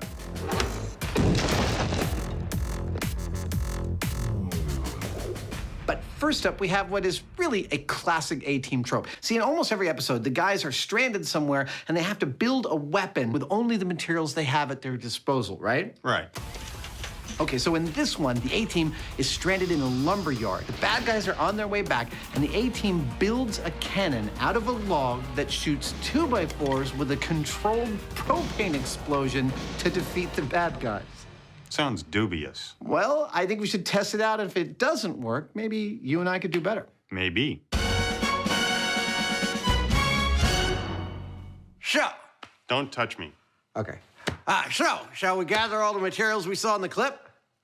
Are you gonna keep that thing in your mouth the whole time? As long as I can stand it. All right. So, solenoids. It looks almost exactly the same.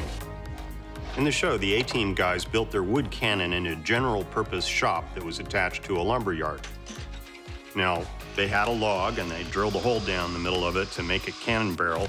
Beautiful. They're using half 2x4s as ammo, and we did see a tank of propane, so that appears to be the propellant.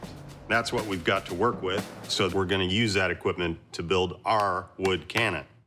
Awesome. Having cross-referenced the clip, the guys collate all of the A-Team's cannon components. Ammo for bad guys. Before Adam rolls out the barrel, literally. There I am. Now, in the clip, they drill the hole in the log using a drill bit like this called an auger bit. It's gonna take a while. But frankly, we could not find one in the size that we needed.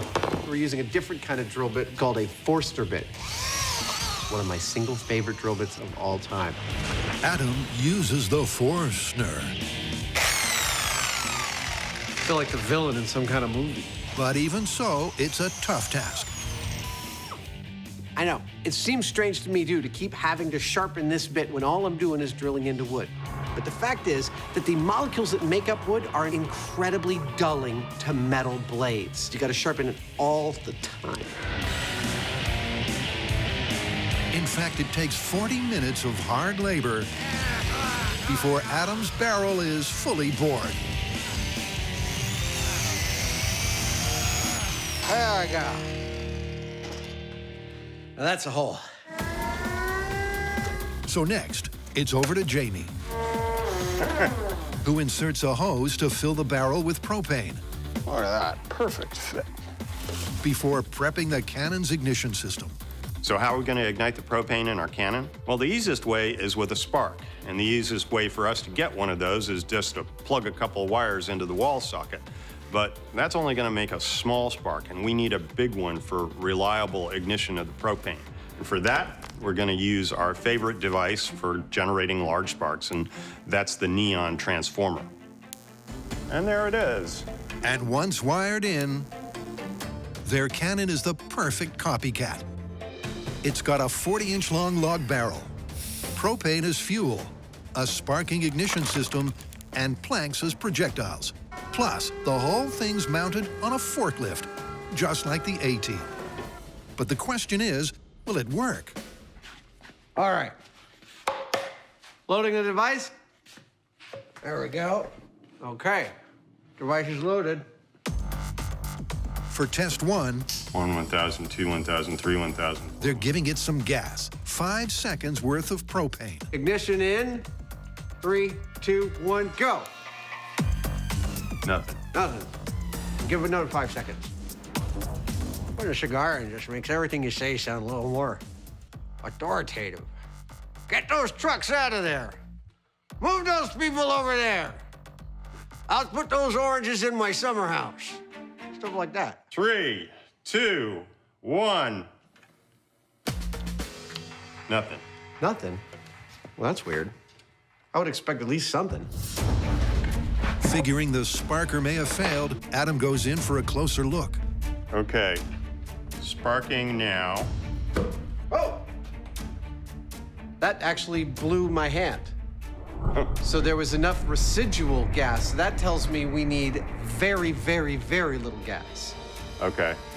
All right, we started up by adding way, way, way too much propane to this. Now, you might think, oh, the more propane, the better, but it's not that way. Propane isn't flammable in and of itself. It's flammable when it's mixed with air or oxygen. And you have to get the correct mix or stoichiometry in order to get that ignition or that pop that's actually gonna send this out towards the bad guys. So for test 2, the guys used just 1 second of gas. And 3, 2, 1, fire. Hey! That was a pop. It was. Ammo did not move even the tiniest bit, not even remotely. Well, there was fire in the hole, but so far, a viable weapon this ain't.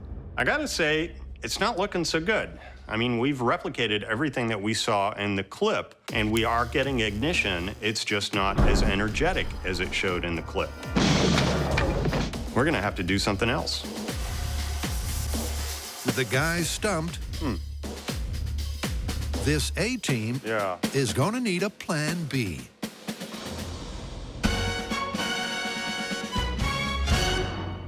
So forklift fire is all about improvised weaponry taking out the bad guys, but the A-Team were also very adept at making their escape, and that is the next thing we're gonna tackle. Go on. Well, in one of my favorite escapes, they take a bundle of dynamite and put it in a sewer just under a manhole cover. Then they wait until the bad guy's driving over that manhole cover, they detonate the dynamite, boom, the manhole cover takes the car completely out. So the car is a write-off, but the dudes inside are okay. Exactly, no one ever gets hurt by the A-Team. Well, explosive escapes. I like it.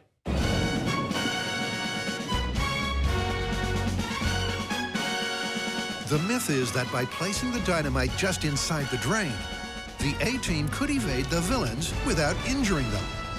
But is that really possible? That's perfect. So there's a plan, right? Of course there's a plan. For some reason, urban areas don't like it when you use explosives in their sewers. So, in lieu of that, we've come to our favorite place in California where we can blow large things up and even dig holes in the ground, Ione, California. Thanks to its remote location, Ione is the perfect place for some manhole mayhem. But the digging will come later?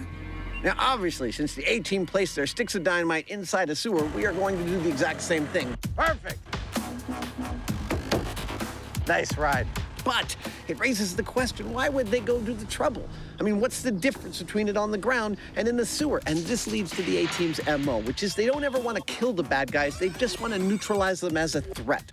So in order to test whether or not their method is truly non-lethal, we're going to need a control. That is, 9 sticks of dynamite, just like the clip, placed on the ground with this car placed right on top of it. Find out what happens to the driver of the car when we blow that up. My prediction, it's not going to be pretty. So with the car from the clip, the guys are green-lighting a control test. What's next? Buster. Will a dynamite detonation outside a sewer cause casualties where an internal one would not? We want to find out whether our driver would have survived this blast, and if so, whether he was injured or not, and how badly. To do that, we're going to be putting sensors on his head, there we go, on his waist, and near his feet. And these sensors can record events down to the microsecond, which will tell us exactly what went on. Buster may be wired in the hot seat. Just remember, little buddy, this is going to hurt you a lot more than it hurts me. But he's not the only data device. Now, another reason the A-Team might have placed their explosives inside the manhole cover is to protect any innocent bystanders standing around. And that is a reasonable assumption that we would like to test, and that's what these figures are for. We've placed these 2 half-inch plywood cutouts at 15 feet and 10 feet from the blast to see how much damage they sustain in the control versus the actual experiment. And of course, on Mythbusters, innocent bystander is just another term for shrapnel catcher. With the plan coming together... It's okay, little buddy. Next up is the explosive. For accuracy, we're using 9 sticks of nitroglycerin-based dynamite because that's what they used on the A-Team. Now, this is the first time we've used it because it's relatively unstable. It's shock sensitive, and that's bad. So we're going to take every precaution, and we're going to be safe. And speaking of being safe, that cigar, it's fake. Yes, made of chocolate. The guys are going that extra mile. Say when. To make sure that everything matches the clip. Stop. With 2 exceptions. First, the control test has no sewer. And second... Also in the clip, the car is moving, and we are not doing that for 2 very good reasons. Number 1, it doesn't make any difference to the physics, but 2, and most importantly, we want to be able to compare our control blast against the blast when we dig the sewer and put the dynamite in there. And in order to compare those 2 exactly, we need the dynamite in the same spot on both blasts. And in order to guarantee that, well, we're just not moving the car. That is our plan. 9 sticks of dynamite is a pretty serious blast. Now, to put that in perspective, a hand grenade might have 1/5 of 1 stick of dynamite inside it. Now, granted, it's encased in metal, which is what causes most of the damage, but in our case, our dynamite is also actually sitting right next to a bunch of metal in the engine block. And that engine block may absorb some of the shock, but it may also turn into frag, which means that Buster might be sitting right next to the equivalent of a whole pile of grenades.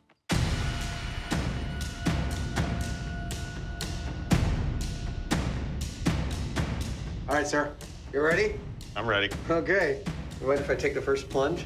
Knock yourself out. All right, here we go. This is A-Team Dynamite Test, the control. I've always wanted to do this. In 3, 2, 1.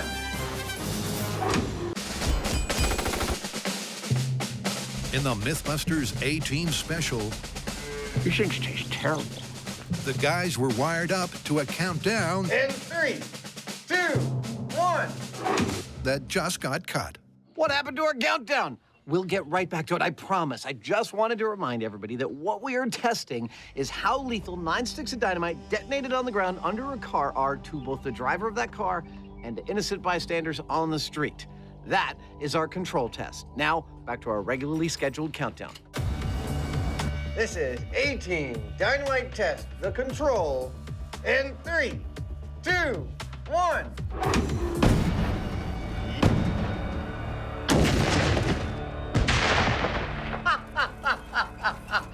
I'm no munitions expert, but I don't think that car's gonna be there when the smoke clears. When the dust eventually settles, the car hasn't disappeared. But it's not exactly in one piece. How you doing there, little buddy? Oh, man. He actually looks almost completely intact. Oh, wait a second. Hey, Adam, check this out. Oh! That's a hole clean through to the underside of the car. I am now going to go out on a limb and predict that Buster didn't survive that, but only the numbers will tell us for sure. It didn't look good for Buster. But what does the data say? That looks pretty bad in here, huh? Like hell on earth? But get this. Buster actually survived that blast.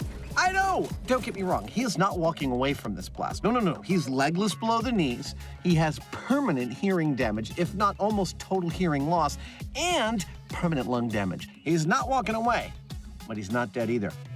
Although Buster may live to see another day, his injuries are way too awful for the A-Team, and he's not alone. Upon careful looking again and again at this high speed, I'm noticing that the blast pressure wave, which normally would be coming upward and outward in a symmetrical bubble, is not doing that. Instead, it's starting out as two bubbles that are coming out underneath and to the side of the car, spreading out the energy coming off of this blast to the side. That energy to the side spells bad news for the bystanders. At this point, you might be wondering how our bystanders have been holding up, and I can tell you, our bystanders withstood a pressure wave of 90 PSI, 90. That's lethal. They were dead. With death and destruction from shockwave and shrapnel, the control blast was catastrophic. But will going underground, as per the A-Team's technique, really make a difference?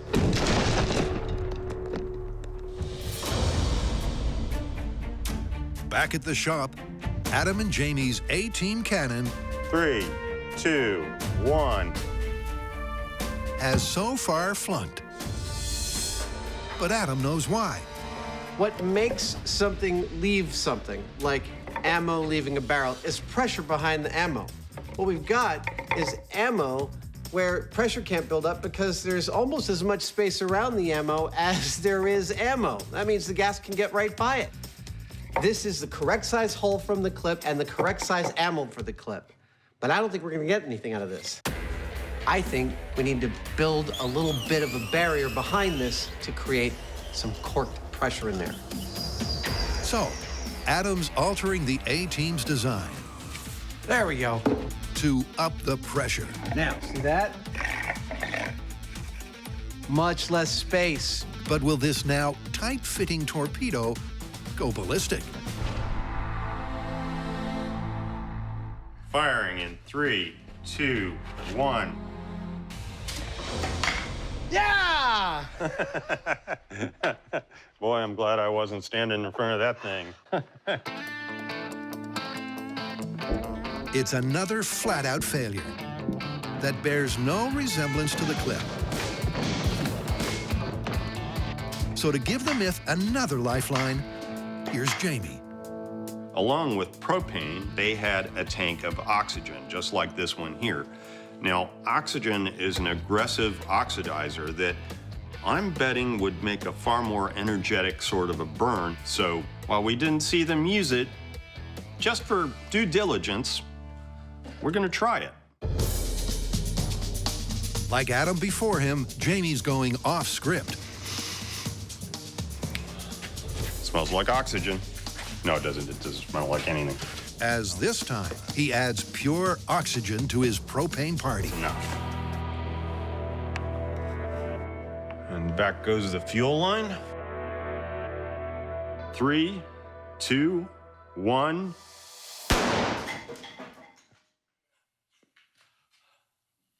Oops. Wow, well, That wasn't exactly what I had in mind. I mean, I knew the introduction of pure oxygen in there would make a more energetic reaction, but I didn't think it was gonna blow up the whole barrel. I mean, it was kind of scary.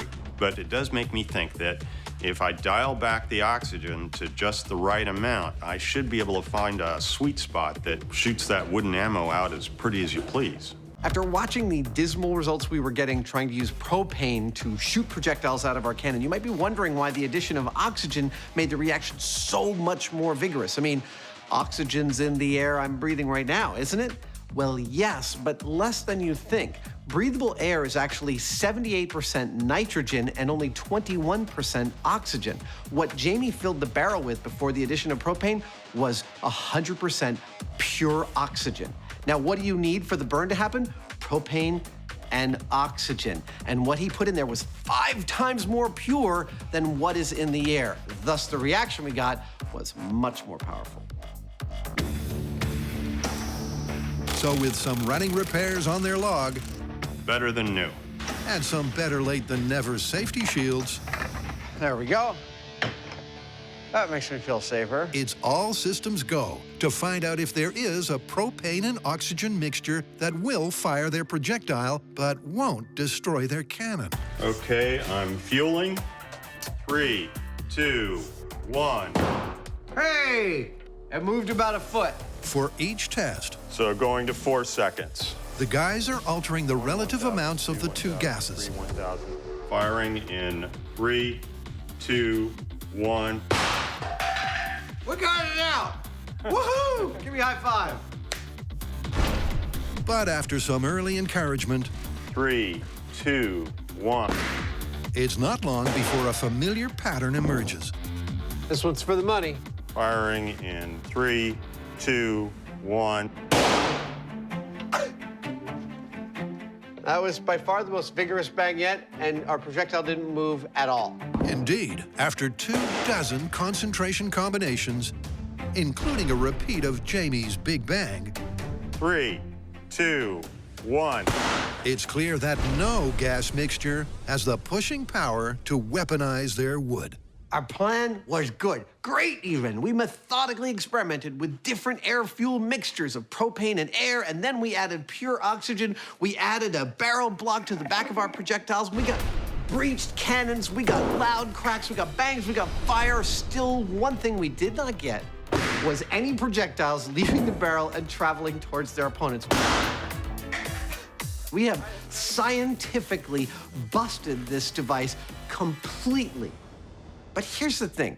I have to imagine that if you put Jamie and I in an abandoned lumber yard, that we would be able to come up with something that was effective. Let's call it. Yeah. Let's figure out another way to hurl wood at our opponents.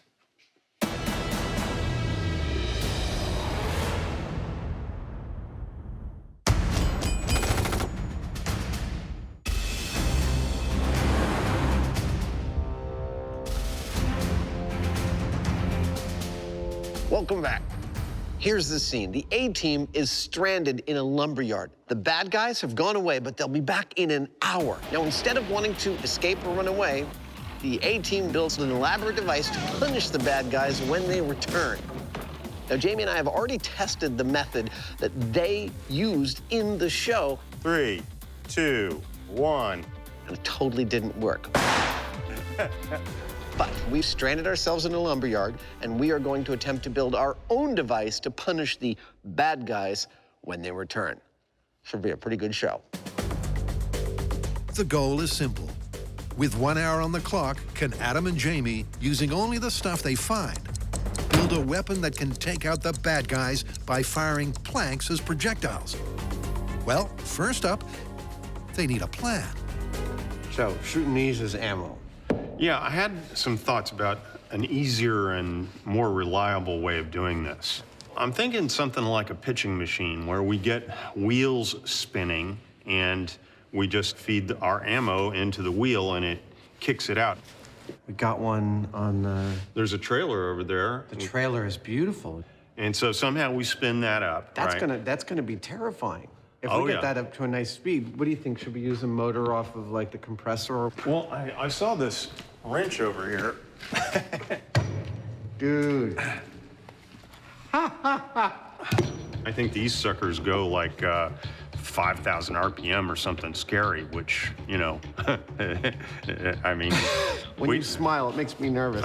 All right, so I guess the first thing is to make sure that that thing can actually power that wheel at a speed we like. Then we'll figure out a way to make that structure aimable and shootable. Yeah. All right, I love this plan. Let's do it. It's a promising plan that gets better when the torque wrench does fit the wheel hub. But will it spin it up to speed? Okay, you ready? I'm ready. Go for it.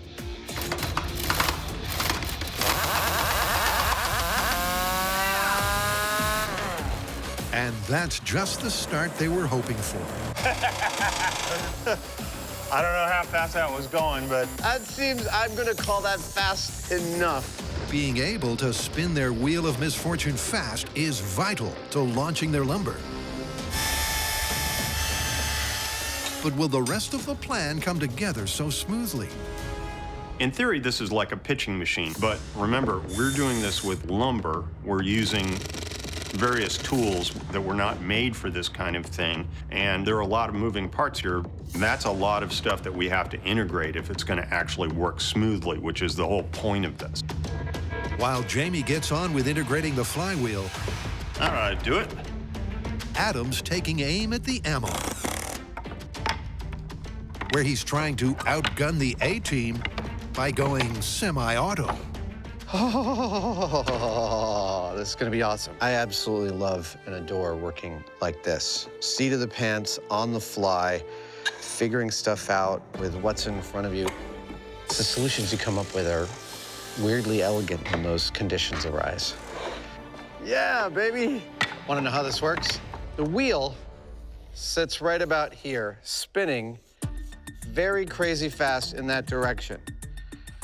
This ammo box sits right about here. When Jamie pulls the trigger, that's this lever, it feeds a piece of wood out until that piece of wood contacts the spinning wheel. The moment it does, the wheel grabs that piece of wood and hurls it at one of our bad guys. Then Jamie pulls this back. You see all the ammo drops down, and he's ready for another one. Bang! I think we could fire like 15 shots in maybe 5 or 6 seconds with this thing. Rat-tat-tat-tat-tat. Like Adam Hannibal Savage, howling mad Hyneman is also making progress. There we go. He's aligned the wheel with the torque wrench and added some safety shielding. Angular momentum is enough at certain speeds to actually make this tire explode. That's why I built this structure this way. So as I'm behind it, firing it, I'll be protected by stuff in the event this actually takes off. This is gonna work killer. I hope so. With the bad guys less than 20 minutes away, there's no rest for the wicked. After building the firing mechanism, the next task for me is to build the aiming mechanism. And this is non-trivial because it's quite easy just to take a spinning disc and feed a piece of wood into it. It's another thing entirely to be able to aim that both side to side and up and down. That's great. I kind of have to build essentially a wooden swing with a pivot in the middle of it to hold this entire like 60, 70-pound device that we're building. This should work beautifully. As a side note, I'd like to point out that we're putting all this together with some really quite basic tools. Love making stuff like this. You know, wood saws, some drills and screws and glue.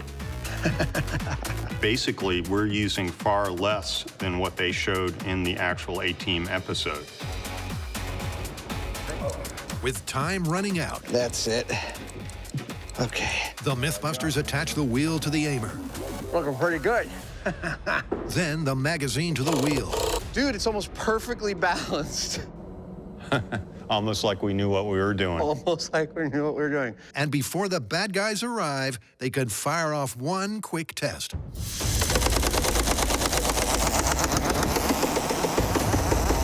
It's terrifying to stand here. Firing! 3, 2, 1!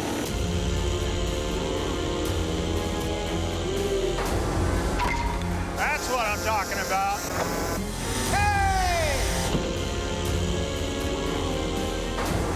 I hit the camera! That is awesome. Our machine is working beautifully. It's a wonder to behold. It is terrifying to be behind. When it starts out, the wheel is slightly unbalanced. It's kind of like, and it settles in. And then you pull the lever, and bang, the piece of wood shoots out like 60 feet. I hit a camera. It was beautiful. 3, 2, 1. Shooting at over 50 miles an hour. That is awesome. Their forklift firer is the real deal. But next, the ultimate test. Will it take down the bad guys before it's too late?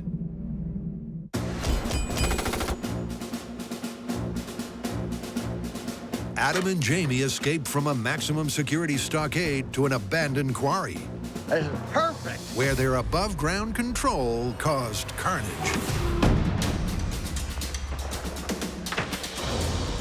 He's legless below the knees, and if he didn't get help soon, he could even drown in his own blood.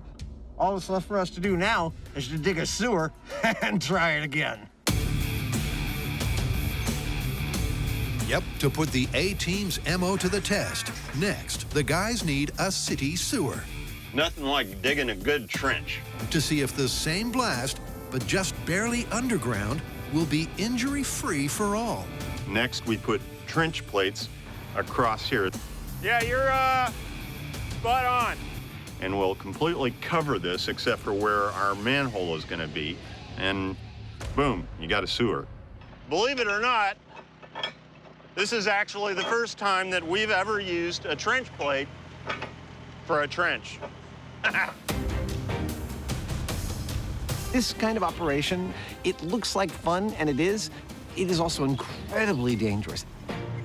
Any one of these plates could shift just a half inch and take off one of Jamie's fingers without even noticing.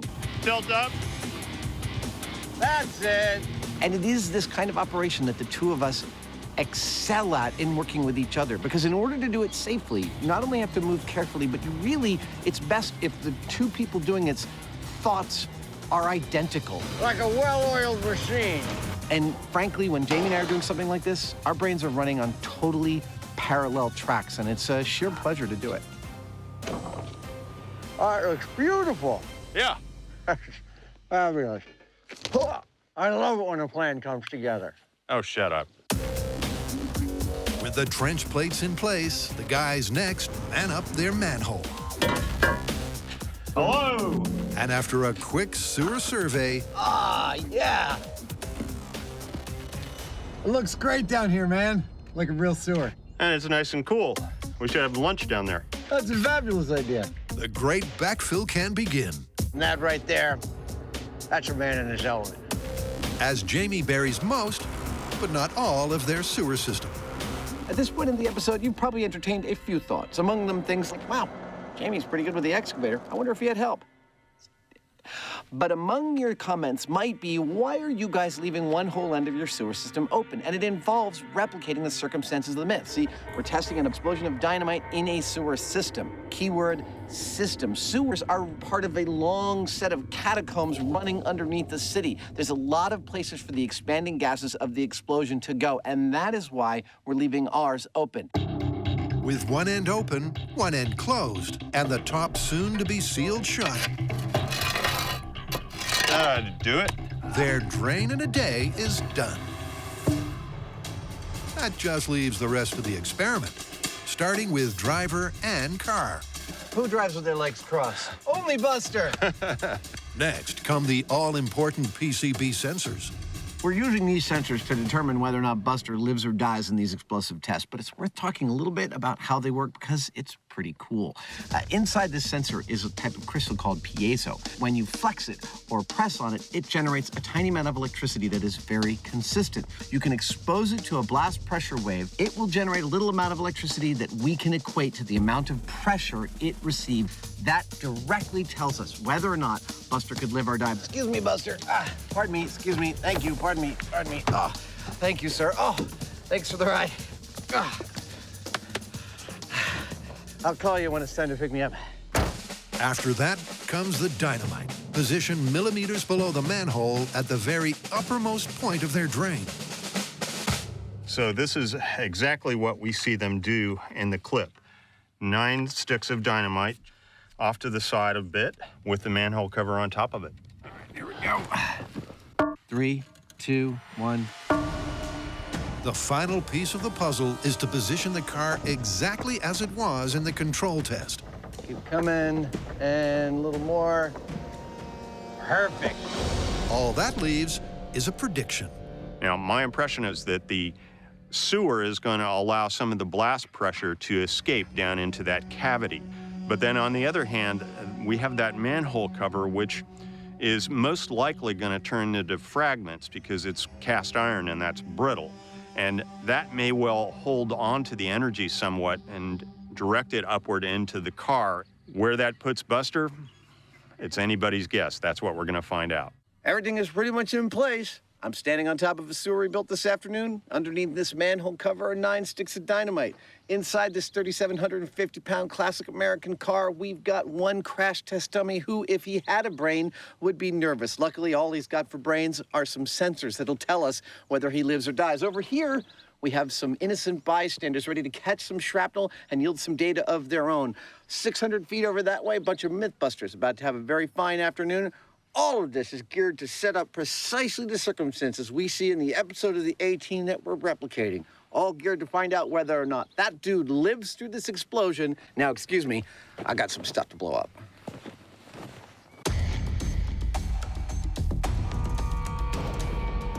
Are you ready? Yeah. All right, I'm gonna hook it up. There's 1, there's 2. Count it down. All right. Explosives in the manhole cover. In 3, 2, 1. Uh-oh. I think you didn't push it hard enough. Try it again. Really hard. 3, 2, 1. What the? Houston, we have a problem.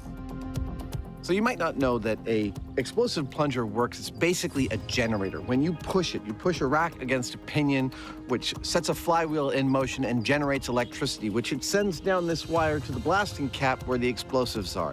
Now, we pushed that plunger and the explosives didn't go off, which means that there's a continuity break somewhere in the wire. We're gonna run another wire down there and go again. The guys are literally going down to the wire. But a quick replacement later, and they're ready to rumble. All right. Be my guest, sir. Count it in. Okay, A-Team explosive in the manhole cover. In 3, 2, 1. That did it. Wow. That was awesome.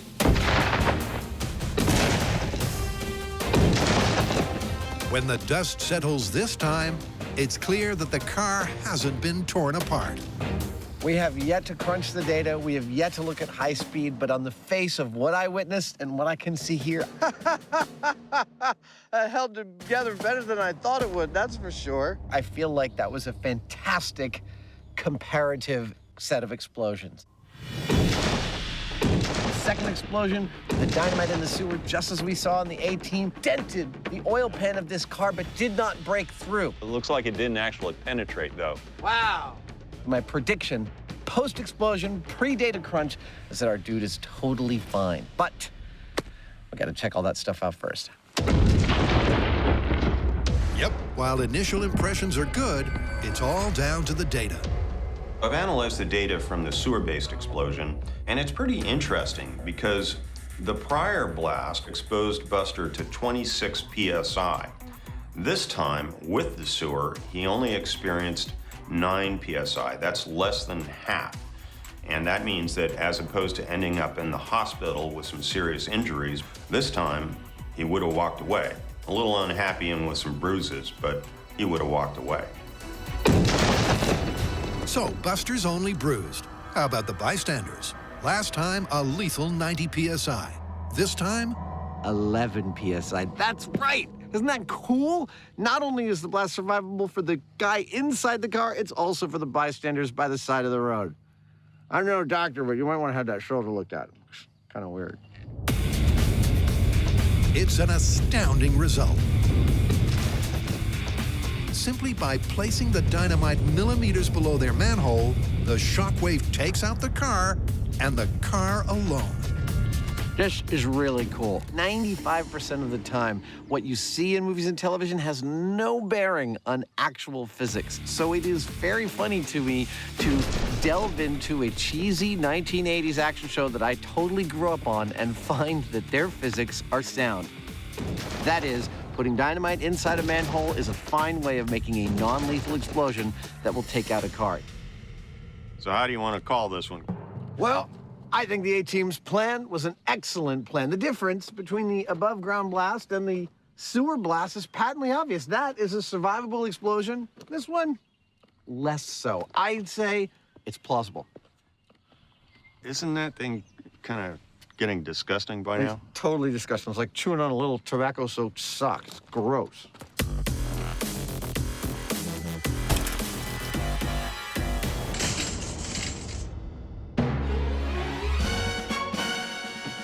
All right, let's get out of here.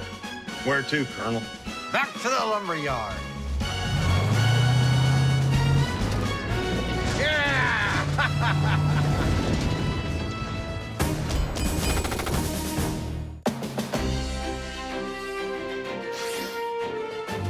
In an abandoned lumber yard, it's time to play ball. Because the Mythbusters air-powered pitching machine 3, 2, 1! is firing on all cylinders. That is awesome. Isn't it?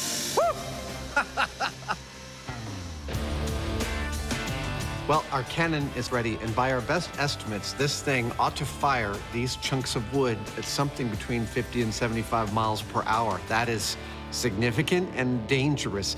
And I want to point out that this is a purely improvised build by B and Jamie. So all of this design was here on site. A sheer pleasure. This is a classic Mythbusters build. Like the A-Team, the guys improvised their weapon in just 1 hour. But will it be able to hurt the henchmen? Last one. Locked and loaded. Time to find out. What exactly are we testing? Well, in the clip, the guys spend about 1 minute and 10 seconds firing their wood weapon at the bad guys to drive them off. Hit it! Yep, let's do it. For us, given that we've busted the tree cannon approach entirely, we intend to test out our own firing mechanism, both in terms of accuracy, quickness to fire, and the time it takes to take out the bad guys. Outside the double doors, there are 7 bad guys, each ready to pop up just where they did in the A-Team scene. It's showtime. But can Jamie take them down in just 70 seconds? It's a perfect start. As Jamie takes out pop-ups 1 and 2 with shots straight to the head. Yeah! And from there, well, let's roll an A-Team montage.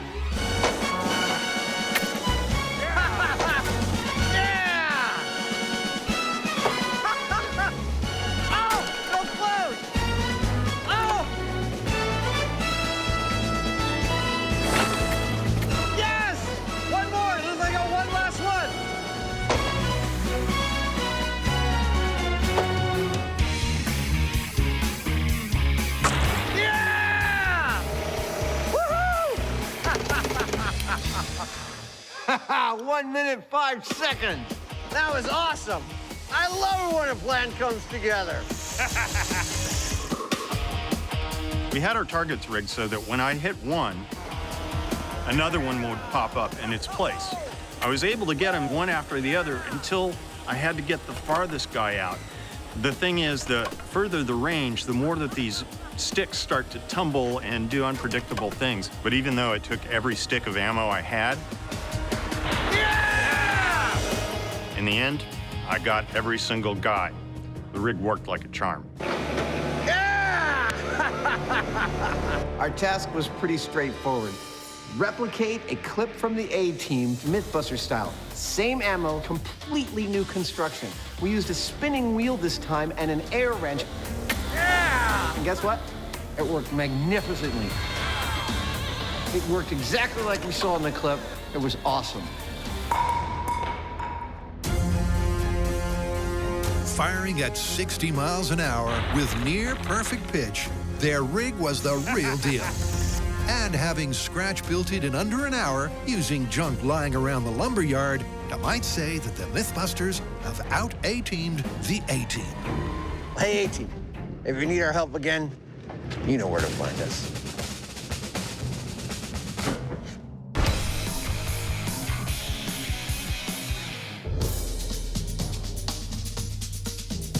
Right now, the guys can be found in Ione, 3, 2, 1.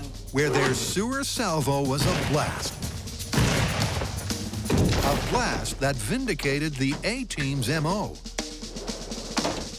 He would have walked away. Nice! That is awesome. You want to see the high speed? Yeah. But while the guys have called their conclusion based solely on survivability, the clip also had the car flipping up and over. And with no flip in tests 1 or 2, they're now upping the ante. And here's how. The first thing we've got to do to get that car to flip is to bring a little more pressure into the game. So to do that, we're sealing off the sewer. The second thing we're going to do to try and guarantee a flip is move the position of the car relative to the explosion. Now, in the first 2 explosions, we copied exactly what we saw in the show, and that is explosion happening pretty much dead center of the car underneath the engine. This time, we're going to move it over here to the left, try and get it to flip that way. That's the theory, anyway. That's the theory. And here's the test subject. You know, every time Adam and I go someplace, people ask us, where's Buster? But if you get to know him, he's kind of a jerk. Plus, he's heavy. That's why we don't mind blowing him up. Oh, he's so heavy. Oh, sorry about that. Come on, Buster. Watch your head. There we go. With Buster not quite strapped in, No seatbelt. No, I think well. he'll be all right without it. Okay. the car is moved into prime position. Keep coming. That's it, right there. If anything will flip this car that well. Then it's go time. Fire in the hole! Love doing that. All right, here we go. Oh, this is so cool. A-Team sewer explosion, final attempt to flip this car in 3, 2, 1. Oh. Ain't no flip. Oh. I know. Jamie's not happy. We have an unhappy Hyneman on our hands. It's the barrel roll that never came. While the car did leap higher than ever, it didn't flip as per the clip. But as the A-Team would never say, failure is always an option. 3 setups, 3 blasts, 3 cars destroyed, 1 very tired crash test dummy, and the results are pretty darn definitive. The A-Team's plan of putting 9 sticks of dynamite inside a manhole cover in order to disable a car without killing its occupant is totally plausible, completely sound. In fact, the only thing that they got wrong in the episode, and this is shocking, is that 9 sticks of dynamite will not flip this car. But everything else is possible. It's like validating the media of my childhood. How awesome is that? I pity this fool.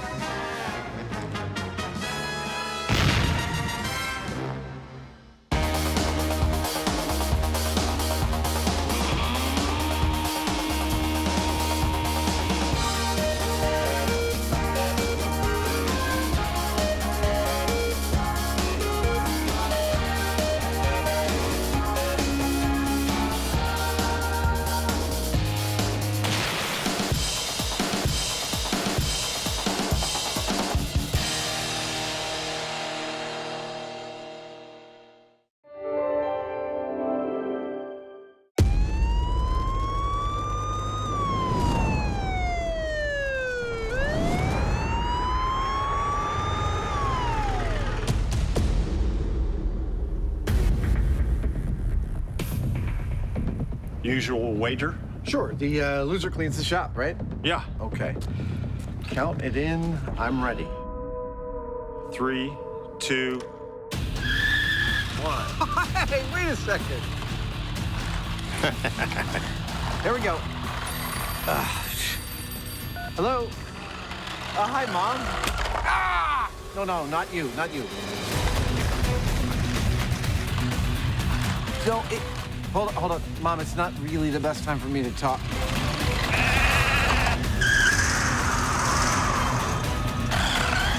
Saturday? Sure. Oh, Mom, hold on. I gotta go. Okay, I'll talk to you later. Ah! I lost. You're looking a little distracted there. Yeah, but I did pretty good in reverse. All right.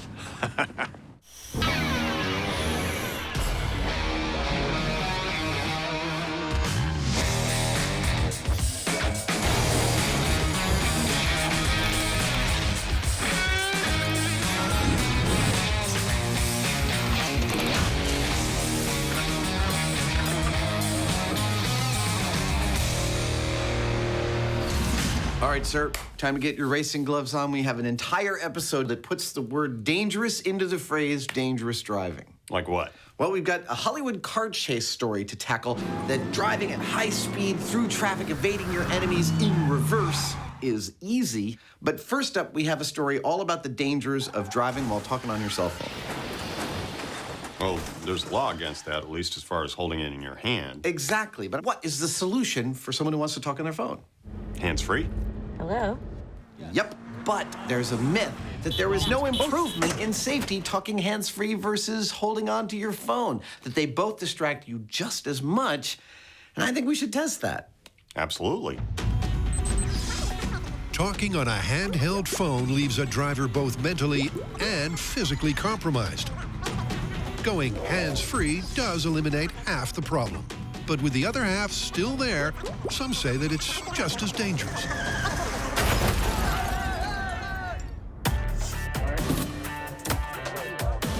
To find out, the Mythbusters crew have constructed a classified course designed by drive expert Dave Storton.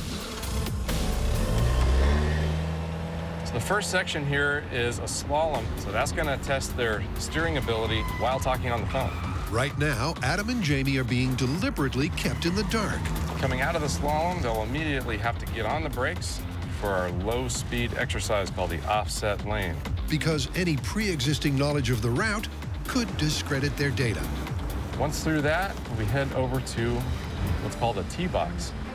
Instead, all they know is that they must stick to the speed limits and not clip any cones if they're to achieve a perfect score. Right. If you bolt the two together, maybe some sticky tape in the middle, that should totally... Okay, hold on. I got a thing to do. Okay, wait right there. Okay, so while we know that driving in a car while holding onto a cell phone and talking is bad, sorry, that wasn't for you, the myth is that driving hands-free is just as bad, that there is no difference between hands full and hands-free, and we are just about to test it on the course behind me. I can see it from a distance, but that's as close as I'm gonna get because my ignorance of this course is intrinsic to our test. Like Adam, Jamie's also going that extra mile to make sure their science is sound. Adam's going to run this test twice. First with the phone held in his hand, and then secondly, hands-free.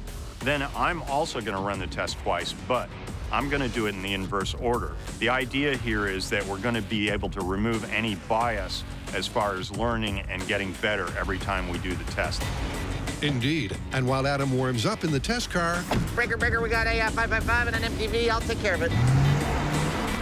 Jamie sits down in mission control. All right, I've got my questions, I've got my phone. We'll see what we can do to mess with Adam's world. Hello, sir. Hello. With Dave riding shotgun to mark Adam's moves, it's time to hold the phone. Hello. Hello, Adam. I've got my questions ready for you, and we're good to go. 3, 2, 1, here we go. Okay, so if you could compete with the Olympics, what event would you want to be in? If I could compete in the Olympics, I would, hold on a second. There we go. Hold on, sorry. I think I would do the luge because it requires, I think, the least amount of physical acuity. Okay, that's great. Now, I need you to add the first two given numbers and then add the next number to the last number given. Okay. 8 and 7. 8 and 7 equals 15. Okay, 3. 10. Excellent. Okay, for the next test, I'm going to read you a list of words and ask you to repeat them in reverse order. Hold on a second. Now, at this point, you might be wondering about the complexity of the questions we are asking each other while driving. Flamethrower, fire hydrant, water. Why aren't we just reading War and Peace over the phone? Water, fire hydrant, flamethrower. Well, each of our questions falls into a category that activates the cognitive portions of the brain. General knowledge, which country has the longest coastline? The longest coastline of any country, China? All require the driver to use a part of their brain to listen at the same time as they're trying to use another part of their brain to drive. Adam isn't being judged on how well he answers the questions. Add 1 and 7. Hold on. This is 10. It's how well he's driving. That's the only metric. Oh, whoa, whoa. And the answer to that is not very well. Hold on. Sorry. Now, these are logic questions. Somebody at a party introduces you to your mother's only sister's husband's sister-in-law. He has no brothers. What do you call this lady? I don't know. I can't. Can you repeat the question? The combination of one hand on the wheel and a brain that's multitasking into meltdown means that by the end of the test, Adam's flunked with flying colors. Jamie, I'm done. That was awful. That was absolutely horrendous. My goodness. I'm a menace. It's clear that I'm a menace on the road. Adam got the majority of the questions right, but it was clear that he was struggling with them a lot more than he would have if he wasn't driving. Okay, add 1 and 7. He was pausing a lot. Hold on. He had to have the question repeated. Sorry, Jamie, what was your question? And in general, you could just hear that he was having to multitask. He was having to deal with things that were happening to him while he was driving. Whoa. So he was kind of alternating from one set of problems to the other. Hold on. Sorry. He wasn't able to really do both seamlessly. Well, let's reset and see whether you're still a menace on the next one. All right. Okay. Well, I've completed my first test, and talking on the phone was absolutely awful. And then the car stopped working. So we are actually going to transfer all of the cameras and microphones from inside this car to one of our production vehicles, and I'm going to run the test a second time hands-free. I mean, we still consider my first test valid, just have to do the second one in a different car. So while the team pushes on, what else is on the docket? So driving in reverse. Paint me a picture. Well, look, our hero, let's say, is driving down a one-way street. He thinks he's home free, but blocking his path is a villain in a car. He's got nowhere to go, so using the only avenue open to him, the hero throws the car into reverse and backs up, bobbing and weaving through traffic at high speed to eventually evade his chaser. And you want to know if this is possible. I totally do. We've been trained to drive in a lot of different ways over the years, but backwards isn't one of them, and it involves a lot of different skills, not only driving ability and spatial awareness, but also really proprioception. Yeah, let's get to driving. Okay.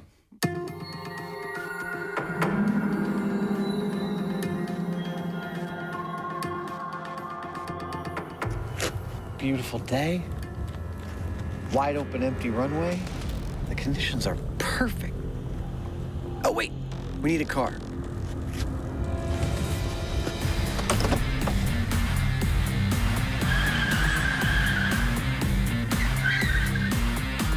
You ordered a car? Indeed, I did, sir. Perfect timing.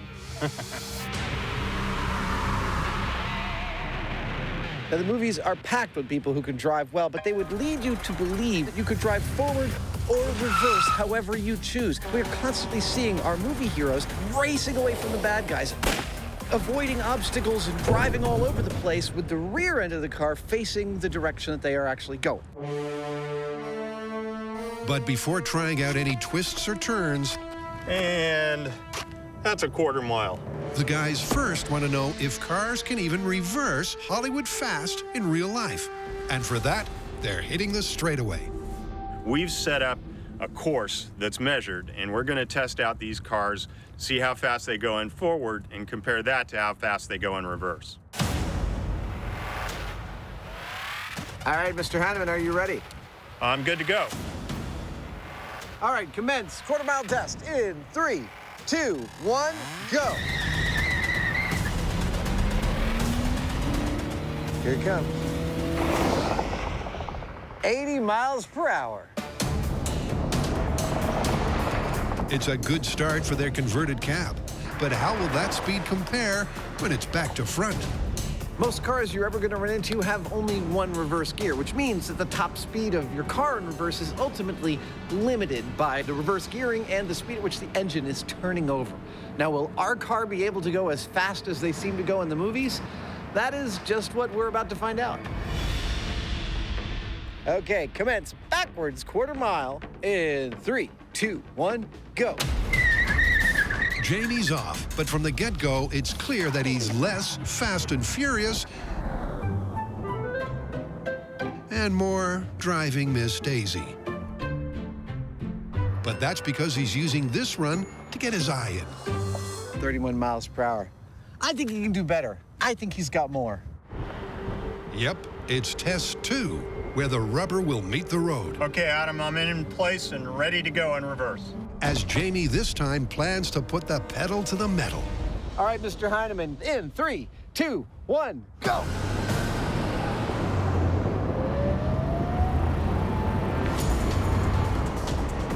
$49.50, 52, 53.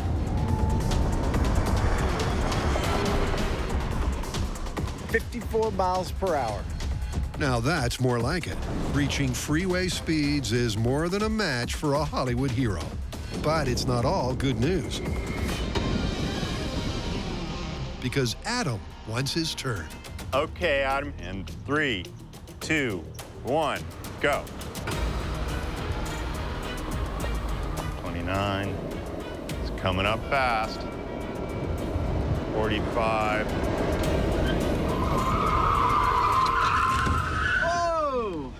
That's what I was talking about. And correct a little too much, you're gonna lose it.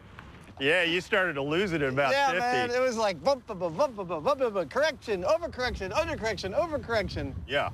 I'll give it one more shot, but I'm not sure I'm gonna get much faster than that. Okay. Adam resets for his final run. There we go. And it really is now or never. In 3, 2, 1, go. Here we go. But will he be able to better Jamie's best? 30.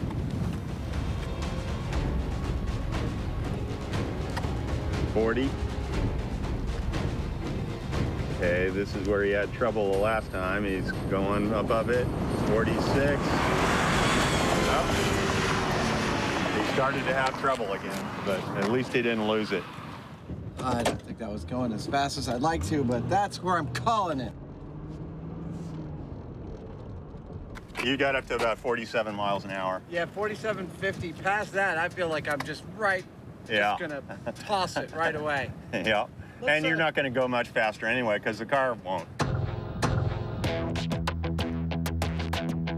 Well, I've just completed a few runs on our quarter-mile track in reverse as fast as I felt comfortable, and my comfort speed was a little slower than Jamie's, 47 to 50 miles an hour to his 55 miles an hour. And I tried it actually, I tried one looking in the rear view mirror, I tried a couple in the side view mirror, and I tried one looking over my shoulder. And frankly, they were all terrible. Whoa! The control you have over a car going fast from reverse is so much more limited. It's absolutely awful. But these are kind of worst case scenarios, long straightaways. We're gonna get to some maneuvering and see if it's a little easier on that front. The trick with driving at a high speed in reverse was to not do very much, just kind of hold still and try and keep the car in a straight line. But Unfortunately, we're not going to have that option now because now we've got to drive through a slalom in reverse, and that's all about steering. That's going to be really hard.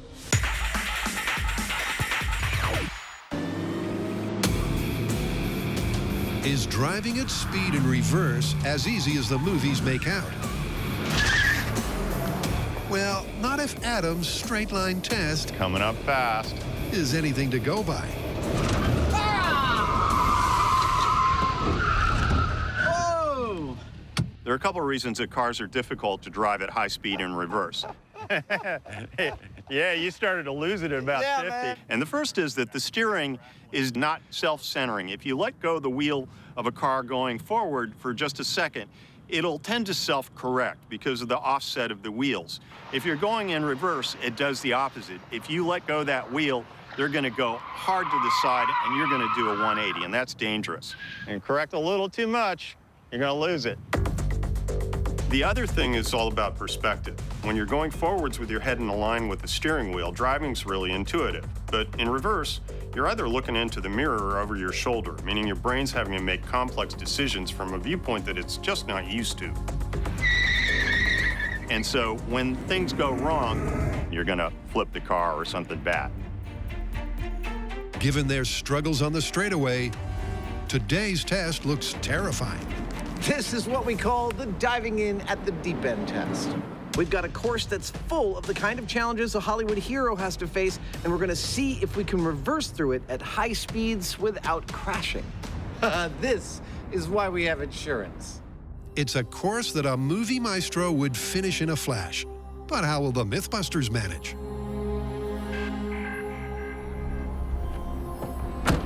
All right, first run, and 3, 2, 1, go. Adam's off. And from the outset, he's ignoring the mirrors.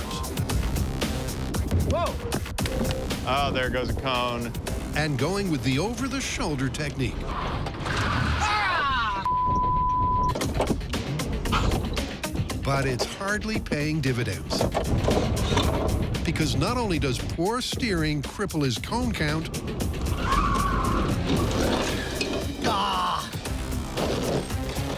but his slow speed means his time is terrible. How did I do? 1 minute, 7 seconds. 1 minute, 7 seconds? I'll tell you what that does. It wreaks havoc on my neck.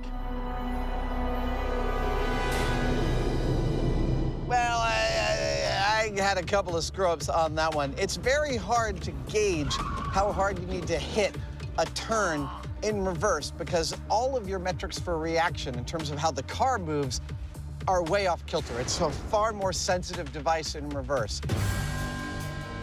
Adam resets for test 2. Okay, he's going for the gold in 3, 2, 1, go. And this time, while his cone count drops by half, his total time actually goes up. Well, it was almost 110. With a slow speed and poor steering, it's not looking good for this film fable. The one thing that is assured about driving in reverse is that it wreaks havoc on your neck. Oh my gosh.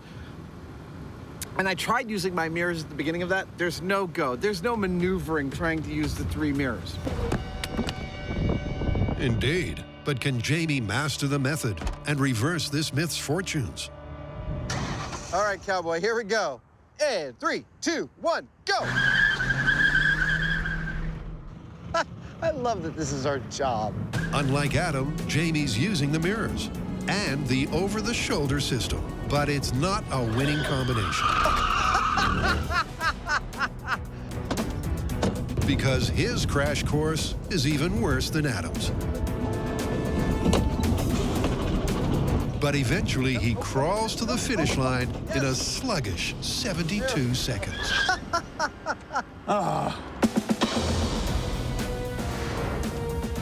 Well, it's hard enough to drive in reverse anyway because everything's all flipped around, but then the fact that you can't actually see what you're doing clearly because you're trying to twist around to get a good view, all that put together means that I don't know that I'm going to be getting any faster than that. Despite not feeling optimistic, All right, cowboy, you feeling mean? Trying to get comfortable. Jamie does reset for take 2, And 3, 2, 1, go! where his prediction turns out true. That looks like the way my grandmother used to drive forwards. Because not only does he hit more cones, he also does so while driving more slowly. Which is not good news for the Myth. Okay, you win.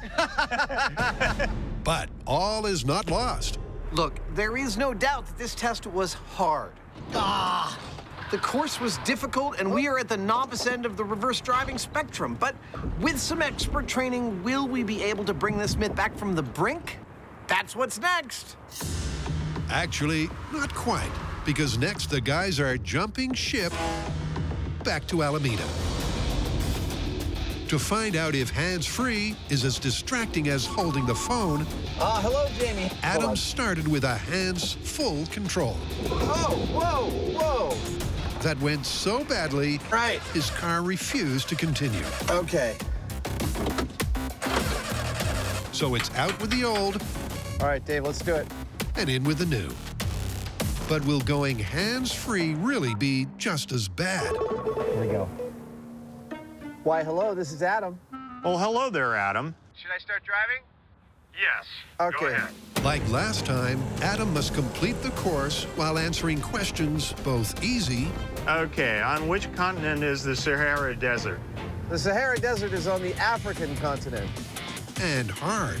If Buster walks halfway around a circle and then turns around and walks halfway back, is he now back where he started? Yes, he is. No, he's halfway back. Okay. But despite the obvious burden on his brain, his driving has got better. And although a clipped cone sees him marked down, Sorry, I just hit something. his final score has improved. But was it due to the phone? Well, I've completed my hands-free run of our driving course, and I did it a lot better. But here's the thing. I found taking the questions from Jamie just as distracting as I did the first time. I feel like my better performance on the second test could be chalked up to just understanding the course a little bit better. But that's why Jamie's gonna start hands-free and then go to hands-full. If that is an effect, we should cancel it out by changing the order that we do the test in. That's the theory, anyway. Want to see what you can do with it? I'm gonna suck, I can tell you already. Not only will Jamie increase their sample size, but by going hands-free first, Jamie and I almost never actually speak on the phone, so this actually has a bit of novelty to me. the guys are trying to eliminate any course learning bias. This is Jamie. Good afternoon, Jamie. It's Adam. Go ahead and start driving, and I'm going to start asking you some questions. Adam starts with a simple icebreaker. All right. Hey, Jamie, if you could wake up tomorrow and gain any single quality or ability, what would it be and why? I could fly. Why? But even that proves too much for Jamie. Well, because then I could go, what was the question again? Why would you like to fly? Well, because that would, it would save a lot of gasoline, actually. And, you know, I could, oh, look at that. I bumped over a whole bunch of things. With no improvement over the rest of the course, I'd like you to add the numbers 4 and 7. Let's see, 4 and 7, Tick-tock, Grandpa. 10. Or no, 11. Jamie scores the worst result of the day. A disappointing 66. That was awesome. He starts every answer with, let's see. I'm sure I was doing the same things, but it's very enjoyable to listen to someone so distracted. A quick reset later, and they're set for the fourth and final run. Hello. All right. Start your driving. Jamie, hands full. I'm going to read you a list of words and ask you to repeat them in a reverse order. Crash, burn, demolish. Demolish, burn, crash. EMT, ambulance, doctor. There's quite a narrative implied by these. Doctor, ambulance, EMT. Yes. Despite having only one hand on the wheel and swapping the phone mid-drive, Jamie scores 72. A fail by some distance, but an improvement nonetheless. So what does this mean for the myth? Okay, now for this myth to be true, Jamie's hands-free score had to match his hands-full score, and so did mine, but that didn't quite happen. Graphics, help me out. You can see that I drove better hands-free while Jamie drove better hands-full. But that data also shows that we both improved on our second runs because we had experience of the course. Now, if we remove that bias by averaging Jamie's and my data, what do we get? Beautiful, near identical scores for each of the two techniques. But we are not done yet for two particular reasons. One, our course isn't very real world. For starters, there's no traffic. Second, and perhaps more importantly, is Jamie's and my driving abilities. We have both received tons of training over the years in lots of different driving techniques. We are quite far from your average Joes, and that is what we need next.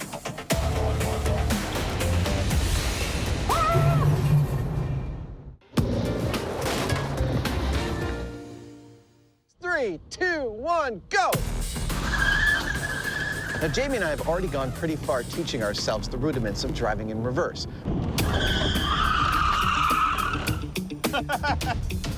But if we're gonna get really good at this, we're gonna need to get trained by an expert. Luckily, we have an expert in reverse tactical driving right here. Hello, sir. Hello. Brian Fraser is a trainer at the Emergency Vehicle Operations course here in California. Now, we've used him repeatedly over past years whenever we've had to learn how to deal with a particularly difficult driving situation. And driving at speed in reverse certainly qualifies. All right, Brian, where do we start? We're gonna put barrel here, 2 barrels here, one on each side of the car. All right. Brian's first job is to ignore the current course. Right there is good. Good ending point. This is why we can't have nice things. And set up something way more straightforward. All right.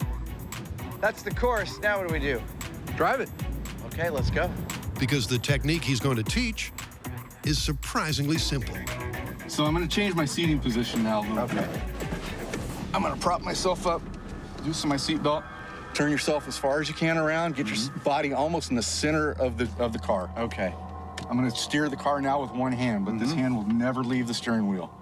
You're not gonna let the steering wheel shift in your hand to lock. You're palming the wheel the entire time. I see. Okay, cool. And believe it or not, that's apparently all there is to it. 3, 2, 1, go. By shifting his body to the center of the car, wow. And keeping one hand on the wheel at all times. Wow, I can't believe how fast you're able to do this. Brian speeds through the course at an impressive 41 miles per hour. That is amazing. So Brian just showed me that something I thought was impossible is in fact totally possible. So I'm about to give that a shot. This is gonna be cool. Like Brian, Adam slides to the center to give a viewpoint that's easier to process. Oh, look at that. Yeah. Okay, so 3, 2, 1. And like Brian, he then nails the course. Oh, that's so cool. To check it wasn't just beginner's luck, he tries again and goes even faster. Awesome. I gotta say, this is amazing. When we got here this morning, I thought Adam was gonna be training for 4, 5, maybe 6 hours. But it's not been like that at all. Instead, in just 20 minutes, he's gone from being pretty average to being pretty great. And it seems to be all down to the central head position, which seems to be letting Adam's brain process the direction to turn much more accurately. So we're gonna put him back on our original course to see how he does now. Should be interesting.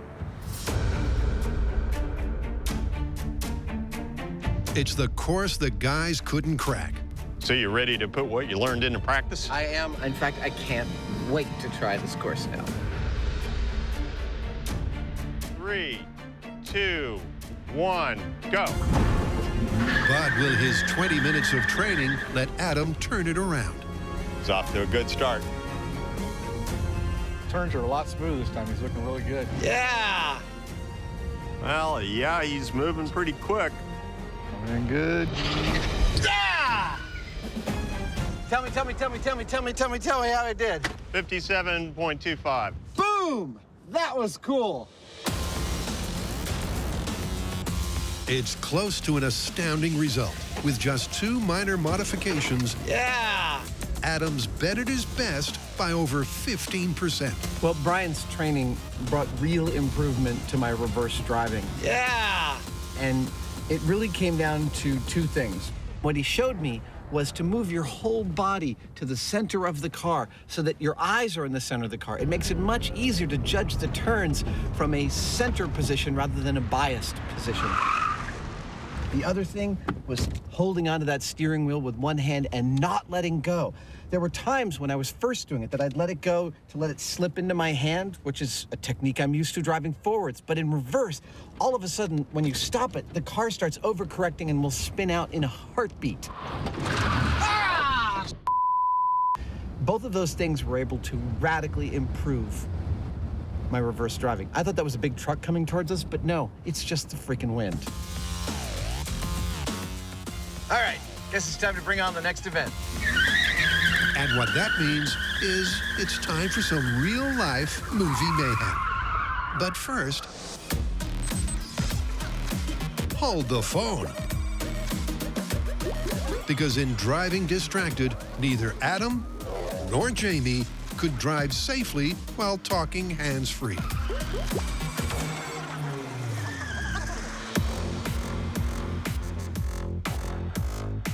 But now, in a location way more sophisticated, It's locked. it's time to up the ante.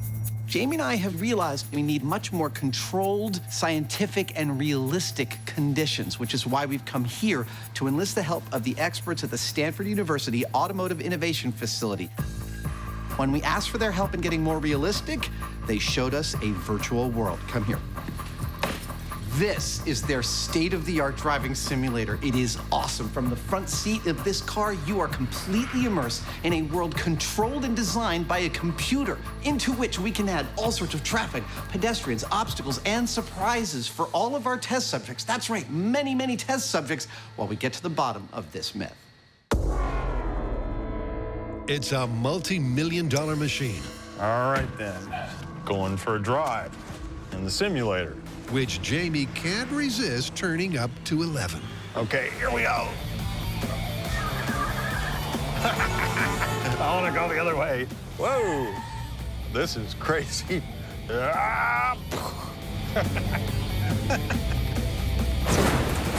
Crazy driving aside, this driving simulator is actually very good. Yeah, let's get out of the way. The way the screen wraps around, the visuals are convincing enough that you have to remind yourself that this isn't a real driving scenario. He's doing like 95. Interesting. We'll see how he likes this. In fact, it's so good that I was starting to get a little car sick. So I think as far as testing distracted driving, it's as good a simulation as we're going to get. As well as the freeway, there's also a detailed cityscape. I guess I better put it in reverse. So that all driving environments are tested. The 30 volunteer drivers will be judged on whether they pay attention to the GPS instructions. At the next intersection, turn left. And whether or not they crash. But that's not the only data, because drivers will also wear the latest in eye tracking technology. This eye tracking system records precisely where and how long I'm looking at something. Now, that's going to give us hard data as to the level of distraction that I'm experiencing while I'm driving. With eagle-eyed Jamie all wired up, he's going to be the first data of the day. All right, calling him now. Starting after the break. Hello.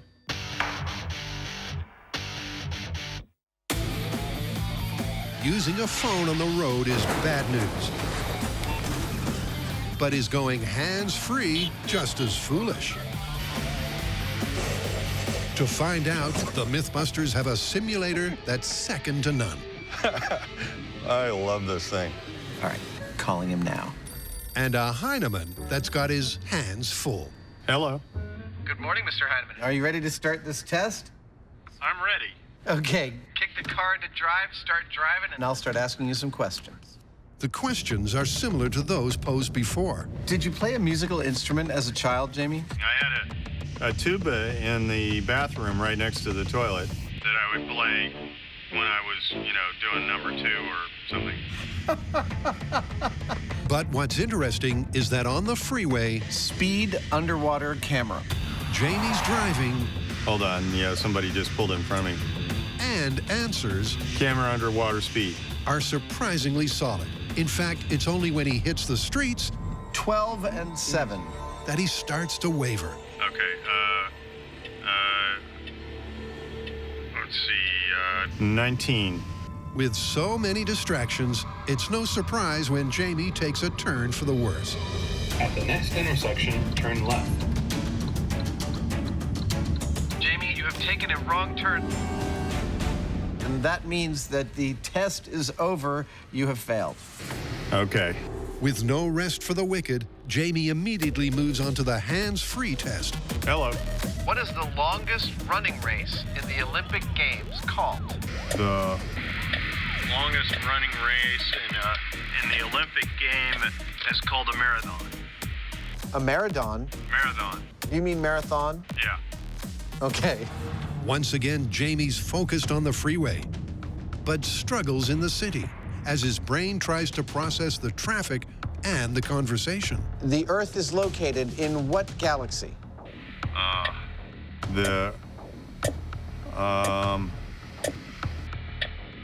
don't know the answer to that question. Like last time, At the next intersection, turn left. Jamie doesn't crash, but he does ignore the GPS, I'm sorry, I screwed this up. meaning he's failed again.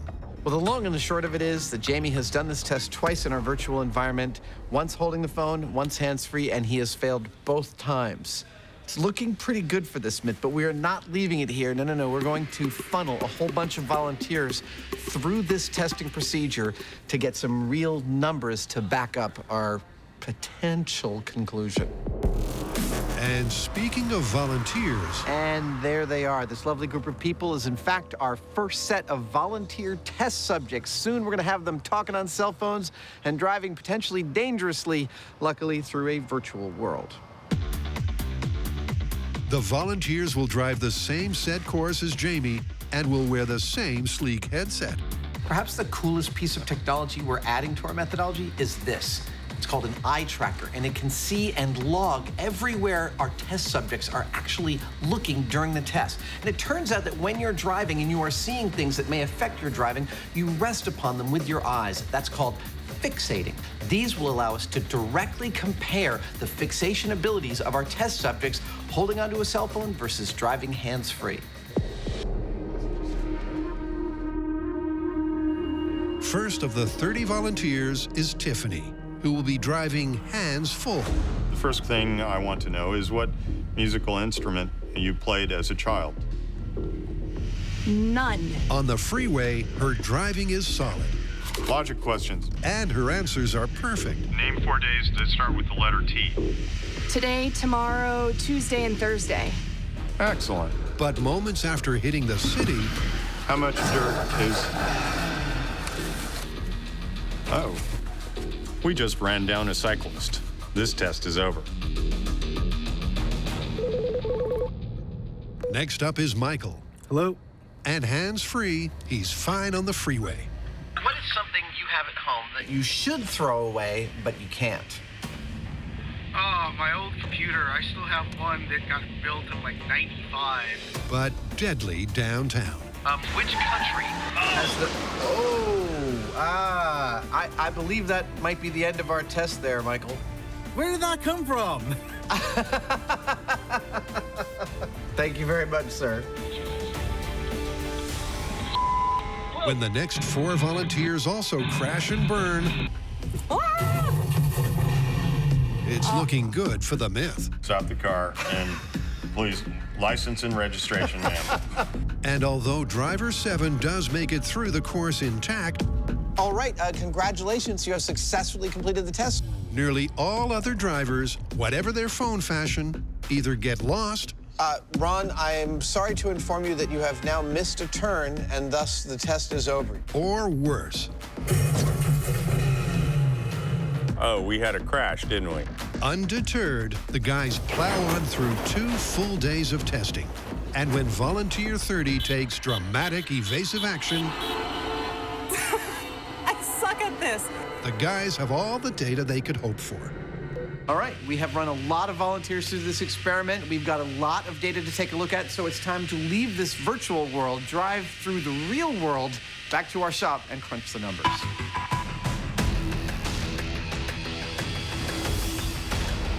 No way, they said that? That is hilarious. Hold on just a second, what? We were waiting for the results on distracted driving. Okay, I gotta call you back. Yes, we have results. We tested 30 drivers out in Stanford, 15 hands full, 15 hands free. Here is the result. Hands full, 1 passed, 5 failed by driving the wrong way, 9 failed by crashing. Hands free, 1 passed, 6 failed by getting lost, and 8 failed by crashing. What's that mean statistically? Statistically, it means no difference. And what about eye tracking? The eye tracker was very interesting. Across all 30 drivers, the amount of time they spent looking at something other than the road was identical between hands-free and hands-full. Well, there you have it. Don't use your cell phone while you're driving. Yeah, I'm done. Okay, so where do you want to meet for lunch? Absolutely.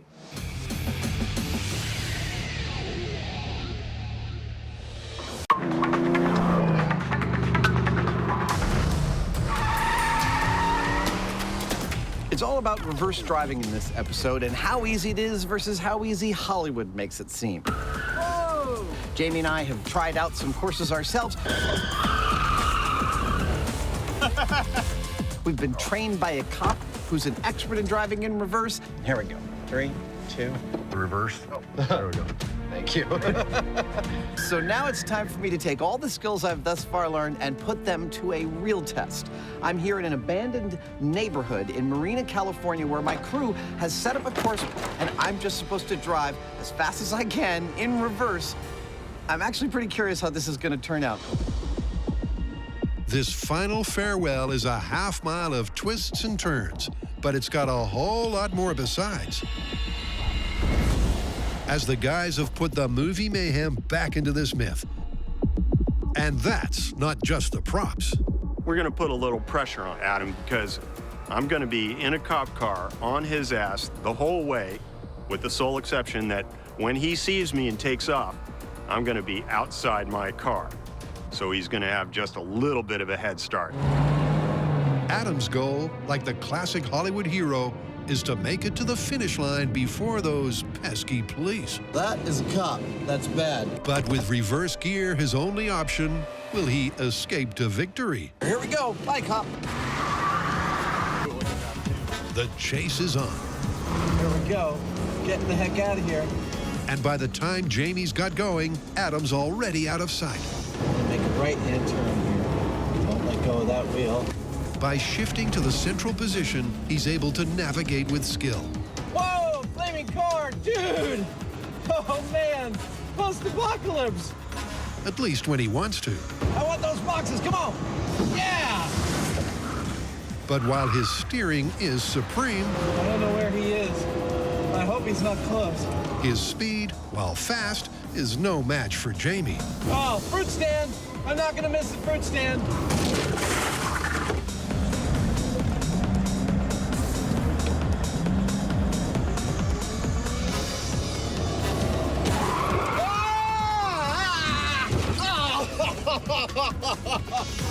Adam may be down, but he's not out as he reverses back uphill. Ah!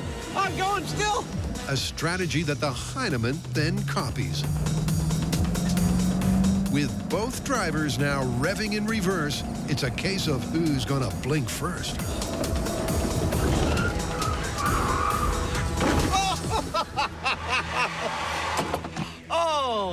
Yet another in a long line of things that we should just set up for the public and charge money for. That was awesome. Step out of the car with your hands up. That was so much fun. Oh my God. That was the best thing ever. Well, that went pretty much as good as I could have imagined. First off, the course was amazing, full of all sorts of really interesting obstacles, from fruit stands to dudes fixing their cars to, come on, a flaming car. I also was able to go through it really fast. I mean, fast enough where I almost lost control of the car on a couple of the straightaways. Like, it started fishtailing, but because of Brian's training, I was able to bring the car back under control. Ho-ho! Almost lost a little control there. Then, I actually spun out and Jamie hit me, but again, in reverse, I bolted back up the hill and Jamie chased me, and it was all going pretty good. But I was going too fast on the accelerator, and I spun out. He jammed into my front wheel, and I could not move. Test over. I must say I'm surprised how fast you actually can go in reverse. Adam was really pretty hard to catch. He was going along, you know, within the limits of what you can do on this road, and I couldn't do that much faster. I did catch him because he spun out, and I was able to almost corner him, except that he was able to take off in the opposite direction that I had come in. So at that point, I didn't have any choice but to actually take off in reverse after him, which is hilarious because that was not at all what we planned, but it turned out that I ended up catching him in reverse. So that ought to tell you something about how fast you can drive in reverse and what you can do with it. So how you want to call it? I have to say, I started this story thinking it was going to be handily busted, and I am now thinking that it's actually plausible. It's not unreasonable how much speed and maneuverability you can get going in reverse. Yeah, I mean, both of us, I think, if we had our choice, would go, you know, front forward. Yeah. Because that's going to be your better option, but surprising how good it can be. Let's call it plausible. All right. All right, I'm going to drive forward home, though. If you can.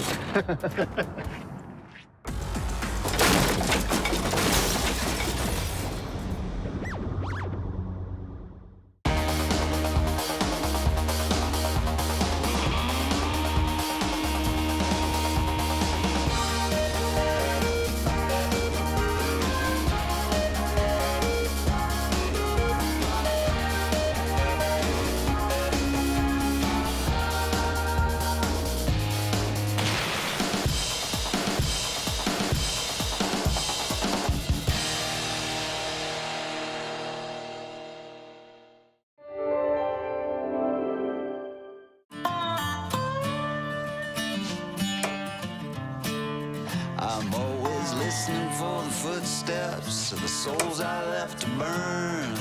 Wondering, am I dead yet? Did the innocents get their turn? Am I marching? Am I marching? Walking with the ones who fell. Am I marching into hell?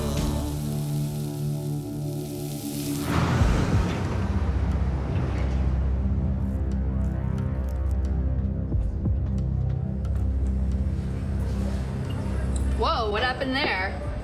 It's the symbol for infinity. Well, eat up. Your breakfast won't stay warm forever. It's true. Nothing lasts forever.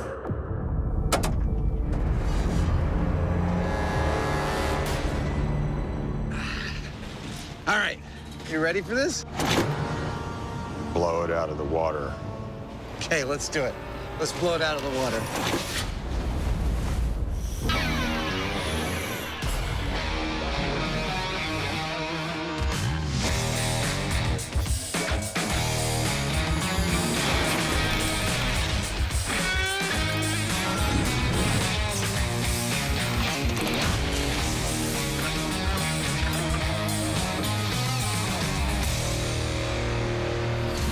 All right, today we have an entire episode devoted to the phrase, blowing it out of the water.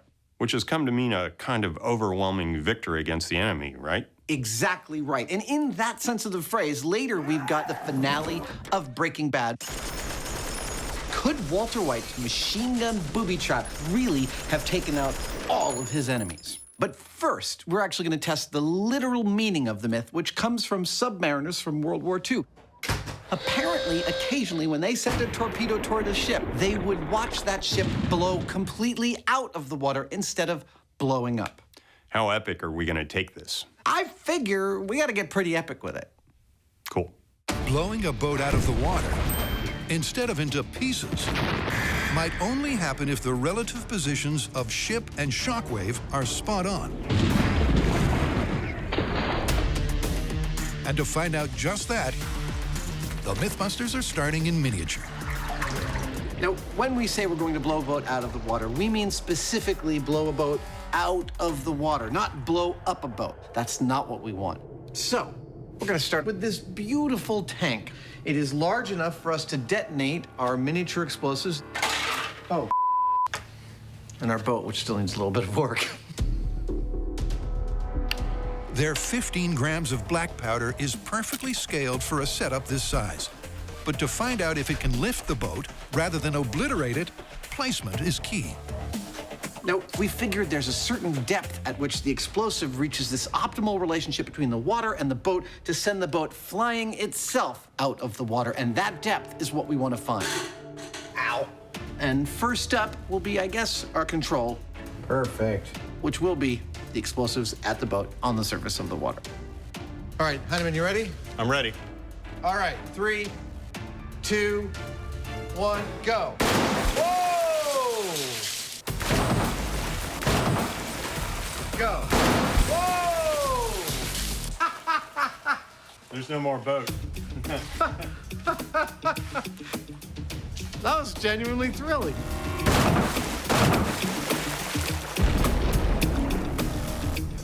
That was spectacular and kind of shockingly beautiful. Look at how this glowing ball forms this 2-foot diameter hole in the water. It's almost perfectly spherical before it starts to collapse on itself. And the boat, well, the boat, she is no more.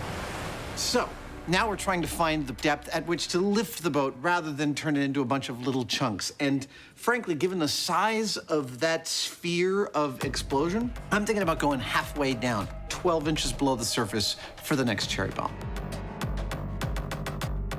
Okay, from halfway down the tank, 3, 2, 1.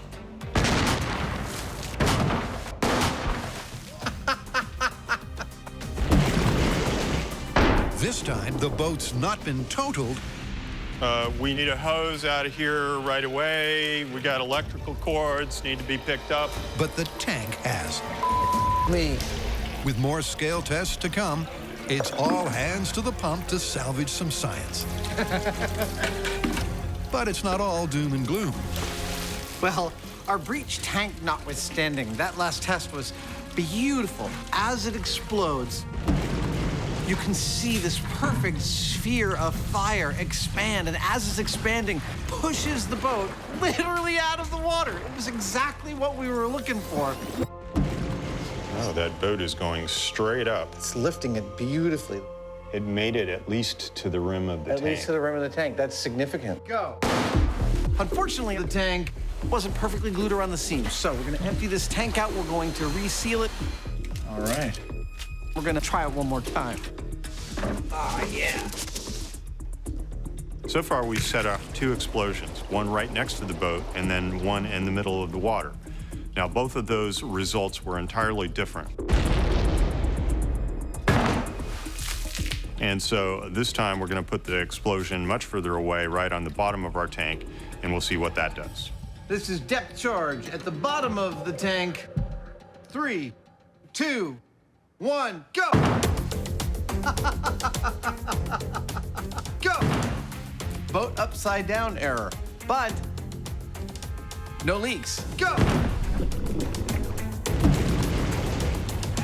It would be kind of upsetting to be turned upside down instantly, though. I believe that's the very definition. Slowed down. It's clear that Test 3 did lift the boat up and out, but not as much as Test 2. Meaning, come full scale, a depth charge positioned between the boat and the bottom may give them the result this myth needs. Our 3 blasts were pretty cool. The first one at the surface, as expected, blew the boat to smithereens. There it was, just sending it into shrapnel. The second blast in the middle created this beautiful shockwave that lifted the boat and then sent it literally flying into the air. The bottom one created a shockwave that collapsed back in on itself, but still had enough energy to jolt the boat and send it jumping. Not quite as high as the middle one, but the fact that they're all super different is great. That is information that can help us make our final decision about where to place the boat and our explosives for the full scale. We've learned that doing controlled experiments like this can sometimes give us clues that we didn't even know were there as to what's really going on. Now, in this case, what we saw was that if the explosive is too close, it'll blow it up. If it's too far away, it won't move it as much. Now, we'll be keeping all of that as food for thought when we go out into the full scale, and hopefully we'll pick the right ratio. But before going large, what else is on the docket? So, Walter White's machine gun booby trap. Yes, the metaphorical testing of the phrase blowing out of the water. In the finale of Breaking Bad, Walt puts an autonomous machine gun in the trunk of his car, sets it off, and takes out all of his enemies at once.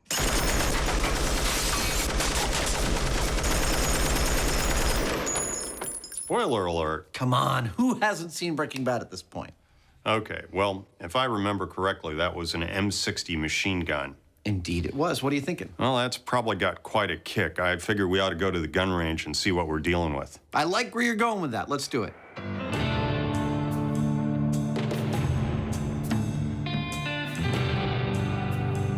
Now, Walt's booby trap depended on a lashed-down, autonomously firing M60 machine gun in the trunk of his car. But could the rig he built have even held on to such a legendarily powerful weapon?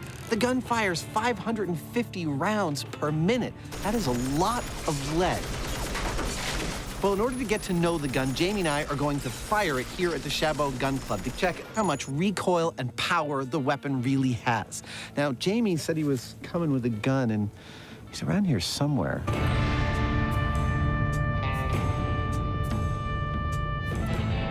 This is the M60 machine gun. It was developed in the 50s for the U.S. Army and used by them through the 90s. Now, this is the iconic machine gun that you would have seen hanging off the side of a helicopter gunship in any Vietnam War era footage. And it's what Walt had in the back of his trunk. There's no doubt that it's some seriously heavy artillery. But is it so powerful? This is the heaviest gun I've ever held. You'll feel it push back. That securing it on Walt's homemade mount is a mission impossible. Let's do it. To find out, Adam's starting slow by not going full auto. Safety is off. All right, firing in 3, 2, 1.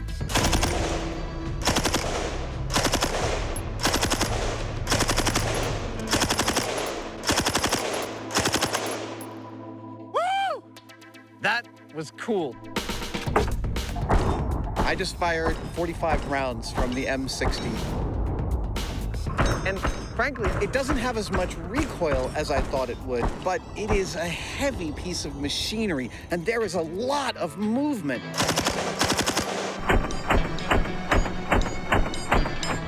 The gun mount in the back of our car is going to have to withstand a lot of shaking, and not just for accuracy, but also for general safety.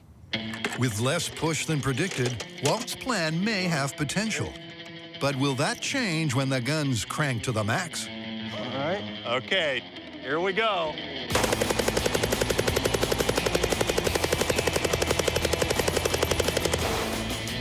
Wow.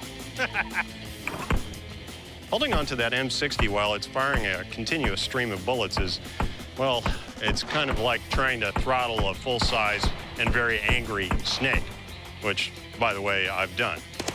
It does push back in line with the gun a little bit, but it's not too bad. It's quite a nice machine. It's so far so good. But to copy the clip more closely, the guys are next adding a target. Nailed it. And that's not all. Okay, here we go.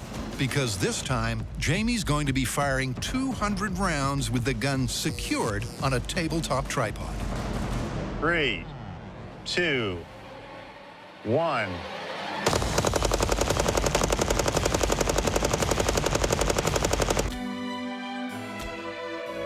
Firing at its maximum capacity, the bullets leave the barrel at a rate of 9 per second. But thanks to the gun's weight and engineering, the recoil, especially when shot from a tripod, is surprisingly slight. Meaning that firing it from a homemade mount might not be Hollywood hijinks. I think you'd be hurting.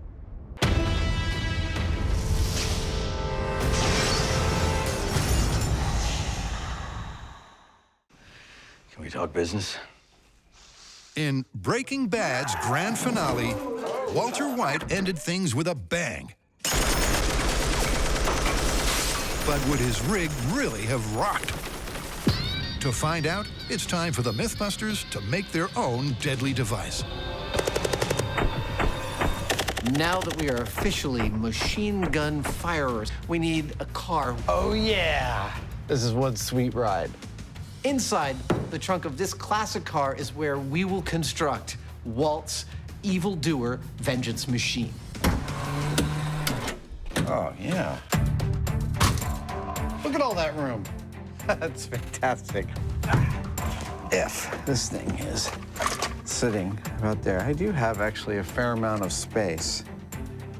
Pretty sure that would clear the trunk there. That looks like about 12 inches, and it's pivoting here.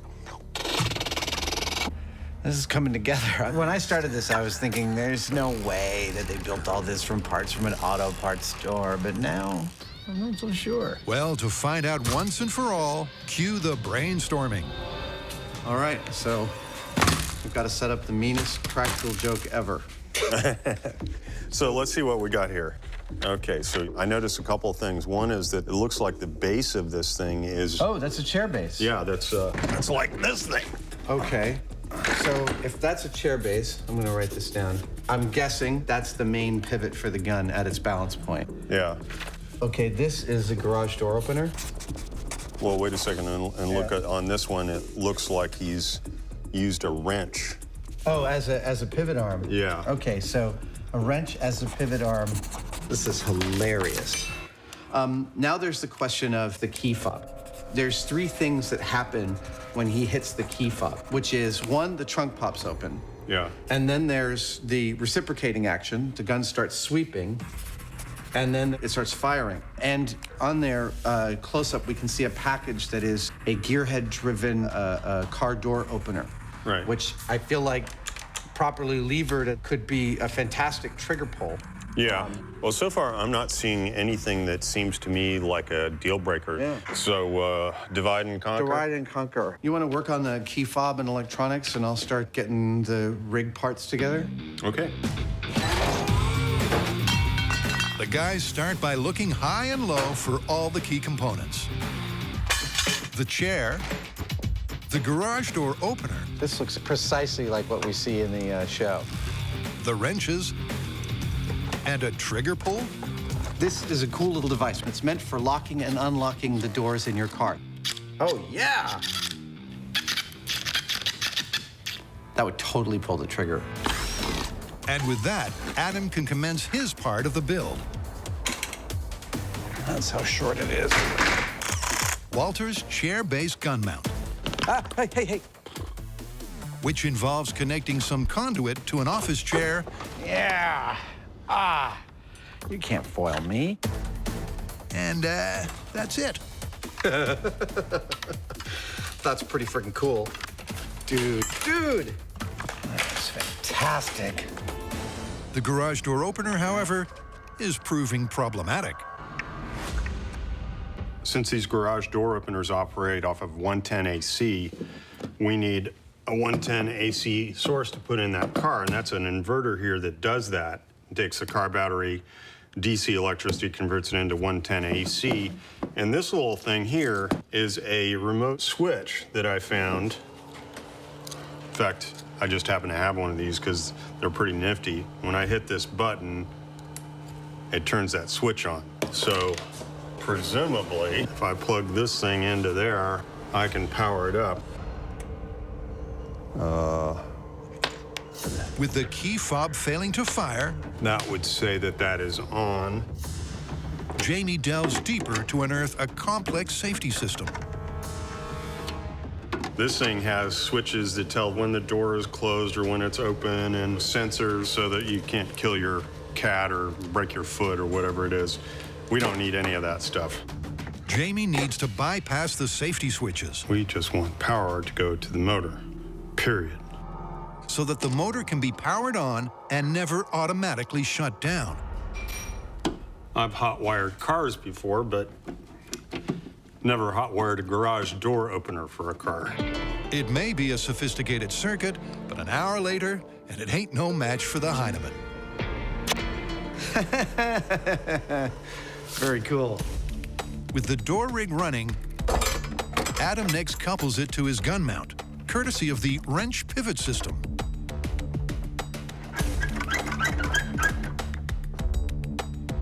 Let's try a test. 3, 2, 1.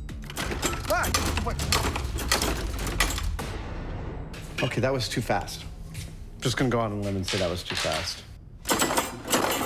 I've hit my first big snafu, and that is that the key component of sweeping this gun back and forth, the garage door opener, spins way too fast. So I need to reduce its speed. And in keeping with Walt's clues together, whatever I could find in the local store's solution, still a few bugs to be worked out. I'm thinking I might use some bicycle parts to get me that gear reduction. For the first time, Adam's having to go off script. Couple of welds. Here we go. And while this is not what Walt did, it is a fix he could have fabricated.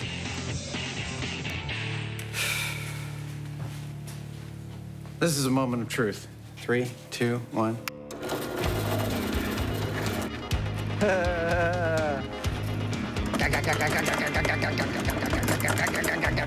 Yeah, that's the kind of abuse it's gonna be under. With a turn speed that's way closer to Walter's, yeah, Adam's addition should let their rig fire on all cylinders. That's cool. Provided that Jamie's trigger delivers. So how this works is that there are actually two of these, one on either side, and a pin that connects them. And the pin goes across the trigger. And so when these actuate, they both push back and push on the trigger that way. Beauty. Well, we have a plan. With the gun rig ready, Adam sets up a proof of concept test by loading BBs into their behemoth. Maybe no one wants to stand in front of this. I'm just saying. The question is, will it cause carnage? Function test, operation. Walt's machine gun booby trap. 3, 2, 1. Firing. Oh! The BB gun's not working, but I don't care. There's good news and bad news. That is so cool. On the plus side, the mechanism's working like a charm. Okay. The bad news is that no BBs are coming out. Good. Dude. A problem that could yet come back to haunt them. It has not been an easy build, but we are finally at a stage when all the major components of Walt's build are here. The box end wrenches pivoting off a garage door opener, the gun on a chair swivel mounted to a piece of standard shallow conduit. I have added one thing, which is to get a 4-to-1 gear reduction, I've added a 10-speed cassette to the edge of the garage door opener. But again, all of this is stuff you could buy within a local town like Walt had to do. And check it out. It totally operates. It's hard to get excited when I find this one of the most terrifying machines we have ever built. Nonetheless, I'm pretty excited. Stop that.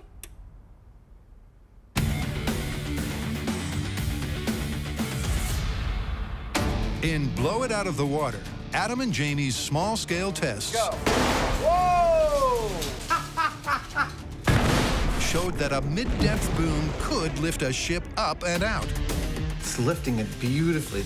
But can they repeat this feat when they go large?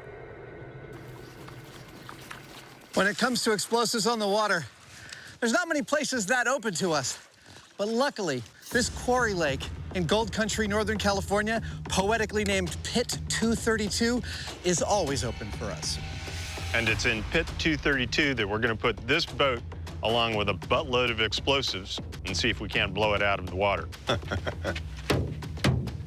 That's a lot of steel.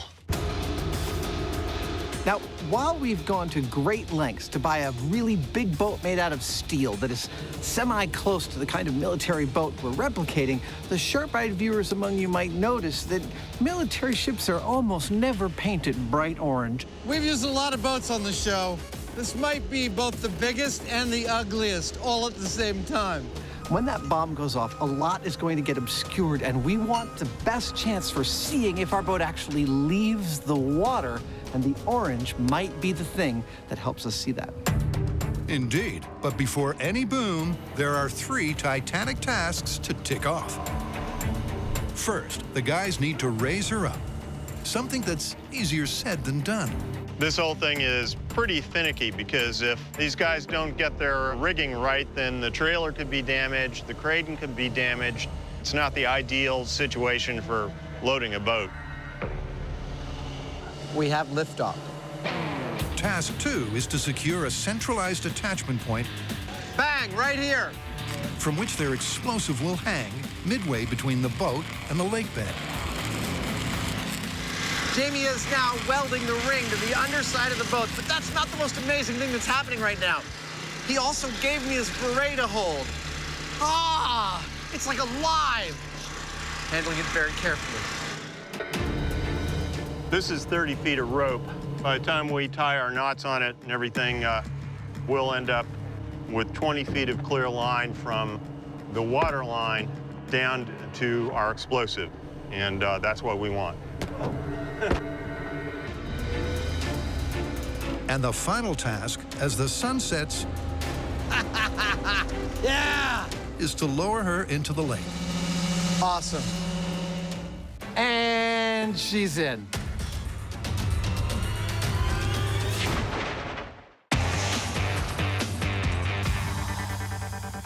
Walter White's ultimate takedown is a classic case of blowing it out of the water. But would his rig really have worked? To find out, Adam and Jamie have returned to the range, where they're back with a bang. The bandits have arrived. Run! I know, the rig is done, and yet we still haven't put it into the car. Well, there's a really good reason for that. The BB gun we were working with was slightly lighter than the real M60, and we didn't have the 200-round magazine. It's a lot of lead. It's a lot of extra weight hanging off one side of this rig. Before we put it in the car, we want to make sure everything works, and if it doesn't, we want to know why so we can fix it. There is no margin of error. This is a deadly machine that we are going to be activating remotely. There is, here in this story, there is not an option for this not to operate the way we intend it to. That's a long way of saying it has to go the way we want. Their first job is to remove the prop gun and replace it with the real deal. What could possibly go wrong? Next, they add a box for the bullets I feel good about that. before tethering it in the trunk. There we go. You through? Yep. That just leaves the battery, which Jamie wires in from the back seat. All right, well, if everything is working correctly, this should turn on just like Waltz did with the key fob. Yeah. It's looking good. You want to give it a jiggle? Come on! That looks good, Jamie. Yeah. I like it. With the gun ready to go, the guys next need a drug den to aim it at. We're pretty much only interested in what happened to the front wall of the house in the Breaking Bad episode. Now, our information is that that wall was made of stucco, which is a concrete or mortar-like material, and we're replicating that on our wall with precast panels of a similar material. So when our bullets hit this wall, it should behave pretty much like what it did in the show.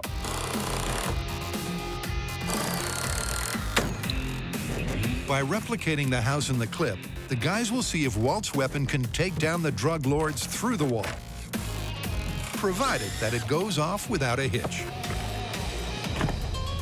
To find out, Adam positions the car exactly as per the clip. What do you think? I like it, Jamie. But before letting rip for real, the guys want to do a proof of concept by firing blanks. Unload the weapon. 120 of them. Safety's off, gun's hot. Mr. Hyneman, you ready? I'm ready if you are. Okay, blank firing function test. Breaking Bad, Felina finale. 3, 2, 1. One shot. That test might not have looked like it went very well, but I am smiling because it went beautifully. We are looking for problems. We're trying to solve them before they become deadly problems, and that is a problem. We ended up with what's called a stovepipe. That's where one of the ejecting shells does not eject all the way and gets caught in the returning slide. Jamie's gonna add some wire, hopefully to fix it, and it should be good to go in a couple minutes. All right, with the problems potentially solved, 3, 2, 1, go. It's another failure, but this time for a different reason. We were well advised to try this thing out with blanks before going for the real ammo, because even with the blanks, the recoil was powerful enough to jiggle the rifle back in its mount to where the plungers that push the trigger no longer were making contact, and the gun stopped. So we're going to anchor that back end of the gun down well enough, and there's a stop there that it'll be held against. Yeah, there you go. Hopefully that'll keep the gun from moving out of place. Walt's rig was way more reliable than this. It looks good. But will it be third time lucky for the Mythbusters? 3, 2, 1, go.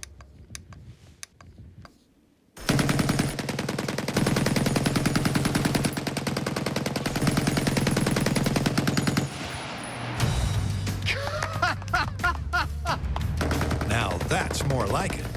With their gun finally firing on all cylinders, the guys are at last ready to take on this myth for real. To find out if you can ever blow a ship clean out of the water, Adam and Jamie have floated their boat. And she's in. Now they need to sink their depth charge. Oh, doesn't really. Pinchy. A little pinchy. Ow, it's actually quite pinchy. This thing is normally a septic tank, but we're not going to use it for that. There we go. That's it. Awesome. We're going to fill it with explosives and hang it underneath our boat to see if we can blow that boat out of the water. Hey! That's the plan, but it's not just explosives that'll be inside. Sand! So we need this bulb to sink once it's full. And we've calculated that to do that, if we put 2,500 pounds of stuff in here, it's not going to float. So given that we intend to put 1,000 pounds of our explosive in here, we need 1,500 pounds of something else. So that's why we're using sand. Yeah, go ahead. Get in, Captain Hyneman. Which is going to give us the correct amount if we put about 50 bags of sand in here before we put the explosives in. I like this thing. It's kind of cute, isn't it? Yeah, it's surprisingly stable. But before adding the explosives, first, it's anchors away. It's critical for our experiment that the boat stays exactly where we put it. So we are running into the reeds right now to set an anchor and a line which will go all the way across the lake and anchor our boat precisely where we put it so it doesn't move from there. It's like D-Day, except we're fighting reeds. Having the boat drift out of place could spell disaster. Yeah! That's it. So it's no surprise that Jamie is taking this job very seriously. Nice. Adam? Not so much. All right, sir. What do you need? Seriously? So I figured I'd get in the mood. Whatever. With the boat finally locked, there's only one ingredient left. Let's get the bomb. Let's do it. 1,000 pounds of ANFO. Well, there it is. That stuff's gonna go into our bomb and boom. At this point, some of you might be wondering why we're using ANFO instead of something high explosive like C4. I'd say that's a pretty good fit. Well, there's actually a really good reason for that. It's a specific choice. It, in fact, is a slower speed explosive, and we want that push. See, slower explosives are used to push things. High explosives are used to crack them into pieces. We want the ANFO to lift this boat, not C4 to slice it in half. By using ANFO, the guys are giving this myth a helping hand. Let's go ahead and tie it in. But will 1,000 pounds of it, a typical amount used in both mines and torpedoes, be enough to lift the boat high and dry? There are hundreds of moving parts to making this experiment work correctly, and this is perhaps the sealing of the container, but it is also the most important. If water gets into that container, this entire thing is a bust, and we have to start again from scratch. So Jamie's taking very careful measure and putting this petroleum butyl product around the whole rim of this thing so that no water, hopefully, can make it into our container. Well, I think that ought to do it. We're sealed up. To find out, the team tows the bomb to the boat before sinking it to a depth of 30 feet, exactly midway between the bottom of the hull and the bottom of the lake. Then, it's go time. For those of you playing our home game, I'd like to cover two distinct things. One, remember that our goal is not to blow up our boat, but to lift it out of the water. It's all ready to go. And two, I know this hat isn't regulation, but it's a lot more comfortable than a chapeau bra. With everyone hunkered for safety, there's just time for a... Prediction? I have a prediction. Look, I think we've gone to the best effort, and we have the best location possible and the best experts to try and lift this boat out of the water. But I suspect that despite our best efforts, we're more likely to blow it up. It's too hard a relationship to find. I'm not positive about that, but small scale just made me feel like we're gonna end up with pieces of boats instead of a boat. All right, everyone, this is for real. Fire in the hole, fire in the hole. Detonating the boat in 5, 4, 3, 2, 1.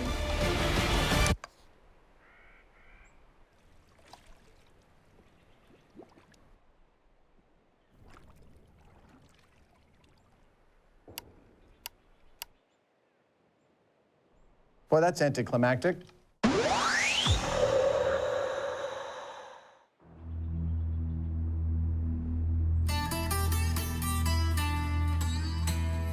"900 miles from Albuquerque,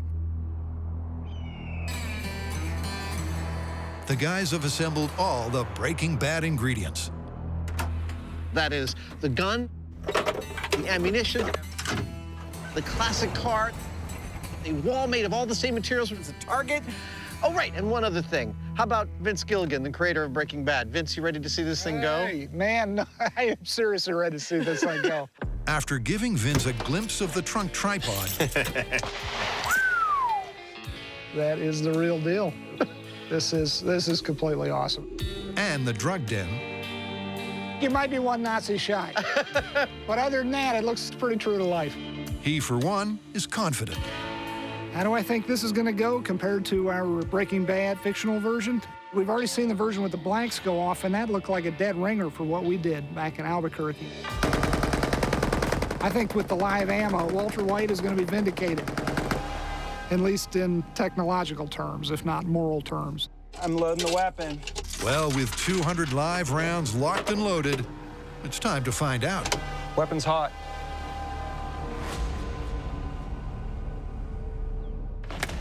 Vince, you ready?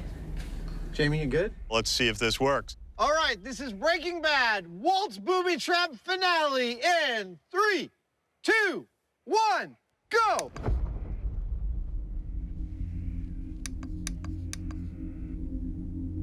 Did you hear something? There it go. Nope. Okay, stop. Powering it off.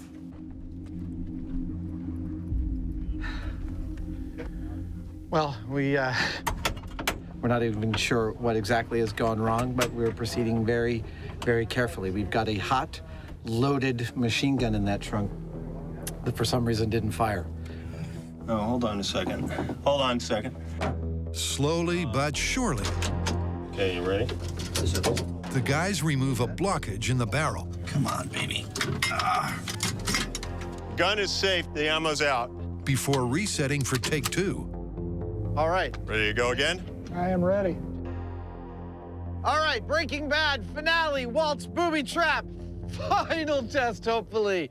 3, 2, 1, go.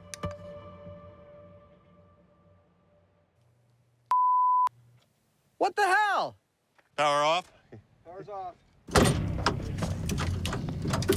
Man, the tension here is more than I would have thought it would be. Can I get one more hose clamp, a bigger one?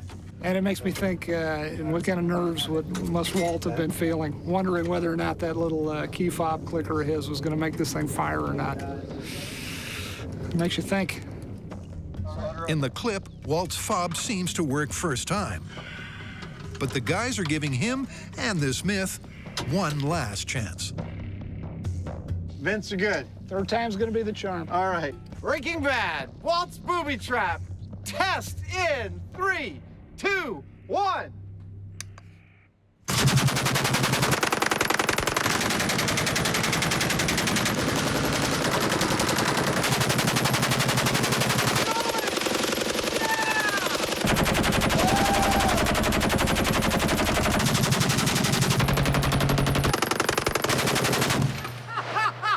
Oh, yeah. That's the stuff. That was an adrenaline rush. That was awesome. Oh my God. That went on longer than it did when we did it for the show.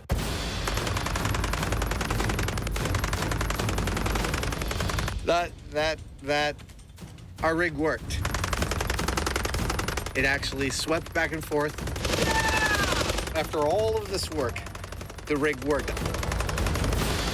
I have to say, my hat is off to Walter White for getting his to work on the first try. It took a while, but part 1 of the myth is back on track. Walt's rig worked.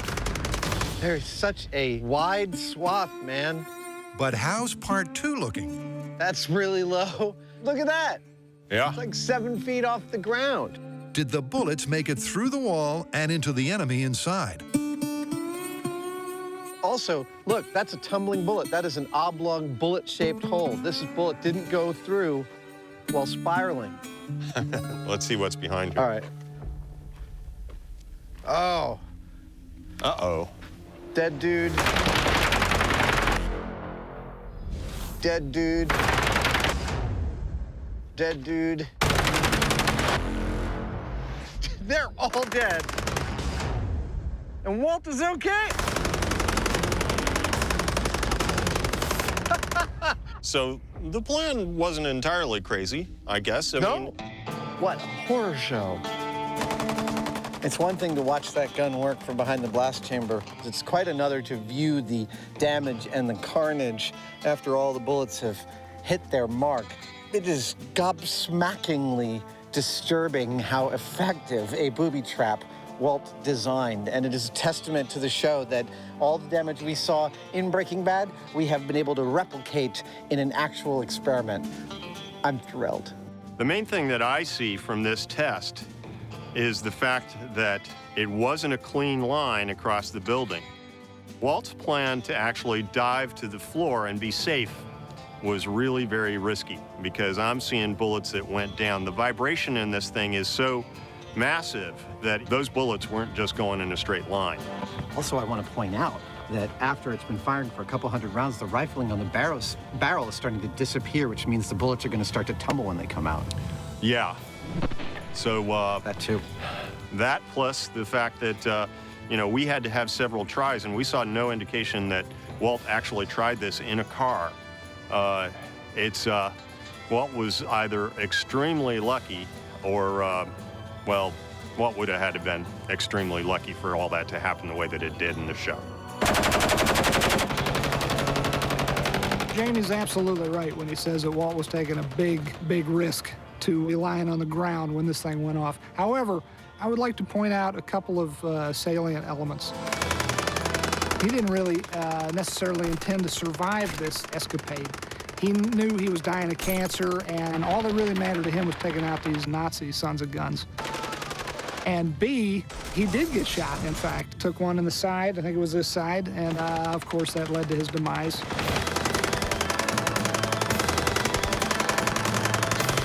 But I guess the only thing he ended with is just to say, that was amazing. That was really something. Vince, like Adam and Jamie, is thrilled at the result, but not 100%. I got to tell you, I'm elated because our rig worked, but you must be ecstatic. Yeah, I am ecstatic. You know, it's the little things though that get you. I'm looking at the grouping of the rounds as they appear in the front of the building, and I'm annoyed at myself because when it came to placing where the squibs would hit, I was out there with a drill gun, and I'm thinking, yeah, I think a bullet would go here, I think one would go there. But you didn't think that they would group up at the end of their run? I missed that the rig has to stop and then double back, so there's a lot more grouping at the tail ends, and I kind of missed that detail, and I'm mad at myself. I appreciate your dedication to the correct physics. Right. I am happy that I believe we can finally call a Breaking Bad test plausible. Yeah! Instead of busted. We finally got one. We finally got one out of 3, that's not bad at all. That's good in, like, baseball. Yep, it was unstable, volatile, and dangerous. But given that the rig eventually worked and the bad guys were brought to justice, there's only one conclusion left to make. Plausible? Plausible. Plausible. Let's get out of here.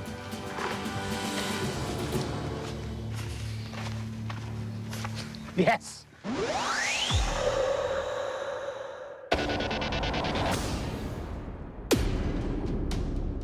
I know that some of you are probably thinking, what are you going to blow up a bomb in that lake? You're going to kill the fish and the frogs and stuff. And that is totally reasonable to question. But let me explain that Pit 232 here is a quarry lake. As such, its pH level is slightly acidic, about 5.5. And because of that, even though you see the reeds around the edge, there are no living things within this lake. Nothing for us to kill. It's like perfect for blowing stuff up. Underwater explosion in 3, 2, 1. Having failed to blow anything out of the water, boy, that's anticlimactic. The guys have wired up a new detonation device that's good to go. All right, everybody. Blowing the boat out of the water for reals this time in 3, 2, 1, go. Look at that!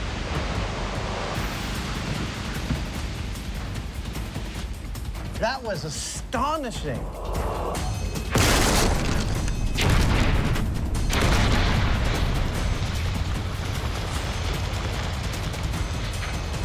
What a geyser! We did blow the boat out of the water, but there is no more boat. I think technically what we did was we separated the boat into hundreds of little pieces, which we then blew out of the water. Yeah, that works. Okay.